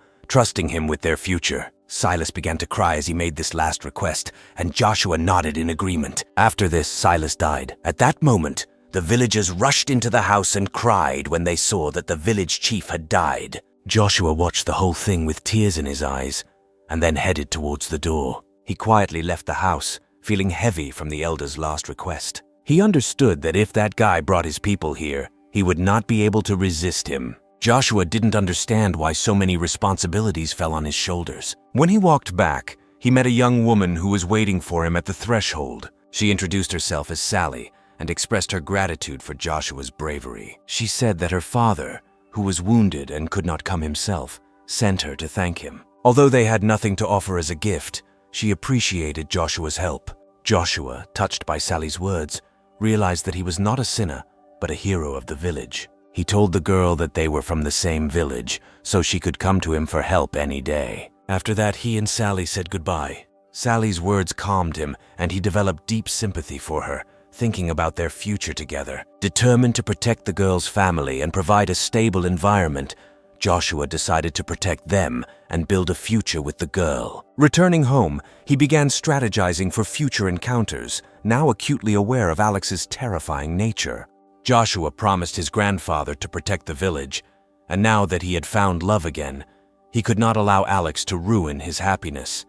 But he was afraid that Alex might come and destroy the village in a fit of rage. He contemplated how to handle the situation, knowing that direct confrontation would likely lead to his immediate defeat. After much thought, he came to the conclusion that negotiations were the only way to finally resolve the situation. Inspired by this risky idea, he was willing to risk everything for his family and his beloved Sally. He hoped that she might be secretly in love with him. The next morning, Alex carefully left the house to repair the damaged traps, deciding that the Shu family was unlikely to decide to attack again. Nevertheless, Alex prepared for a possible second wave of enemies. Ordinary people posed almost no threat to his shelter, but Alex was still wary of the awakened superhumans. Thinking about Joshua, Alex still felt some admiration, noting that their styles were somewhat similar. Both were very careful about their lives, however. Since Alex could not use him for his own purposes, he would have to eliminate him. After work, the guy went back home. The girls immediately sat down next to him to give him a massage. At that moment, the phone call took Alex by surprise. He couldn't understand who was calling him at this hour. The caller turned out to be Joshua, who wanted to discuss something with him. Alex was wary. After the attack on the village, he did not have good feelings towards him and was wondering when to destroy them. Joshua expressed his desire to make peace and not bother each other in the future. Alex laughed, noting that he never bothered them, but that they always provoked him. Joshua, already frightened, spoke in a trembling and resigned tone. He apologized on behalf of the village, admitting that their actions had caused harm and caused great loss. He offered to fulfill any conditions set by Alex, hoping to spare the inhabitants of their village. Alex found Joshua's overly respectful tone strange and wondered why they had sent such a negotiator. He asked if Joshua had the right to represent the Shu family's city. Joshua then revealed his identity as a superhuman who fought Alex twice. This revelation got Alex thinking. He acknowledged Joshua's right to negotiate and asked if Joshua could accommodate any of his requests for reconciliation. Joshua, sensing an opportunity, replied that they would try their best to satisfy Alex. Alex then recognized Joshua's ability to work with ice and snow as potentially valuable in a frozen apocalypse. If he could recruit Joshua, he would become a useful assistant. Then Alex said that he only needed one thing from Joshua. Joshua, afraid that Alex wanted something indecent, explained that he was straight. Alex was speechless at first, but then assured Joshua that he simply thought his abilities were unique and that if he truly wanted to make peace, he should come in person. The hero emphasized that otherwise, if he was in a bad mood, he could simply destroy the village. He added that Joshua's abilities would be ineffective against him, and destroying the village would be a piece of cake. Joshua stood up from his chair in horror. He argued that destroying the village would not do Alex any good, and that the village and Alex's hideout were interdependent. They could help each other in the fight against external enemies. Alex responded dismissively that Joshua was his main enemy. He noted that if Joshua succeeds, he will deprive Alex supplies, and if he fails, he will strive for peace. Alex heard Joshua's calculations and insisted that if he wanted peace, then he needed to be sincere. He told Joshua to come to his hideout, emphasizing that only he should be present. He forced him to make a choice, stating that if he did not come, Alex would take the time to destroy the village. Hearing this, Joshua immediately became horrified. Trembling, he agreed to come, after which Alex hung up. Joshua collapsed to the ground, dazed, feeling like he was going to die. His love, his life, and his old beliefs seemed to be under threat. After hanging up, Alex began to plan the meeting. He knew that Joshua's abilities had limitless potential and could pose a huge threat. But if he could become his subordinate, it would be a valuable addition. Alex decided to test Joshua, given that Joshua's abilities posed no real threat to him. Based on the results of this meeting, Alex will decide whether to kill Joshua. After that, he headed to the bedroom to rest, but fell asleep while reading a book. At that moment, Julia entered the room. She said that she wanted to lie with Alex. The guy stretched out and said that he had work to do after lunch, and he didn't have an extra pillow. Then the girl put the guy's head on her feet. At that moment, the hero turned and his face was under Julia's skirt. He asked to wake him up in 2 hours. The girl was very embarrassed, but agreed. Having rested, Alex went out onto the balcony, fully armed, waiting for Joshua with his sniper rifle. He soon spotted Joshua through the scope. Alex aimed his gun at Joshua's head. He could have easily shot him, but before Joshua had walked a few steps, he slipped and fell. He couldn't believe that this was the same powerful Iceman with limitless potential. Alex thought that he seemed very scared. Seeing that Joshua did not pose a threat, Alex relaxed and prepared for the meeting. Joshua then called Alex and told him that his house was surrounded by traps and warned him that he would not go any further. Soon, Alex appeared right in front of Joshua. Joshua's legs began to shake at the sight of Alex. He did not expect that the terrible killer he imagined would turn out to be like an ordinary person. Gathering his courage, Joshua said that he complied with Alex's request and came alone, hoping that this would show enough sincerity and lead to peace.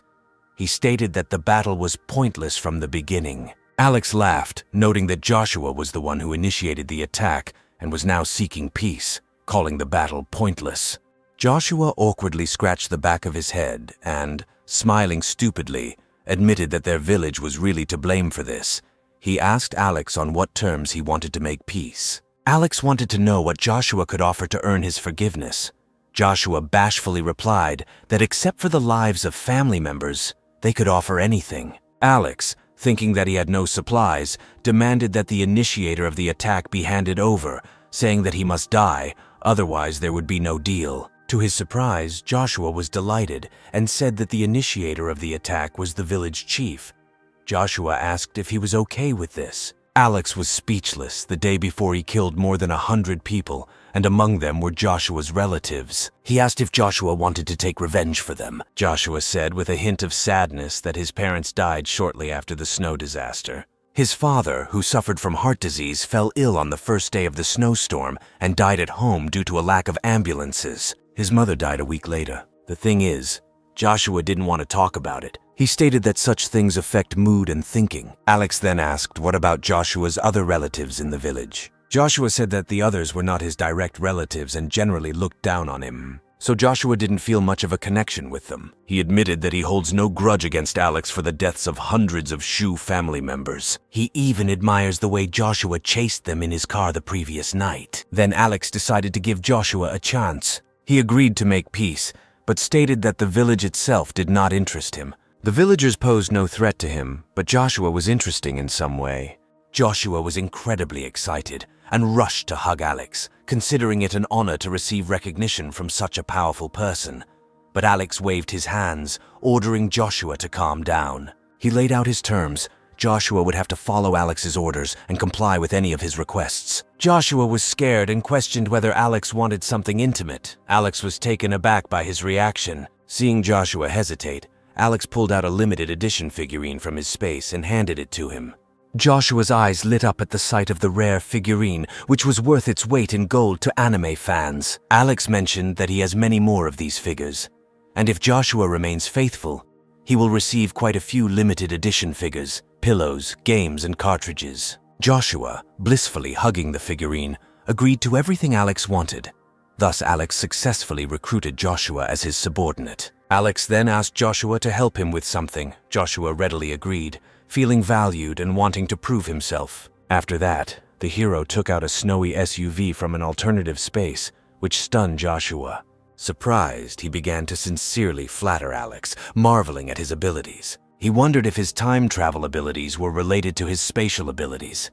Then the hero thought that perhaps he really had abilities that he had not yet revealed. But perhaps over time he will be able to improve his abilities. After driving for some time, they found themselves in front of a large building, which was originally a large gas station. Then Alex tasked Joshua with clearing away all the snow. Wanting to prove himself, Joshua used all his strength, and with a loud explosion, the thick layer of snow split. Huge pieces of ice and snow rose into the air and scattered to the sides. Alex watched Joshua from behind, noting that although he had become a capable subordinate, he should remain cautious. When the deeply buried gas station was cleared, Joshua collapsed to the ground, gasping for breath. Alex secretly rejoiced, knowing that if Joshua became a top-notch resource gatherer, future missions would become much easier. He handed Joshua a piece of chocolate, causing Joshua's eyes to light up. He eagerly tore the wrapper and began crunching it. Meanwhile, Alex quickly moved into the newly cleared snow hole, intending to take all the accumulated oil into his own possession. Joshua flattered Alex again by calling him amazing. Alex felt a little awkward since Joshua had done most of the work. He then asked Joshua if he had to use his abilities to dig up resources before. Joshua replied that he had, but in the extreme cold, they could only dig up nearby resources. Their dogs were not suitable for working in such weather, so they did not risk their lives by going further. Alex looked at Joshua as if he was a valuable asset. He thought that with Joshua's skills there would be no problem in resolving any issues. He assured Joshua that as long as he remained faithful, Alex would provide him with a good life. Alex then handed Joshua a backpack filled with supplies as a reward for his efforts that day. Joshua, holding a heavy backpack, was overjoyed. He promised to follow Alex's orders and complete any tasks. While they were driving back, Alex casually asked how Joshua awakened his abilities. To Alex's surprise, Joshua's face turned red. Stuttering, he said that after the death of his parents, he wanted to give up his life. Although he did not have the courage to commit suicide, he lay in bed, ready to starve himself to death. When Alex asked if his powers had awakened during this time, Joshua's face turned even redder.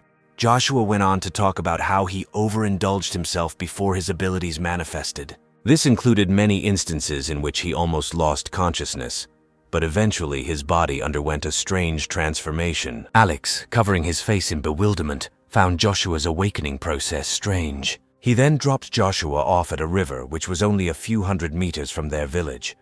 Joshua, puzzled, asked if Alex could take him across the river.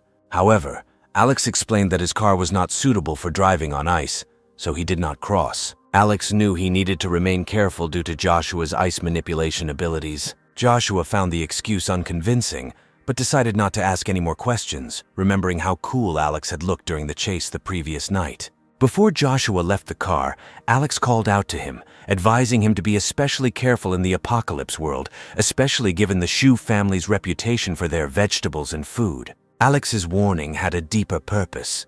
He wasn't genuinely concerned for his family.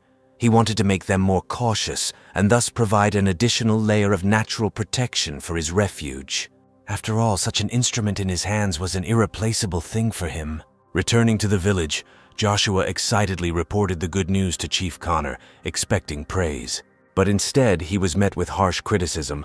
Connor scolded Joshua for making independent decisions that led to great losses. Joshua was speechless for a moment, feeling overwhelmed. He tried to explain that Alex had promised to protect the Shu family's city, and seeking peace was the only option given their lack of power. Connor began to yell at Joshua even more, questioning his right to make decisions and ordering him to report all actions to him from now on. Joshua, who considered himself a hero, was reprimanded as a naughty child. The man said that Joshua allowed himself too much, and then said that he was now the leader of the village and forbade the guy to act on his own. After a while, Connor admitted that there was nothing wrong in Joshua's intentions, but emphasized that he was too young and had not thought through all the consequences. He stated that if he had not stood up for Joshua, he would have already been expelled from the village. Connor came to the conclusion that Joshua must atone for his guilt and continue to carry out his orders. Seeing that the guy did not want to agree,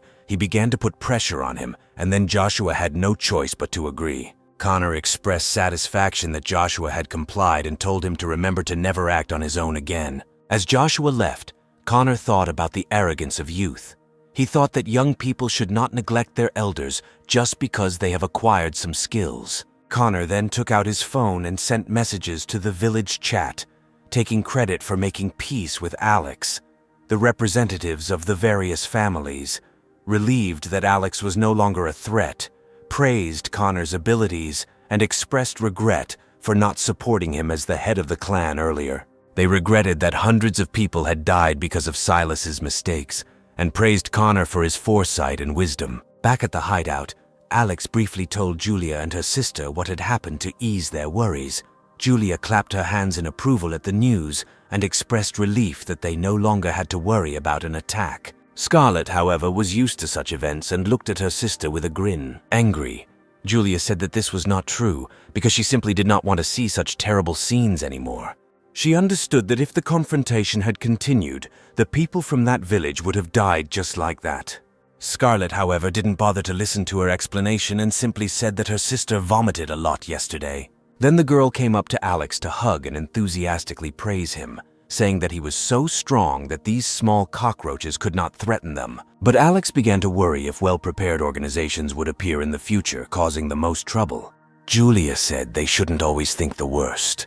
At least they solved their current problem, and that's worth celebrating. With that said, Scarlett walked up to the bar for drinks, declaring that if they were celebrating, they should have some.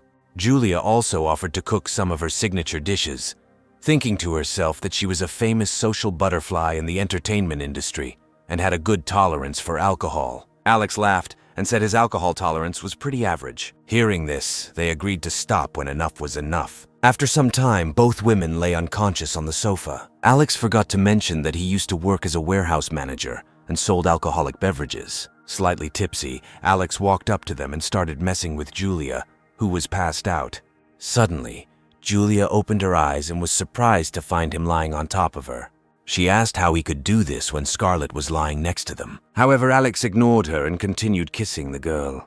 A few days later, Joshua, on behalf of the heroine of one anime, unexpectedly sent the hero a message asking him to take him on a mission, complaining that sitting at home was too boring. He also proposed creating a team of 5 people with superpowers. Alex was speechless. But in order to win the hearts of people, he reluctantly endured his disgust to chat with this fat man and get some useful information out of him. Little by little, it became more and more unbearable for Alex. This guy probably didn't have a girlfriend and he clearly had too much energy. Alex started swearing at him, calling him fat, and asking him if he was bored out of his mind. But Joshua was not offended. On the contrary, he felt that he had become even closer to him and said that he had correctly guessed that he was bored all day. Alex was speechless.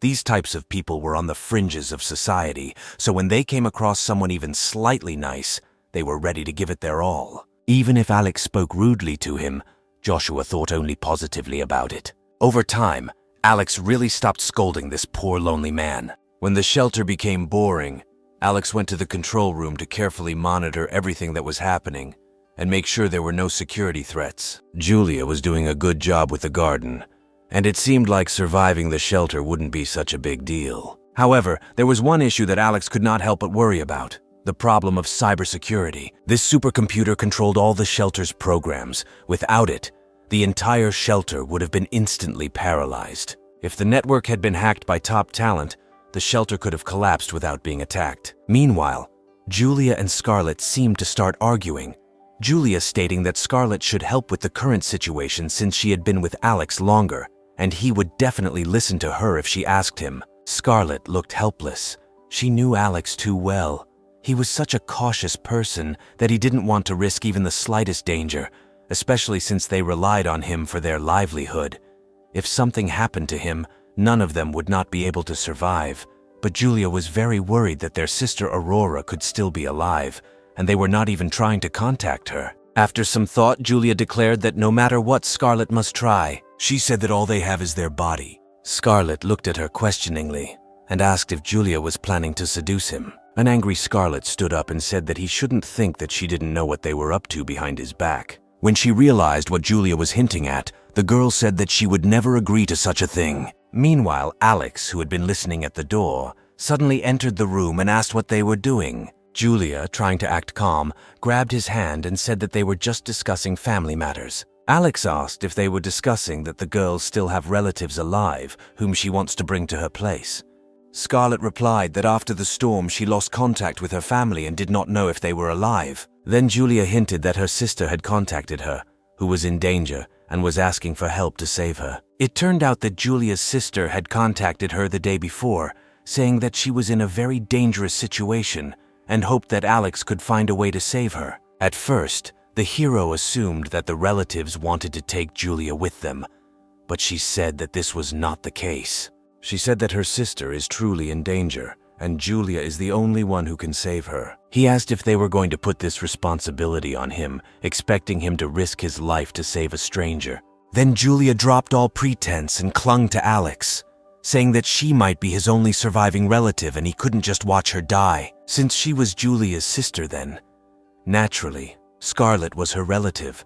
So Scarlett also moved closer to the guy and said that if her sister died because they did not save her, then they would feel guilty until the end of their lives. Days. Alex looked at his sisters helplessly. He noted that they both knew about the situation outside and that his information was no longer a secret. He explained that he didn't know how many people were keeping an eye on his supplies at the hideout, and that asking him to take such a big risk for a stranger didn't make sense.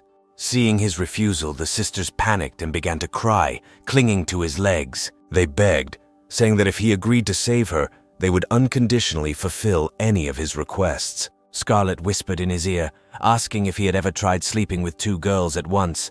Hearing this, Alex's eyes lit up with interest. The sisters looked at him hopefully, waiting for his answer. Alex took a deep breath, about to refuse, but Julia continued, explaining that her sister, Aurora, was physically disabled and had survived this long thanks to a miracle. She was desperate for help. Julia described her sister so pathetically that it was difficult not to feel sympathy for her. Alex hesitated and then asked if they were talking about the genius hacker Aurora, who he had already heard about. Alex thought that the 18-year-old genius hacker would be an ideal network engineer. Since she was the sister of these two women, her loyalty could not be doubted. Then Alex took both women by the hands and looked at them tenderly, saying that since she was their sister, he would not stand aside. Hearing his words, both sisters were overjoyed. Scarlett even thought that Alex must be in love with her to help them. Julia was also touched, saying that she did not know how to repay his kindness. Alex looked at them proudly, claiming that he is not as heartless as they think. He claimed that he looks cold on the outside but is warm on the inside and truly values the people who surround him. The women blushed and admired this reaction from the guy. Julia seemed to fall even more in love with him. After a whole night of tense discussions, Alex agreed to save their sister Aurora. Then Alex asked both women to discuss the rescue plan with him and tell him about the situation with their sister. Julia spoke seriously, explaining that Aurora was now trapped in the academy. According to her, the academy was an aristocratic school of the highest level, offering comprehensive education from kindergarten to university. It usually educated only the children of the elite, but also admitted several geniuses. Its graduates usually became pillars in both political and business circles. Alex couldn't help but wonder how the paralyzed girl survived such extreme conditions. Julia continued to say that such high-level aristocratic schools have special food supply channels, and quite a lot of food is stored in their warehouses. Aurora managed to hide in the cafeteria at the very beginning of the snow disaster, so she did not die of hunger. Alex still had doubts. He asked why she still waited to contact them. In a crisis situation, a person seeks help from all possible people. But she decided to contact her sister almost 2 months after the start of the apocalypse. Julia was also surprised and did not know why she did this. She suggested calling Aurora right now. However, she could not get through. Julia said she was hoping she could get in touch with her. Scarlett mockingly suggested that perhaps Aurora thought they were already dead and therefore did not take them seriously. Alex asked Julia how far the academy was from them. Seeing Julia's puzzled expression, Alex took out his phone and opened the map. Alex discovered that the academy was located in the Western Mountains region, about 23 kilometers from the villa. With the current interruptions in long-distance communications, getting through was simply a miracle. However, it is possible that Aurora considered them dead and therefore did not think about contacting them. Alex told the girls to go with him to the control room. After dialing Aurora's number, a sharp electronic noise was heard, indicating that the signal was extremely unstable and seemed to be subject to severe interference.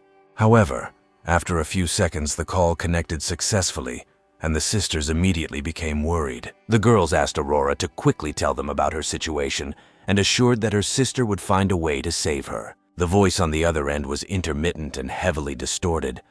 They could make out that Aurora was in the school cafeteria and seemed to be in a very dangerous situation. Alex urgently asked for details about the danger she was in, but heard only fragments of phrases and alarming sounds. Among the chaotic electronic noise, a chilling and terrifying sound was heard, something inhuman, similar to the roar of a giant monster. The call ended abruptly, leaving only the alarming echo of a busy signal. At first, Alex thought it was a simple task, picking someone up from school. However, a terrifying noise of a monster was heard in the receiver, the sound of limbs and bones being torn to pieces.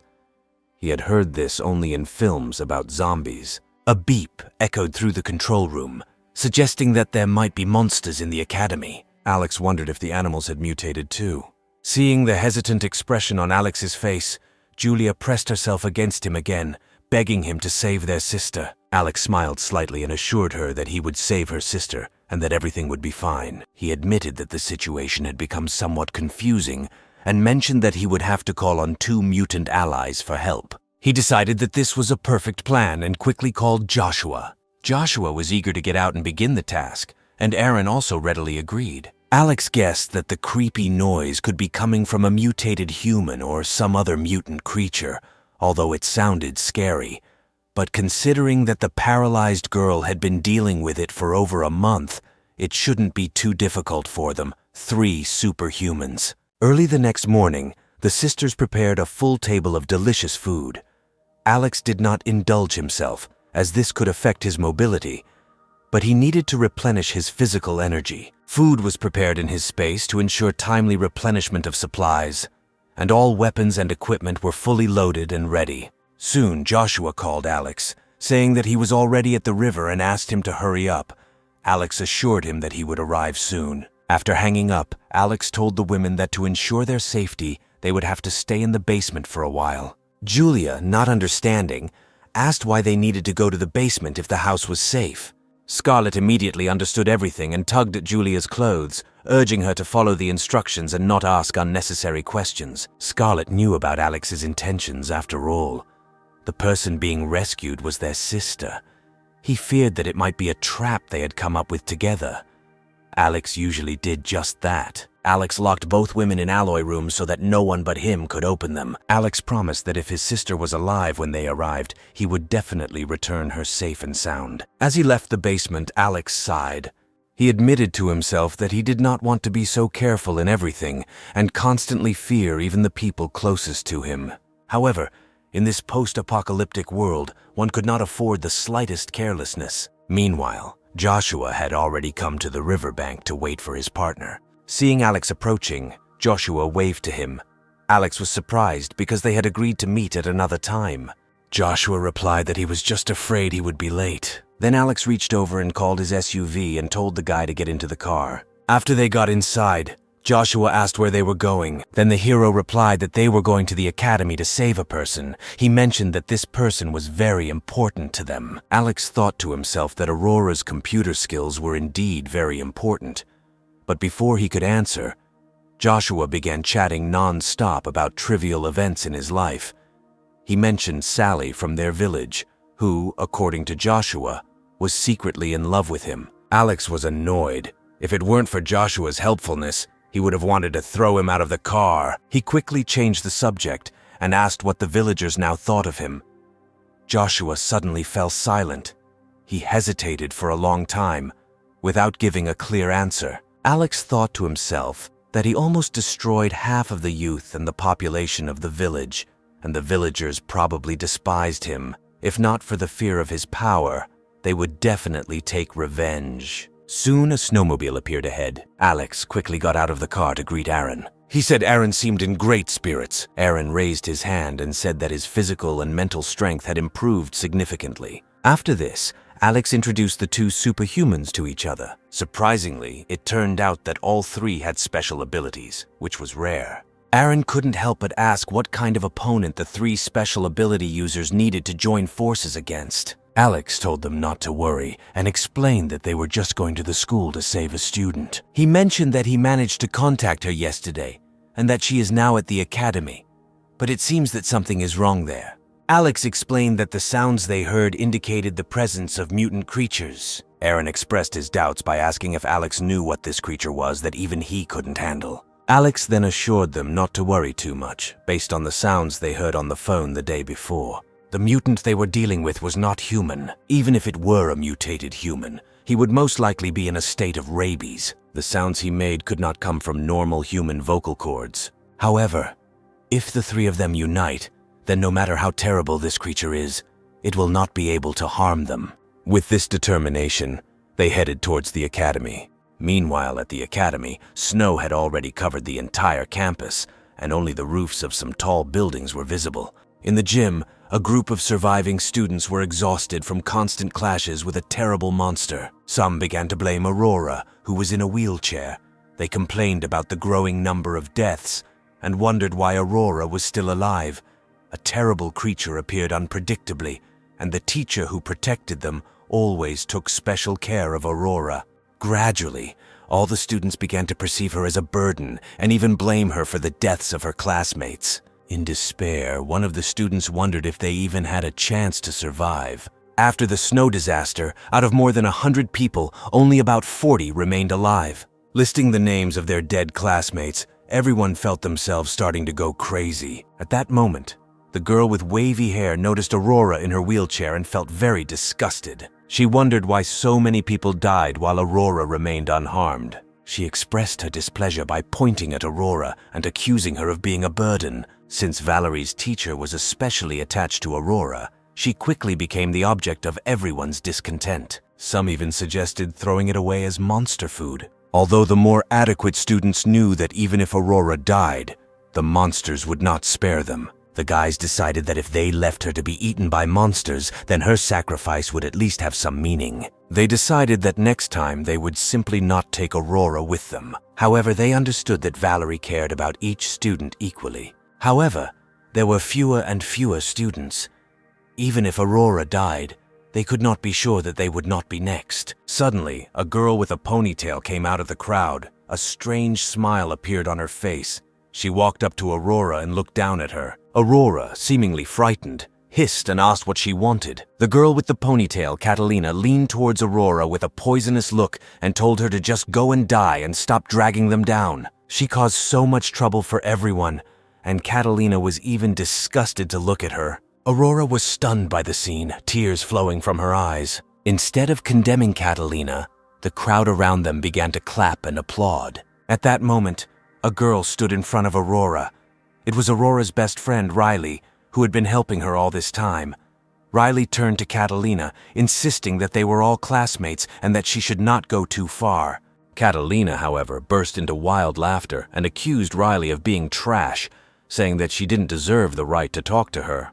Catalina stated that Riley only got into the academy through connections. An enraged Riley responded that money was worthless at a time like this, and questioned Catalina's sense of superiority. This angered Catalina even more, and she replied that nobodies like Riley had no right to speak back. She then directed her anger at Aurora, blaming her for causing the death of so many of her classmates and telling her to end it herself. Aurora lowered her head and silently listened to the curses of her classmates. Riley continued to argue, arguing that Aurora was also a person and had the right to life, and the death of other students had nothing to do with her. The girl then chimed in with an innocent look, admitting that while Aurora's disability made her a liability, Catalina was right. The students began arguing among themselves again, with some accusing Aurora of moral blackmail due to her disability. They expressed their displeasure by saying that it was time for her to find a place to die. Riley angrily retorted that she had been taking care of Aurora all this time and none of the others had done anything for her. She questioned their right to blame Aurora. Catalina mockingly replied that Aurora was a noble girl from a famous family, and Riley was just a student who got into the school thanks to connections. She suggested that if it weren't for Aurora's disability, she wouldn't even bother with someone like Riley. But Riley replied that Aurora was not at all what Catalina thought. Aurora was silent, covering her ears with her hands as her head was pounding from the incessant screams. At this moment, a girl came out of the crowd. It was Stella, the secretary of the class committee from a noble family. She suggested being more united at such a moment. She stated that although Aurora was indeed causing trouble, they would not abandon her. Stella hoped that Aurora would not hold a grudge against everyone, and sincerely extended her hand to her.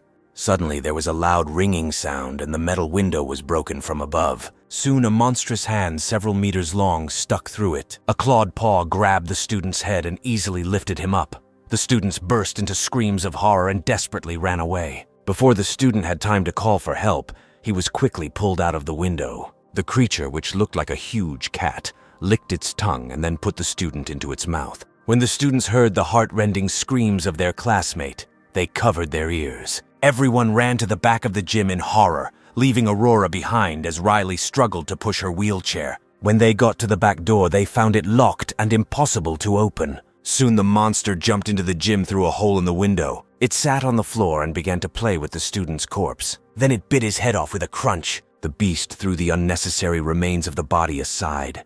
He then jumped towards the rest of the student and growled threateningly at the crowd. The students realized that the creature standing in front of them had a high intelligence. It took the opportunity to attack them while the teacher who was protecting them went in search of food. All the students were herded into one part of the gym, too scared to fight back. Suddenly, someone pushed Aurora's wheelchair into the open. Caught by surprise, Aurora fell to the floor. Riley wanted to help her up, but she was paralyzed with fear and couldn't move. The large cat-like creature was indeed attracted by this action and slowly approached Aurora. At this moment, the man who pushed her wheelchair, seeing an opportunity, tried to run away to the door. However, the creature, watching everything that was happening, bared its teeth and quickly hit the fleeing man with its paw. In one motion, he pinned the man to the floor. The blow was so strong that the man's entire body was affected, and soon he lay in a pool of his own blood. Barely alive, he called for help, but no one dared to respond. At this moment, all the students scattered. Plucking up her courage, Riley went to help Aurora up. The others realized that if the student tried to escape and was killed, and Aurora, who lay motionless, survived the attack. The monster seemed to primarily target moving objects. However, the guys realized that it was unsafe, and the creature was just mocking them. Realizing they couldn't just play dead, the students decided they had to warn Teacher Valerie, or else they would all die. While the creature was fiddling with the dying student like a toy, Vincent ordered everyone to scatter. However, just as they were about to take the opportunity to escape, the dying student screamed in despair, accusing everyone of trying to abandon him. He was horrified when he realized that they were not going to save him. Even his best friend Vincent just decided to run past him. With an angry roar, he shouted that if he died, they would all go down with him. A sudden cry attracted the cat's attention. She quickly turned around and knocked down 2 more boys. The student, who had blood in his mouth, burst into a terrible laugh, declaring that if he had to die, they would all die together and become his funeral companions. While the big cat was distracted by the 2 groups, Vincent and 2 others ran out of the gym, their faces showing relief that they had almost escaped death. The 2 guys accompanying Vincent praised him, noting that his smart strategy of letting others distract the creature gave them a chance to escape. As he ran, he explained that the creature seemed to be a mutated cat. Cats play with prey before eating, and unless they are very hungry, they are not interested in dead prey. Seeing Vincent running away, the other students also tried to escape, but the big cat's tail hit one of them hard, and the blow was fatal. Several girls fell, having an emotional breakdown, screaming in horror. At this moment, an angry cry was heard. As it turns out, Teacher Valerie has finally returned to the academy. She fearlessly rushed at the big cat with a sword. The cat let out a high-pitched squeal as it dodged her attack. Seeing the bodies of the students, Valerie's eyes were filled with immense sorrow. Despite this, she decided to lure the creature out to avoid further victims. Teacher Valerie was a highly skilled swordswoman. The big cat seemed to understand Valerie's intentions, and grabbing the student's body in its mouth, quickly disappeared outside the hall. Holding the sword in both hands, Valerie carefully walked towards the door, knowing full well that the big cat was smart and should not be underestimated. When she went outside, she discovered that the creature had disappeared, leaving behind only chaotic traces of massive paws. It seemed to be gone, and Valerie couldn't help but breathe a sigh of relief.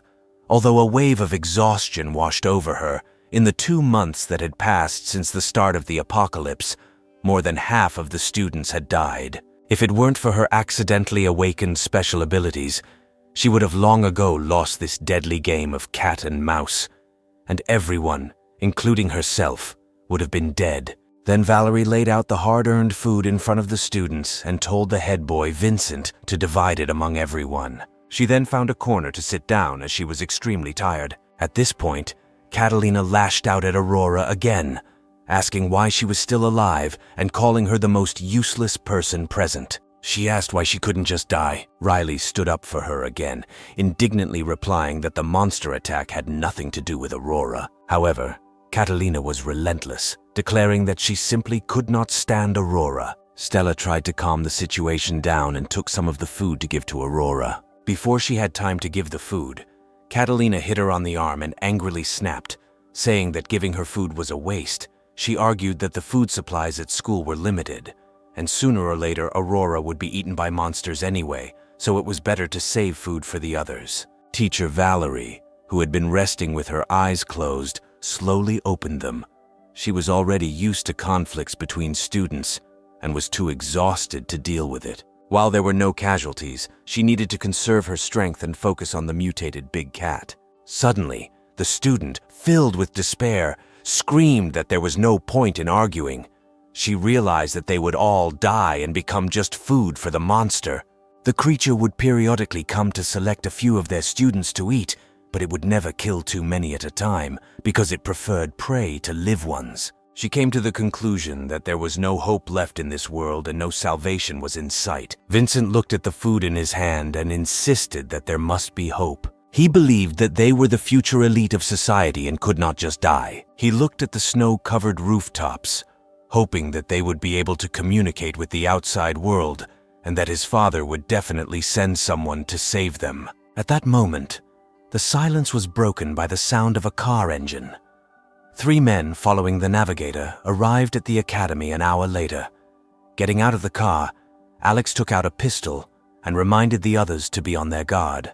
With the snowy campus as a backdrop, Aaron said it was impossible to determine where the person they were supposed to rescue was. Alex tried to contact Aurora by phone, but found that there was no signal. Then Alex told the others that, according to the map, the school area was 3,000 acres and high-rise buildings should be visible above the snow. He suggested getting back into the car and slowly going in search. Then Aaron suggested splitting up for efficiency and speed of search. However, Alex shook his head, noting that Aurora had already survived for 2 months, so she could wait a little longer. He thought it was safer for them to stay together. They then continued to scour the area by car and soon discovered a visible spire, probably the school's observatory, at some distance from the cafeteria and dormitories. Joshua guessed that they were most likely hiding in a lecture hall or gymnasium. It was more spacious and there was enough oxygen for everyone. In addition, there was a risk of roofs collapsing from the snow. Alex thought about the situation,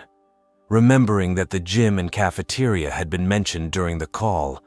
But since there were several cafeterias and gyms on campus, the search could be quite difficult. While Alex was thinking, Joshua shouted excitedly that they might be able to get inside. He used his powers to clear the roof of the observatory and then climbed inside. Joshua invited Aaron to enter through the window, and they continued on their way. At that moment, Alex felt a sudden coldness behind him, as if an animal was watching him. He immediately raised his pistol, preparing to fight. A giant creature over 10 meters tall appeared in the snowy field. Its eyes were fixed on him, and it seemed ready to pounce on him at any moment. For several seconds, they stood opposite each other in silence. However, Alex did not feel any desire to kill from the creature. In the midst of his thoughts, Joshua and Aaron appeared. Seeing the monstrous creature, Joshua instinctively activated his ice abilities. Countless ice spikes rushed towards the creature. The attack was fast, and it was too late for Alex to stop it. The ice spike slammed into the creature, causing it to let out a painful scream. Enraged, the creature rushed at Joshua with incredible speed. Alex immediately activated his abilities, covering his body with a protective layer and increasing his speed. He jumped into the air and fired 3 shots from his pistol at the creature's head. Surprisingly, even armor-piercing bullets did almost no harm to the monster, only bouncing off its skin. As the creature approached Joshua, Aaron stepped forward, his body emitting a golden aura as his muscles expanded, turning him into a huge pile of muscle. Then he tensed up and rushed straight towards the monster. He delivered a powerful blow to the creature's head, causing the ice beneath him to crack. The beast backed away, emitting a painful meow. Realizing that they were dealing with a mutated giant cat, Alex switched to a sniper rifle. The creature's defense was unusually strong. Its skin resembled a steel shell, which made the light machine gun ineffective. Having received a blow from Aaron, the beast turned and rushed at him. Then Alex raised his sniper rifle and fired. This time, the creature was unable to quickly dodge, and the bullet hit it squarely in the cheek. Now the creature had a murderous fervor, and it slowly approached Alex. Suddenly, the creature curled up into a huge ball and rolled towards Alex at high speed. As the mutated cat rushed towards him with incredible speed, Alex quickly opened a dimensional portal, intending to trap it. However, Alex underestimated the creature. It sensed the threat and dodged his attack with a swift leap, and then rushed towards the snow pile. The hero cursed quietly to himself, realizing that he had missed such a good chance to catch the monster. Meanwhile, the cat hid in one of the snowdrifts. Joshua and Aaron hurried to their partner and asked if everything was okay with Alex. Alex, without taking his eyes off the cat, warned them that the creature was cunning and advised them to be careful. Suddenly, the cat let out a shrill cry that sounded like swearing. Aaron, slightly puzzled, noticed that the beast seemed to be cursing them. Then they saw the big cat turn around and disappear right into the snow. Aaron wondered aloud how the creature had disappeared so suddenly, and Joshua, equally astonished, suggested that it might have spatial abilities. Alex lowered his sniper rifle thoughtfully and considered it unlikely that the creature had abilities, noting that if it had them, it would have used them sooner. He also noted that he was very sensitive to spatial fluctuations and decided that the cat had simply run away. Approaching the place where the cat had disappeared, they realized that it had buried itself in the ground. Joshua said with a serious look that it looked like the person they were trying to save had encountered this creature that was strong and seemed to be intelligent. He wondered how ordinary people still survived. Joshua's analysis deepened Alex's thoughts. Given the creature's enormous size and the amount of food it required, it was unlikely that it could have survived that long by feeding only on the people at the school. But there was one mysterious detail. The creature did not show hostility at first and was only provoked by Joshua's ice attack. It seems that its intelligence has developed to a level comparable to that of a human. They looked at the large holes and theorized that perhaps these tunnels allowed air to circulate underground, allowing survivors to avoid suffocation. Thinking about this, Alex stood up and suggested they go down and check. Joshua, alarmed, protested that this was the creature's territory. Alex then looked at him and noticed that snow was Joshua's element, and if the cat dared to attack, he could use his powers to bury it alive. Joshua, embarrassed, replied that he had already forgotten about his abilities. They then descended into the cave, discovering an extensive network of tunnels beneath the snow. This allowed them to assume that the creature had indeed lived here for a long time. The complex network of tunnels made Joshua afraid of getting lost. Then Alex took out a box of colored pencils to mark their path. At that moment, Aaron smelled a faint smell of blood and determined that it was coming from the creature. Joshua, having doubts, suggested looking for places where this smell was less noticeable. Alex told Joshua that if he was scared, he could go back. There were 3 of them, and if they encountered the creature, it would most likely run away. Alex then pulled out a shiny gold pistol, the Golden Deagle, one of the most powerful pistols in the world, and loaded it with ammunition. Then Alex told Aaron, whose tracking skills were very strong, to follow the scent of blood. If the creature was hunting, it had to be near living people, which should lead them to the survivors. Joshua, still gripped by fear, looked at Alex warily. Then Alex, with a contemptuous look, told Joshua to stand behind him and not be afraid. If they encounter the creature, Joshua will have to use his ice powers to trap it, while the others take care of the rest. Alex's words seemed to calm Joshua down. Meanwhile, in the academy's gym, Valerie vigilantly guarded the students for 3 days and nights. However, she was aware of the constant threat from the giant cat. After 3 days without food, she realized that hunger was a greater threat than the creature itself. While she was in deep thought, Vincent and Stella approached her. Vincent suggested that Valerie go and find food since everyone was starving. Stella added pathetically that Valerie was their only hope for survival and that she couldn't rest anymore. Valerie, trying to control her emotions and reminding herself that a teacher should not lose her temper, took a deep breath and, despite her fatigue, struggled to her feet. She wondered what would happen if the creature attacked while she was gone. Then Stella urged her to act quickly and return as soon as possible. Vincent, speaking calmly, assured her that they would do everything they could to protect the other students. Despite his disdain for Valerie's selfless attitude, Vincent admitted that having someone like her around was helpful. Otherwise, without her, they would have died long ago. Stella, with a desperate look, begged Valerie to save them, because without food they would die of hunger. Valerie, leaning on her long sword, decided to go outside and warn them to be careful. However, Vincent had his own plans. Over the past month, he had been observing the creature's behavior and noticed that it usually only took 2 or 3 students at a time. So he chose a few people who could be used as a distraction if the creature attacked.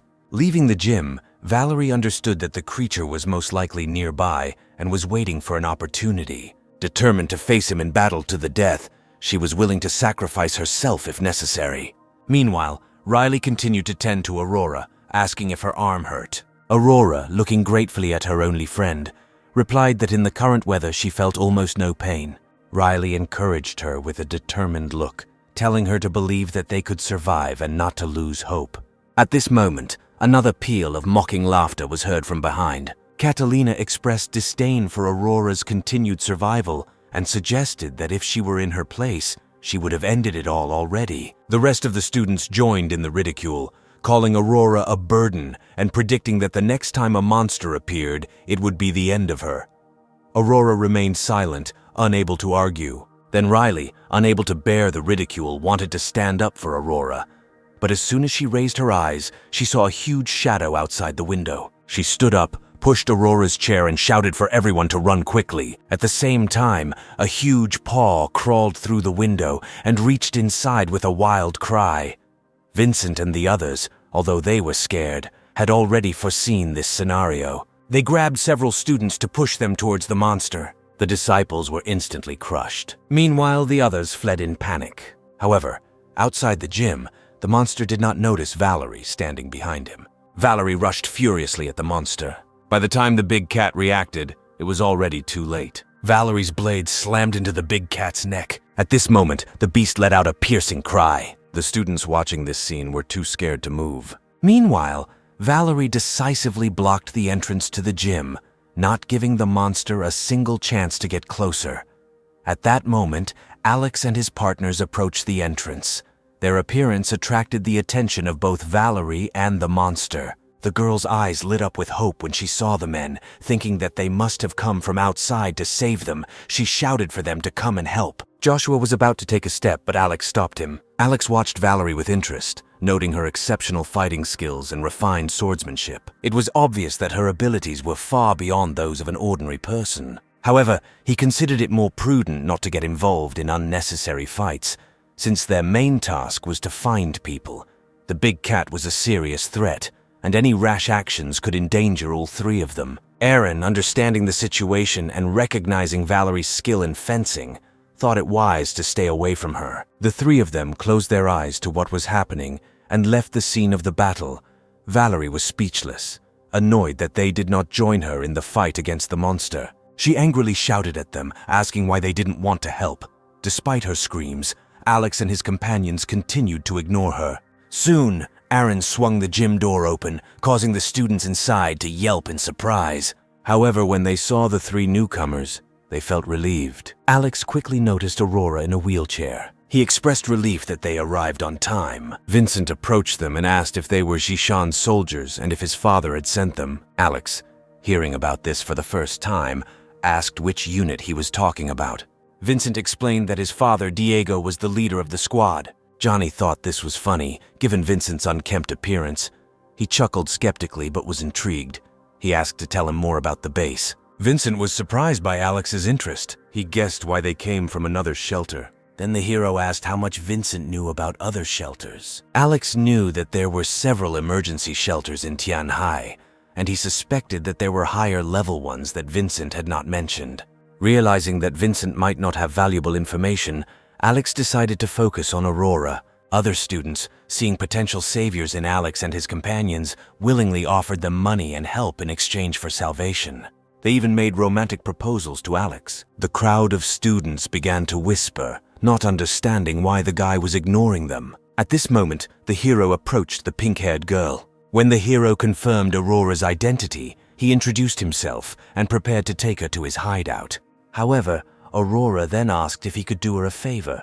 The hero assumed that she wanted him to save all her classmates as well. She asked him to stop the ongoing battle as she was concerned for Valerie's life. At first, the hero did not believe that she was asking for so little. However, he agreed to help, knowing that this would earn her favor. He signaled to Joshua and Aaron, and they headed out of the gym. Meanwhile, Valerie was engaged in a fierce battle with the big cat whose body was scattered on the ground. Alex decided he would take the creature with him for later study, and then signaled to Joshua. Using his powers, Joshua created a huge crack in the snow. It was very large and grew very rapidly. As a result, ice and snow fell on the cat and separated her from Valerie. The girl barely had time to jump away from the place where the stones fell. Valerie, shaking with anger, turned to Alex and his partners. She demanded to know why they intervened. She was ready for the final battle with the monster and was furious that they had saved her.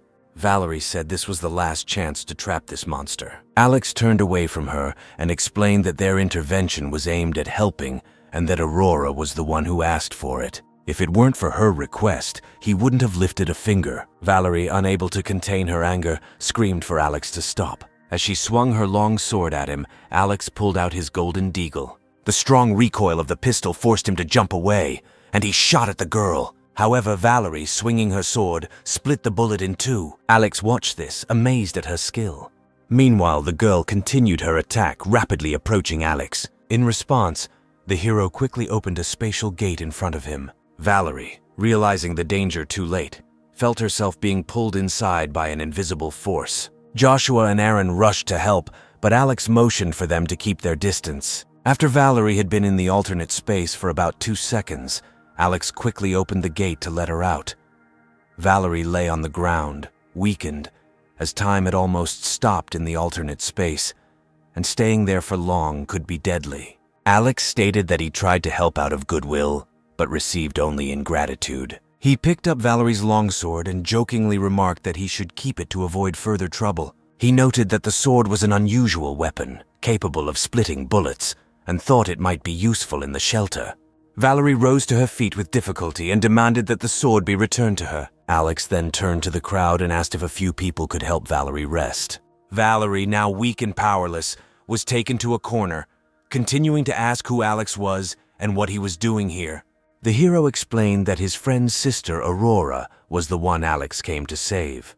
Hearing this, Valerie asked if Alex could take everyone with her. The students, taking advantage of the opportunity, began to fervently beg to take them too.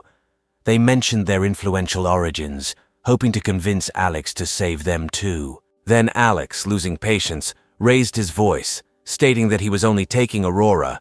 He emphasized that he was only saving his family, and that the students should contact their families. The students became worried, explaining that the phone had no reception and they were unable to contact their families. Observing the situation, Valerie begged Alex to save the students. The girls said that they are the future of the country. Alex, not paying attention to her pleas, said that he did not see the difference between them and ordinary people. He observed that students, despite their high education and privileged background, would not be able to make significant contributions to society. He jokingly remarked that he was just a commoner and was only here to save his family. As Alex prepared to leave with Aurora, several students quietly approached her. Suddenly, one of them grabbed her by the neck and the other pinned Riley to the floor. With a fierce look, Catalina threatened that if Alex did not take them with her, then she would strangle Aurora right now. Valerie tried to intervene, arguing that they were classmates and should not do this, but the students ignored her. Seeing the current situation, Alex turned to Aaron and Joshua and chuckled as he noticed that they dared to threaten him. Then the hero took out 2 police pistols and without hesitation fired several shots, knocking down the 4 criminals. The surrounding students screamed in horror and ran away. Valerie was shocked too, wondering how he could be so ruthless. Then the hero said that these children themselves were just ready to kill the defenseless girl. Ignoring the others, Alex walked up to Aurora, who was now clearly shaken by the recent events. But he decided that as long as she kept her sanity, it shouldn't be too much of a problem. After that, Alex extended his hand to her and said that they were going home. Aurora, coming out of her daze, hesitantly asked if Alex could take her friend Riley with her. At first, the hero thought that she was just another freeloader. Aurora then explained that Riley was also specially admitted to this school. Only the children of high-ranking officials and wealthy tycoons, as well as geniuses who were recruited for their talents, were accepted here. Riley was a mechanical genius who won numerous awards domestically and internationally. The wheelchair Aurora used was custom-made by Riley. Hearing this, Alex took another look at Riley and realized that his shelter could really use an experienced mechanic. He then looked seriously at Riley and asked her to explain how she could benefit. Riley's eyes lit up and she quickly responded, sharing her extensive knowledge of automotive design and maintenance, her study of various types of firearms, and her skills in making bladed weapons. She promised that she could modify cars and firearms, as well as handle any crafting task. Alex felt that he had found a valuable employee. He agreed to take Riley with him for Aurora's sake. Riley, almost jumping for joy, quickly helped with the wheelchair. Meanwhile, other students began to crowd around, trying to promote their talents. They offered themselves as drivers, translators, and so on. But despite the undoubted talents of the students, Alex could not understand how their skills could be useful in a post-apocalyptic world. Suddenly, Stella boldly stepped forward from the crowd, blocking Alex's path. She accused Alex of being responsible for the monster's escape and demanded his help in dealing with it before leaving. Alex, holding his gun at the ready, coldly said that he was very upset that the students thought that their arrival ruined everything. Seeing Alex's firm position, the other students did not dare to say anything more. Before leaving, Aurora looked at Valerie and thanked her for taking care of him all this time. Although none of her classmates were particularly good people, Valerie was a responsible and caring teacher. Aurora knew that Valerie would never abandon other students. After Alex and his group had walked some distance, Valerie suddenly came up with an idea. She offered to follow them, noting that she herself was badly wounded, and the monster, most likely, was also not in the best condition and might not dare to go out on surface for some time. Joshua quietly asked if they could follow them like this. Alex mockingly remarked that if Joshua felt sorry for them, then he should go and save them. A little effort from Joshua could have buried them all alive right here. Joshua was startled by the proposal, knowing that these people had done nothing to provoke him. Then Alex quickened his pace, declaring that when a person is poor, he takes care of himself. He could not afford to take care of these pampered children of the rich. They soon reached the surface, and Alex turned to Joshua and told him to go with Aaron on the motorcycle. Alex then handed him the helmet and remarked that Joshua, being able to do ice and snow arts, shouldn't be afraid of the cold. Joshua realized that it wasn't that bad and noted that he hadn't enjoyed riding for a long time. Meanwhile, Alex carefully placed Aurora in the front passenger seat and Riley took the back seat. Then they quickly left the academy. Valerie and her group, who watched the departing transport, were stunned. Stella asked with a confused look what they should do now, since everything around was covered with snow. Then Vincent stepped forward with a smile, unlocked his phone, and said that he would handle the situation. Meanwhile, inside the car, Aurora and Riley enjoyed long-forgotten comfort and warmth. Alex waved his hand and 2 drink bottles and candy bars appeared in front of them. He noted that they must be starving and advised them to replenish their energy reserves, but not to eat too quickly to avoid indigestion. The girls gratefully accepted the food and began to eat greedily. Once they finished, Alex struck up a conversation with them. He told Aurora that she was very impressive. She wondered how Alex could think she was impressive when everyone always thought she was a burden. She noted that if Valerie and Riley hadn't protected her and cared for her, she might have died a long time ago. Riley joined in, saying that they were good friends and there was no need for formalities. Alex smiled mysteriously and noticed that Aurora was definitely unusual. Despite being disabled from a young age, she managed to survive for 2 months in a post-apocalyptic world under the threat of a monster. While once or twice it could have been chalked up to luck or Riley's protection, such a long time frame seemed intriguing. Alex suggested that this might not just be a coincidence. Riley looked surprised, and Aurora's smile gradually faded, replaced by a slightly worried expression. She replied that Alex was truly unusual, and asked how he had managed to survive and take care of her 2 clumsy sisters until now. Alex noted that it's not about the mind.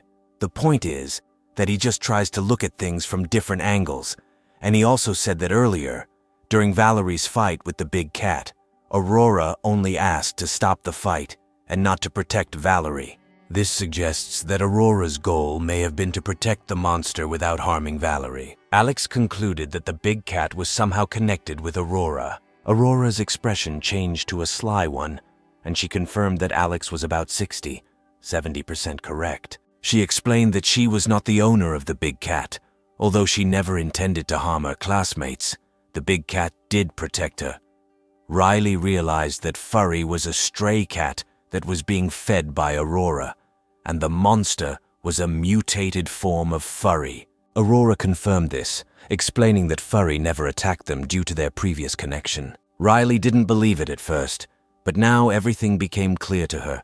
She always believed that they were just lucky. Alex's interest in the big cat grew when he first arrived at the academy. Finding Aurora was not easy, but the appearance of a big cat seemed incredible. Noticing Aurora's playful expression, Alex asked if the cat only attacked them because they fed her, and she felt grateful. The girl realized that nothing could be hidden from this guy. Aurora admitted that Furry's intelligence developed after the mutation, and he even understands human language.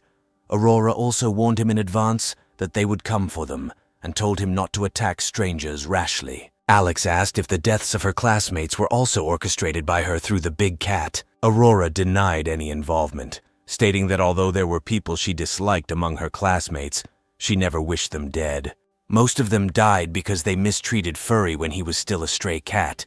And besides, Furry needed to be fed, and the situation gradually got out of control. Many of her classmates perceived Aurora as a burden, even deliberately pushing her away as a human shield. As the girl spoke, her face twisted into a sinister smile. She noted that these ridiculous fools never understood that Furry would never harm her, and every time she remained unharmed, people became more and more indignant. Aurora watched with pleasure as the students hate her and eventually meet their tragic end. Riley fell silent, now realizing that it all actually made sense. Aurora continued to reflect on how she eventually stopped caring about the people who bullied him. She noticed that their deaths were more pleasant, and Furry played his part in eliminating them one by one. Suddenly, Aurora looked at Alex expectantly and asked if he thought Alex's actions were cruel. Alex stared at her for a moment and then remarked that if it were up to him, he would be much more ruthless. He chuckled and explained that he only came to save her because her sisters begged him, and because of her computer skills, other matters did not concern him. Aurora found his reasoning acceptable, recognizing that in a post-apocalyptic world, those who are of no value inevitably end up thrown out. Alex then turned the conversation to practical issues. He assured Aurora that as long as she followed his instructions and demonstrated her value to the team, Alex would take care of her. The girls, clearly impressed, continued to admire enthusiastically. Alex then thought about another question. He asked Aurora why she waited until now to contact the outside world and how she solved the signal problem. Aurora smiled slyly and said that she was one of the best hackers in the world. Solving the problem with the signal was a mere trifle for her, especially with the help of Furry. She added that she never expected her sisters to contact her, and Alex was her goal from the very beginning. The revelation made Alex feel deceived and realize that the rescue he was thinking about was a trap set by the genius girl because there was no connection between them. With a hint of pride, she explained that her half-sister, whom she had long thought dead, was only fit for the entertainment industry. She didn't even hope that she would save her. Then Aurora took out a mobile phone from her pocket. The phone had a unique design, suggesting that it was a custom device with powerful signal reception capabilities. Aurora said that do not underestimate the performance of the phone, which was comparable to a supercomputer, just one click of a finger. And all the secrets Alex's are revealed. Aurora suddenly took on a loving expression on her face, declaring that despite the fact that he is just a warehouse manager, Alex is like an idol to her. Then the hero, panicking, asked what she knew. Aurora confidently replied that she knew everything, from the theft of the warehouse to the bank transfer records, from the construction of the shelter to the almost murder of the entire area, and the subsequent application of the Shu family to the shelter. Her face turned red with excitement as she stated that Alex was beautiful when he killed so many people. Alex, speechless, thought that Aurora was a real yandere. He sighed sharply and asked if she had used her sisters to contact him and ask for help.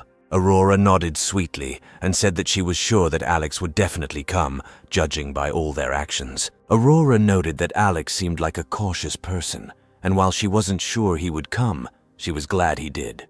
Hearing this, Alex felt that he had always believed that he was in control of the situation, but now he had fallen into someone else's trap. Aurora's treachery terrified him, but he decided that having such a person as an ally was better than as an enemy. Smiling, Alex asked whether the mutated cat Furry completely obeyed her orders. Aurora shook her head and explained that cats can only be friends if they are treated well. It is almost impossible to be their owner, especially if we are talking about a stray cat. At that moment, a huge figure appeared in the rearview mirror. It was a mutated cat. Alex muttered to himself that the cat seemed to be very attached to Aurora. Alex couldn't help but feel delighted. The big cat actually followed them. Combined with his relationship with Aurora, he still had a chance to get the cat to side with him. Seeing Furry chasing the car, Aurora opened the window. Riley, who was initially scared of this creature, suddenly found the cat cute. Although Alex knew that stray cats were very difficult to tame and did not trust humans very much, he had a warehouse full of high-quality cat food and dried fish. So he pressed the gas pedal and drove towards the house. Soon the group returned to the shelter. Alex decided to thank his partners. He gave Joshua a pillow, which made him happy like a child.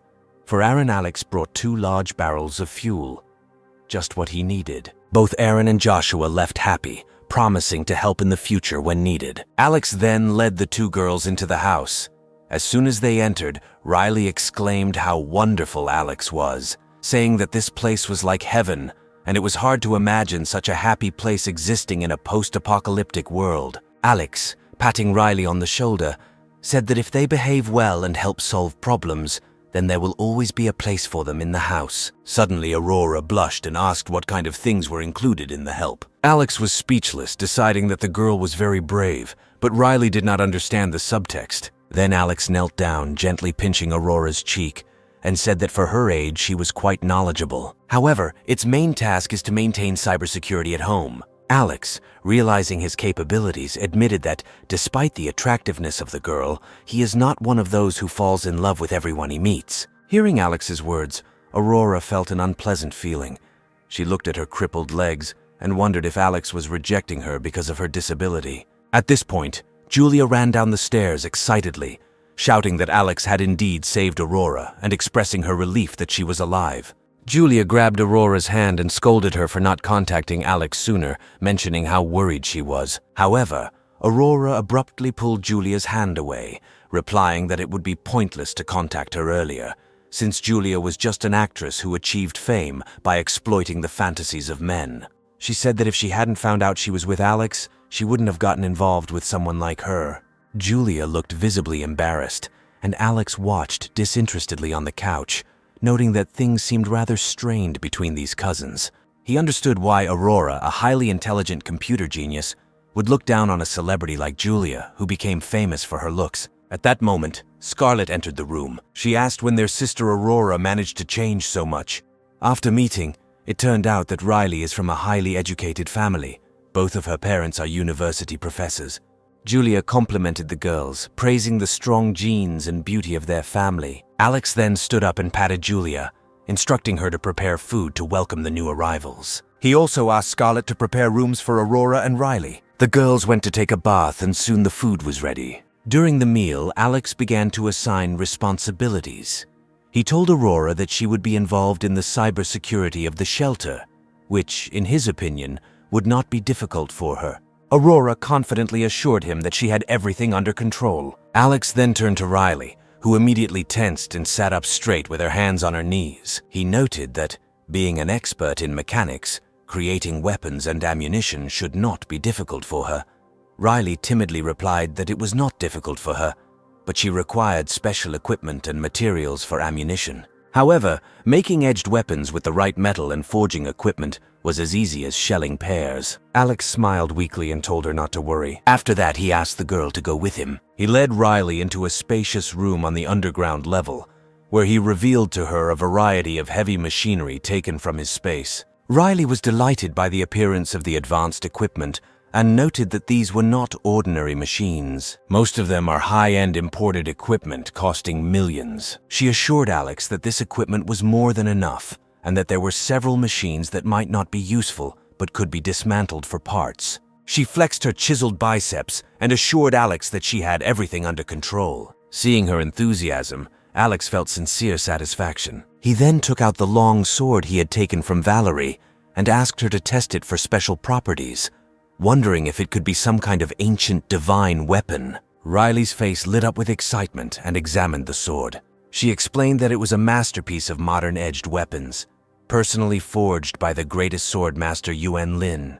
While not an ancient divine weapon, it was the pinnacle of modern technology. It was made from adamantium alloy, a metal developed only 10 years ago and the hardest material known today. If it was made by a master, he could easily cut iron and even split diamonds. The sword was given to Valerie's teacher as a high reward for bravery while serving as a bodyguard, so it had great meaning to her, almost more than her life. Holding an unusual sword in her hands, Alex felt a secret excitement, understanding why this woman could fight a giant cat with such ease. Having such a treasure for self-defense was simply ideal. When dinner time arrived, Alex prepared a sumptuous feast to welcome Aurora and Riley. He thought it had been a long time since they had enjoyed warm food. Riley said that the school was well supplied, with many expensive cafeterias and a warehouse full of ingredients.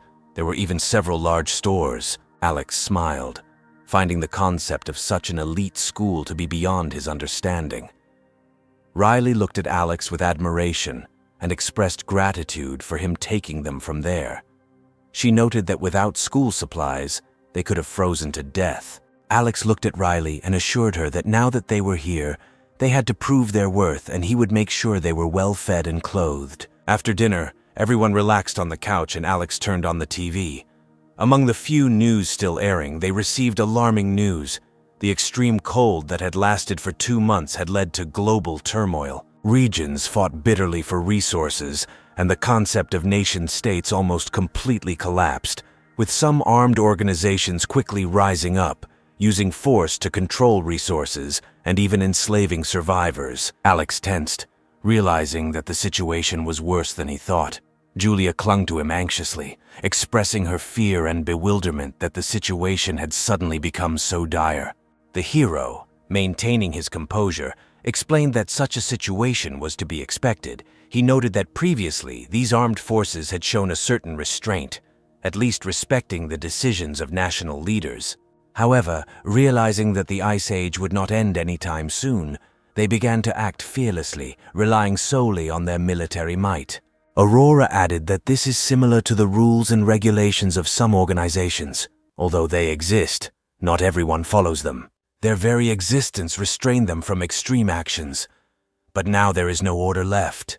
Alex nodded in agreement, knowing that the only result would be the transformation of the local military into warlords, signaling the approaching era of the warlords. In such a scenario, the lives of ordinary people will become even more miserable. The hero then took Aurora to the control room, which was to become her new workplace. Her eyes lit up at the sight of a massive supercomputer that looked like something out of a science fiction movie. Alex patted her on the shoulder, giving her responsibility for the cybersecurity of the shelter. Aurora, frozen on the holographic screen, nodded meaningfully. The hero noticed her concentration and decided that having such a highly intelligent computer genius like Aurora in the control room was an ideal option. Aurora soon got to work, her fingers moving across the keyboard at breakneck speed. Alex, standing behind her, could not understand her actions, but felt that her experience was impressive. In just 2 minutes, Aurora conducted a thorough check of the entire network of the shelter. Pausing her work, she shared the results of her analysis, showing that this system was once the most advanced personal network in the world and still remains so. Its artificial intelligence was incredibly powerful, capable of fixing vulnerabilities on its own, theoretically leaving no security loopholes. However, she noted that this was only true for ordinary hackers. High-end hackers could still find vulnerabilities. There have been thousands of network attack attempts over the past 2 weeks. Aurora estimates that if it weren't for Alex's appearance, the firewall would have been breached within a couple of weeks, bringing the entire shelter down. Alex felt a chill run down his spine upon hearing this. It was clear that the hideout was most likely under surveillance after that incident. He anxiously asked if Aurora would be able to fend off these attacks. Aurora smirked confidently and stated that as a world-class top hacker, cybersecurity was her forte. Although the attackers may be experienced, to her they are just amateurs. Aurora planned to start by installing basic security and creating a new encrypted network, since wireless networks are the easiest to hack. After a few minutes of efficient work, she triumphantly announced that she had finished setting up. Alex smiled and patted her head affectionately, praising her for her impressive job. Aurora then returned to her tasks, ready to challenge any future invaders of their network. As a highly skilled hacker, she had to solve such complex problems. Alex, still cautious, advised her to protect their own network and avoid unnecessary risks. But he was interested in what organizations were spying on them. Aurora assured him with a smile that, judging by their previous attempts, they were not close to her level. Even if she fails to hack their network, she can at least cover her tracks to avoid detection. At that moment, Scarlet burst into the control room and, trembling with fear, reported that there was a monster behind the door of the shelter. As it turned out, it was Furry. He was lying calmly near the building. Alex and Aurora exchanged glances and giggled, noting that the cat seemed unable to let go of Aurora and followed her. Aurora tilted her head, explaining that he only trusted her and must be worried to follow her. Alex considered this an excellent opportunity to tame the cat, which was very important because people living across the river could be in danger. With these thoughts, Alex took Aurora out of the control room. Scarlet, pale with fear, clung to Alex. Outside, a huge cat lay calmly in the snow and looked inside. Seeing Aurora, the cat closed his eyes and dozed off, looking tired and covered in a layer of snow. Alex thought that the cat must have been exhausted after the fight with Kevin. There were many wounds from swords on his body. Now he is tired, hungry, and in pain, which means it's time to tame him. Having decided so, Alex prepared to take Aurora outside, intending to feed the big cat. When Aurora appeared, the cat was delighted, but when she saw Alex behind her, she carefully stepped back. Noticing the cat's fatigue, Alex opened a portal to another dimension. Soon, piles of cat food and dried fish tumbled out. He picked up a bag of food and began to tease the big cat, inviting it to become his pet. The cat stared intently at the food. Alex was delighted, thinking that the cat would be easy to deal with as long as there was food. But he was quickly proven wrong when the big cat suddenly stood up, her eyes wary. Aurora, sitting in a wheelchair, smiled, noting that stray cats are much more careful than domestic cats. She mentioned that it took her several months to become friends with the big cat. Alex had enough time to establish a trusting relationship with this creature, but he was afraid that it might attack the village across the river. After some thought, Alex told Furry that although he didn't trust him yet, he could still provide him with food. In return, the cat must promise not to attack the villages across the river. The cat quickly understood Alex's request and nodded happily. Having agreed, Alex returned to the shelter, deciding that in another dimension there would be enough treats to feed the animal. But with such a large cat, these snacks would not last long, so in the future he would have to look for other food. Returning to the living room, he heard the surprised and delighted exclamations of Scarlett and Julia. The girls called the guy to look out the window. Looking out the window, Alex saw that the big cat had disappeared. He widened his eyes in surprise when he saw that the creature could change its size at will. A giant mutant cat over 10 meters long turned into an ordinary cat. At that moment, Riley suddenly realized something. She explained that if the cat had always been that size, their dead classmates would not have been enough to fill its stomach. Aurora also analyzed the situation, noting that Furry's appearance was always sudden, which is illogical for such a large size.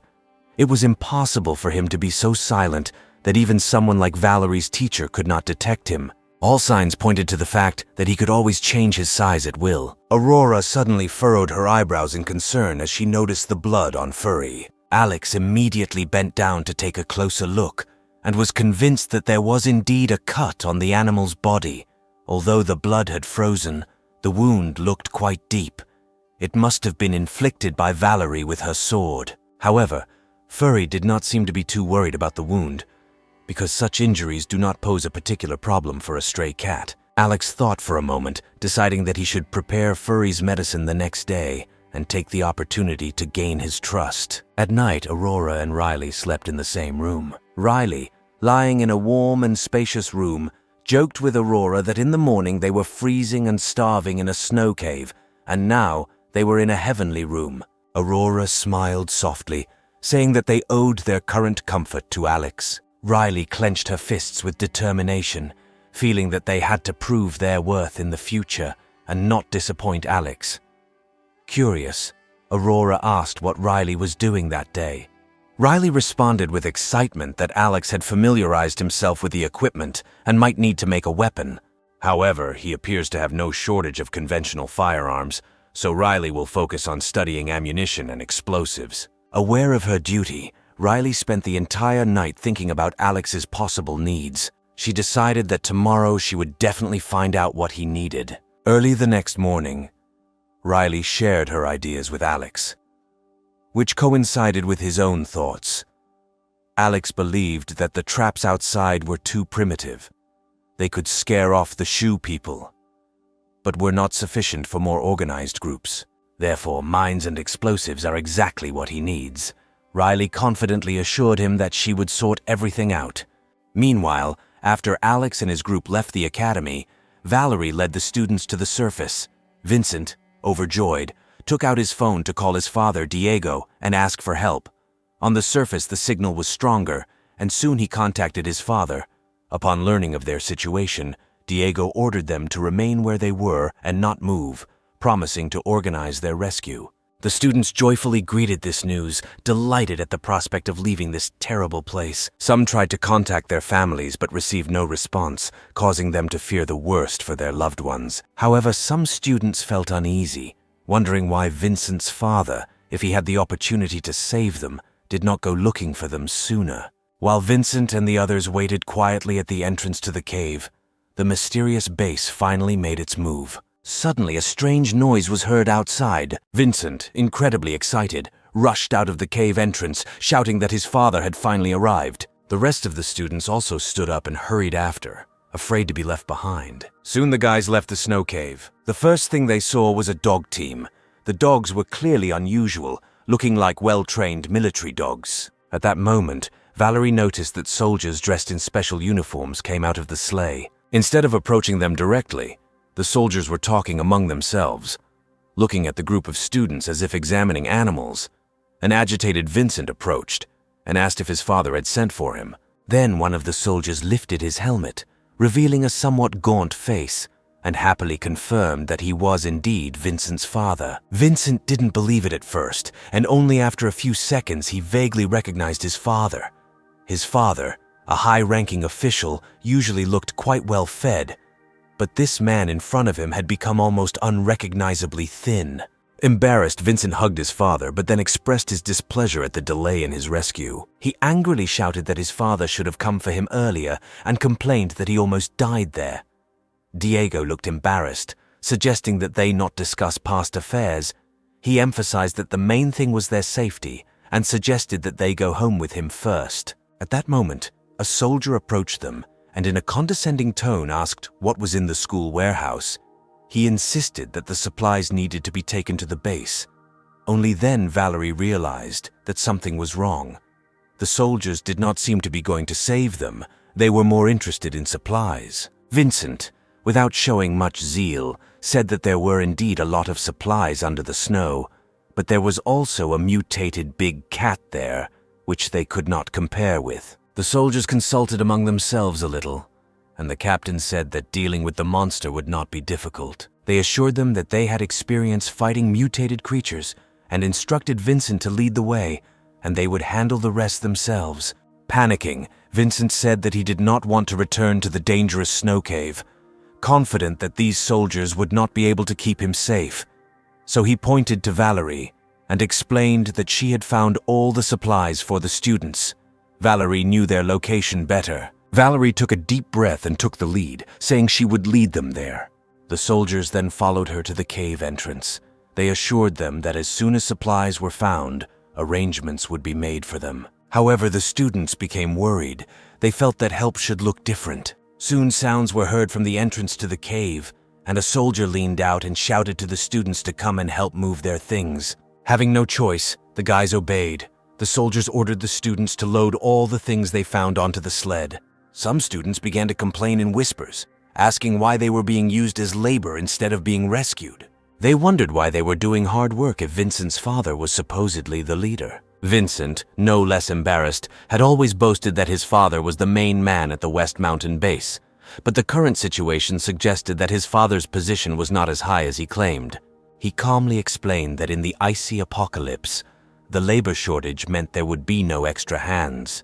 He assured everyone that they would be able to rest once they reached the base. Soon, all the packed supplies were carried onto the sled, and the soldiers quickly set off, leaving 2 soldiers behind. The students were stunned as they watched the sled disappear into the distance. They wondered if another sled had not been prepared for them, and they would have to walk to the base. Accustomed to comfort and luxury, the students found the prospect of walking 10 kilometers on foot daunting. After listening to the students' protests, 2 soldiers ordered them to shut up. One of the soldiers screamed and ordered them to follow him if they wanted to survive or crawl back into the cave. Another soldier coldly added that regardless of their previous status, in the apocalypse their value is negligible and they must submit in order to survive. Throwing down the bag of energy bars, he turned and walked away.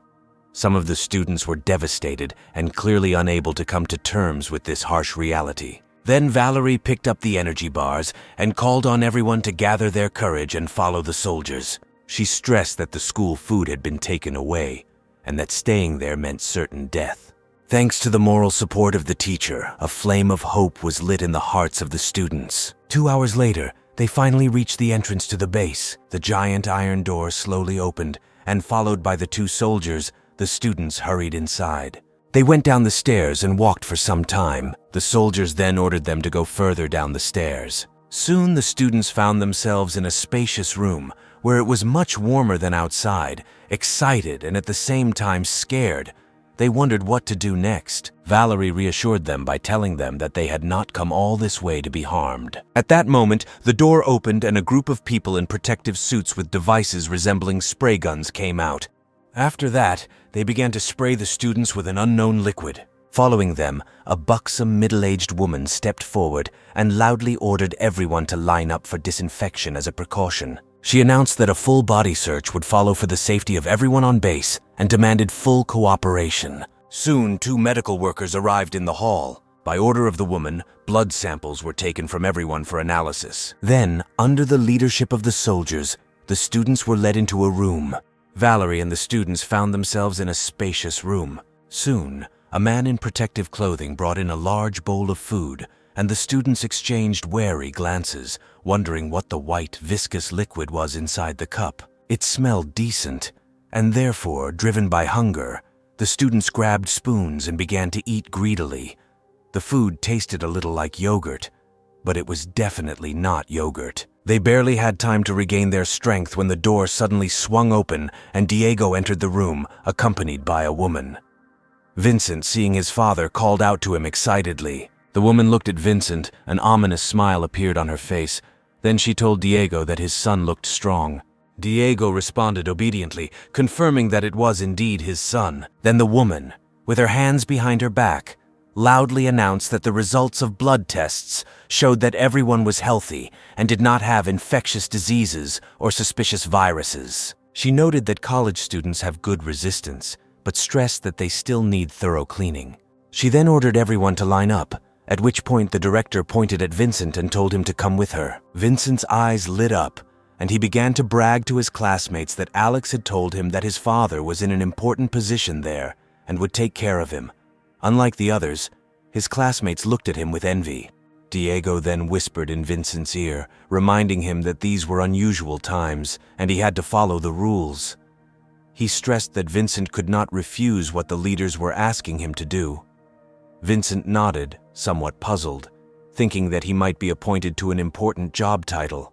The director then put her arm around Vincent's shoulders and asked him to come with her. Everyone watched Vincent get special attention and envied him. Vincent then followed the director through the shelter, marveling at the vastness of the base. Soon the director led Vincent into the room and told him to take a shower. Vincent, who had not bathed for 2 months, was delighted at the prospect of a hot shower. He hurried to the bathroom and spent 15 minutes there. However, when he came out of the bathroom wearing only a towel, he was stunned. The half-naked director stood in front of him, wearing only her underwear, and her eyes were full of seductive intentions. Meanwhile, Valerie and other students were given new clothes, which seemed rather strange to them. They complained about the outdated styles and colors. At that moment, a woman with glasses looking like a manager entered. She ordered everyone to follow her, saying that she would take them to where they would work and live. The students lined up and, following the leader, felt a growing sense of anxiety. After that, the girl took the guys to another room when a large iron door rose, revealing a huge workspace filled with bicycles. To their amazement, they saw thousands of people pedaling vigorously, their faces blank, numb, and exhausted. The stunned student asked what these people were doing. The woman with glasses looked over her shoulder and explained that this was now their workplace. Their task is to generate electricity for the base and connect the bicycles to the power grid. She informed them that each of them would receive a manual on the rules of the base, which they must strictly adhere to or face serious consequences. She warned them that their rations depended on the amount of electricity they generated and advised them to work hard if they wanted to survive. Suddenly, one girl collapsed to the ground, cried bitterly, and grabbed the hand of Teacher Valerie. All the girls suddenly began to cry. Accustomed to a luxurious life, these young women had never experienced such difficulties and instinctively looked to their teacher for hope. They remembered the best times at the academy, when Teacher Valerie took care of everything, protected them, and found food. But now the situation was reminiscent of the workshops of the lowest words of societies. However, the female leader remained indifferent to their crying, advising them to save their strength to generate energy. She warned that otherwise they would not even have the strength to cry. Valerie consoled the students by telling them that they should focus on their work. Valerie then realized that this place was no longer a so-called official refuge. It had become a tool of some powerful organization. It seemed that her previous thoughts were too naive. The director, seemingly satisfied, got dressed and left the room. Diego waited outside all this time. When the director came out, he approached her with a bow. The director clapped her hands and noted that Diego's son had definitely inherited his talents from Diego. Diego responded with a goofy smile and said that those days were a thing of the past. The director then told Diego to put away the napkins and other items. She informed him that she would arrange for additional supplies to be given to him. Diego was overjoyed and expressed deep gratitude, thanking the director for her generosity. He told her to contact her at any time. time and he will bring his son to serve her. After the director closed the door and left, Diego ran into the room, concerned about his son's condition. Vincent lay on the bed, exhausted. Diego looked at his son with a pained expression on his face and asked if he was okay. He then took a deep breath and explained that the rules of the game had changed. According to him, in order to survive, Vincent must be ready to accept everything, and over time he will get used to it. Vincent, with tears in his eyes, looked at his father and asked how everything could turn out this way. He was interested in why Diego did not tell him about the situation earlier, because he expected to continue living as a privileged official. Diego explained in a heavy voice that after the apocalypse, all the rules changed. The so-called position of chief became useless. He began to talk about what happened after the apocalypse. Initially, people with high status came to the base. They respected each other, and the researchers assumed that the snow disaster would soon end, and everyone would be able to return to their previous places and restore their previous status and cooperation. However, scientists soon discovered that the consequences of the supernova explosion exceeded all expectations. An ice age began on Earth, which could last decades or even centuries, which means that previous statuses and personalities will cease to exist. At this point, a group of people with powerful special abilities awakened, widening the class gap. Those who controlled the military rebelled and seized control of the base, eventually establishing a hierarchy. Diego continued, explaining that wherever there are people, there is a hierarchy. What happened to Vincent was the first lesson in the life and death struggle that was to come. Now they found themselves at the very bottom and had to unquestioningly obey the rulers in order to survive. Meanwhile, Valerie and her students had their first day of work, and they were finally able to get some rest, only then beginning to realize the gravity of their situation. After a whole day of spinning a bicycle, the students were rewarded with only a bowl of some kind of protein paste. Accustomed to a luxurious life, they had difficulty adapting to the hard work and depressing environment. They gathered around the teacher Valerie, complaining about their situation. They complained about sore backs and wondered when this ordeal would end. Some said that they would rather die than continue to work in such conditions. Seeing the students suffering so much, Valerie felt deep pain, but did not know what to do. She thought that just being alive was already quite difficult. She noted that even those who traveled with them were once people of status, and a world where everyone would be happy and enjoy life simply no longer existed. However, she urged them not to be too pessimistic, because at least they are alive and can fend for themselves. One of the students, filled with indignation, said that they were the elite of society and asked why they had to work like slaves. Teacher Valerie realized that the students were still unable to grasp the new reality. She expressed her disappointment by saying that, being just a teacher, there was little she could do. At that moment, the door suddenly opened and Vincent entered the room looking dejected. Everyone quickly surrounded him, asking if his father, being the leader at the base, could look after them. They expressed their reluctance to continue cycling and mentioned that even a clerical job would be better. Vincent responded with a grim look that everyone on the base had a role, and their job was to generate energy. Then Valerie approached Vincent and asked what he had done that day. Clenching his fists, Vincent explained that he had a better understanding of the current situation at the base. He said that now their situation is very dangerous, and from now on they will have to rely only on Valerie. After thinking for a while, Valerie seemed to understand the meaning of Vincent's words. Being an expert in martial arts, and now also possessing special abilities, she knew that it was only a matter of time before she became an important person in the current hierarchy of the base. Vincent then passed on the information he had collected. He revealed that the leader of the organization was Roman, a former high-ranking official who controlled the military. Many of his subordinates had awakened special abilities, and they quickly took control of the entire base, rearranging its order to run the organization more efficiently. Roman divided the base into 4 levels. In the first tier, Roman and his associates lived, enjoying the best living conditions. The second tier consisted mainly of leading scientists and doctors, whose living conditions were comparable to pre-apocalypse standards. The third tier housed the military, originally elite warriors, now powerful units with special abilities, living in a relatively carefree state. The bottom tier housed the bulk of the organization, doing the hardest work but receiving the fewest resources. They had no way out and were under close surveillance by a level 3 security team. Any act of disobedience was tantamount to suicide. The students were stunned by this revelation, with one girl, overcome with despair, screaming, asking if this meant they were trapped here for life. Vincent coldly replied that they were brought here to replenish the workforce, and if someone wanted to end it all, no one would stop him. He added that no one cares about their lives, and they can easily replace them with other survivors from outside. At this point, a tall one student angrily grabbed Vincent by the collar, blaming him for being the cause of their predicament.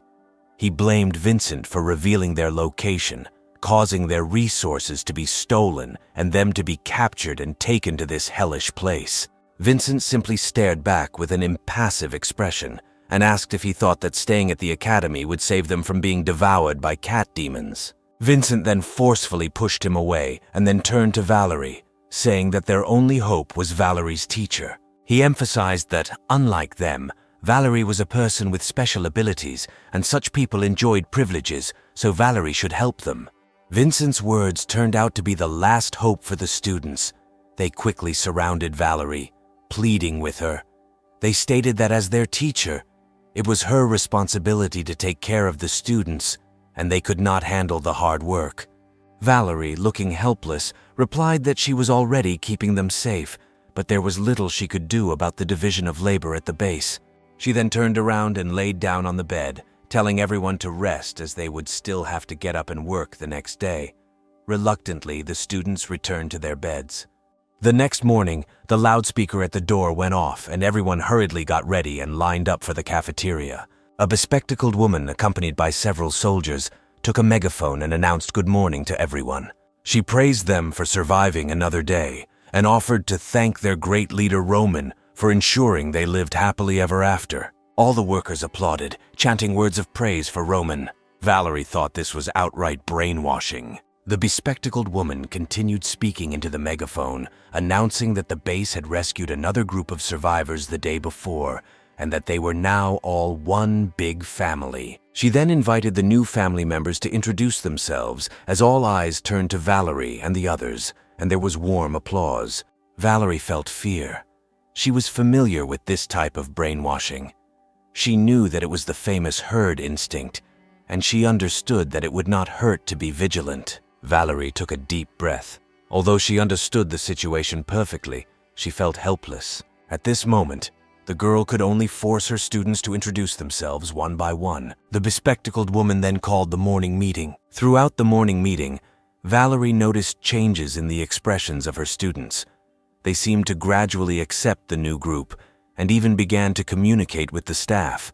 Valerie found consolation in this, believing that living in such oblivion was better than waiting for death at the academy. At that moment, a young woman in a black suit entered the hall, followed by 2 armed soldiers. The bespectacled woman immediately addressed her with a flattering air, calling her Grace's secretary and declaring that she was honored to have her here. However, Secretary Grace did not even spare the woman a glance. She took a megaphone and loudly announced that the day before they had rescued a new group of survivors and asked if Miss Valerie was present. When Valerie stood up calmly, the students looked at her with eyes full of anxiety. Valerie slowly approached them, and then the girl in black introduced herself as Grace, the secretary of the leader Roman. She said that their leader would like to meet with Valerie. Hearing this, the entire cafeteria became agitated. Everyone began to heatedly discuss the fact that the leader of the organization really wanted to meet with the teacher and even sent a personal secretary for this. Such an appeal was seen as a quick path to high status. Hearing the noisy discussions, Grace's secretary raised her head slightly. Her gaze became stern, and at this moment, the cafeteria instantly fell into silence. She then smiled at Valerie and told her to follow her. After that, the girls headed down the spacious corridor. Soon Valerie reached Roman's office, where she was met by a good-natured middle-aged man about 50 years old. As soon as he saw Valerie, Roman walked up to her with a smile and took her hand. Showering her with compliments, he praised her for being such a responsible and wonderful teacher, thanks to whom many students were able to survive in such difficult conditions. Valerie was somewhat stunned by this unexpected reception and did not quite understand the situation. Roman, still holding her hand, invited her to sit down and expressed a desire to get her advice. Roman shared his vision for the base. Then he sincerely stated that he would like to use its power to maintain the base and preserve the new human civilization. Hearing this, Valerie immediately understood the nobility of Roman's intentions and readily agreed to help for the sake of the future of humanity. Roman's smile became even wider, and he said that he would arrange for Valeria to be placed on the second level. Grace said she would take her there. The second level resembled a high-end office building with spacious hallways and bright lighting. Meanwhile, Alex's main task during this period was to feed the cat. He prepared premium treats and even fresh fish for the cat, gently begging Furry to become his pet. He assured Furry that if he agreed to return with him, Alex would make sure he was well fed every day. He also promised a warm place with a cozy fireplace. Furry, observing the warm and cozy atmosphere inside the house through the window, showed hesitation for the first time. Seeing Aurora inside, he definitely wanted to go inside, but something stopped him. Alex noticed the change in his eyes and felt hopeful, so he stood up and slowly walked towards the main door. As he had hoped, Furry followed him cautiously. At this moment, Alex tried to lure the Furry inside step by step. Soon Furry actually followed him into the house. Alex was delighted. As soon as Furry entered the house, he began to create chaos unchecked, jumping and scratching everything, even the expensive sofa. Despite the chaos, Alex watched on with a smile, encouraging Furry to feel at home. Scarlet noted with envy that it was good that the cat could not turn into a woman. Otherwise, she would have no place at all in this house. The Furry was full of curiosity and jumped all over the house. Only when Furry, tired from playing, curled up on a chair to rest, did Alex finally breathe a sigh of relief. He knew that in dealing with cats, it was very important to establish an initial trust, and that if this process failed, it would be difficult to catch up later. He tried to reach out to pet Furry, but before he could touch him, Furry turned around and hissed. They awkwardly stared into each other's eyes for a while, before Furry finally let his guard down and calmed down. Alex took another deep breath and petted Furry contentedly. Furry let out a satisfied purr, finally acknowledging Alex as his master. Alex felt completely relieved, thinking that he had never been so tired. After Furry became a member of a large family, the girls began to spend all their time with him. Julia and Scarlet even took him to the shower with them. Aurora and Riley allowed him to sleep between them. During the daytime, Aurora monitored the cybersecurity of the shelter. Having discovered the important information, Aurora immediately informed Alex and proudly told him that the person who was trying to infiltrate their network had been found. She showed him a map. Their own location was clearly marked, and another flashing red dot was likely indicating the location of the invader, who appeared to be on the southwestern border, a little over 30 kilometers from Alex's estate. Aurora noted that the invader's technology was crude compared to theirs, and their equipment wasn't very advanced either.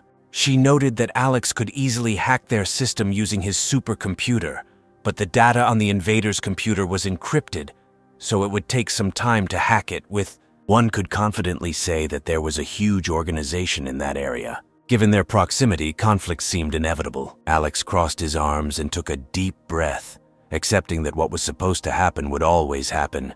He stated that he was not looking for trouble, but he was not afraid of it either. He assured that if anyone dared to attack him, whoever he is will make sure that he pays dearly. Before leaving, Alex told Aurora to continue gathering information, emphasizing that the more information they gathered, the better. He then said he was going to check on Riley and headed to the machine shop. Riley greeted him with a smile. The guy said he came to see how her work was going. Turning, Riley took something from the shelf and handed it to Alex. It was a silencer for a sniper rifle, explaining that it was extremely important to him. The silencer will solve the problem of loud noise giving away his location and will allow him to hit enemies from 300 meters away using his already enhanced firepower. Alex was delighted and complimented Riley, saying that she knew him really well, flattered and blushing.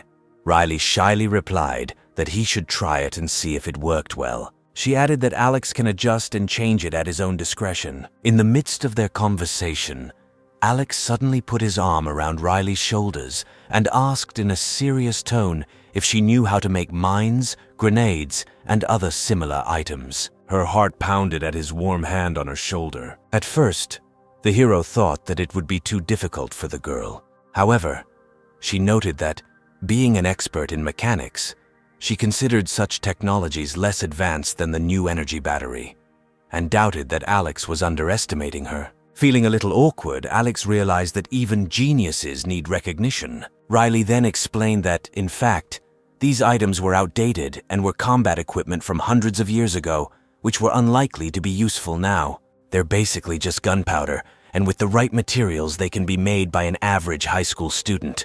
She then turned serious, noting that times had changed. After the arrival of the extreme cold tide, modern high-tech weapons became useless, and aircraft carriers and aircraft were practically reduced to scrap metal. Alex mentioned that their hideout was attacked, although they did not yet know what kind of enemy it was. Most likely it was a powerful armed organization, so they needed to carefully prepare in advance and set up reliable traps around the hideout. Hearing this, Riley also became serious. Alex smiled and stroked her hair, reassuring her so that she would not worry.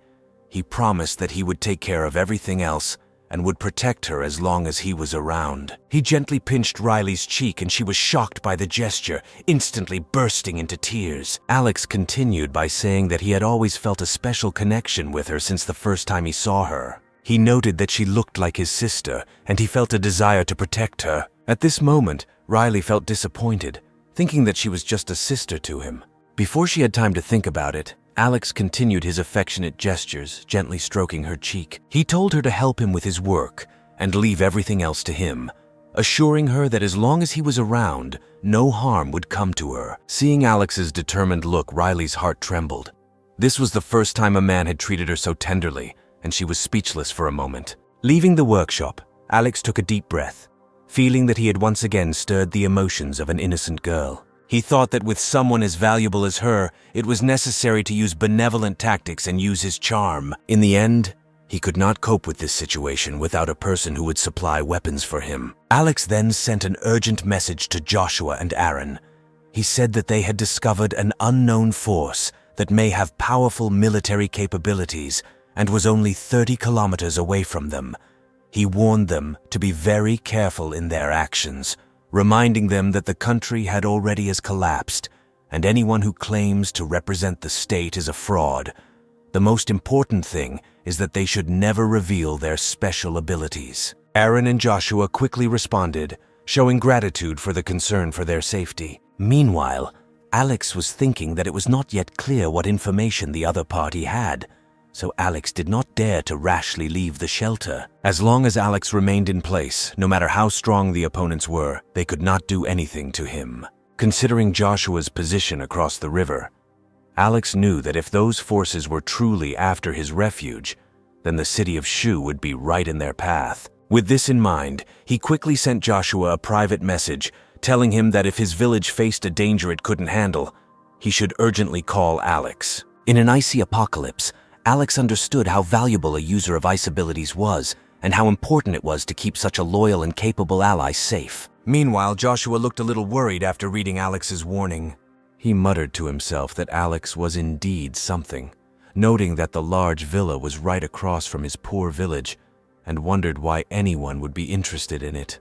About 30 kilometers west of the city, in what was once a development zone with many buildings under construction, a tall, strong man and a girl wearing glasses emerged from one of the houses. The man complained about the incessant snowfall. He asked himself if it would ever stop, fearing that if this continued, the whole earth would be covered with snow. The girl, Sarah, smiled faintly and replied that Jordan should stop worrying unnecessarily. She explained that they needed to focus on completing their mission, and noted that after 2 months of heavy snowfall, the moisture in the air had almost condensed.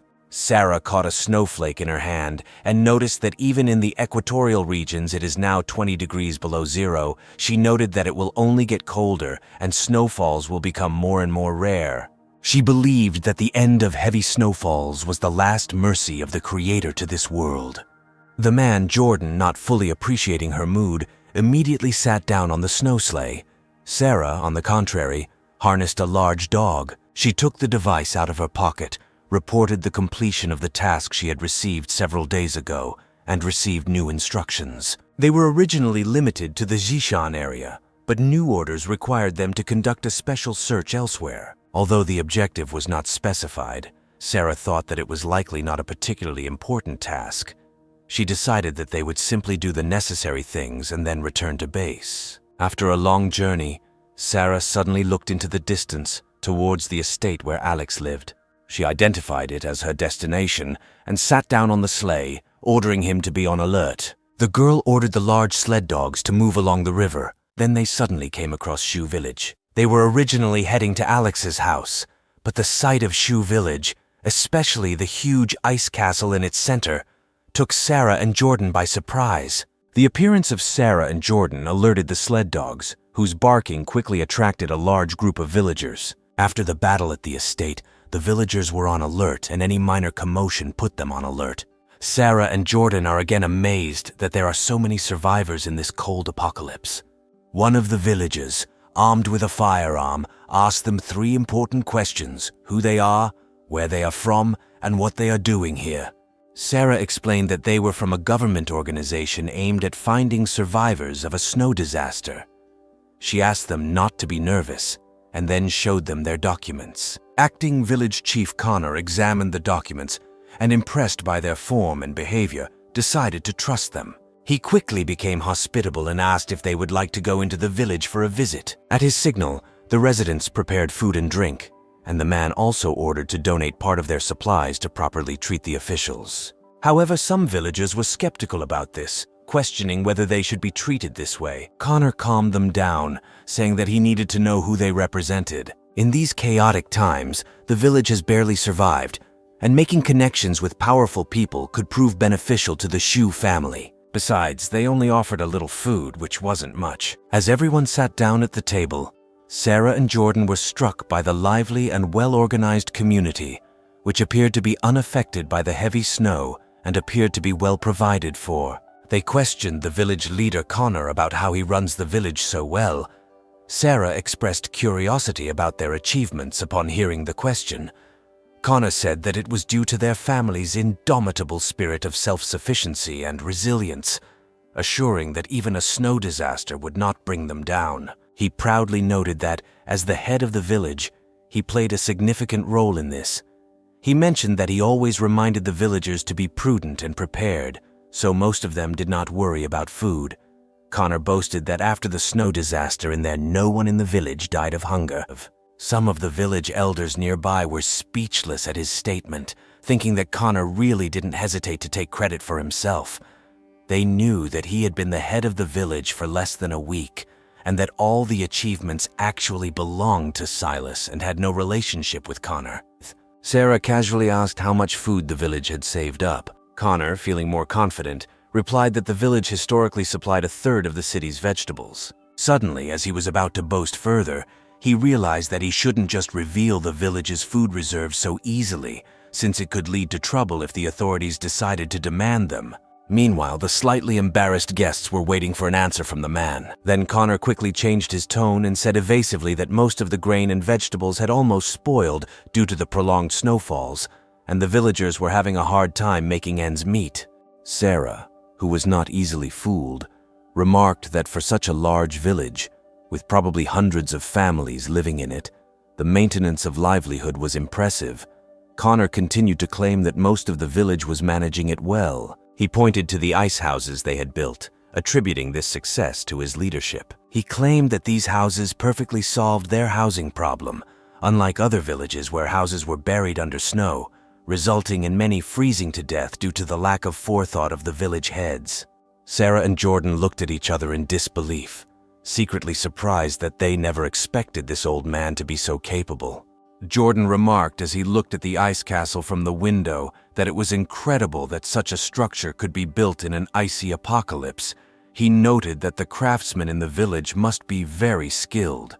Connor smiled, bragging about the skill of the village workers and downplaying the significance of their achievements. Then, to appease the leaders, the villagers lined up and brought long-hidden delicacies from their homes. Sarah grinned, thinking about how rich the village must be. At that moment, Connor approached them. He asked when the government planned to take action in connection with the snow disaster. Sarah and Jordan continued to eat and drink in silence until Sarah said indifferently that they had already made plans to help the victims and that they should be implemented soon. Hearing this, Connor and the villagers looked at the guests with hope. Because they were going through difficult times, he asked if any of the experts knew when the snow disaster would end. Sarah calmly replied that it should happen soon, and that the experts said the snow would stop soon, noting that the amount had decreased significantly recently. Jordan realized that with her calm and confident demeanor, the old man would be convinced by her words. Suddenly, Sarah asked if anyone in the village had observed strange changes after the snow disaster. Connor and the villagers were stunned for a moment, realizing that she meant Joshua. Luckily, Connor wasn't too stupid and responded with a forced laugh, claiming that everything was fine in their village and that they had never heard of such strange changes. Then Sarah and Jordan said that their mission was to find resources, but more importantly, to find mutants and return them to the base. She said that after the snow disaster, some people were mutated and acquired unusual abilities. She mentioned that the government values such people highly, and that they will be generously rewarded if they provide useful information. Connor debated whether to tell Joshua about the situation, since he had yet to receive any tangible benefit. Curious, Connor asked what the organization planned to do with these people. Sarah, now more confident about the existence of mutants in the village, replied that these powerful mutants would become the basis of their organization and would be crucial to rebuilding the community in the future. She assured him that if he provided useful information, the organization would highly value his contribution. Connor thought promises were easier to make than to keep. He believed that Joshua was the treasure of the village, and that without him after the snow disaster their village would be doomed. He thought that Anya could give him away so easily. Connor then pulled out his phone and offered to provide his contact information, saying that if they found anything unusual, he would report to the leaders immediately. At that moment, Sarah's expression suddenly changed. She stared at Connor and asked if there was something he wasn't telling them. The sudden change in Sarah's behavior startled Connor. Connor froze in midair as he mentioned that they were all law-abiding citizens and assured her that there was no falsehood in their words. Sarah tapped her finger on the table and demanded that he make sure there were no mutants in the village, urging him to think carefully before answering. She warned that the organization was taking the matter very seriously and ensured that he would not get away with withholding information. Realizing that his lie had been figured out, Connor was embarrassed, but quickly thought of a way out of the situation. He whispered to Sarah that they really knew about the strange man, but he was not from their village. He said that this man lives in a villa opposite their village and his name is Alex. Hearing this, Sarah's eyes lit up. The name coincided with the purpose specified in her special assignment, and she was incredibly happy about this coincidence. Jordan also realized that this was a great opportunity to gather more information. Then, Connor told everything he knew. He described Alex as a ruthless devil whose house is surrounded by traps. A few days ago, they tried to borrow some resources from him, and he, without saying a word, killed hundreds of their people. The villagers, fueled by indignation, spoke up, claiming that Alex was definitely not normal and that his methods were extremely cruel. Watching the unbridled anger of the residents, Sarah thought that this did not look like an act. Jordan asked if they knew anything about his abilities. However, Connor replied that they did not understand abilities or mutations. They only thought that his abilities were beyond the capabilities of an ordinary person. He mentioned that Alex's house was surrounded by traps, that he has a snowmobile and a sniper rifle. Hearing this, Sarah closed her eyes in disappointment. Understanding the mutant's abilities was extremely important to fight him, and without this information, they had nothing to do. Soon, Sarah and Jordan finished their meal and prepared to leave. Connor walked them to the entrance of the village. He reminded them not to forget about their village. Sarah promised that for such good management of the village, Connor would definitely be rewarded after the disaster. As they boarded the sled, Sarah quickly pulled out her device to report the city of Shu to the base. She reported finding a large village with an estimated 2,000 survivors, which she estimated contained significant food supplies, and traces of mutants had been found there wasn't. Jordan, puzzled, asked why they were misleading residents with false promises of restoration and relief plans, and wondered if it was all nonsense. Sarah looked at Jordan with contempt and explained that if they hadn't tricked them, they wouldn't have treated them so well. Without a little intimidation, they wouldn't have provided accurate information. Jordan chuckled, noting that the villagers seemed so simple and honest. He wondered if it was too cruel to deceive them in this way. Sarah replied that she told them what they wanted to hear, and as long as they were grateful to her, she didn't care about the rest. Jordan was still not convinced and asked what would happen if the villagers found out that everything they said was a lie. Sarah then confidently replied that they were representing the government, and whatever they said would be taken as legal. When the time came, she would have a new script ready. After some time, Sarah and Jordan prepared to meet Alex. Jordan took out binoculars to carefully examine the villa. He noted that their trip to the village had not been fruitless, as they now knew that his house was surrounded by traps. Sarah couldn't help but admire the luxurious villa, noting that living in such luxury during the apocalypse was simply enviable. Jordan mockingly noted that in such god-forsaken weather there was nothing to envy. He noted that with such a large villa, Alex would not be able to stock up on fuel to avoid freezing, and the temperature inside would most likely be no better, not to mention the basic necessities. Sarah thought that if Alex really was the organizer of the devastation of the southern warehouse, then whether he had enough supplies or not was unknown. Sarah then ordered Jordan to take her to the shelter. She jumped onto his shoulders and Jordan made a sharp jerk. Soon they both landed confidently on the wall of the shelter. Once inside, Sarah admired the refuge built by the wealthy Charles. It was not only luxurious in appearance, but also almost impenetrable, comparable to a military fortress. However, she noted that there was no fortress in this world that she could not break through.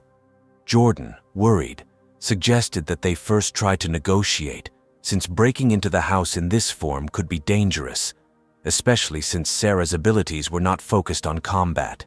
Sarah was slightly annoyed and reminded Jordan not to forget that even without her powers, she was still a Special Forces soldier. Jordan didn't argue, but warned her to be careful and to signal him if there was trouble. Sarah then assured him not to worry, saying that Alex didn't expect anyone to break into the house like that. She then opened a portal and stepped through it, momentarily finding herself in another dimension that allowed her to walk through walls. Slipping through the wall, she found herself in the living room of the shelter. The girl was amazed at how much warmer it was here than at the base.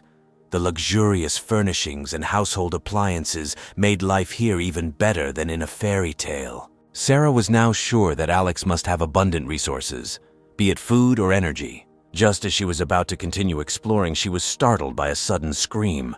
Realizing that the shelter and everything in it was unknown, she decided it would be wiser to return and report what had happened. However, not wanting to leave without making herself known, she placed a military knife on the table as a warning to Alex. She then walked through the walls and left the shelter. Seeing that Sarah had returned safely, Jordan immediately asked how things were going inside. Sarah replied that there had been an important discovery that they should immediately report to the base. She mentioned that she would explain everything on the way.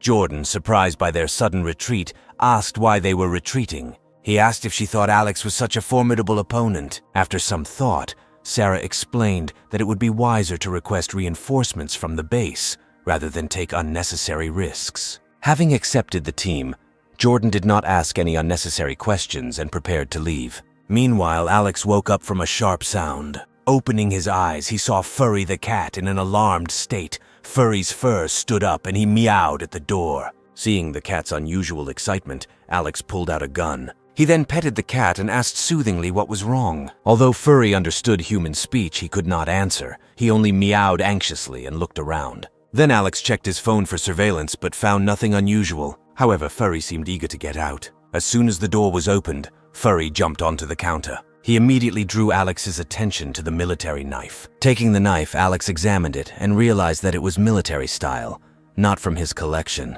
He wondered how someone had placed the knife and how he had bypassed the shelter's defenses so silently. While these thoughts were running through his head, Alex quickly pulled up the security footage.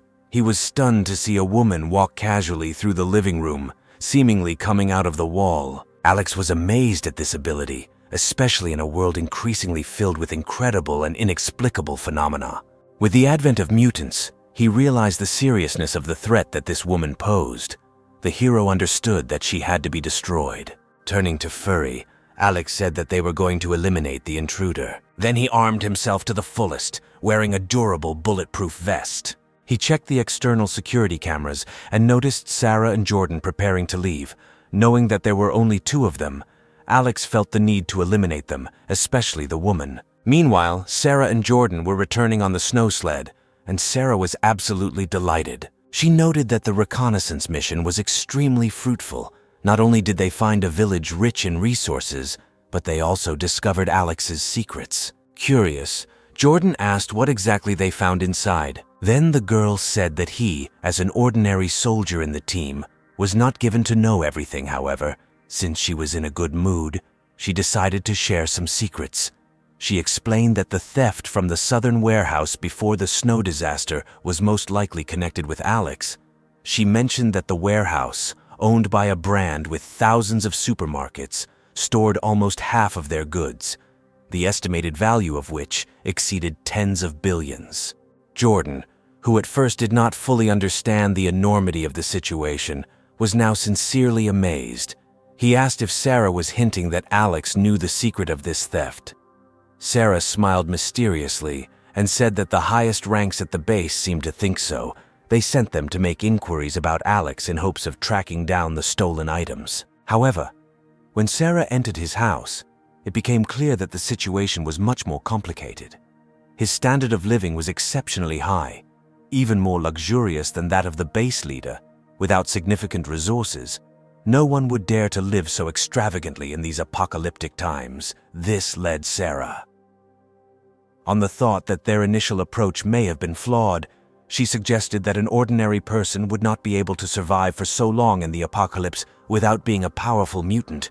When you connect this with a theft from a warehouse, which was an extraordinary event, then everything became gain meaning. Jordan was amazed. He asked if Alex had the ability to hide resources, and if she could be involved in the emptying of the warehouse. Sarah replied that these were just assumptions, but the likelihood of this was very high. Once she reported what had happened, even a quarter of the team's strength would be enough to destroy any resistance. No matter how fortified the house was, any defense would be practically useless against them. Jordan confirmed that Sarah's abilities indeed had limitless potential. He looked at Sarah with admiration, noting that mutated people are incredibly lucky. Seeing that Jordan was upset, Sarah quickly calmed him down, saying that when she succeeds and gets a high position at the base, she will certainly not forget about him. Meanwhile, Alex, riding Furry, overtook the sleigh of his enemies. He then took aim and fired his rifle. At that moment, Jordan noticed Sarah's head suddenly jerk and blood sprayed from her temple. Despite the smile remaining on her face, she collapsed lifelessly on the sled. Jordan then instinctively pulled out a gun, but could not find Alex. While he hesitated, Alex had already reloaded his pistol and was ready to destroy Jordan with one shot. However, the moment the shot rang out, Jordan disappeared from the sled like a ghost. Taking Sarah's body with him, Alex felt a chill run down his spine, realizing that Jordan was also a mutant. Two mutants attacking at the same time meant the opposing force had to be huge, but no matter what, Alex couldn't let Jordan get the word out about him. Alex jumped off Furry's back, wondering what to do next. It was too late to turn to Joshua, and he remembered Furry. Then he instructed Furry to find the man and promised a reward of 100 dried fish when they returned. At this point, Jordan also realized that the sniper was most likely the same Alex. He must have been following them. With that thought, Jordan quickly took out his device and sent a distress signal to the base. At that moment, he heard a thunderous roar, and what he saw next made him scream in fear. The Furry turned into a giant ball, rolling furiously towards Jordan, making a deep trench in its path. Before Jordan had time to catch his breath, Furry, who had stopped for a moment, turned around and glared at him furiously. Then the man pulled out a weapon and started shooting, but ordinary bullets did not seem to cause Furry any harm. Alex, holding a sniper rifle at the ready, fired at every opportunity. But Jordan, possessing extraordinary dexterity of movement, barely dodged the bullets each time. Alex guessed that Jordan's abilities were related to speed. Despite the current situation, Alex was not worried. Being a cat, Furry had the highest agility, speed, and endurance. Jordan was forced to withstand a combined attack from Alex and Furry. He had to dodge bullets from afar and dodge a huge beast up close. Using his abilities took a significant portion of his stamina.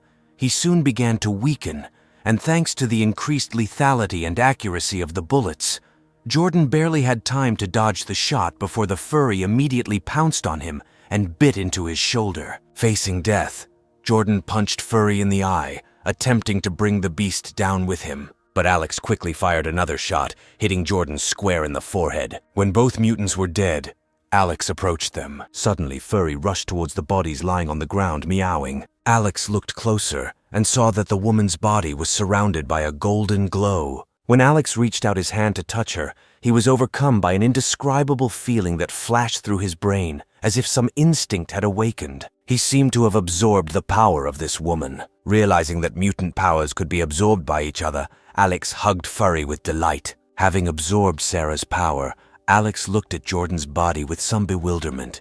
He was interested in why, despite the fact that Jordan was also a mutant, he did not feel any energy shift. As Alex touched the bodies, he moved them to another space and removed the blood stains at the crime scene.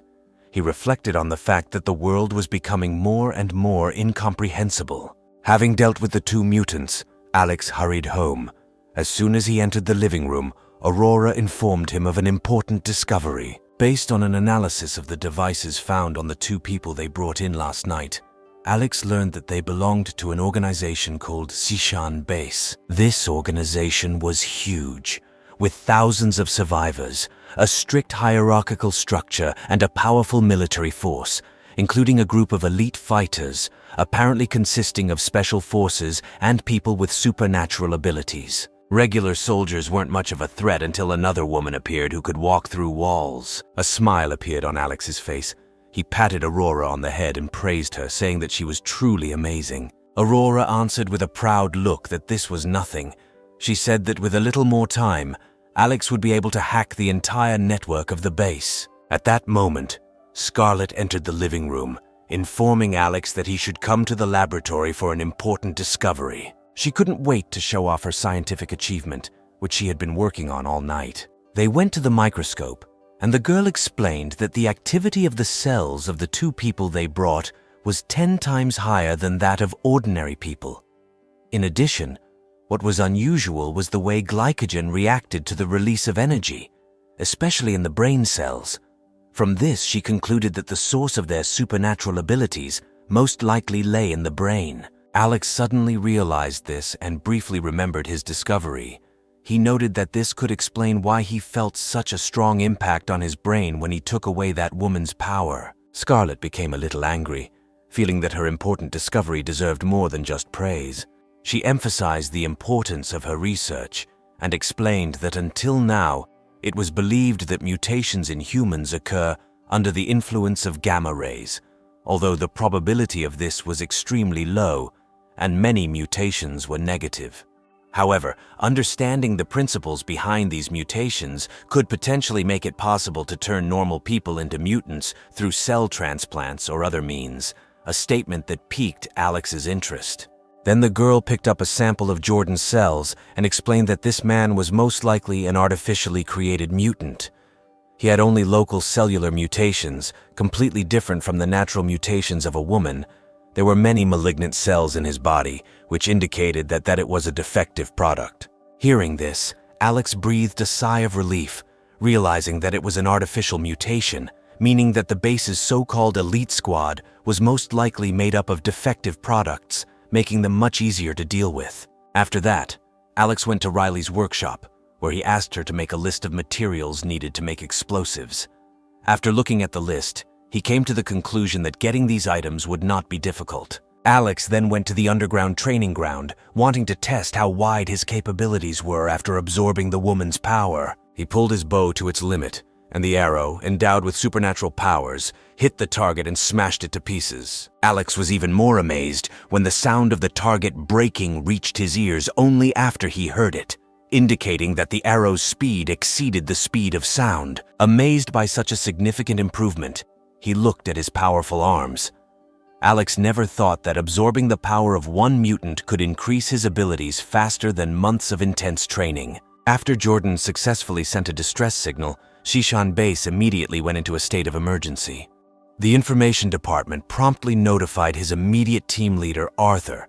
This was the first time the base had received a distress signal in its entire existence.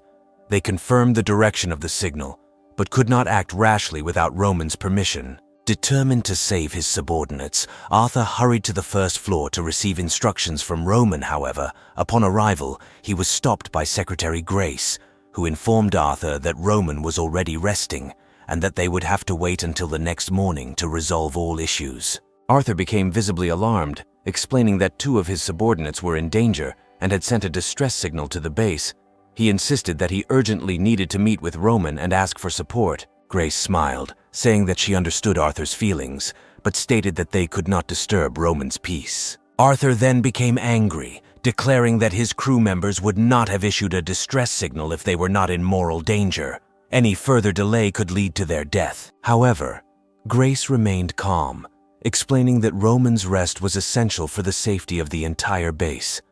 She emphasized that at Shishan Base, the leader's well-being was of paramount importance. Arthur persisted, asking for an exception due to urgent circumstances. Then Grace said that she was simply following orders and could do nothing more. Arthur returned reluctantly, knowing it was their duty to obey orders. Meanwhile, Grace watched them leave with amusement, her smile fading as soon as they were out of sight. Meanwhile, Roman was sitting on the bed with two girls clinging to him adoringly. They talked about how difficult it was to get so much done every day. Roman enjoyed their adulation, portraying himself as a leader burdened with worries about his people and base. He felt it was his duty to care for the future of thousands of people, believing that small difficulties were nothing in comparison. After the night ended, Roman called Grace to inquire about the noise outside. He wanted to know if anyone had been looking for her lately. Grace informed her that it was Arthur, whose subordinates had sent a distress signal to the base. Then Roman waved him off, noting that these were just two special forces soldiers asking for help. He allowed to send a reconnaissance group, but ordered not to send any of the commanders there. Meanwhile, in the meeting room, Arthur had already gathered several people, including the recently joined Valerie. Soon Grace entered the room. She informed Arthur that Roman had agreed to send a team on reconnaissance, but would not provide team commander-level personnel. Arthur had to agree to send several soldiers to study the situation. After those gathered went to their rooms, Valerie noticed two familiar faces, Chrissy and Millie, her students. Valerie called out to them. Millie, seeing Valerie, beamed with joy and greeted her, saying that she was glad to see her again. Valerie was surprised and asked how they ended up on this floor. Then, Millie smirked and explained that they had their abilities. As long as they served Roman, they could live on the elite like Valerie. Otherwise, they would end up on the 4th level like their classmates. Valerie was puzzled and asked what Millie meant. Millie wanted to say something else, but Chrissy stopped her, advising her to speak less to avoid unnecessary trouble. Valerie wanted to ask more questions, but Millie said she had nothing to tell her. Millie mentioned that since Valerie abandoned them, many of their classmates were taken away one by one. With tears in her eyes, Chrissy said neither returned. Having said this, she quickly turned around and left, apparently afraid of being involved. Valerie was left confused. She did not understand why the students mysteriously disappeared after she was transferred to another floor.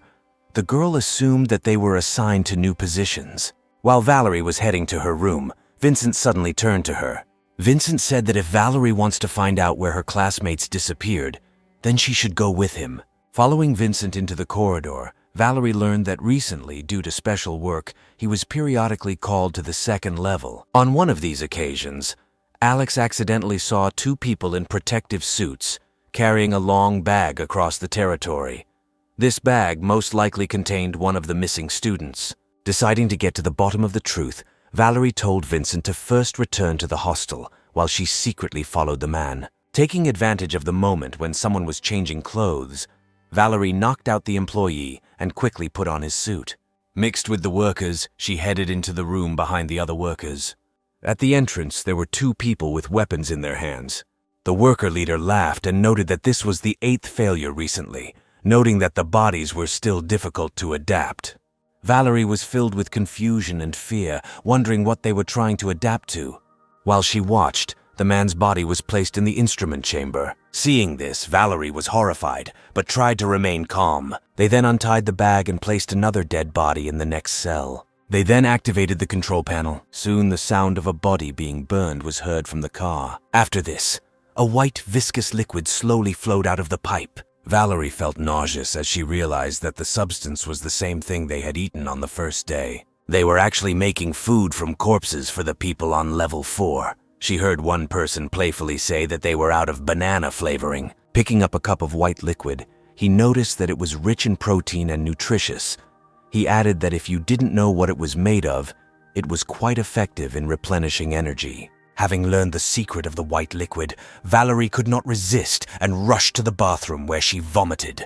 Now she realized that the missing students must have been disposed of in the same way. At first, she believed that they could feed themselves on the base, leading a hard but safe life. But now it seemed that this place was a real hell. Overwhelmed by despair, Valerie decided that she could no longer stay here. She needed to find a way to take the children and leave, but at the moment, she felt completely powerless. Meanwhile, the base, under Arthur's leadership, dispatched a 30-man Special Forces unit. Following the tracks, the team quickly found Alex's hideout. By order of Commander Arthur, the group formed a tactical line and carefully followed in Alex's footsteps.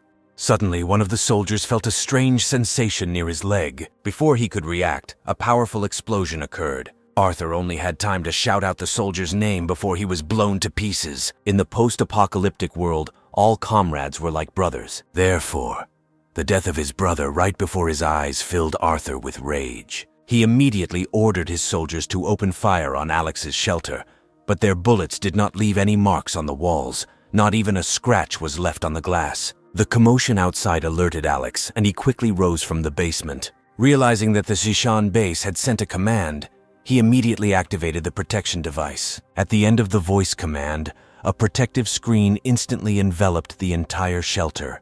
From the inside, Alex could see what was happening outside, but nothing could be seen from the outside. Watching the fully armed team outside, Alex muttered that a worthy opponent had finally appeared. He considered it beneficial to use against such an enemy a shelter designed for confrontation with professional military personnel. Soon, Arthur ordered the senseless shooting to stop and decided to first disarm the ground traps. After some time, one of the soldiers discovered a strange device buried in the snow. At this moment, Alika decisively pressed the remote fuse button.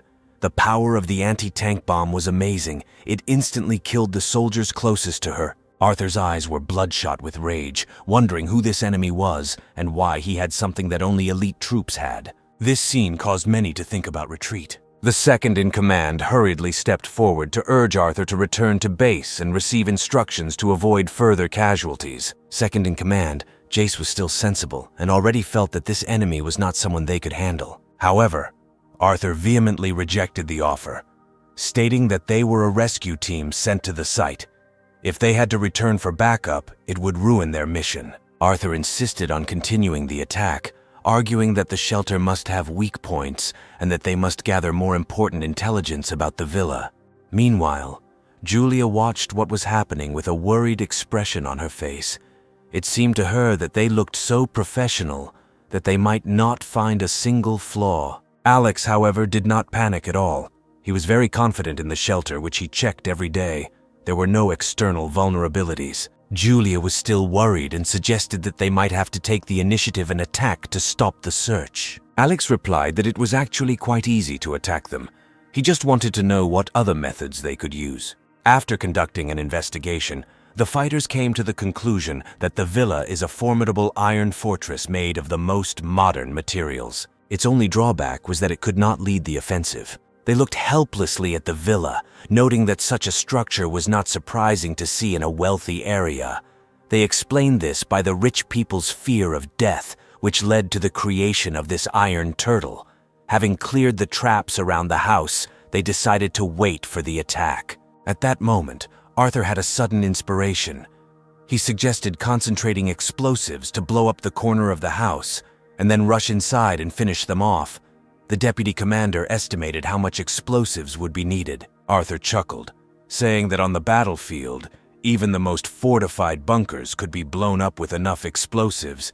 He doubted that a villa could be more fortified than a military bunker.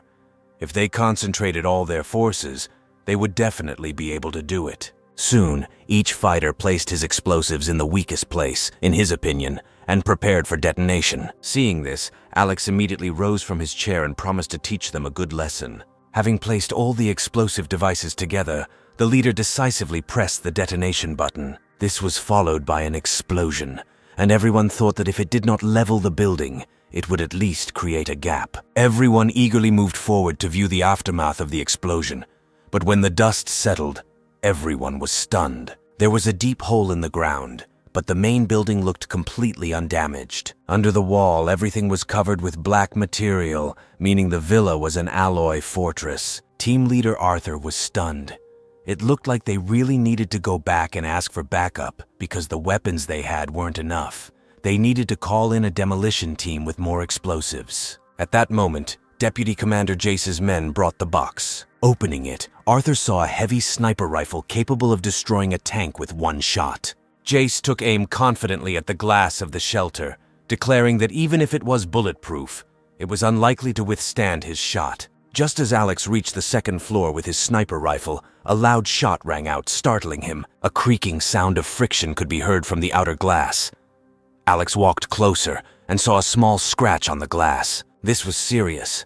If they fired millions of rounds, the glass might crack. Meanwhile, Jace, holding a heavy sniper rifle in his hands, suddenly fell silent. After 2 seconds of silence, he burst into tears, stating that he had used this cannon to break into bunkers before and wondered why it couldn't penetrate this villa. Arthur went over to console him, admitting that the villa's defensive strength might be even more formidable than that of their base.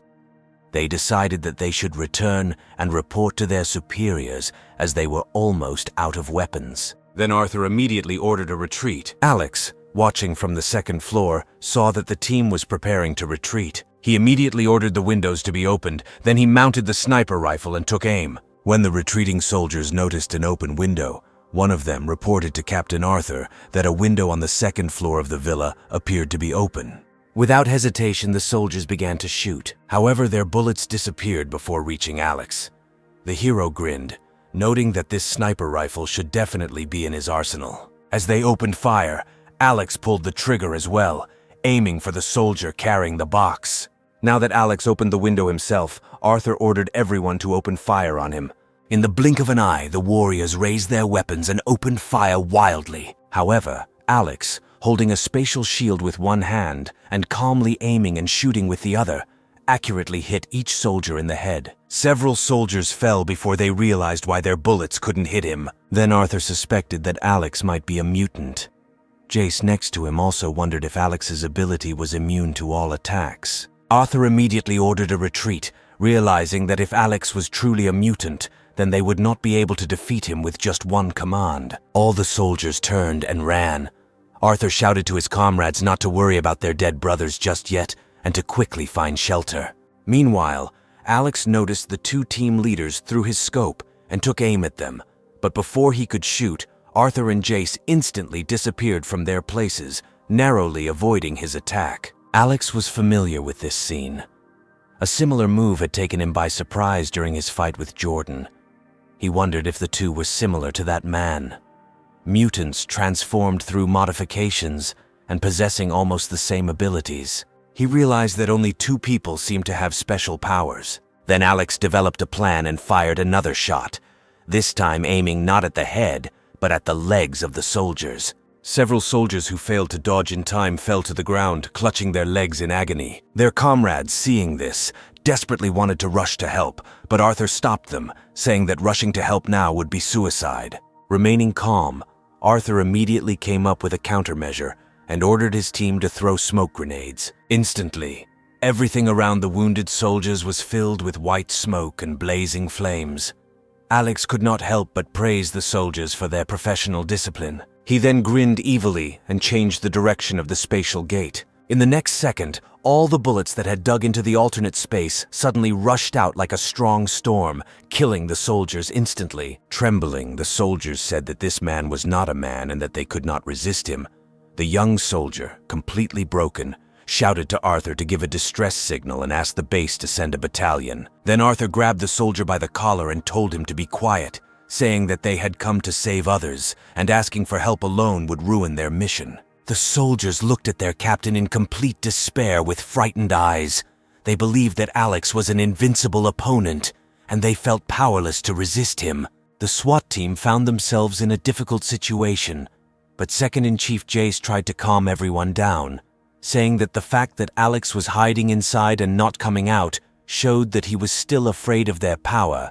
He urged them not to lose heart. Arthur, looking worried, seriously pointed out that Alex's marksmanship was as good as theirs and that they could get shot at any moment.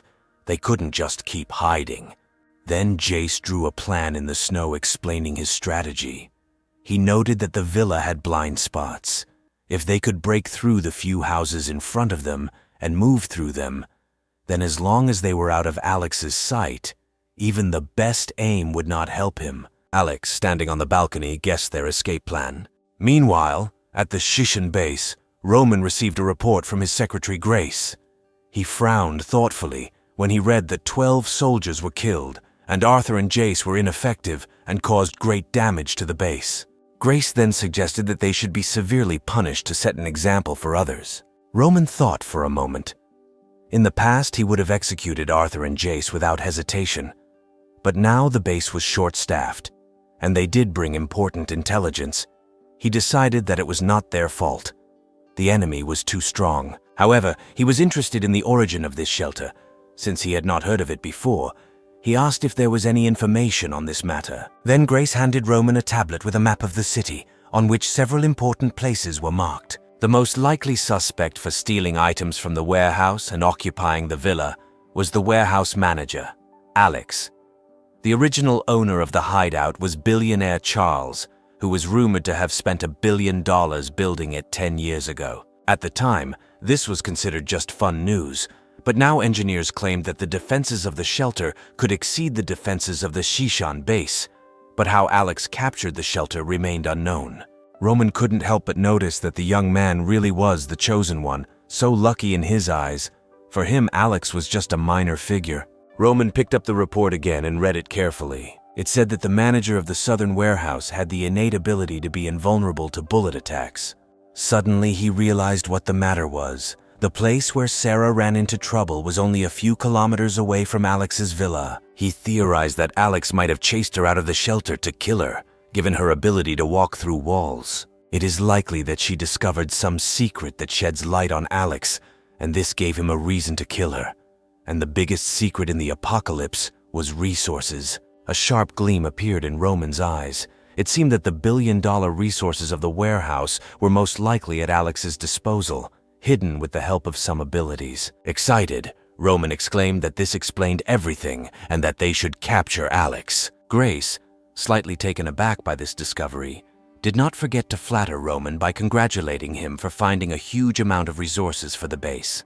Roman nodded in satisfaction, clearly intending to take credit for the potential discovery of the resources. He began to fantasize about the prosperous life ahead, as if the resources were already in his hands. He thought that if they obtained these resources, they would be able to feed the base for decades. Throwing the folder on the table, he ordered that Valerie be brought to him as soon as possible. Meanwhile, Roman gave instructions to Arthur and Jace's teams, ordering them to temporarily travel to the village across the river. Joshua hurriedly called Alex and told him that something terrible had happened. Alex immediately guessed that the soldiers might have gone to the village. He advised Joshua not to panic and to remember that these people are not the so-called government.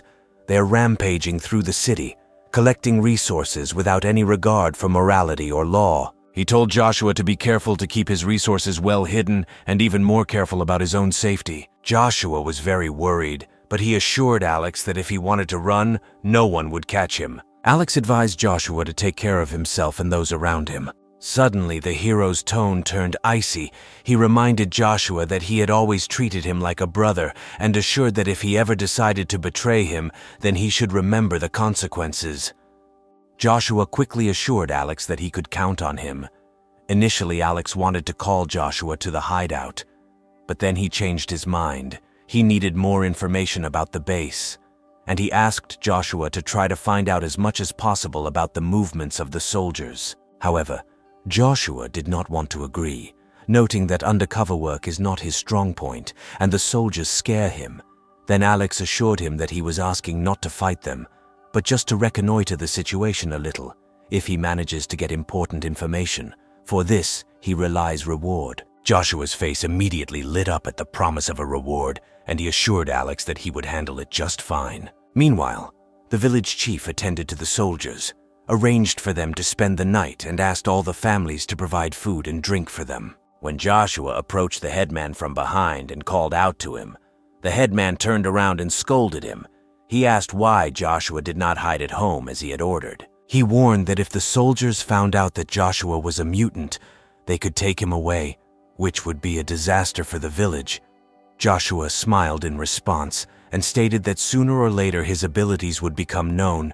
Even if the villagers remained silent, he would not. Could be sure that people from the neighboring villages would not spill the beans. They might think that he was hiding something and would become wary of him. He decided that it was better to admit it now and use the opportunity to get closer to the soldiers. After some thought, the village chief found Joshua's proposal reasonable. He brought Joshua to Arthur and the others, introducing him as his grandson Joshua, who is a mutant. Hearing that Joshua is a mutant, everyone looked at him in surprise. Arthur approached and asked what Joshua could do. In response, the guy pointed to the snow houses and explained that Alex built them himself. He then demonstrated his ability by lifting a sheet of snow into the air with a slight gesture. Arthur, excited, grabbed Joshua by the shoulders and exclaimed that he was simply amazing. He noted that he had no idea that such a talent could live in such a small village. Overcome with joy, he turned to the village chief and said that he should prepare more food and drink for the soldiers, since Arthur wanted to have a good time with Joshua during the feast. Thus, Joshua gathered important information and immediately called Alex to inform him that a group of terrifyingly powerful mutant soldiers had gathered at the base, ready to attack the hideout at any moment. With a hint of guile, Alex also asked Joshua if he had ever considered joining Zishan base, suggesting that following him might not be the best route. Joshua smiled and replied that he trusted his instincts and sensed the ill intentions of the soldiers, especially from the way they looked at the villagers like they were livestock. He couldn't imagine himself being part of such a group. Alex then firmly assured Joshua that he would never regret his choice that day. He told Joshua to monitor their movements and report any news to him. Meanwhile, Alex, thinking about countermeasures, reflected on the complexity of working with explosives. He noted that the main problem is organizing the explosion. The base's explosive reserves were enough for 10 shelters like his, but in order to plant the explosives, one had to get close to the shelter first. But Alex wasn't too worried about that. After all, this was his home territory. Gathering all his women in one room, he informed them of the situation and ordered them to move underground. The women were understandably nervous, but Alex reassured them not to worry. He had already assessed the base's forces and decided that they could not threaten their safety. Having handed out the tasks, Alex went to the control room to check on Aurora. He asked how the task assigned to him was going. Aurora looked somewhat dejected and explained that she had been trying to hack into the base's network for the past few days, but had been unsuccessful. It was not a lack of skill, but the fact that their internal network was local, making it impossible to intrude without direct access. Alex was not surprised by this outcome and consoled Aurora, saying that he did not blame her. As long as they ensured their own safety and prevented intrusions, that was enough. If they manage to resist penetration, that will be great, but if not, no big deal. Alex then visited Riley's workshop. Despite the large amount of work, the girl was very happy to see him. The hero then asked her what she would do with the shelter if she were a demolition expert at the Zishan base. Riley answered without hesitation that it was customary to use TNT explosives with detonators for buildings, especially for older buildings. Alex then asked how much explosives would be needed to make a large hole in their shelter. given its strength. Riley scratched her head and said that she did not have an accurate idea of the strength of the shelter, but judging by the materials and thickness, at least 500 kilograms of explosives would be required. Alex thought about this number, noting that when transporting such a large volume would be a very visible target. He wondered if he could blow them up prematurely with a sniper rifle. However, Riley shook her head, explaining that TNT is very stable and cannot be detonated by bullets or direct combustion. It must be detonated using a detonator. Alex thought for a moment and came to the conclusion that he would have to implement the second plan. He then asked Riley how the task he gave her last time went. Riley then showed a bomb with a detonator, noting that it was not difficult for her. The most difficult thing was to create a set of combat equipment from the latest technological materials. It was so durable that it could withstand most sniper rifle bullets. The hero thanked the girl for such invaluable help. However, she wondered why Alex asked to make a costume in the style of the Shishan base soldier's uniform. Alex replied that this detail is very important, and that the girl will understand everything when the time comes. Meanwhile, a top-level team was quickly assembled at the Shishan base and went to the Shu family's city. Arthur and the others had been waiting at the entrance to the village for some time. Valerie, who volunteered to join the mission, was not there to fight Alex, but to prepare her students to escape.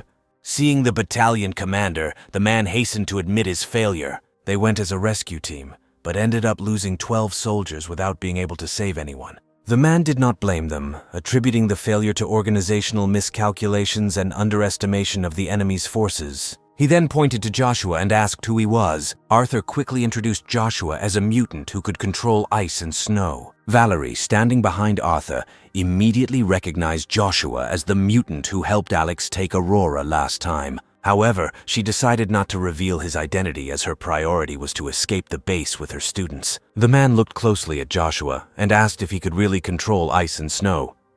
Joshua nodded nervously and confirmed that all the ice houses in the village were built by him. Then the guy patted Joshua on the shoulder and promised that after this operation he would recommend him to senior management, and perhaps he would even get a chance to become a group commander. Arthur then began to deploy the operation.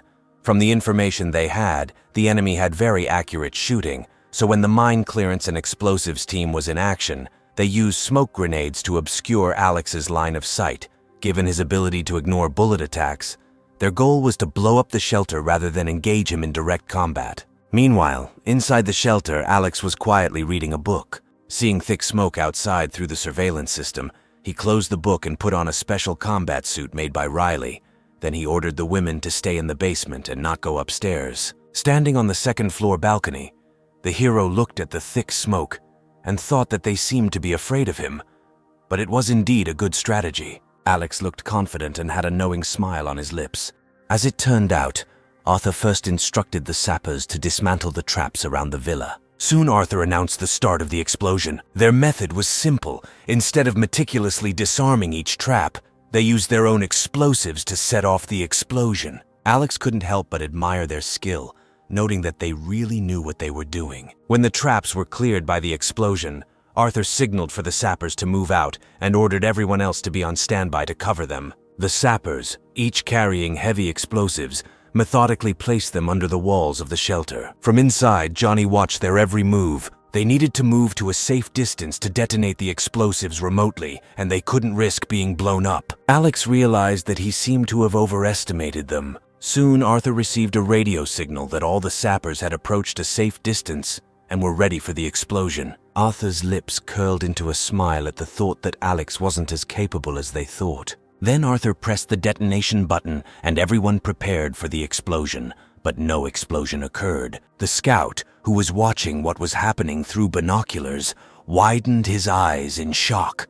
The mountain of explosives disappeared in an instant, and the explosion and flame seemed to be sucked into the ground. The wall received only minimal damage. Arthur screamed in disappointment, unable to believe that Alex had spatial abilities. Valerie, who was watching what was happening, realized that Alex was truly special. She came to the conclusion that Alex would have to find a way to cooperate with him. After some thought, Arthur came to the conclusion that Alex's ability is connected to space, which makes remote bombing ineffective. Any amount of explosives sent will be instantly destroyed. Arthur still thought Alex's defensive abilities were outstanding, but suggested that he might not be strong offensively. He suggested that with 4 team leaders and their abilities, it was unlikely that one person's abilities would cover both offense and defense, so they did not need to rush. He said that they would leave a few people to watch the shelter to make sure no one escaped and return to base to strategize. Meanwhile, inside the shelter, Alex decided to go down to the basement. He was met by Scarlet, who hurried to inquire about the situation. She asked what kind of explosions had occurred recently. However, Alex reassured her by saying that they would never be able to reach them. Remembering the scene of the recently detonated explosives being consumed in another space, Alex muttered to himself that he wanted to see how many more explosives they could bring. The girls then gathered around Alex to ask about the situation.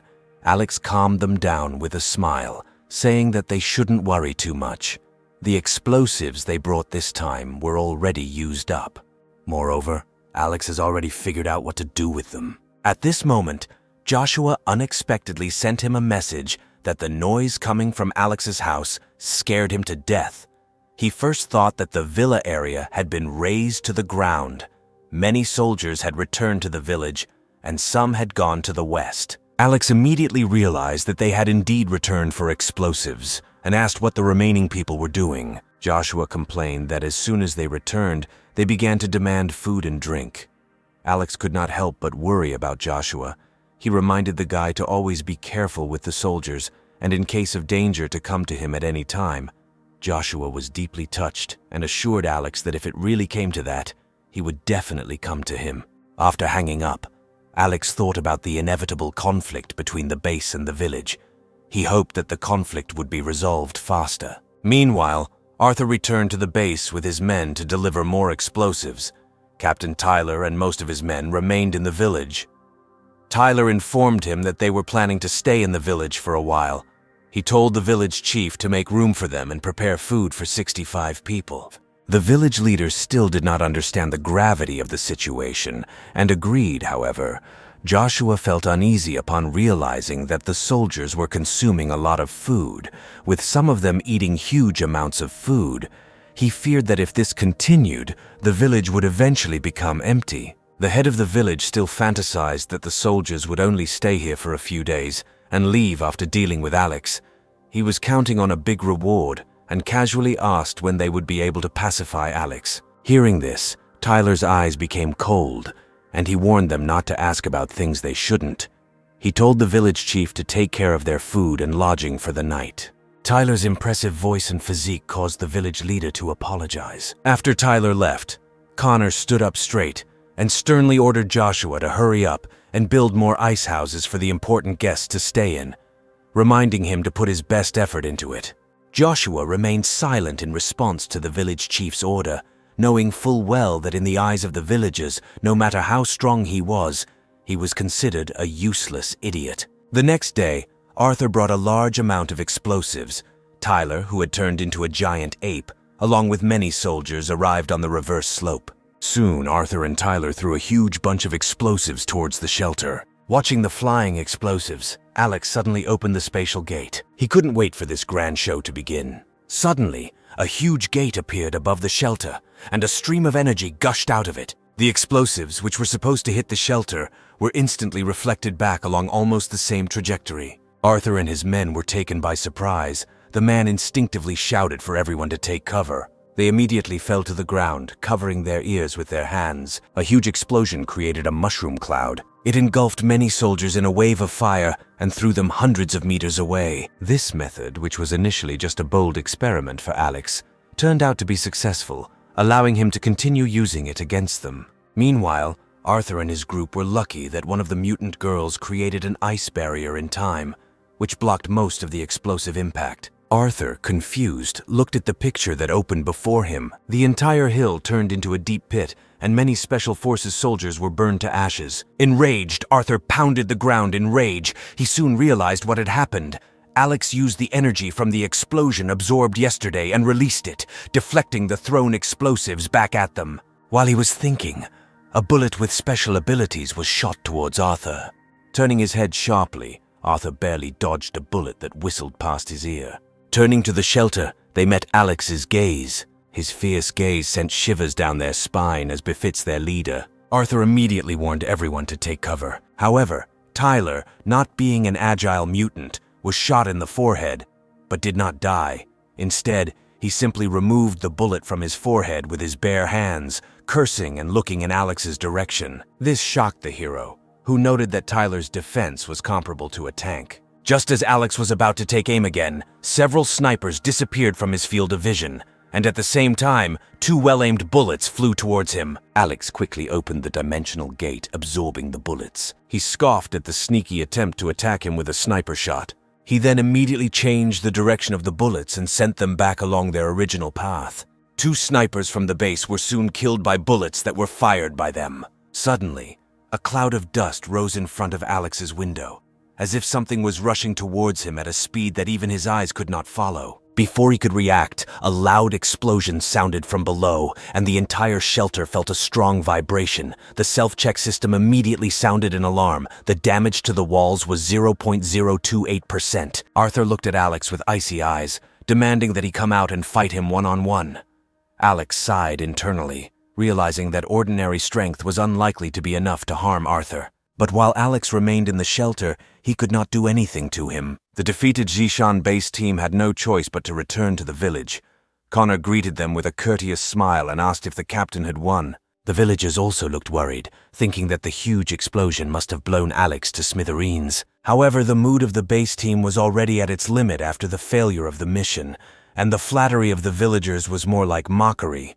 Tyler coldly ordered everyone to shut up. Then the head of the village realized that the behavior of the soldiers was not similar to the behavior of the victors, after which Arthur came up and ordered more food to be prepared for them, saying that they had spent a lot of effort. Having said this, he headed towards his temporary housing.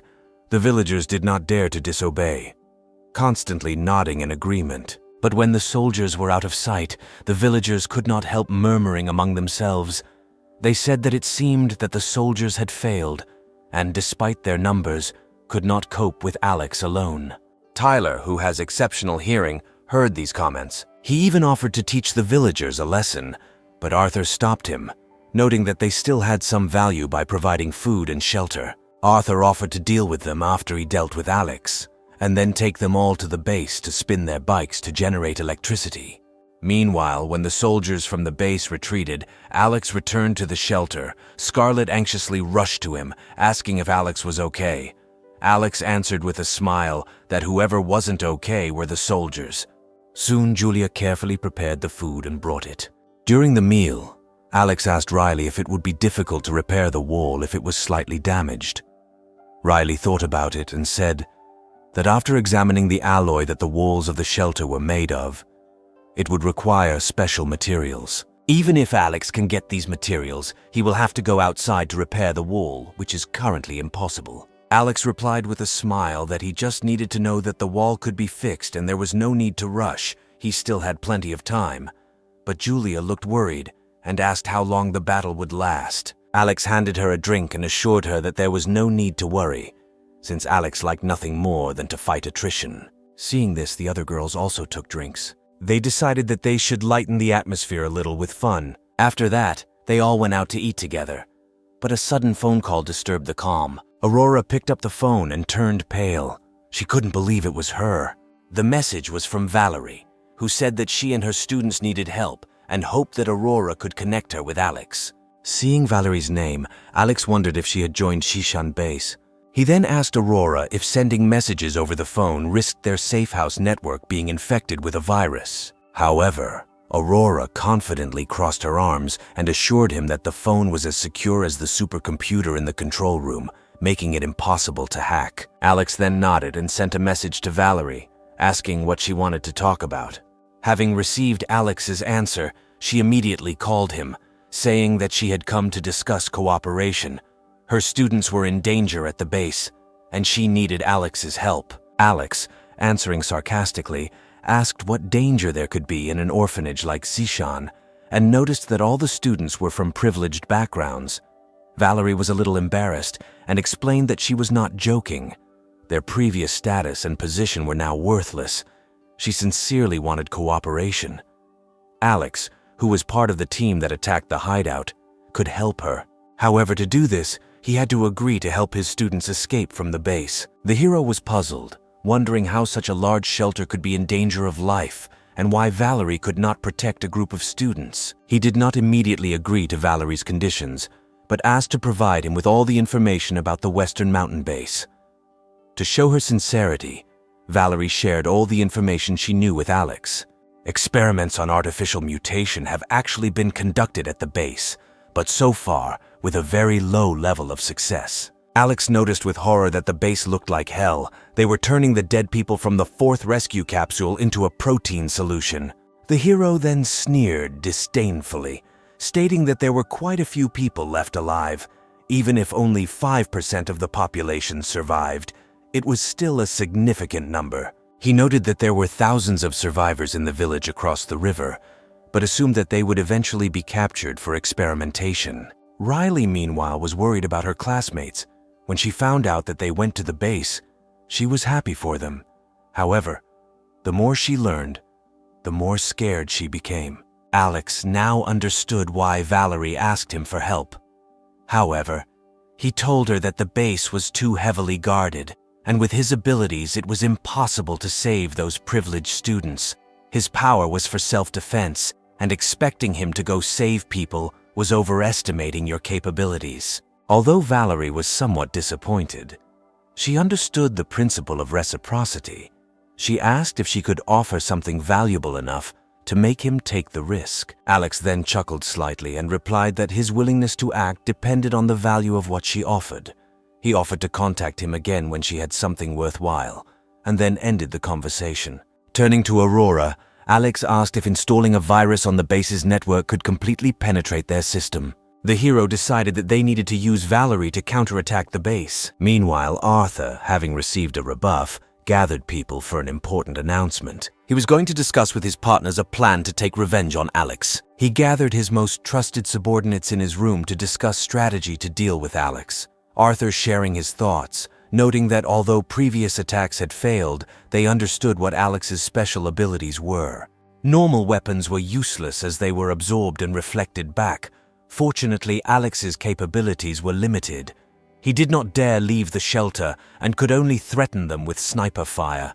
Arthur explained that there were blind spots in the shelter's defenses and that not all corners were covered with windows.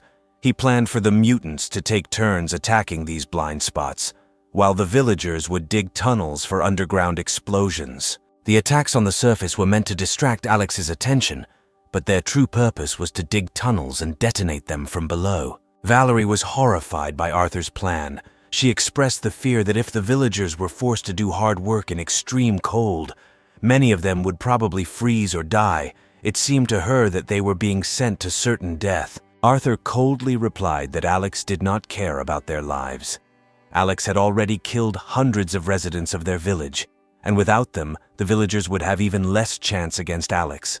Certain sacrifices were necessary for final victory, and military discipline required following orders and using all means to destroy Alex's hideout. Valerie clenched her fists in anger, shaking with emotion. She protested that they were innocent villagers and that she was not a soldier. Sensing the tense atmosphere, Shelley quickly intervened, explaining that this was a desperate measure.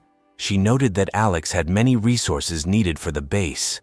In these apocalyptic times, they could not afford to show mercy to others. Protect themselves and those close to them was already a difficult task, as was protecting Valerie's students. However, Valerie's sense of justice did not allow her to put up with such actions, however.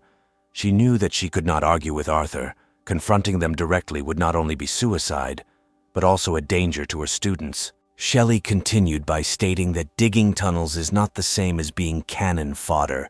The villagers are used to farming, so it shouldn't be too difficult for them. Then Valerie stood up and asked Arthur to prioritize human life and try to avoid casualties among the villagers. After a whole night of discussions, they developed a battle plan. Arthur called the villagers. Then he picked up a megaphone and shouted about the killer across the river. He explained that they had spent a lot of effort and money, But this man turned out to be extremely cunning and insidious. Now they need assist the villagers to dig tunnels and destroy Alex. However, the villagers were not convinced and began to whisper indignantly, complaining that they had to do hard work after they had already provided the guests with food and water. The village leader tried to calm them down by explaining that the organization was thinking about long-term peace in the village. The villagers were confused, thinking that they lived in peace with Alex. However, the residents grumbled dissatisfiedly because there were no more disagreements between them and Alex, and they were again led to war with him. Valerie watched this scene, thinking that Arthur's decision could lead to the death of many innocent villagers.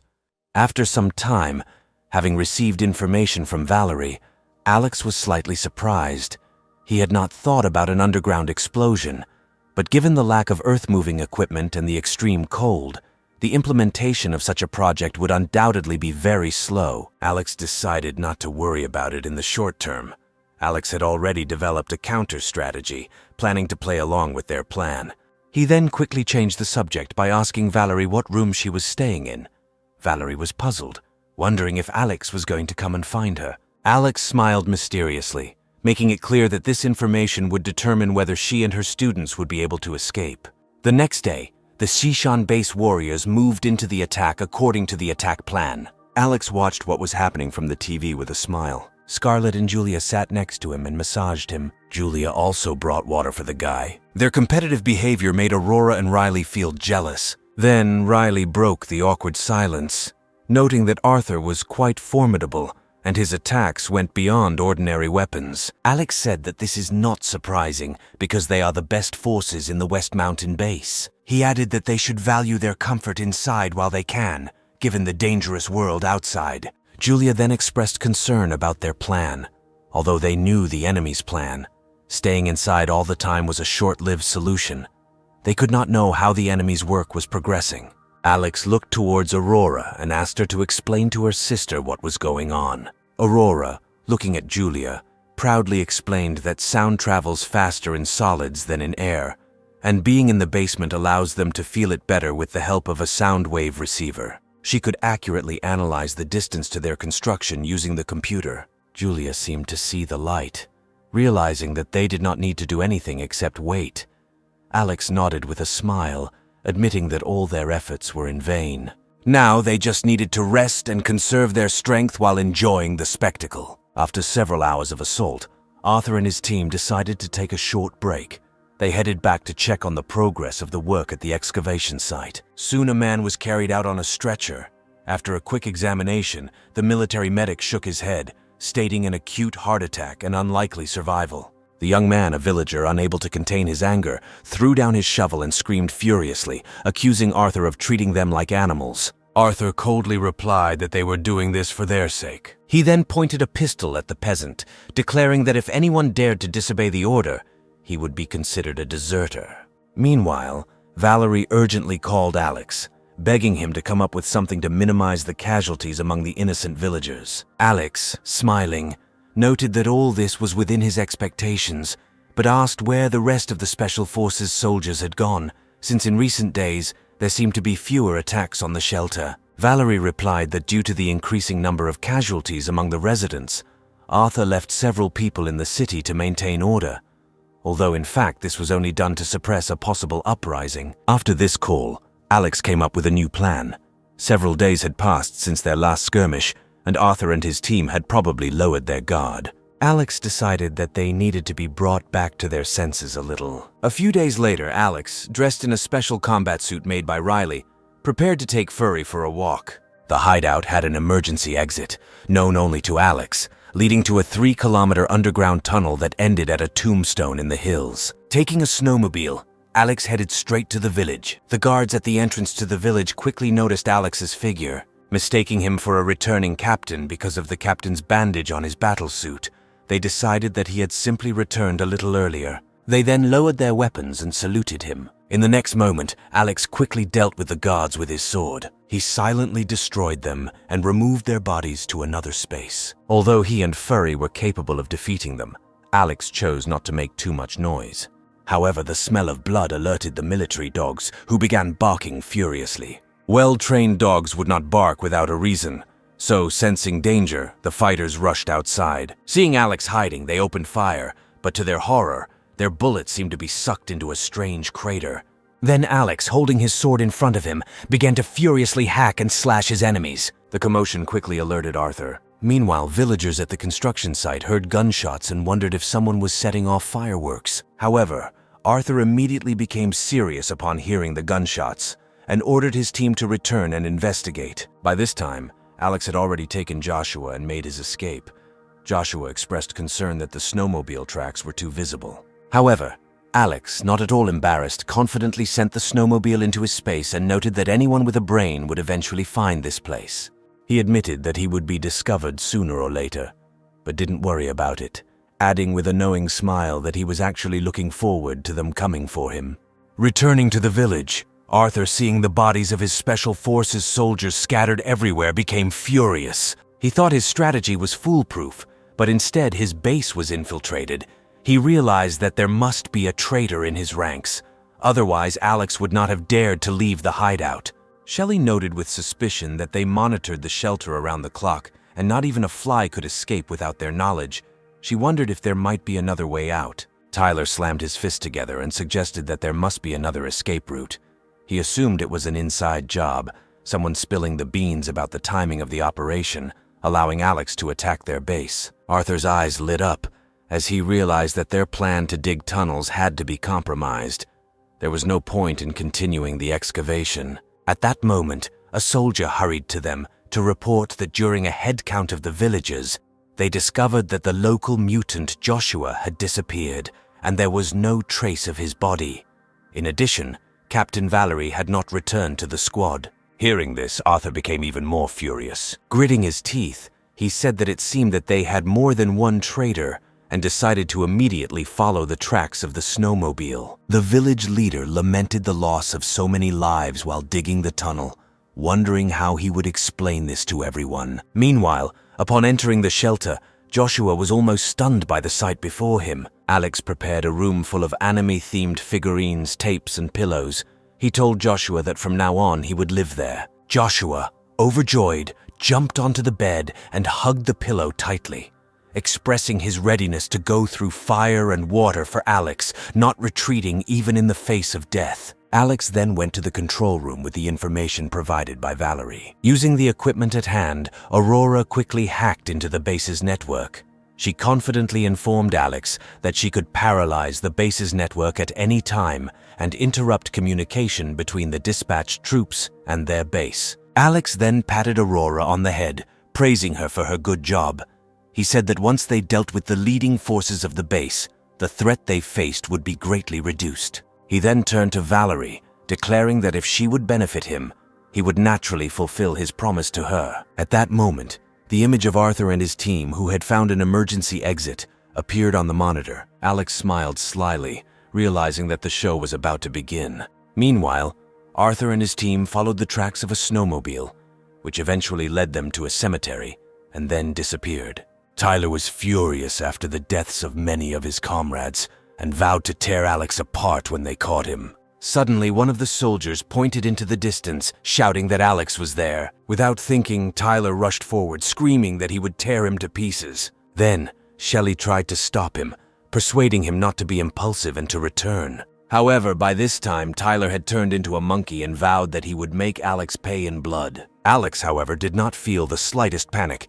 He raised his sniper rifle and fired several shots. At this distance, Alex would never have missed, but he took aim specifically to lure Tyler closer to the trap he had set. Just as Tyler was about to reach him, Alex quickly stepped on the detonator he had buried earlier. A snowstorm several tens of meters high instantly arose, blocking their view. Shelley froze in horror, watching her comrade being covered by an avalanche. Tyler watched as a wave of snow flew at him, not understanding what to do. At that moment, Shelley, Arthur, and others ran to his aid. At that moment, Valerie appeared in front of them, and furry next to her, Arthur angrily accused Valerie of betrayal, but Valerie, not wanting to waste words, shouted that their paths were diverging and that they could not make joint plans, and then swung at Arthur with your sword.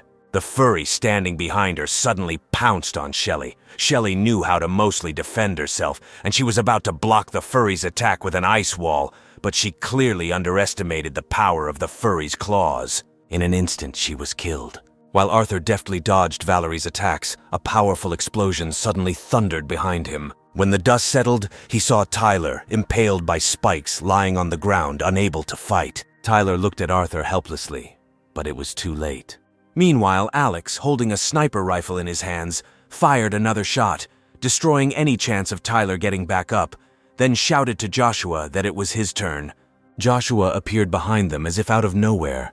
Raising both hands, he instantly blocked the retreat path for the remaining Special Forces soldiers. At this point, Valerie did not linger in the fight with Arthur.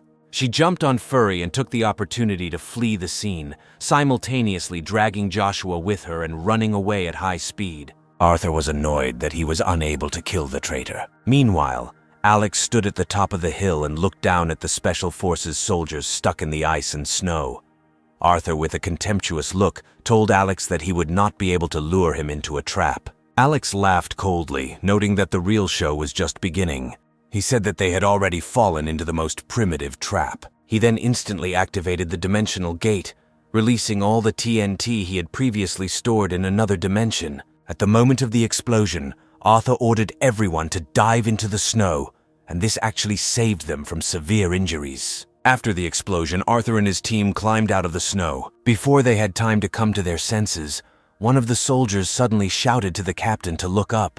When Arthur looked up, he saw that a powerful avalanche had fallen on them. All the soldiers were instantly buried under the snow. Alex soon returned to the control room, thanking Aurora and the others for their help. Thanks to their experience, Alex was able to deal with the enemies so easily. Aurora used computer modeling to accurately calculate the location of the avalanche, and Riley's explosives were designed with the right power, combined with strategy. Alex's ability to lure the enemy into a trap. Their coordination was flawless and perfect, which took the opponents by surprise. Alex noted that the enemies were too stupid and greedy. They did not even suspect that they themselves would face reprisals. He admitted that this could not have been done without the significant help of Valerie and Joshua, who step by step led their enemies into the abyss. Valerie began to worry after noticing that Alex had used all his powers against Arthur. She feared that if they could not confirm Arthur's death, it would be difficult to ensure a safe retreat. Alex, however, was full of confidence. He assured Valerie that he had already placed infrared devices in advance, due to the thickness of the avalanche and the temperature dropping to -80 degrees Celsius.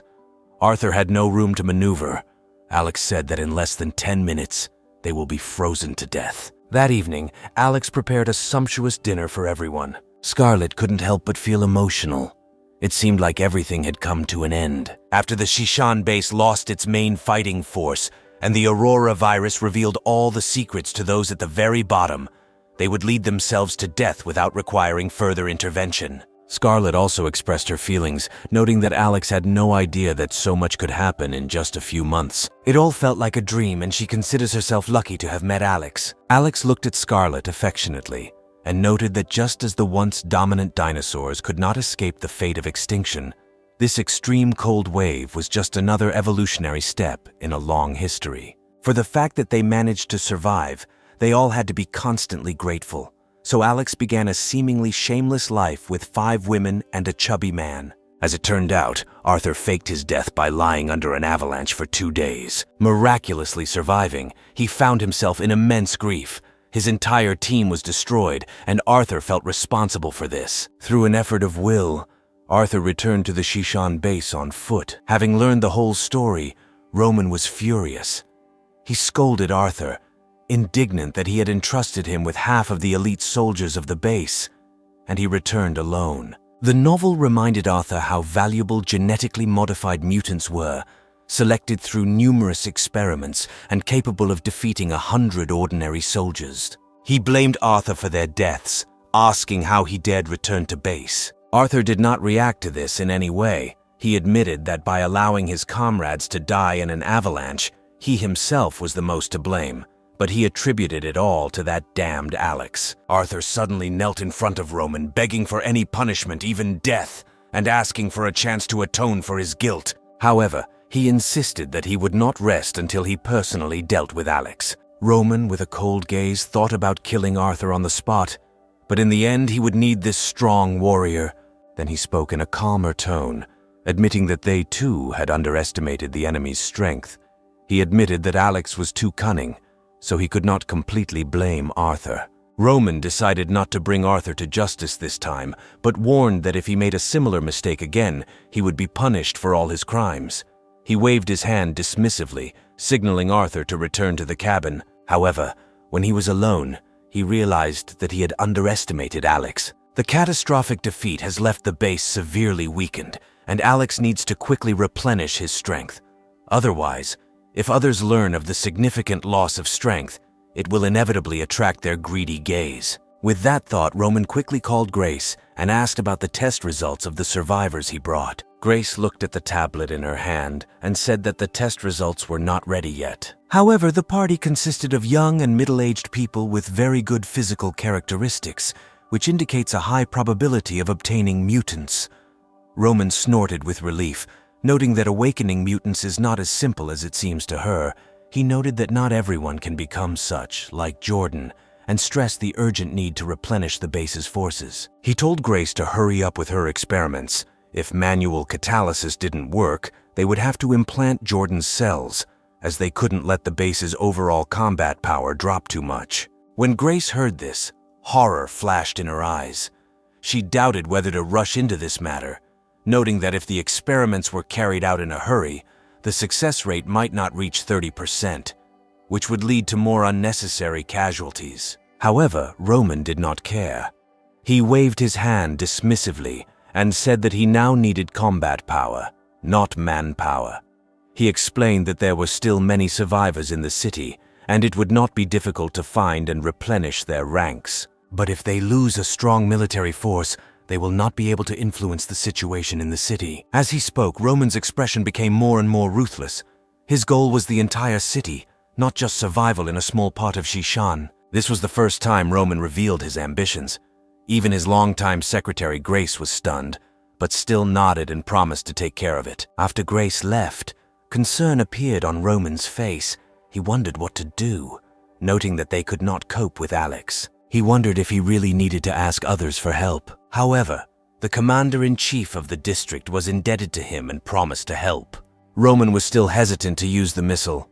He still believed that Alex was just a troublemaker on his territory, and if he eliminated him, then his authority and the authority of the base would not be shaken. Roman believed that thanks to this trump card, other shelters were unlikely to dare to harbor bad intentions towards Shishan base. However, he did not want to use this plan unless absolutely necessary. Roman was torn into pieces. Since the tough approach did not work, he decided for the last time to convince Alex to agree to peace, offering favorable conditions. Roman then immediately called the Minister of Information and ordered him to contact Alex immediately. Roman thought to himself that if negotiations failed, he would use a missile to level Alex's hideout. Finally connecting via video link, Alex addressed Roman directly, expressing his admiration for his reputation. Roman then remarked that it was truly surprising that Alex was still alive, but hinted that his luck had run out. Alex waved his hand and advised Roman to stop interfering, noting that he had already dealt with all the elite people he had sent. Alex teased Roman, wondering why he should bother him if he had no real power.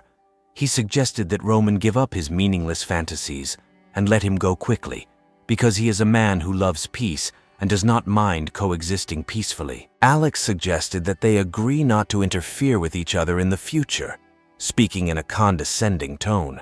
Roman looked unhappy. He advised him not to misjudge the situation. He warned that he was sparing Alex because he appreciated his talent and not because Alex could not deal him a devastating blow. He stated that if Alex was willing to comply, he could make him the second commander of the base. However, to show his sincerity, he must hand over all the supplies he has. Hearing this, Alex laughed. He ridiculed the idea of making Roman the second in command at the base, suggesting that Roman must be out of his mind. The hero continued to taunt the man, offering him to become his subordinate. If anything happened, he could use Alex's help. Roman instantly became enraged, calling Alex an ignorant fool and declaring that his end was near. Alex, still maintaining a smug expression on his face, challenged Roman to him. Roman's expression suddenly turned grim. He warned that just one phone call, and he could send a missile to level Alex's hideout. He asked if he was sure that his hideout could withstand an accurate missile strike. Hearing this, Alex was shocked, doubting that Roman was serious. However, he quickly came to his senses and told Roman not to scare them, hinting that Shishan most likely did not have missile capabilities. Roman laughed and called Alex a commoner from the lower levels. He insisted that with one phone call he could destroy the shelter. However, Alex remained unconvinced and asked that if they had so much power, then why did they wait until now? Roman stated that his patience has a limit. He hoped Alex wouldn't be too stubborn to understand him. He appreciates Alex's talent. That's why he hasn't hit him yet. Then Roman offered Alex two options: either submit or he would raise his shelter to the ground. The choice was Alex's. Alex, outraged by such arrogance, carefully said that if Roman is really capable of summoning a rocket, then he must prove it. If he is truly capable, Alex will not interfere and will follow him. Roman's face darkened. He dismissed this assumption as a joke and declared that such a thing could not be verified. He warned that his patience had a limit. Alex noticed the old man's angry face and suspected that the missile threat might be true. However, upon reflection, he decided that Roman had a strong ability to deceive, making it difficult to understand his true intentions. Then Alex thought about it and said that he needed to think about it. Noticing that Alex's tone had softened, Roman warned that there was no point in delaying. He gave Alex 1 day to make a decision. If Alex did not comply within 24 hours, Roman would raise his hideout to the ground. He then ended the video call. Roman took a deep breath, closed his eyes, and prayed with his hands together. He hoped that Alex would be wise enough to choose surrender, since the opportunity to use the missile did not come often, in which case a precious opportunity would be lost. Meanwhile, Alex stood up and stretched. Aurora expressed doubt, wondering why, if Roman really had missiles, they weren't used sooner. That would mean all his soldiers died in vain. Then Alex explained that Roman himself definitely did not have missiles, but there were several missile bases in the neighboring military district. Considering that Roman has been in Jishan for so long, it is quite possible that he has connections in the capital. However, as long as there was even a small chance that he would use the missiles, they couldn't risk their lives. Alex decided it was best to figure out how to protect themselves first. Scarlett's eyes lit up and she asked if they were going back to the apartment complex, to their original home. Alex nodded in agreement. For now, they could only return there. Everyone agreed with Alex's decision, deciding that safety came first. Only Joshua found it difficult to leave. Having moved here a few days earlier and having eaten and drunk to excess, he did not want to leave the shelter and return to the apartment. Valerie suddenly stood up and reminded everyone that they had to fulfill their agreement before leaving. Then Alex looked towards Aurora. He took the SIM card from her hands and gave it to Valerie. He said that they still need Valerie's help at Shishan base, as the virus Aurora previously implanted could help her bypass the base's identity recognition system and find an opportunity to save her students. Then Valerie decided to continue hiding at the base. The girl went there undercover to introduce a virus into the base system. She overheard a conversation between two test subjects. Because Valerie's betrayal angered Roman, her students were subjected to transformation experiments. After the soldiers left, Valerie took out the SIM card Alex had given her. This SIM card, specially modified by Aurora, not only had strong signal reception, but could also bypass numerous server ciphers without being detected by the base. Valerie sent a message to Alex, urging him to hurry up and get his students out of the base. She informed him that the students were now in great danger. Alex immediately reacted to this, advising her to try to get into the network center and insert the chip that Alex gave her into any computer. This would allow Aurora to control the entire network of the base, which could help in their escape. Valerie was slightly taken aback, realizing that this task was not easy to complete. The entire base was stuffed with a surveillance system, and the entrance to the information department was heavily guarded. Nevertheless, deep down, she knew that this was the only chance to save her students. She sent a message to Alex, assuring him that there was no need to worry and that she would definitely keep her promise. She hoped that Alex would also remember the promise he made to her before leaving. Alex replied without hesitation that it was no problem. Then Valerie turned off her phone, took out her SIM card and began to mentally plan her route. The information department was about 500 meters from her current location. She took a deep breath, her gaze hardening, and she muttered to herself that she never thought she would return to her old job. When Valerie was a bodyguard for a high-ranking official, he underwent systematic professional training. Meanwhile, Alex and the others were heading to the apartment complex area. Immediately after contacting Valerie, Alex expressed anticipation of the confrontation. He noted that Valerie's role was extremely important, since knowing both themselves and the enemy, they could be sure that they would not be in danger. Understanding all the cards would give them a significant advantage. Aurora focused on her laptop, wanting to see if they actually had the ability to deploy the missiles. In such a post-apocalyptic world, the value of possessing such a strategic weapon was enormous, and the threat to them incomparable. Aurora then held up her computer to show Alex that she had successfully hacked into the base's surveillance system. Alex nodded admiringly, understanding that unknown forces caused the greatest concern. If they understood the enemy's capabilities, they could easily fend off his actions. At this moment, Riley, who was sitting behind the wheel, took a deep breath. Alex, worried, asked what was bothering him. Riley nervously explained that although they were safe now, Teacher Valerie was in a dangerous situation. Her mission was dangerous, and if she was caught, it would be a disaster.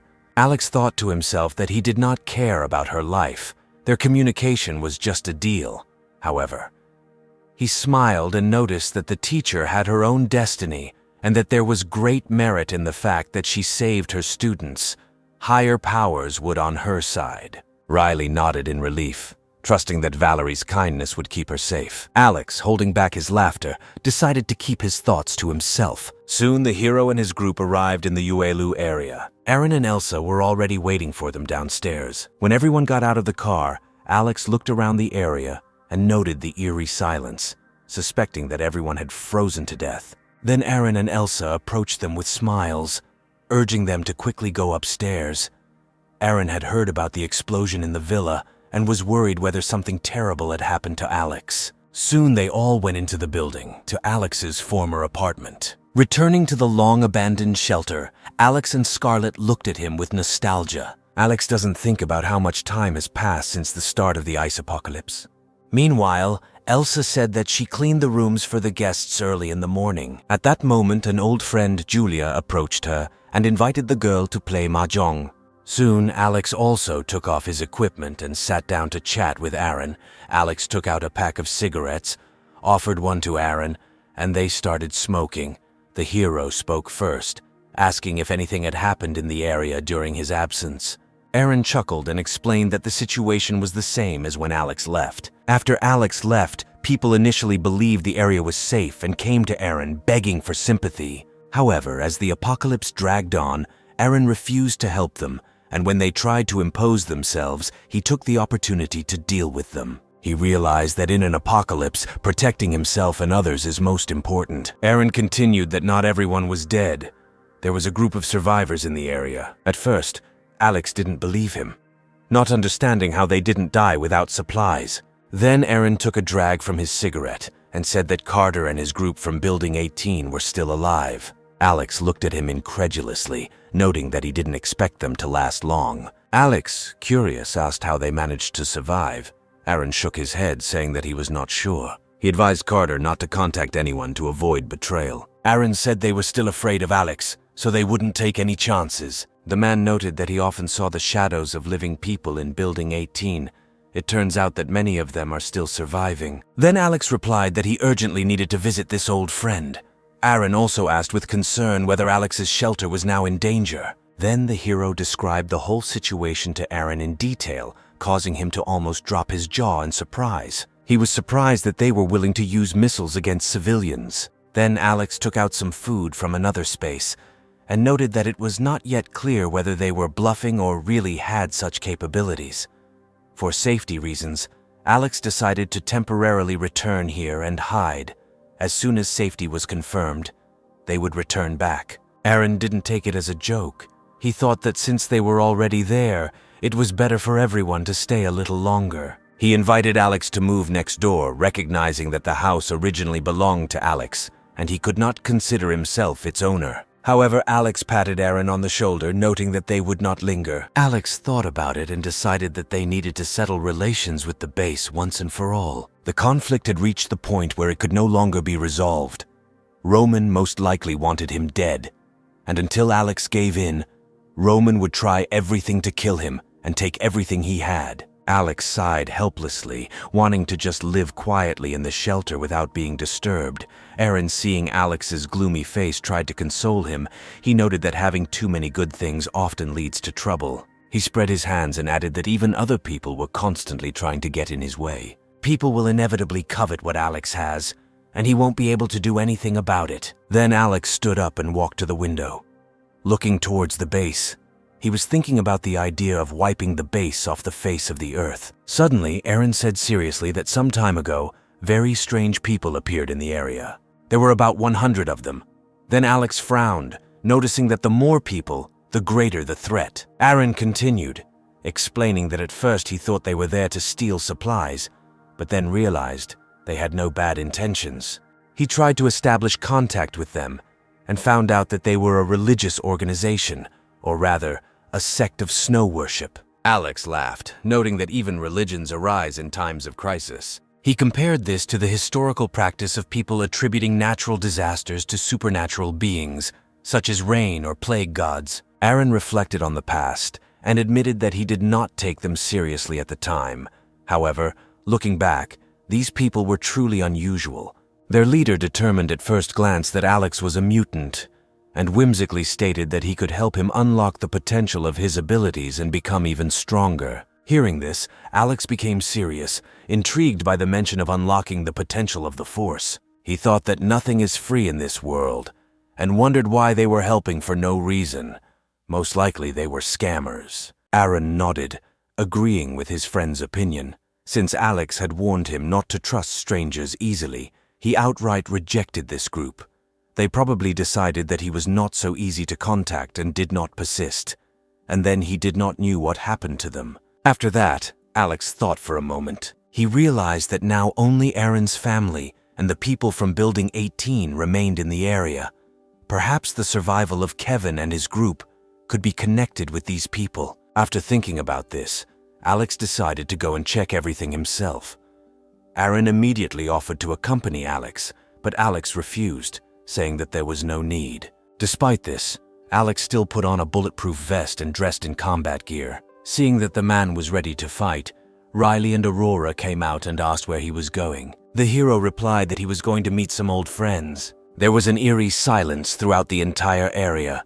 No signs of life were visible. At the foot of one of the buildings in the snow, Alex saw hundreds of snow mounds that looked like graves. Approaching the entrance to Building 18, Alex pulled out a pistol and fired 2 shots into the air. The sound of gunfire reminded the residents of the House of the Fear they once felt under Alex's rule. Carter, looking out the window towards the source of the shots, immediately recognized Alex and felt a chill run through his body.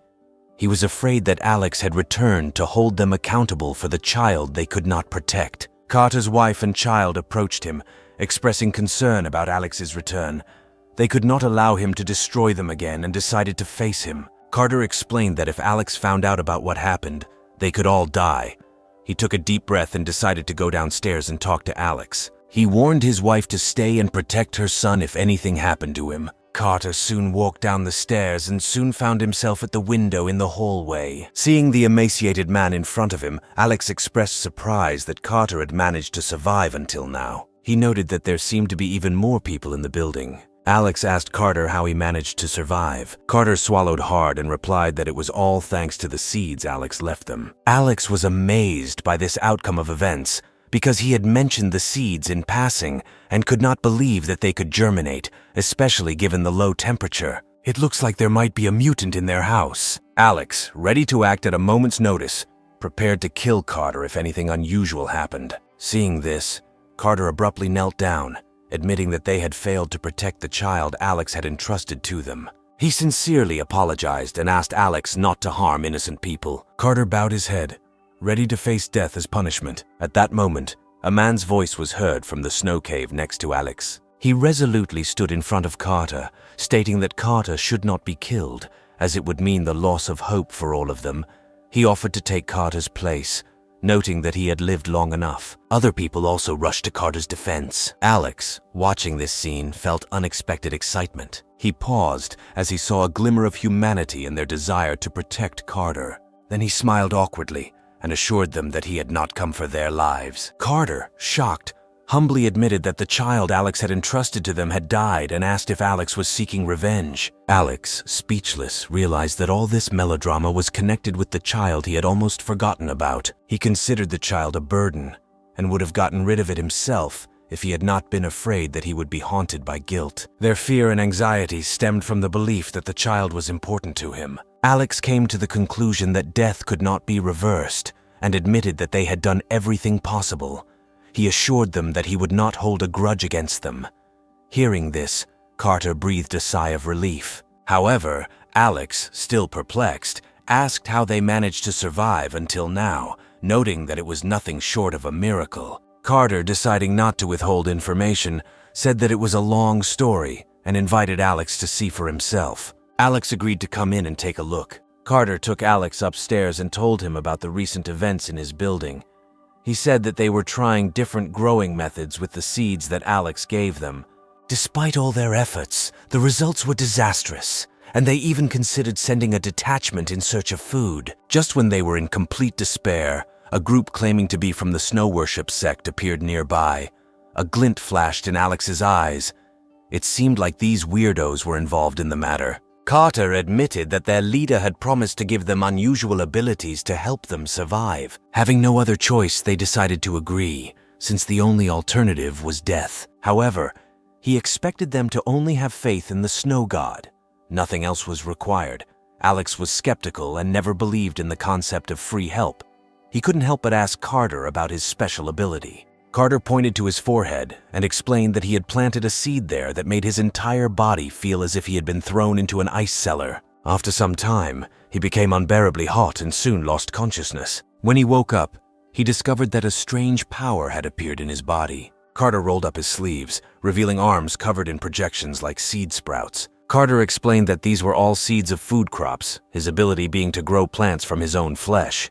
After the plants absorbed his flesh and blood, they not only gained vitality, but also grew faster.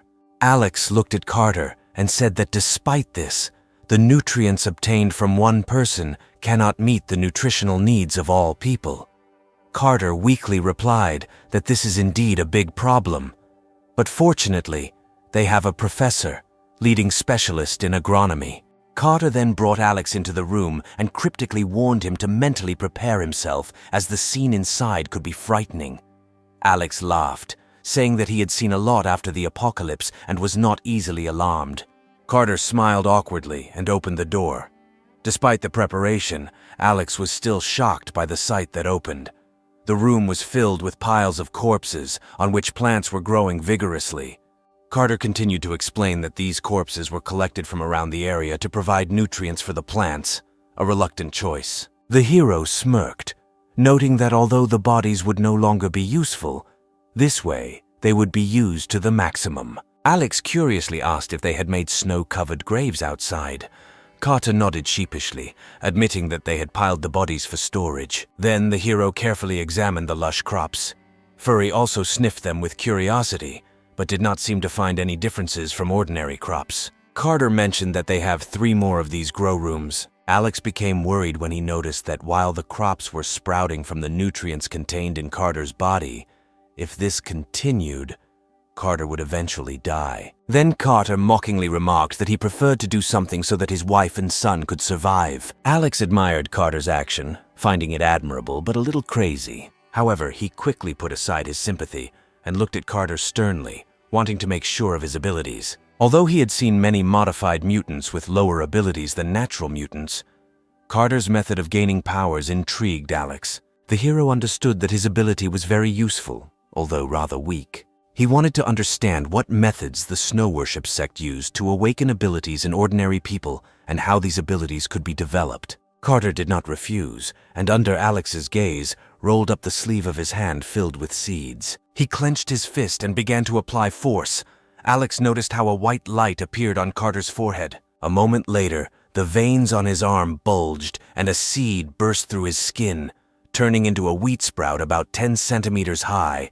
As the seed sprouted, Carter's complexion became paler. Alex quickly stopped him, showing that he already understood enough how it worked. Alex was speechless, noticing that this ability was simply using one's own flesh and blood to water plants. If abilities could be assessed, then this would be the worst, worse than even artificially created mutants. Carter hurriedly rose to his feet and called to the professor to quickly replant the wheat sprout. Meanwhile, Alex began to think that the artificially stimulated abilities of the Snow Worship sect were completely different from the naturally awakened mutants. Although it was unclear what side effects this entailed, it definitely caused a lot of harm to the body. Fortunately, this ability was not aggressive in nature. If she was a threat to Alex, they could have killed Carter on the spot. Alex soon turned to leave. After he left, Carter was glad that everything went well. The man knew that their lives depended on Alex. Meanwhile, Alex suddenly thought that if the Shishan base found out about his location and used missiles to bomb the area, then everyone would be in danger. Since the shelter in the villa was exposed, Alex urgently needed to find a new place to live. This hideout would be too easy for an organization like Shishan to breach. Alex thought about the current situation with Valerie. If she successfully implanted the chip in the information department of the base, he would be able to understand every step of their plan. This would allow them to move into action. Meanwhile, work was underway at the base to replace the soldiers lost during the campaign against Alex. The young people kidnapped from Shu Village were closely watched by armed soldiers, leaving them no opportunity to resist. One of the villagers, clenching his fists, shouted in frustration that he would have to bear the consequences of the defeat and argued that it was unfair. Another man burst into tears as he recalled how their wives and children were killed, accusing the soldiers of being more cruel than Alex. 2 shots were fired in response, and both men were shot in the head on the spot. The soldier who shot warned the men to be smart. He explained that this is what they do to those who do not obey the base. The base sent soldiers to deal with the enemies, and now that there were many casualties, they needed to replenish their forces. The soldier advised them to humbly agree to the experiment, since they still had a chance to survive. Perhaps they would even be able to successfully awaken their abilities and live a prosperous life on the base. The alternative was to die now or agree to the experiment. Meanwhile, Valerie, hiding nearby, watched this scene and thought that most of these people would die and their bodies would be processed into protein substitutes. When she remembered this, she began to feel sick again. Then she suddenly realized a serious problem. All the main departments of the base seemed to be on the 2nd level, guarded by soldiers. Due to the limited underground space, the departments were mostly interconnected, however. Security on the 2nd level did not seem very reliable. It was believed that the main danger was on the 4th level, and therefore the main defensive forces were concentrated there. Apart from Roman's personal guard, the rest of the floor was mostly guarded by patrol. Since everyone was now busy with experiments, even more guards were distracted, which gave Valerie the perfect opportunity to sneak into the information department. As she walked, Valerie observed her surroundings, realizing that this time she definitely needed to succeed. Valerie quietly approached the entrance to the information department and was about to open the door when suddenly, someone's hand touched her shoulder from behind. At that moment, the girl realized with horror that she had been caught. She realized that she had no choice but to attack first, and then she clenched her fist, preparing to attack. Startled, she turned around and saw her student Ian. She was ready to strike, but when she saw Ian, she realized that the soldier was one of her students. Then she asked if he had become one of the members of the special squad. Ian admitted with a bitter smile that he was the only successful experimenter of all the students taken. He slowly unbuttoned his shirt, revealing a dark red scar on his chest, similar to a scar from the grafting of a strange plant. Valerie, worried, grabbed Ian by the shoulder and asked about the other students. Ian confirmed that all the kidnapped students were dead. Although Valerie had expected this outcome, she was still deeply saddened. The girl realized that it was unsafe to stay here and pulled Ian to a secluded place. They found a corner to avoid observation, and Ian began to vent his frustrations to her. He spoke about the inhumane testing methods at the base, with test subjects tortured in every possible way, including electric shocks, dousing with water, and cutting with a knife. If these methods did not work, it meant that the person had no abilities, and then mutant cells were introduced into his body. Ian said that if they could withstand the rejection reaction, they could gain power. However, this will come at the cost of irreversible damage to the body. The strength acquired as a result of postnatal modification was obtained at the expense of one's own life. Valerie moved closer to him to hug him, and then looked into his eyes, sincerely asking if there was a way for him to leave here, if he would cooperate. Ian, standing up abruptly and clenching his fists, said that he did not want to stay here for another minute. He would prefer to blow up this terrible place. Then the girl said that she would need the guy's help. Valerie, who was following Ian, headed towards the entrance to the information department. Ian quickly found a reason to send away the 2 guards stationed at the entrance. He reported that there was a major shortage of workers on the lower levels. When the way was clear, he used his identity to help Valerie open the door to the information department. For someone with Valerie's abilities, walking through a door and inserting a tiny chip into a computer was a simple matter. Meanwhile, Alex decided to call Roman to inform him of his decision. Roman began the conversation in a calm tone, demanding an answer from Alex. In response, Alex laughed contemptuously, telling him that his answer had not changed. Enraged and pale, Roman warned that he and his shelter could turn to ashes. After that, he immediately hung up. Alex remained calm, realizing that Roman had lost his patience. This confirmed that the missile threat was almost certainly real. Alex took a deep breath, accepting that he might have to give up the shelter. After all, he had enough supplies, and as long as the people were alive, that was all he cared about. At that moment, a message from Valerie arrived on his phone. It said that the chip had been successfully inserted into the base's computer, and she hoped that Alex would keep his promise to help her and her students escape. Without saying a word, Alex headed to Aurora's room and reported that their plan was a success. The girl immediately jumped up and down on the bed.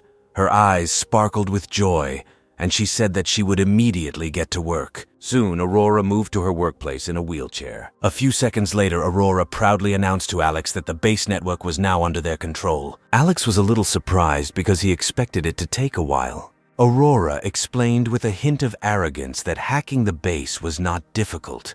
If not for the use of an isolated network, she would have penetrated the base much earlier. She boasted that the technicians at the base had nothing to compare her skills to. Alex leaned closer and asked if their actions would be detected if the intrusion was detected and the network was taken down. This closeness made Aurora's heart flutter, excitedly explaining that she had received supreme authority over the base, which was akin to God's eye view, meaning Alex could see their every move while the base couldn't detect their presence. Hearing this, the hero smiled even wider.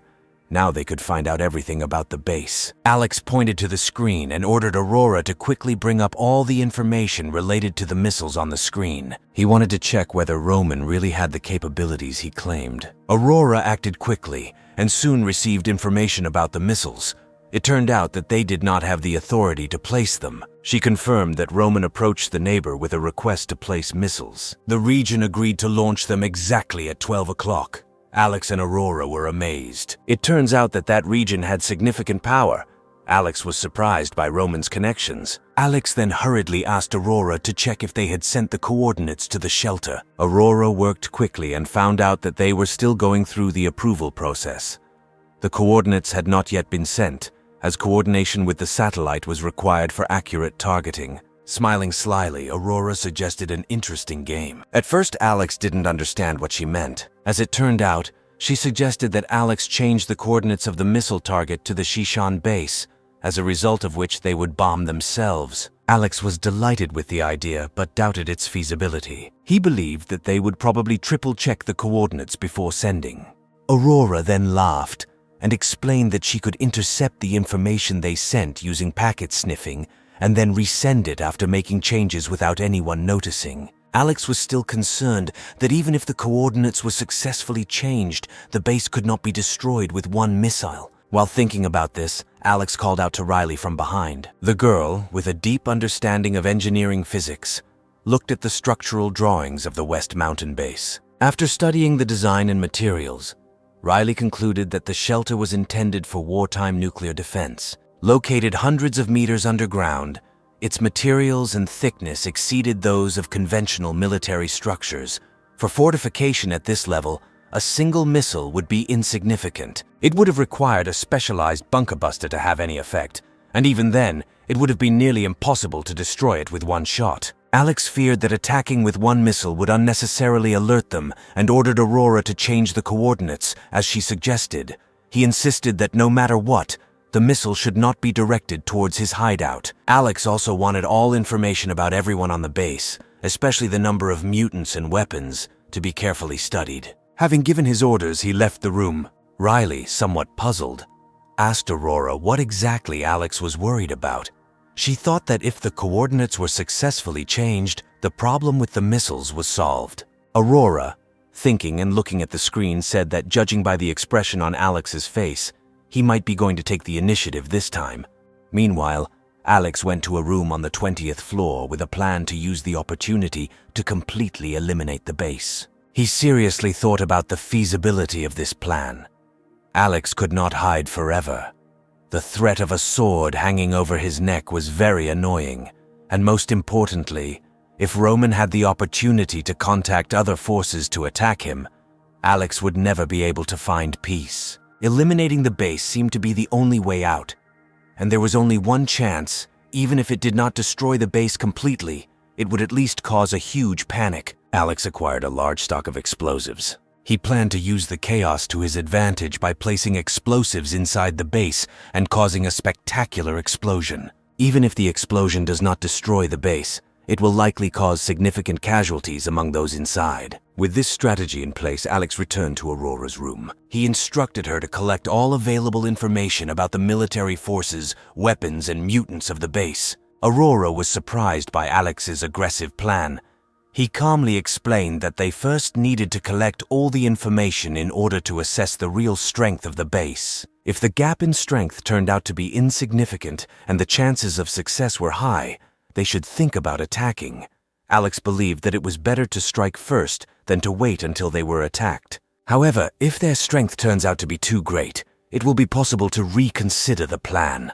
Aurora laughed, recognizing in him the Alex she knew. Receiving the information was a piece of cake for Aurora, and she quickly turned to inform Alex that the information was ready to be viewed. Alex sat down in a chair and began to study the data. Currently, there were more than 520 regular soldiers and 50 awakened fighters at the base. 6 of them received their abilities naturally. Alex focused on the information about the base's mutant captains. The first of them, Arthur, had enhanced type abilities and was codenamed Superman. He had 10 times the combat power of an ordinary person, and his speed and strength reached the level of 5 stars. Alex took a deep breath, acknowledging Arthur's impressive abilities. As a melee mutant, Arthur had an imposing physique and skills that could be dealt with if Alex kept enough distance. The second mutant, Edward, had fire-type abilities and was codenamed Fireman. He could release high-temperature flames from his body. The third mutant, Shelley, had control-type abilities codenamed Ice Block, which could create solid ice crystals for combat. The fourth mutant, Sky, had the abilities of a beastman codenamed Toxic Beast. He could turn into a giant monster with enormous strength and a corrosive liquid in his body. The fifth mutant, Tyler, also possessed the powers of a man-beast, codenamed Ice Monkey. He could transform into a giant frost monkey, greatly increasing his physical strength and resistance to cold. The sixth mutant, Chloe, had psychic powers codenamed Witch. She had the ability of deep hypnosis, allowing her to hypnotize others through brainwaves or even cause brain death. Her ability optimized through eye contact. This was the first time Alex had encountered such a classification of mutant abilities, which at this stage seemed quite general and allowed abilities to be classified only by their manifestations. His cosmic abilities didn't fit into any of those categories. Alex reflected on his own powers and noted that while Joshua had excellent close combat abilities, and his cosmic abilities provided virtually invincible defense, Aurora's information made it clear that they were not entirely invulnerable. Alex reviewed the information several times, memorizing each person's type of ability so as not to be caught off guard in any encounter. The most pressing issue was how to silently enter the base, plant explosives, and ensure a safe exit.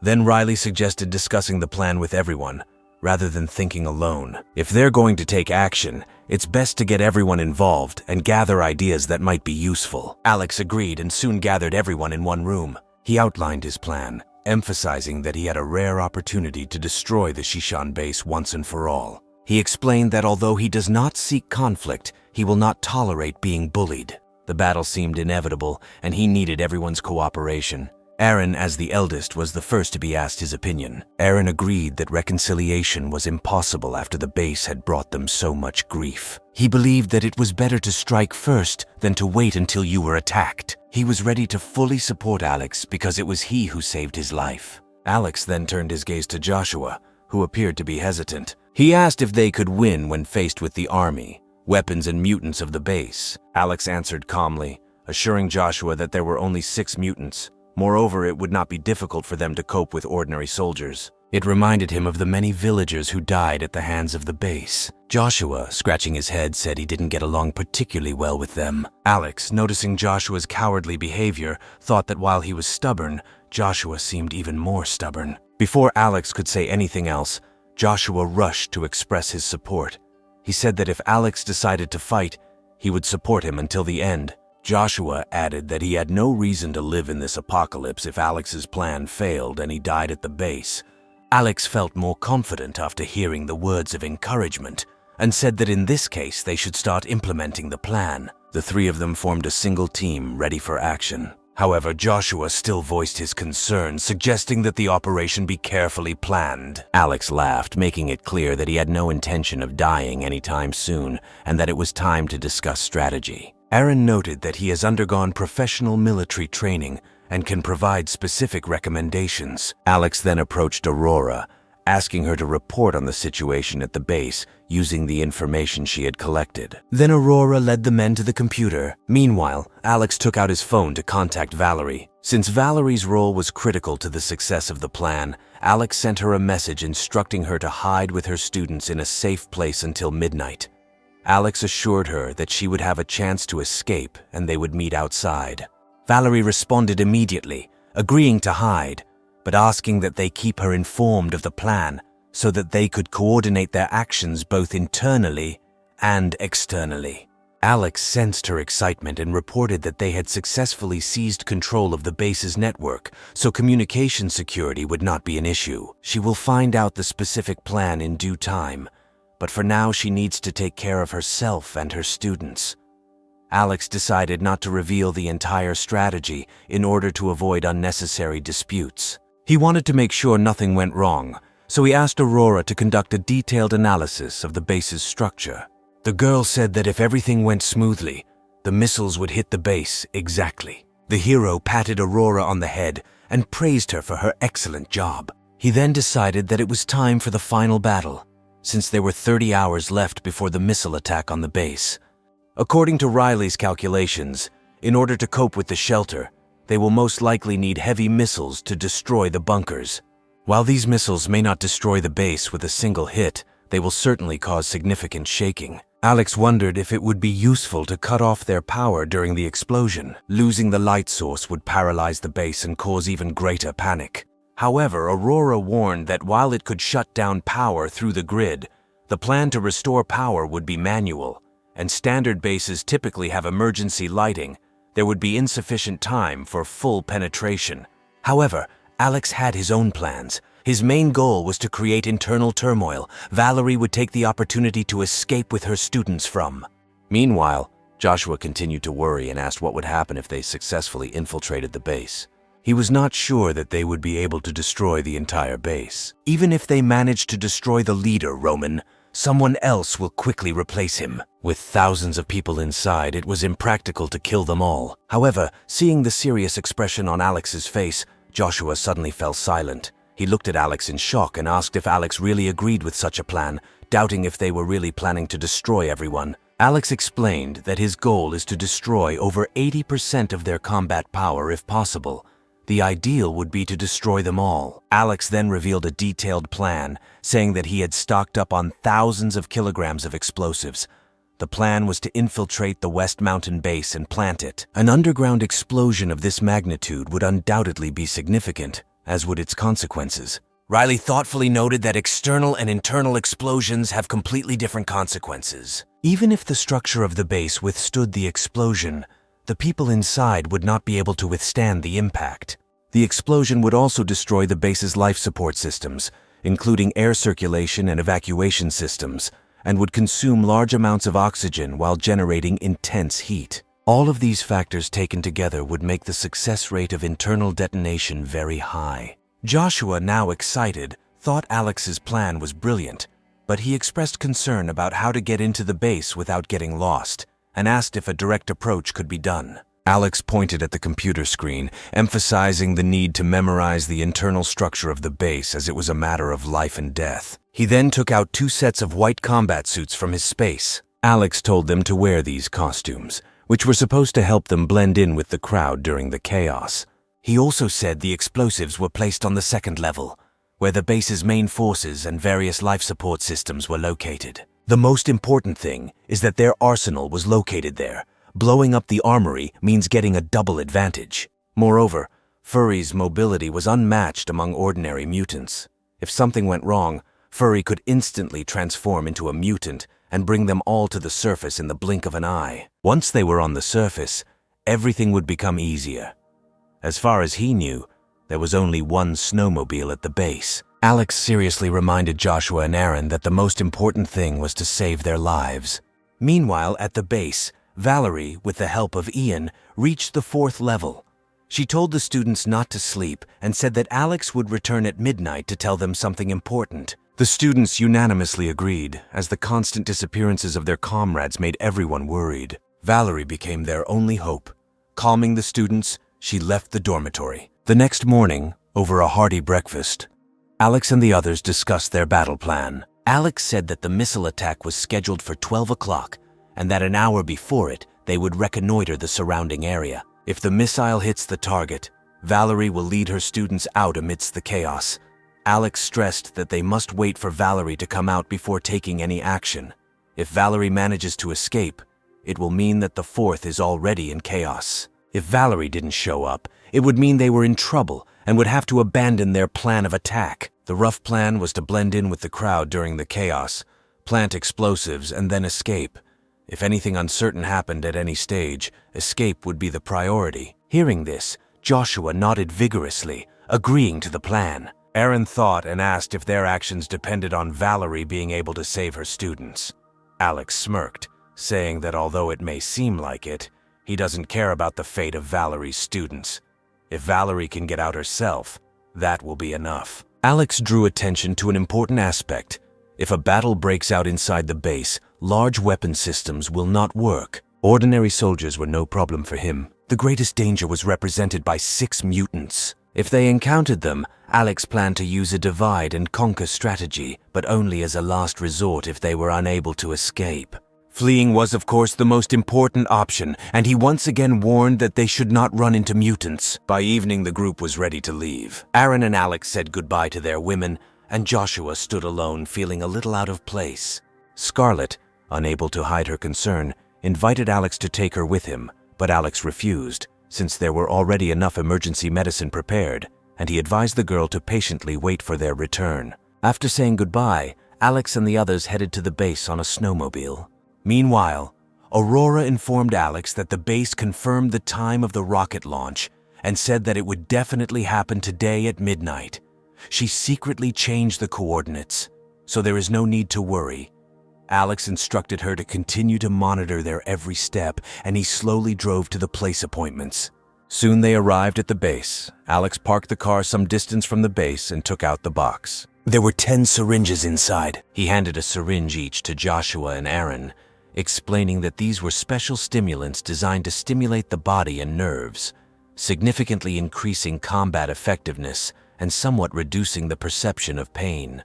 After receiving the injections, Joshua asked if there would be any side effects. Alex then assured him that even if there were side effects, they would not be significant in the short term. Their main task is to save their lives, and they will recover after completing the mission. Meanwhile, the attack on the base was approaching. The group was waiting in the car for a missile to strike. Meanwhile, back at the base, Valerie went to level 4 again. She reminded her students to put on the warm clothes they had to stay warm. Then the students realized that teacher Valerie was really going to take them away from there. Vincent ordered everyone to be quiet and assured them that he would not harm them. They just need to carefully follow Alex's instructions and wait for an opportunity to escape. At the same time, Roman nervously looked at his laptop, waiting for news that Alex's hideout had been bombed. He consoled himself with the thought that although launching the rocket had cost him a lot, the prospect of getting rid of Alex made him think it was worth it. From his point of view, Alex was an even greater threat than the other major forces in the city, having once dealt him a painful defeat. Being a high-ranking official, Roman could not accept being humiliated by a man he considered trash. Then he called the team leader, Arthur, to him. He told him that he had already dealt with the man whom Arthur could not cope with, reminding him. Arthur was surprised to learn that Roman had a way of dealing with Alex. He noted to himself that Roman had risen to his current position largely thanks to the power of his family. In terms of combat readiness, Roman could not compare even with a top-class soldier. At this moment, Roman was full of confidence. He told Arthur that mutants are not invincible even now in a post-apocalyptic world. The power of the military remains unquestioned. Roman then turned the computer screen around to show Arthur the layout of the house.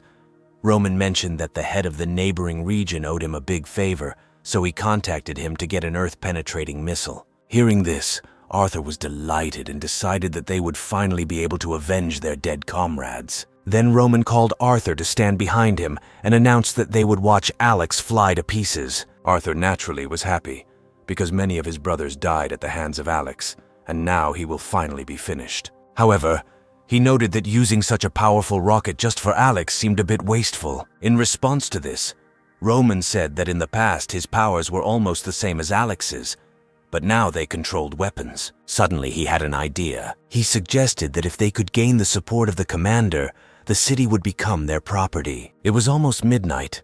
Time was passing, and Aurora still did not look up from the screen, afraid of missing some important information. Meanwhile, at the headquarters command center, a man in military uniform pressed the start button. A heavy rocket flew out of the silo and flew straight into the night sky. At this moment, the information department of the Shishan base detected an unidentified object approaching them at high speed. They realized that the rocket was flying straight at them. Alex, who was in the snowmobile, saw the bright light of a rocket approaching the horizon and falling onto the base like a meteor. With a loud boom, the rocket fell, creating a huge explosion that almost shook the area within a 10-mile radius. Even a snowmobile parked 3 kilometers from the base almost overturned from the shockwave. Alex immediately informed Aurora that the plan to change the rocket's coordinates was successful. Inside the shelter, Aurora had already prepared for her next actions.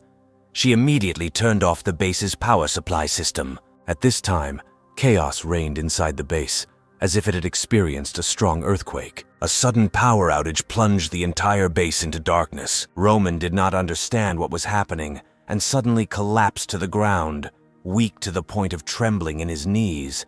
He wondered what was happening and how this could happen. That's when the information department called. Roman was puzzled, wondering who dared to attack them with missiles.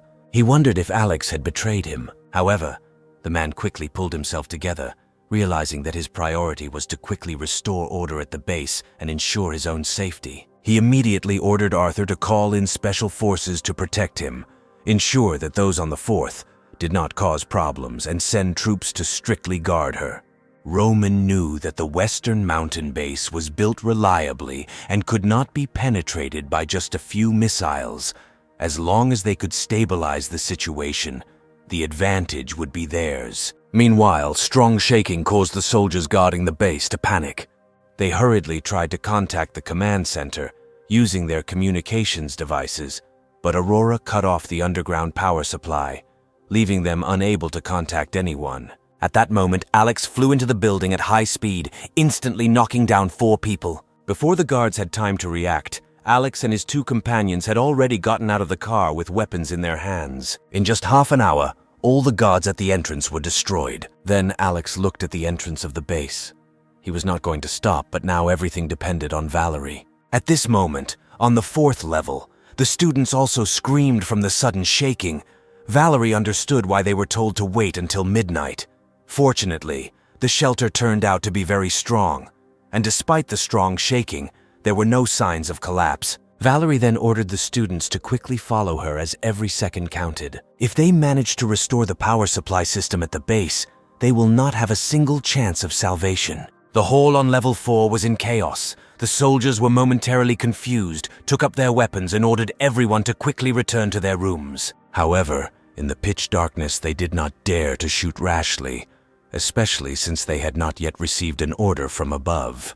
Watching the chaotic scene outside, Valerie secretly rejoiced that they were finally able to escape. Valerie had already memorized the entire escape route, so she didn't run aimlessly like the others. Taking advantage of the opportunity, she led the students out of the 4th escape capsule. Several shots were heard from inside, but fortunately they managed to escape in time. Despite all the shooting, they could not stop. Valerie also knew that the base's military forces were formidable.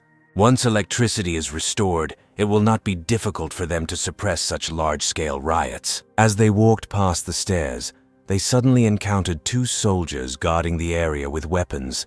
Seeing that the situation was getting worse, the soldiers were about to raise their weapons to stop them. Valerie did not hesitate. She activated her ability, swung her sword, and rushed forward. The 2 soldiers did not even have time to understand what was happening before they were quickly beheaded. Valerie knew that the appearance of these soldiers meant that the higher ranks of the base had begun to restore order. If they don't leave now, new soldiers will definitely appear. The students ran up the stairs. Soon a bright light appeared ahead, and the students rejoiced as they almost reached the exit. At that moment, Valerie extended her hand to shield the students. A sinister figure appeared ahead, and the familiar sound of high heels was heard. The stranger coldly addressed Valerie as a traitor. When they looked up, they realized that a squad of armed commandos was standing in front of them, with Grace standing in front of them. The girl noted that their leader Roman was truly wise when he realized that some would try to hide in this chaos. She ordered the soldiers next to her to fall into line, declaring that Shishan Base was not a place where one could come and go at will. The only outcome for those who tried to escape would be to become food for the lower classes. Grace accused Valerie of not appreciating the good life given to her and risking it for the sake of worthless experimental subjects. Hearing this, the students turned pale, and some began to feel sick at the hint that they were using people as food. At that moment, Valerie extended her hand, urging Grace to think that they still had a chance to talk. Grace, however, coldly replied that there was nothing more to discuss. A traitor is a traitor, and he cannot be forgiven. Just as Grace motioned to open fire, one of her soldiers was shot in the head. He fell, shot by Alex, who appeared behind them with a silenced sniper rifle. Grace's face immediately turned pale, and she loudly ordered her soldiers to return fire. In the blink of an eye, the entire narrow passage was under fire. Valerie forced the students to press themselves against the walls, and she rushed forward with a long sword, knowing that Alex and his team had arrived to help. With this support, Valerie's self-confidence increased. The soldiers of the base were attacked from 2 sides by powerful mutants. After Alex opened the spatial gate, all their shots became meaningless. In just 2 minutes, the passage was filled with the dead bodies of soldiers. Valerie, having come to her senses, looked at Alex with gratitude and thanked him for his support. Alex simply replied that he had only fulfilled part of the deal. He understood that without Valerie's risky return to base as a spy, he would not have had the opportunity to change the missile's coordinates. Helping her save the students was only natural. He then told Valerie that there was no time to waste and that they needed to hurry and get the students out. Valerie quickly calmed the frightened students and urged them to move quickly, declaring that they would soon be free. At that moment, Valerie saw Grace curled up in the corner. Valerie looked at her intently and asked if it was true that it was Grace's idea that led to the death of her students. Grace's face showed fear. She begged not to kill her, explaining that she was just a secretary and that all decisions were made by Roman himself. Filled with hatred, Ian approached Grace. The experiments he underwent for human modification were like hell. He did not respond to Grace's pleas. Instead, he took out his dagger and slit her throat. He said that people like her do not deserve pity. Valerie then sincerely thanked Alex for keeping his word and helping save the students. Then, Alex told her that everything had been sorted out with the guards at the entrance, and there was no time to waste. He instructed her to quickly get the students out. Alex then took out 2 backpacks from another room, which contained energy bars for restoring strength and some fuel for warmth. He told them to hide in the area southeast of their current location, assuring them that he would come meet them later. He then said that Valerie could not leave with the students yet as they still had unfinished business. Hearing this, the students got scared and began to beg Valerie not to leave them. Then Alex smiled and said that the base warriors were too busy to pursue them now. But if the students go with them, they will definitely be chased. Valerie understood that from the moment she decided to join Alex, the path to retreat was already cut off. She asked what they should do next. Alex replied that they just needed to blow up the entire base to solve the problem once and for all. Valerie felt a rejection, knowing that there were thousands of lives inside, but if they didn't fix the problem, she and the students would eventually face retribution, and they would be the ones to die. After thinking for a while, Valerie made a decision and agreed to help Alex. Valerie then ordered Ian to take the students out. Finally, Ian looked at Alex and the others and told Valerie that she had to protect herself. He then led the students out of the base. Alex then handed his phone to Valerie and told her to act quickly and get them to the designated location. This place was the second level where she had always lived and was very familiar with it. All four put on their helmets and ran towards the indicated place. Alex and his team quickly reached a location that was ideal for planting explosives. Alex signaled Aaron and Joshua to begin the operation. Seeing this, Valerie became worried, noticing that the amount of explosives would not have any effect because the strength of this place was very high. Alex calmly replied that it was an explosive specially made by Riley. After that, he activated the spatial gate, and the next second piles of explosives appeared in the corners. Valerie's eyes widened in shock. Grinning, Alex noted that he had always been frugal and did not waste a single grain of rice, and now they would try their own medicine. Having prepared everything necessary, Alex gave the signal for a quick evacuation. On their way out, Alex attached explosives to every door they passed. When they reached the corner, Valerie suddenly stopped. She suggested using this opportunity to directly eliminate Roman. She believed that without their leader, the base would certainly plunge into chaos. Alex also stopped and explained that even if they killed Roman, someone would quickly take his place. He noted that the problem is not in Roman, but in the base system itself. Valerie could not object, since she also believed that Alex had noticed everything correctly. Alex continued by saying that the only solution now is to destroy the entire base. During the conversation, their unusual behavior attracted the attention of the Special Forces. They were all dressed in Special Forces uniforms, especially Valerie. In the low light and chaos, no one would notice anything unusual. However, one of the Special Forces noticed their strange behavior, especially the cat next to Alex. The base had never heard of anyone keeping a pet. The soldier raised his pistol, shouted that something was wrong with these people, and ordered them to be captured. Alex had no choice but to immediately activate his ability. He fired quickly, and the man did not even have time to react before his head was instantly pierced through. Seeing that their comrade had fallen, the commandos raised their machine guns and began firing at Alex and his team. By this time, Alex had already opened the spatial gate. Valerie was amazed. Having followed him for a whole month, the base soldiers were unable to destroy his hideout. Soon, a person who appeared in the crowd shouted that this was a spatial ability and that this person was Alex. Everyone stopped shooting and retreated, spreading out. At that moment, Alex smiled and muttered that it was too late. He then sharply shouted the counterattack signal. Suddenly, all the bullets fired at them rushed back in the opposite direction like a hurricane, hitting almost everyone. While Alex and his team were retreating, grenades flew out of the spatial gate. Dozens of grenades thrown by Alex caused a huge explosion.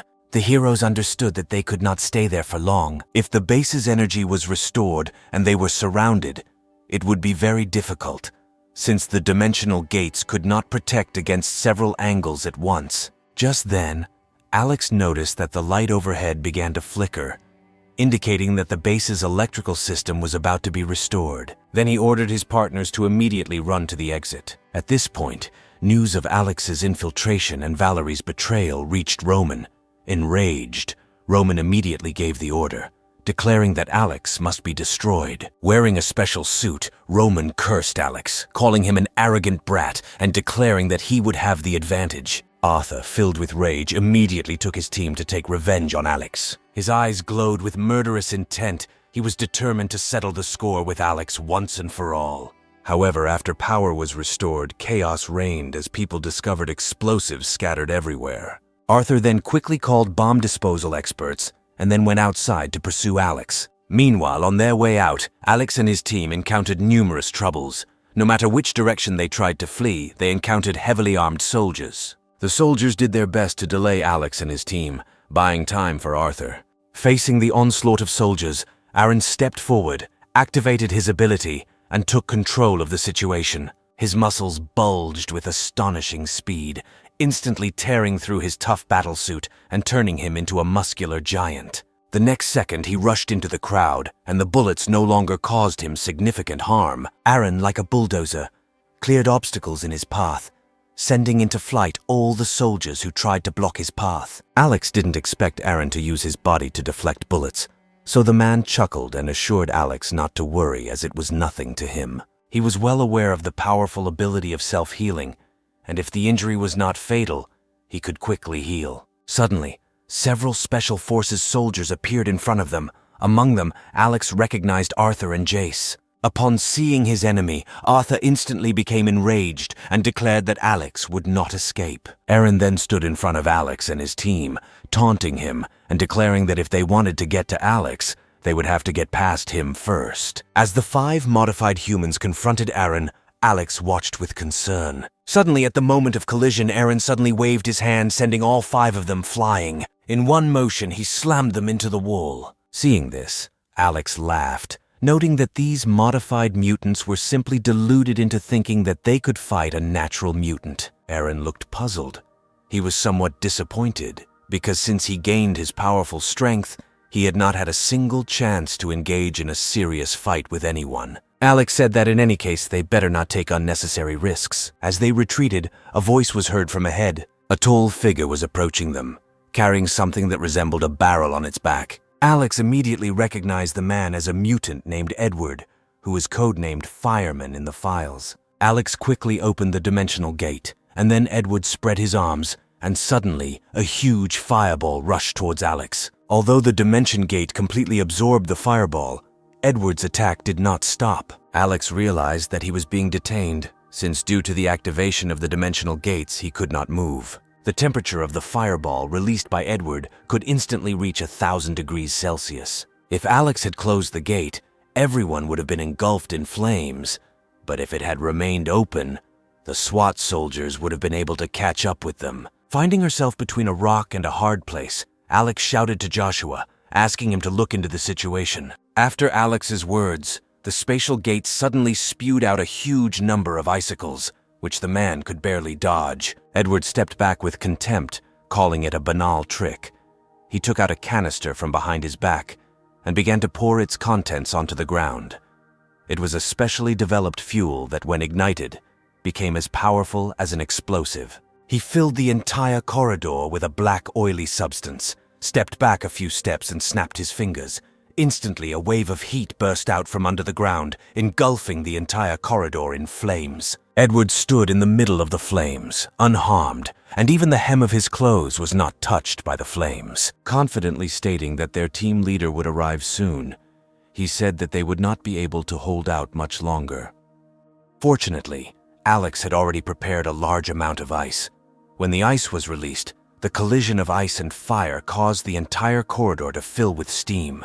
Edward was stunned for a moment, realizing that they actually had a mutant that could manipulate ice and snow. Seizing the opportunity, Joshua held Edward back while Alex and his team quickly retreated through the steam. Suddenly, there was a terrible gust of wind ahead.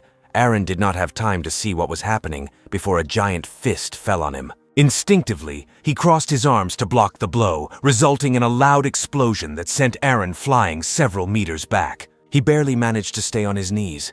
Seeing this, Alex was amazed that Aaron, known for his physical strength, was in such a state from one blow. At that moment, Arthur appeared in Alex's field of vision and invited them to begin the performance. Then the hero went to Aaron, worried and asking if he was all right. He covered it with a shield so that nothing could hurt him. Aaron was sweating, but thanks to the stimulant he didn't feel much pain. He said it wasn't that bad and shouldn't be fatal. Arthur, standing about 10 meters from Alex, examined his spatial abilities. Having learned from a previous painful lesson that it was better not to approach hastily and risk falling into Alex's trap, he decided to wait it out. knowing that they had nowhere to run. Meanwhile, Joshua hurried to Aaron and asked if he was okay. Aaron, covered in sweat, said he was fine but felt like he'd been hit by a train. Then Alex took out a stimulant from his space and without hesitation injected it directly into Aaron's arm. Putting aside concerns about side effects, it was extremely important for Aaron to quickly restore his fighting strength. At this time, Furry approached. Visibly indignant at the current situation, his fur stood up and he growled threateningly. Valerie also took a fighting stance, ready to fight.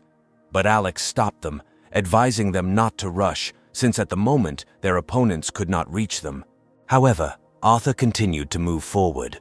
After their last meeting, he learned that Alex's dimensional space was not capable of attacking on its own. As the confrontation continued, Arthur began to taunt Alex, implying that without the protection of his hideout, he could only surrender. However, the hero said that it was too late to give up. He had hoped to deal with this quickly, but it had come to such an unexpected stage, it seemed that his plan was too idealistic.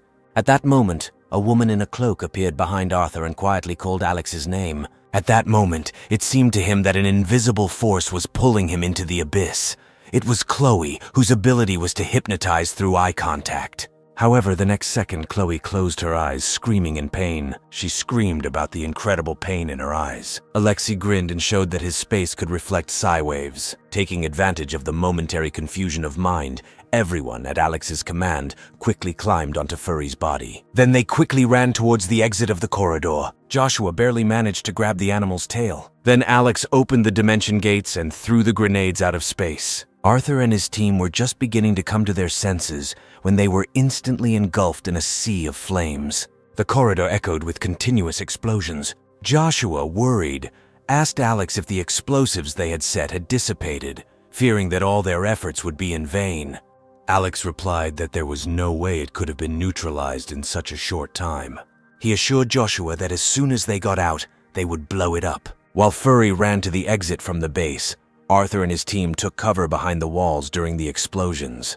Suddenly, Arthur crashed through the wall and shouted to his team to hurry up in pursuit. At this moment, another mutant, Sky, stepped forward. The next moment, he turned into a 2-meter humanoid creature. He grabbed Chloe with one hand and Edward with the other. After that, he rushed after Arthur in a furious pursuit. Seeing that they were about to be overtaken, Joshua urgently ordered Alex to throw more grenades to delay them. However, Alex stated that he is not one to take advantage of other people's vulnerabilities. He noted that if they like to stalk, then let them stalk. Joshua and Aaron were speechless, finding Alex's statement unconvincing. However, they knew that Alex was always willing to use any means to achieve his goals, and that he must have his own reasons for not rushing to use his spatial abilities. A few seconds later, Furry jumped out of the opening and they ended up on the ground. Arthur and his team also rushed to the door. He was well aware that no one would be able to escape under his watch, especially in the vast snowy terrain. He noticed that Alex's space was only invulnerable in one direction. If he avoided that side and attacked from all other directions, he would not be able to escape. At this moment, Joshua realized the gravity of the situation. Without the narrow corridors of the base, Alex's spatial defense could not block Arthur's quick attacks. He asked Alex what they should do next. A cold smirk appeared on Arthur's lips, and his eyes filled with a thirst for revenge. He mockingly said that without the protection of their shelter, they had nowhere to run. In response to this, the hero only grinned. Alex then took the remote control out of his pocket and pressed it hard. Seeing this, Arthur panicked and asked what Alex had in his hand. Just 2 seconds later, a dull sound came from behind and the ground shook violently. Before they knew it, a wave of heat rose from behind, and then fire burst out from the entrance to the corridor. Arthur's entire group was suddenly blown away by an explosion. Joshua's eyes sparkled as he watched the destruction. The base was destroyed, and they all smiled in relief. Arthur clenched his fists and growled in anger, cursing Alex for what he had done. In response, Alex teased him by noting that he should actually be thanking Arthur.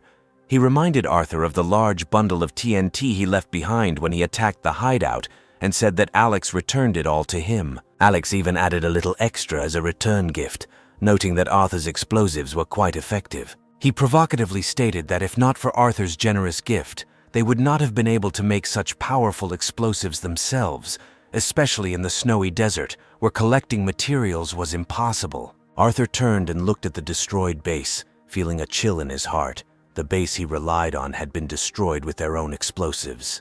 The man felt an urge to go back and save people. But after such an explosion, it is unlikely that there were survivors there. Arthur's eyes were almost bloodshot with rage, and he swore that Alex would pay for this in blood. At this moment, Alex suddenly extended his hand and said that they needed to think about everything carefully. He noted that there were 4 mutants on their side. He hinted that even if Arthur was stronger, it would end in mutual destruction.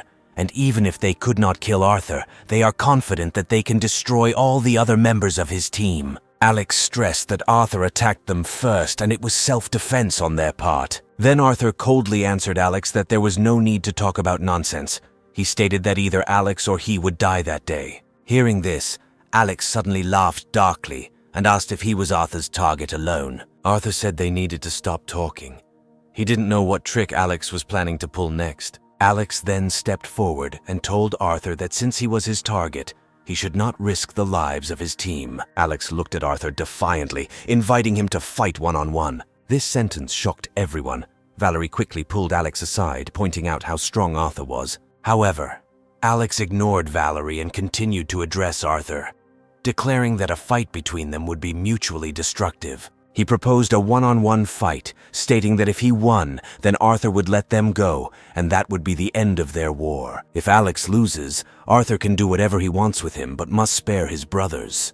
Joshua and Aaron looked at Alex skeptically, remembering what Alex had explained to them before they set off. Alex said that all the special forces on the base are highly trained soldiers with abilities, and their combat coordination is unparalleled. Alex planned to challenge their leader to a duel. The fact is that Arthur, who had a high opinion of himself, most likely considered Alex a coward who relied only on spatial abilities. Since Arthur didn't fully understand Alex's abilities, he had to accept the challenge. Then the hero asked again if Arthur was ready to accept his challenge. At this point, Chloe warned Arthur that Alex was very cunning and could set a trap, advising him to be careful. Arthur, realizing that Alex might be up to something, still did not lose hope. Alex was right. His side was greatly weakened, and Arthur knew that Alex's combat prowess was formidable. The other commandos most likely could not stand up to her. After some thought, Arthur accepted Alex's offer of a one-on-one duel. At the same time, Alex stipulated that no outsider should enter the valley where the fight would take place. Meanwhile, Chloe did not lose hope and warned Arthur that it could be a trap. Arthur brushed her off. Soon they arrived in the valley. Chloe, who was watching the fight from above, declared that in the face of absolute power, all schemes and tricks were meaningless. On the other hand, Joshua and his companions were visibly worried. Alex said back in the car that he wouldn't fight one-on-one unless it was absolutely necessary, which meant that even Alex wasn't confident in himself. Chloe, watching Joshua and the others try to maintain their composure, smiled mockingly and shared a secret. She explained that some powerful mutants, such as Arthur, have the ability to absorb others' powers. While everyone else has a fixed level, Arthur can level up by killing other mutants and taking their powers, making his abilities potentially superior to theirs. This revelation caused Aaron and the others to become alarmed. Chloe said that their boss would definitely win and take Alex's power for himself. Joshua gritted his teeth and muttered that it was impossible because their boss had never fought a battle he wasn't confident in, and he wouldn't risk his life this time. Chloe, speechless from such logic, replied that Arthur would definitely return here with Alex's head. Meanwhile, in the valley, Alex looked at Arthur, who was ready to fight. He noted that his abilities were more of a supporting nature and would be disadvantageous against fighting types like Arthur. He suggested that they might not have to fight. Arthur told Alex to stop talking nonsense and prepare to die. Then Alex, with a helpless expression on his face, said that he hated to fight, but he was forced into it. His dream was to simply survive the apocalypse. Arthur, irritated by Alex's evasiveness, demanded that he stop beating around the bush and fight him. Then the hero once again asked to spare his friends if he lost. He also asked to let go of the cat they had brought with them, a proposal that infuriated the man. Arthur attacked Alex furiously. Without thinking, Alex activated the speed to maximum. He opened the dimensional gate to block Arthur's path. However, after several battles, Arthur already knew this tactic of using spatial gates well. He smiled, recognizing the old trick. As long as his speed outpaced Alex's ability to switch gates, Arthur believed he could win. But as he moved, he suddenly found a massive truck falling on top of him. Instinctively, he ducked to the side, wondering if Alex's ability included throwing objects. Alex grinned and showed that this was just the beginning. He then pulled out a mountain of cars, trucks, sports cars, and even excavators. There was everything that Alex collected in his free time. Originally intended for collecting, they were now perfect for attack. Arthur, drawing a warblade from behind his back, thought that if he could not dodge, then he would have to directly confront his enemies and destroy them. He then split a truck weighing tens of tons into two pieces with his blade. Seeing this, Alex became even more delighted. As if throwing out garbage, he continuously released various objects from the dimensional space. Although Arthur had excellent close combat abilities, he found this attack unpleasant. Dodging and speaking at the same time, he noticed that Alex's little tricks would not harm him. When Alex backed away, laughing, he replied that if that was the case, then Arthur shouldn't shy away. While Arthur desperately dodged and made his way through the rubble, he realized that he would not be able to get close to Alex. Since the gate area was quite large, it was not easy for Arthur to bypass it, and he could not use firearms at this moment. If he managed to get within 3 meters of Alex, he was confident that he could kill him instantly. However, Alex's objects became more and more varied. Arthur could cut ordinary objects. These light lace materials were a serious hindrance. He didn't believe that Alex had an endless supply of objects to throw. It seemed more offensive than dangerous to him. However, suddenly Arthur noticed that Alex had thrown away a large number of iron barrels and logs. Understanding the danger if the barrels contained flammable or explosive substances, Arthur suspected that they were filled with gasoline. Despite all his attempts to dodge, he was unable to avoid the splashes. Feeling the impending danger, Arthur decided to move away. At that moment, Alex took out a pistol from space and shot at the ground near Arthur's feet. Flames shot up into the sky, engulfing Arthur in a sea of fire. Although Alex knew that such intense fire would not be able to burn Arthur to death, the special military-grade combat suit he was wearing was unlikely to be vulnerable to ordinary flames. Meanwhile, Arthur reflected that this fire did not cause him any harm. However, it could obscure his vision, rendering his high-tech glasses unusable. Arthur then jumped to his feet and shouted towards Alex that his sneaky tactics couldn't touch him. He acknowledged Alex's strong defensive abilities, but stated that they couldn't do him any real harm. Having finally escaped from the ring of fire, Arthur found himself under a pile of iron barrels flying towards him. This time the barrels were not filled with gasoline, but with a milky white, unidentified liquid. As the barrels fell to the ground and burst, Arthur, despite his agility, was unable to avoid falling into the sticky white substance. Realizing that it was durable latex paint, Arthur growled in anger. He yelled at Alex, blaming his stupid antics instead of a real fight. Then he suddenly saw something flying towards him. The man instinctively covered himself with his hands from the next portion of paint. Angry to the extreme, he tore off his clothes and vowed to finish Alex off. Arthur decided that if he held out until Alex ran out of items, he could split Alex's head in two with one blow. However, the moment he saw Alex's faint silhouette, hundreds of iron barrels rolled out in front of him. All the barrels were open, and the cold wind spread the gas that was inside them. As Arthur inhaled the dust, his eyes filled with intense fear and his face turned red. He quickly covered his mouth and nose. Alex, noticing this, calmly stated that everyone has a weakness and no one can be perfect. He noted that even their invincible Captain Arthur has a weakness, an allergy to seafood. The hero added that the powder was made from grinding more than 100 types of seafood, and Alex assured him that at least one of them would cause an allergic reaction. Now the entire valley was filled with seafood powder. Arthur held his breath. Unable to believe what was happening, he could not understand how Alex discovered his weakness. Realizing that this could not continue, Arthur gathered all his strength and rushed to Alex, ready for a desperate fight. Seeing this, Alex activated quadruple speed and began to run, teasing him as he went. Even though Arthur tried to break through the endless stream of objects and grab Alex, his caution was obvious. He kept a safe distance from Arthur. Just 2 minutes later, Arthur's complexion changed.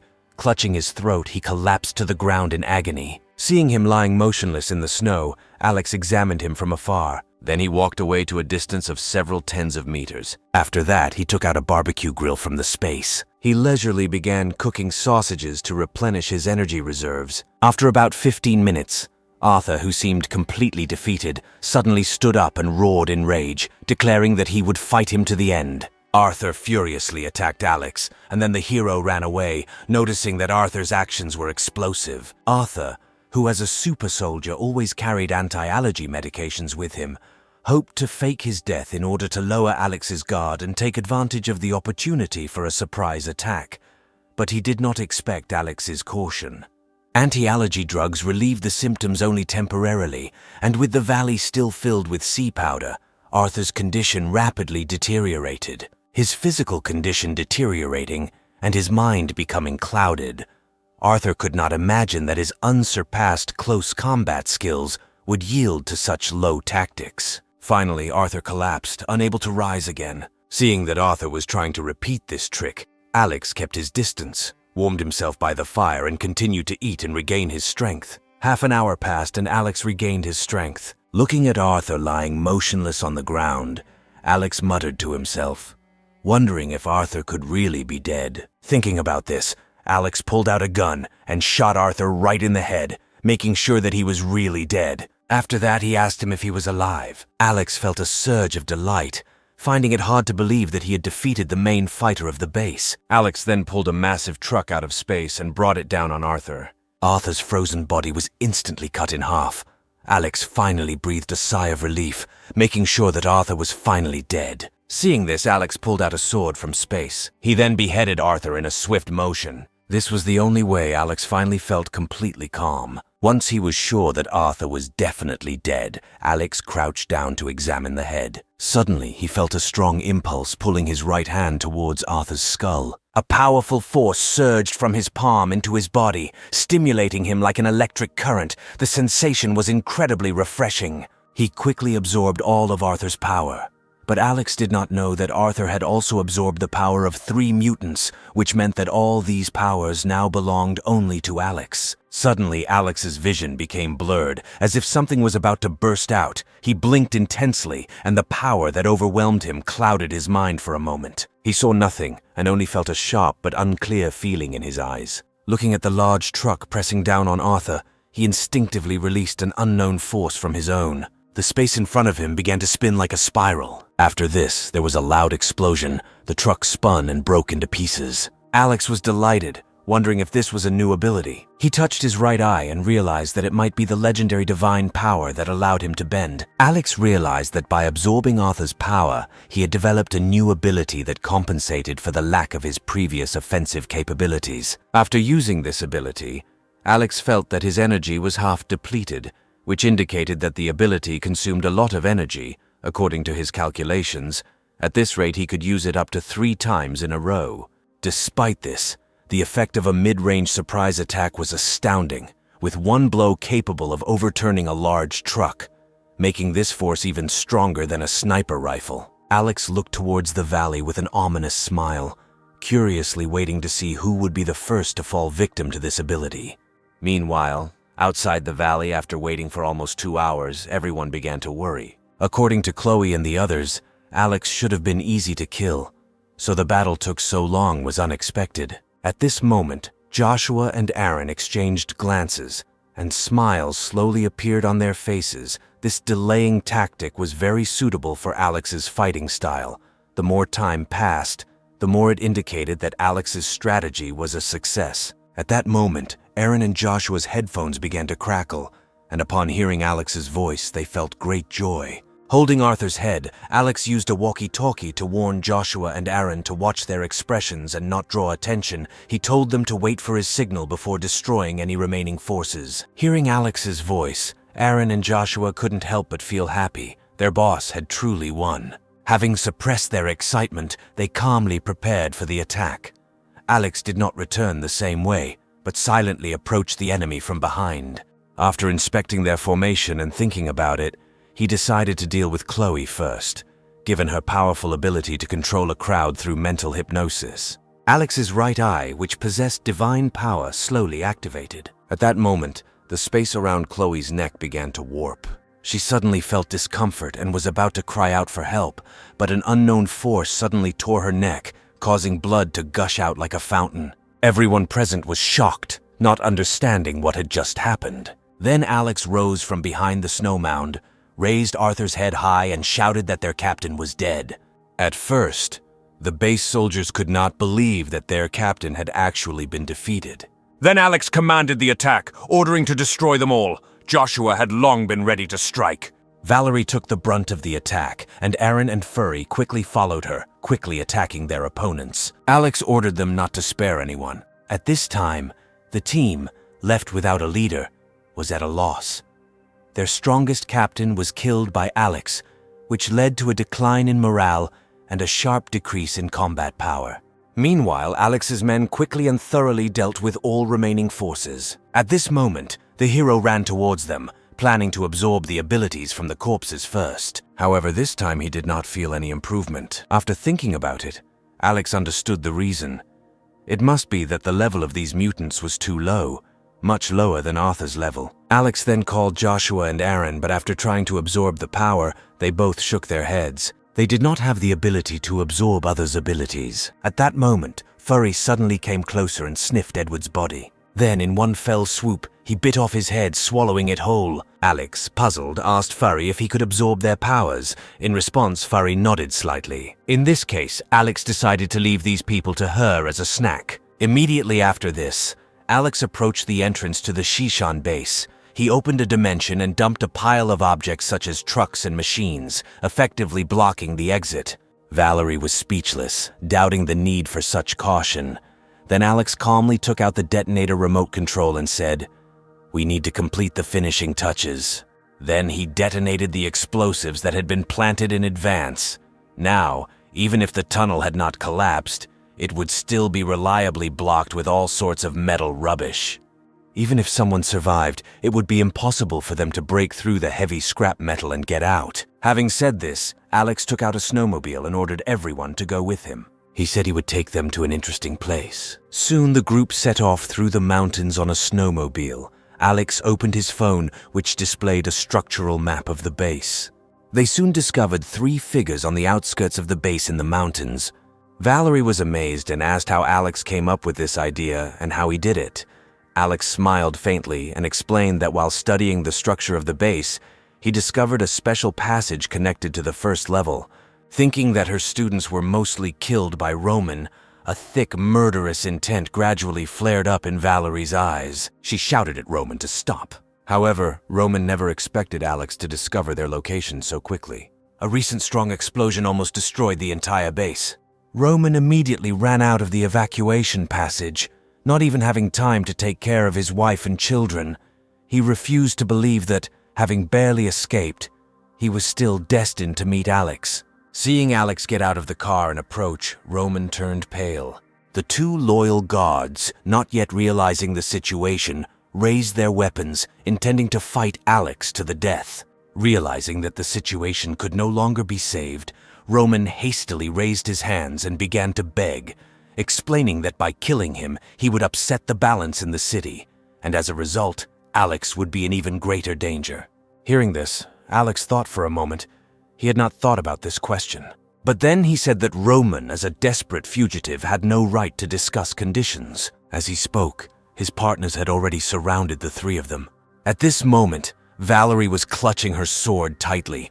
Dozens of her students had become Roman's test subjects, and she regretted that she could not dismember him on the spot. Roman quickly tried to explain that in the apocalypse, in chaotic times, strict measures must be taken, otherwise everyone will be in a dead end. Then Roman tried to offer cooperation, suggesting that with Alex's talent and strength, as well as his connections and brains, seizing power in the city would be a piece of cake. Alex grinned and replied that he was not interested. After saying this, he activated his divine power, and Roman's neck instantly twisted, and in the next second, his head was torn away from his neck. The 2 guards, instantly petrified with fear, knelt down in despair and began to cry. Alex coldly stated that a man like Roman could not dominate the city. Roman's 2 loyal subordinates then pulled out their grenades, intending to die along with Alex, at which point, still fueled by adrenaline, Alex quickly pulled out his pistol and shot both of them in the knees, causing them to fall limply to the ground. Despite this, they desperately threw grenades towards Alex. Then Alex opened the spatial gate, absorbing all the explosive energy of the grenades into another space. The soldiers were stunned, not understanding what had just happened. Then Alex slowly approached one soldier, released the absorbed energy, and he howled in horror. In just a few seconds, the soldier was burned to a skeleton. Alex then grabbed the other soldier's head with his right hand. After that, he activated his ability again. The next moment, the soldier's head exploded. Alex looked at his right hand with satisfaction, noting that his control over the power of space was becoming stronger. After that, Alex released a flame, burning the bodies of the three men until there was nothing left of them. Valerie, who watched Alex's actions, was speechless, doubting the need for such large-scale measures, because the base had already been destroyed by Alex. Alex explained that Valerie did not understand the significance of Roman's status in the city. His social connections were beyond their understanding, and if someone found out that it was Alex who killed him, they might come after Alex to take revenge. Alex didn't want to get himself into unnecessary trouble. Valerie rolled her eyes, claiming that in the conditions of the apocalypse, what Alex was talking about was practically impossible. Then Alex declared that he would not leave the slightest trace of possible danger. He then asked Valerie if she had thought about this outcome before coming to the base.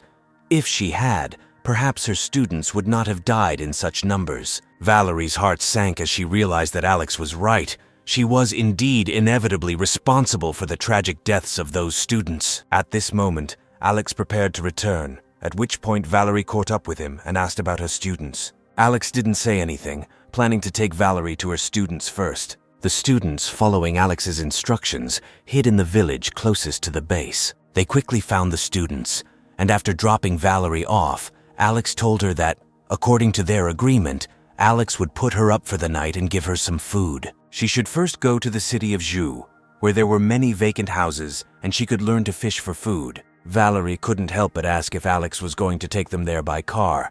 However, Alex looked at her and quietly said that he had fulfilled his promise to her. Moreover, to express his gratitude, he fed her and put her up for the night. If she wants more from him, she will have to bring enough goods with her for the exchange. Valerie, with an embarrassed face, objected that they had already become good friends, and such conversations seemed too serious to her. Alex smiled in response, noting that even friends must clearly settle scores in order to avoid offense. In conclusion, he said that they should leave everything as it is and see each other in Shu village. Valerie nodded helplessly, and then declared that they would go there themselves. As he watched Valerie retreat, Alex was not particularly worried about the fate of the students. He felt some sympathy, but as for Valerie, a highly skilled fighter, Alex admired her greatly. He planned to force her to join his team sooner or later.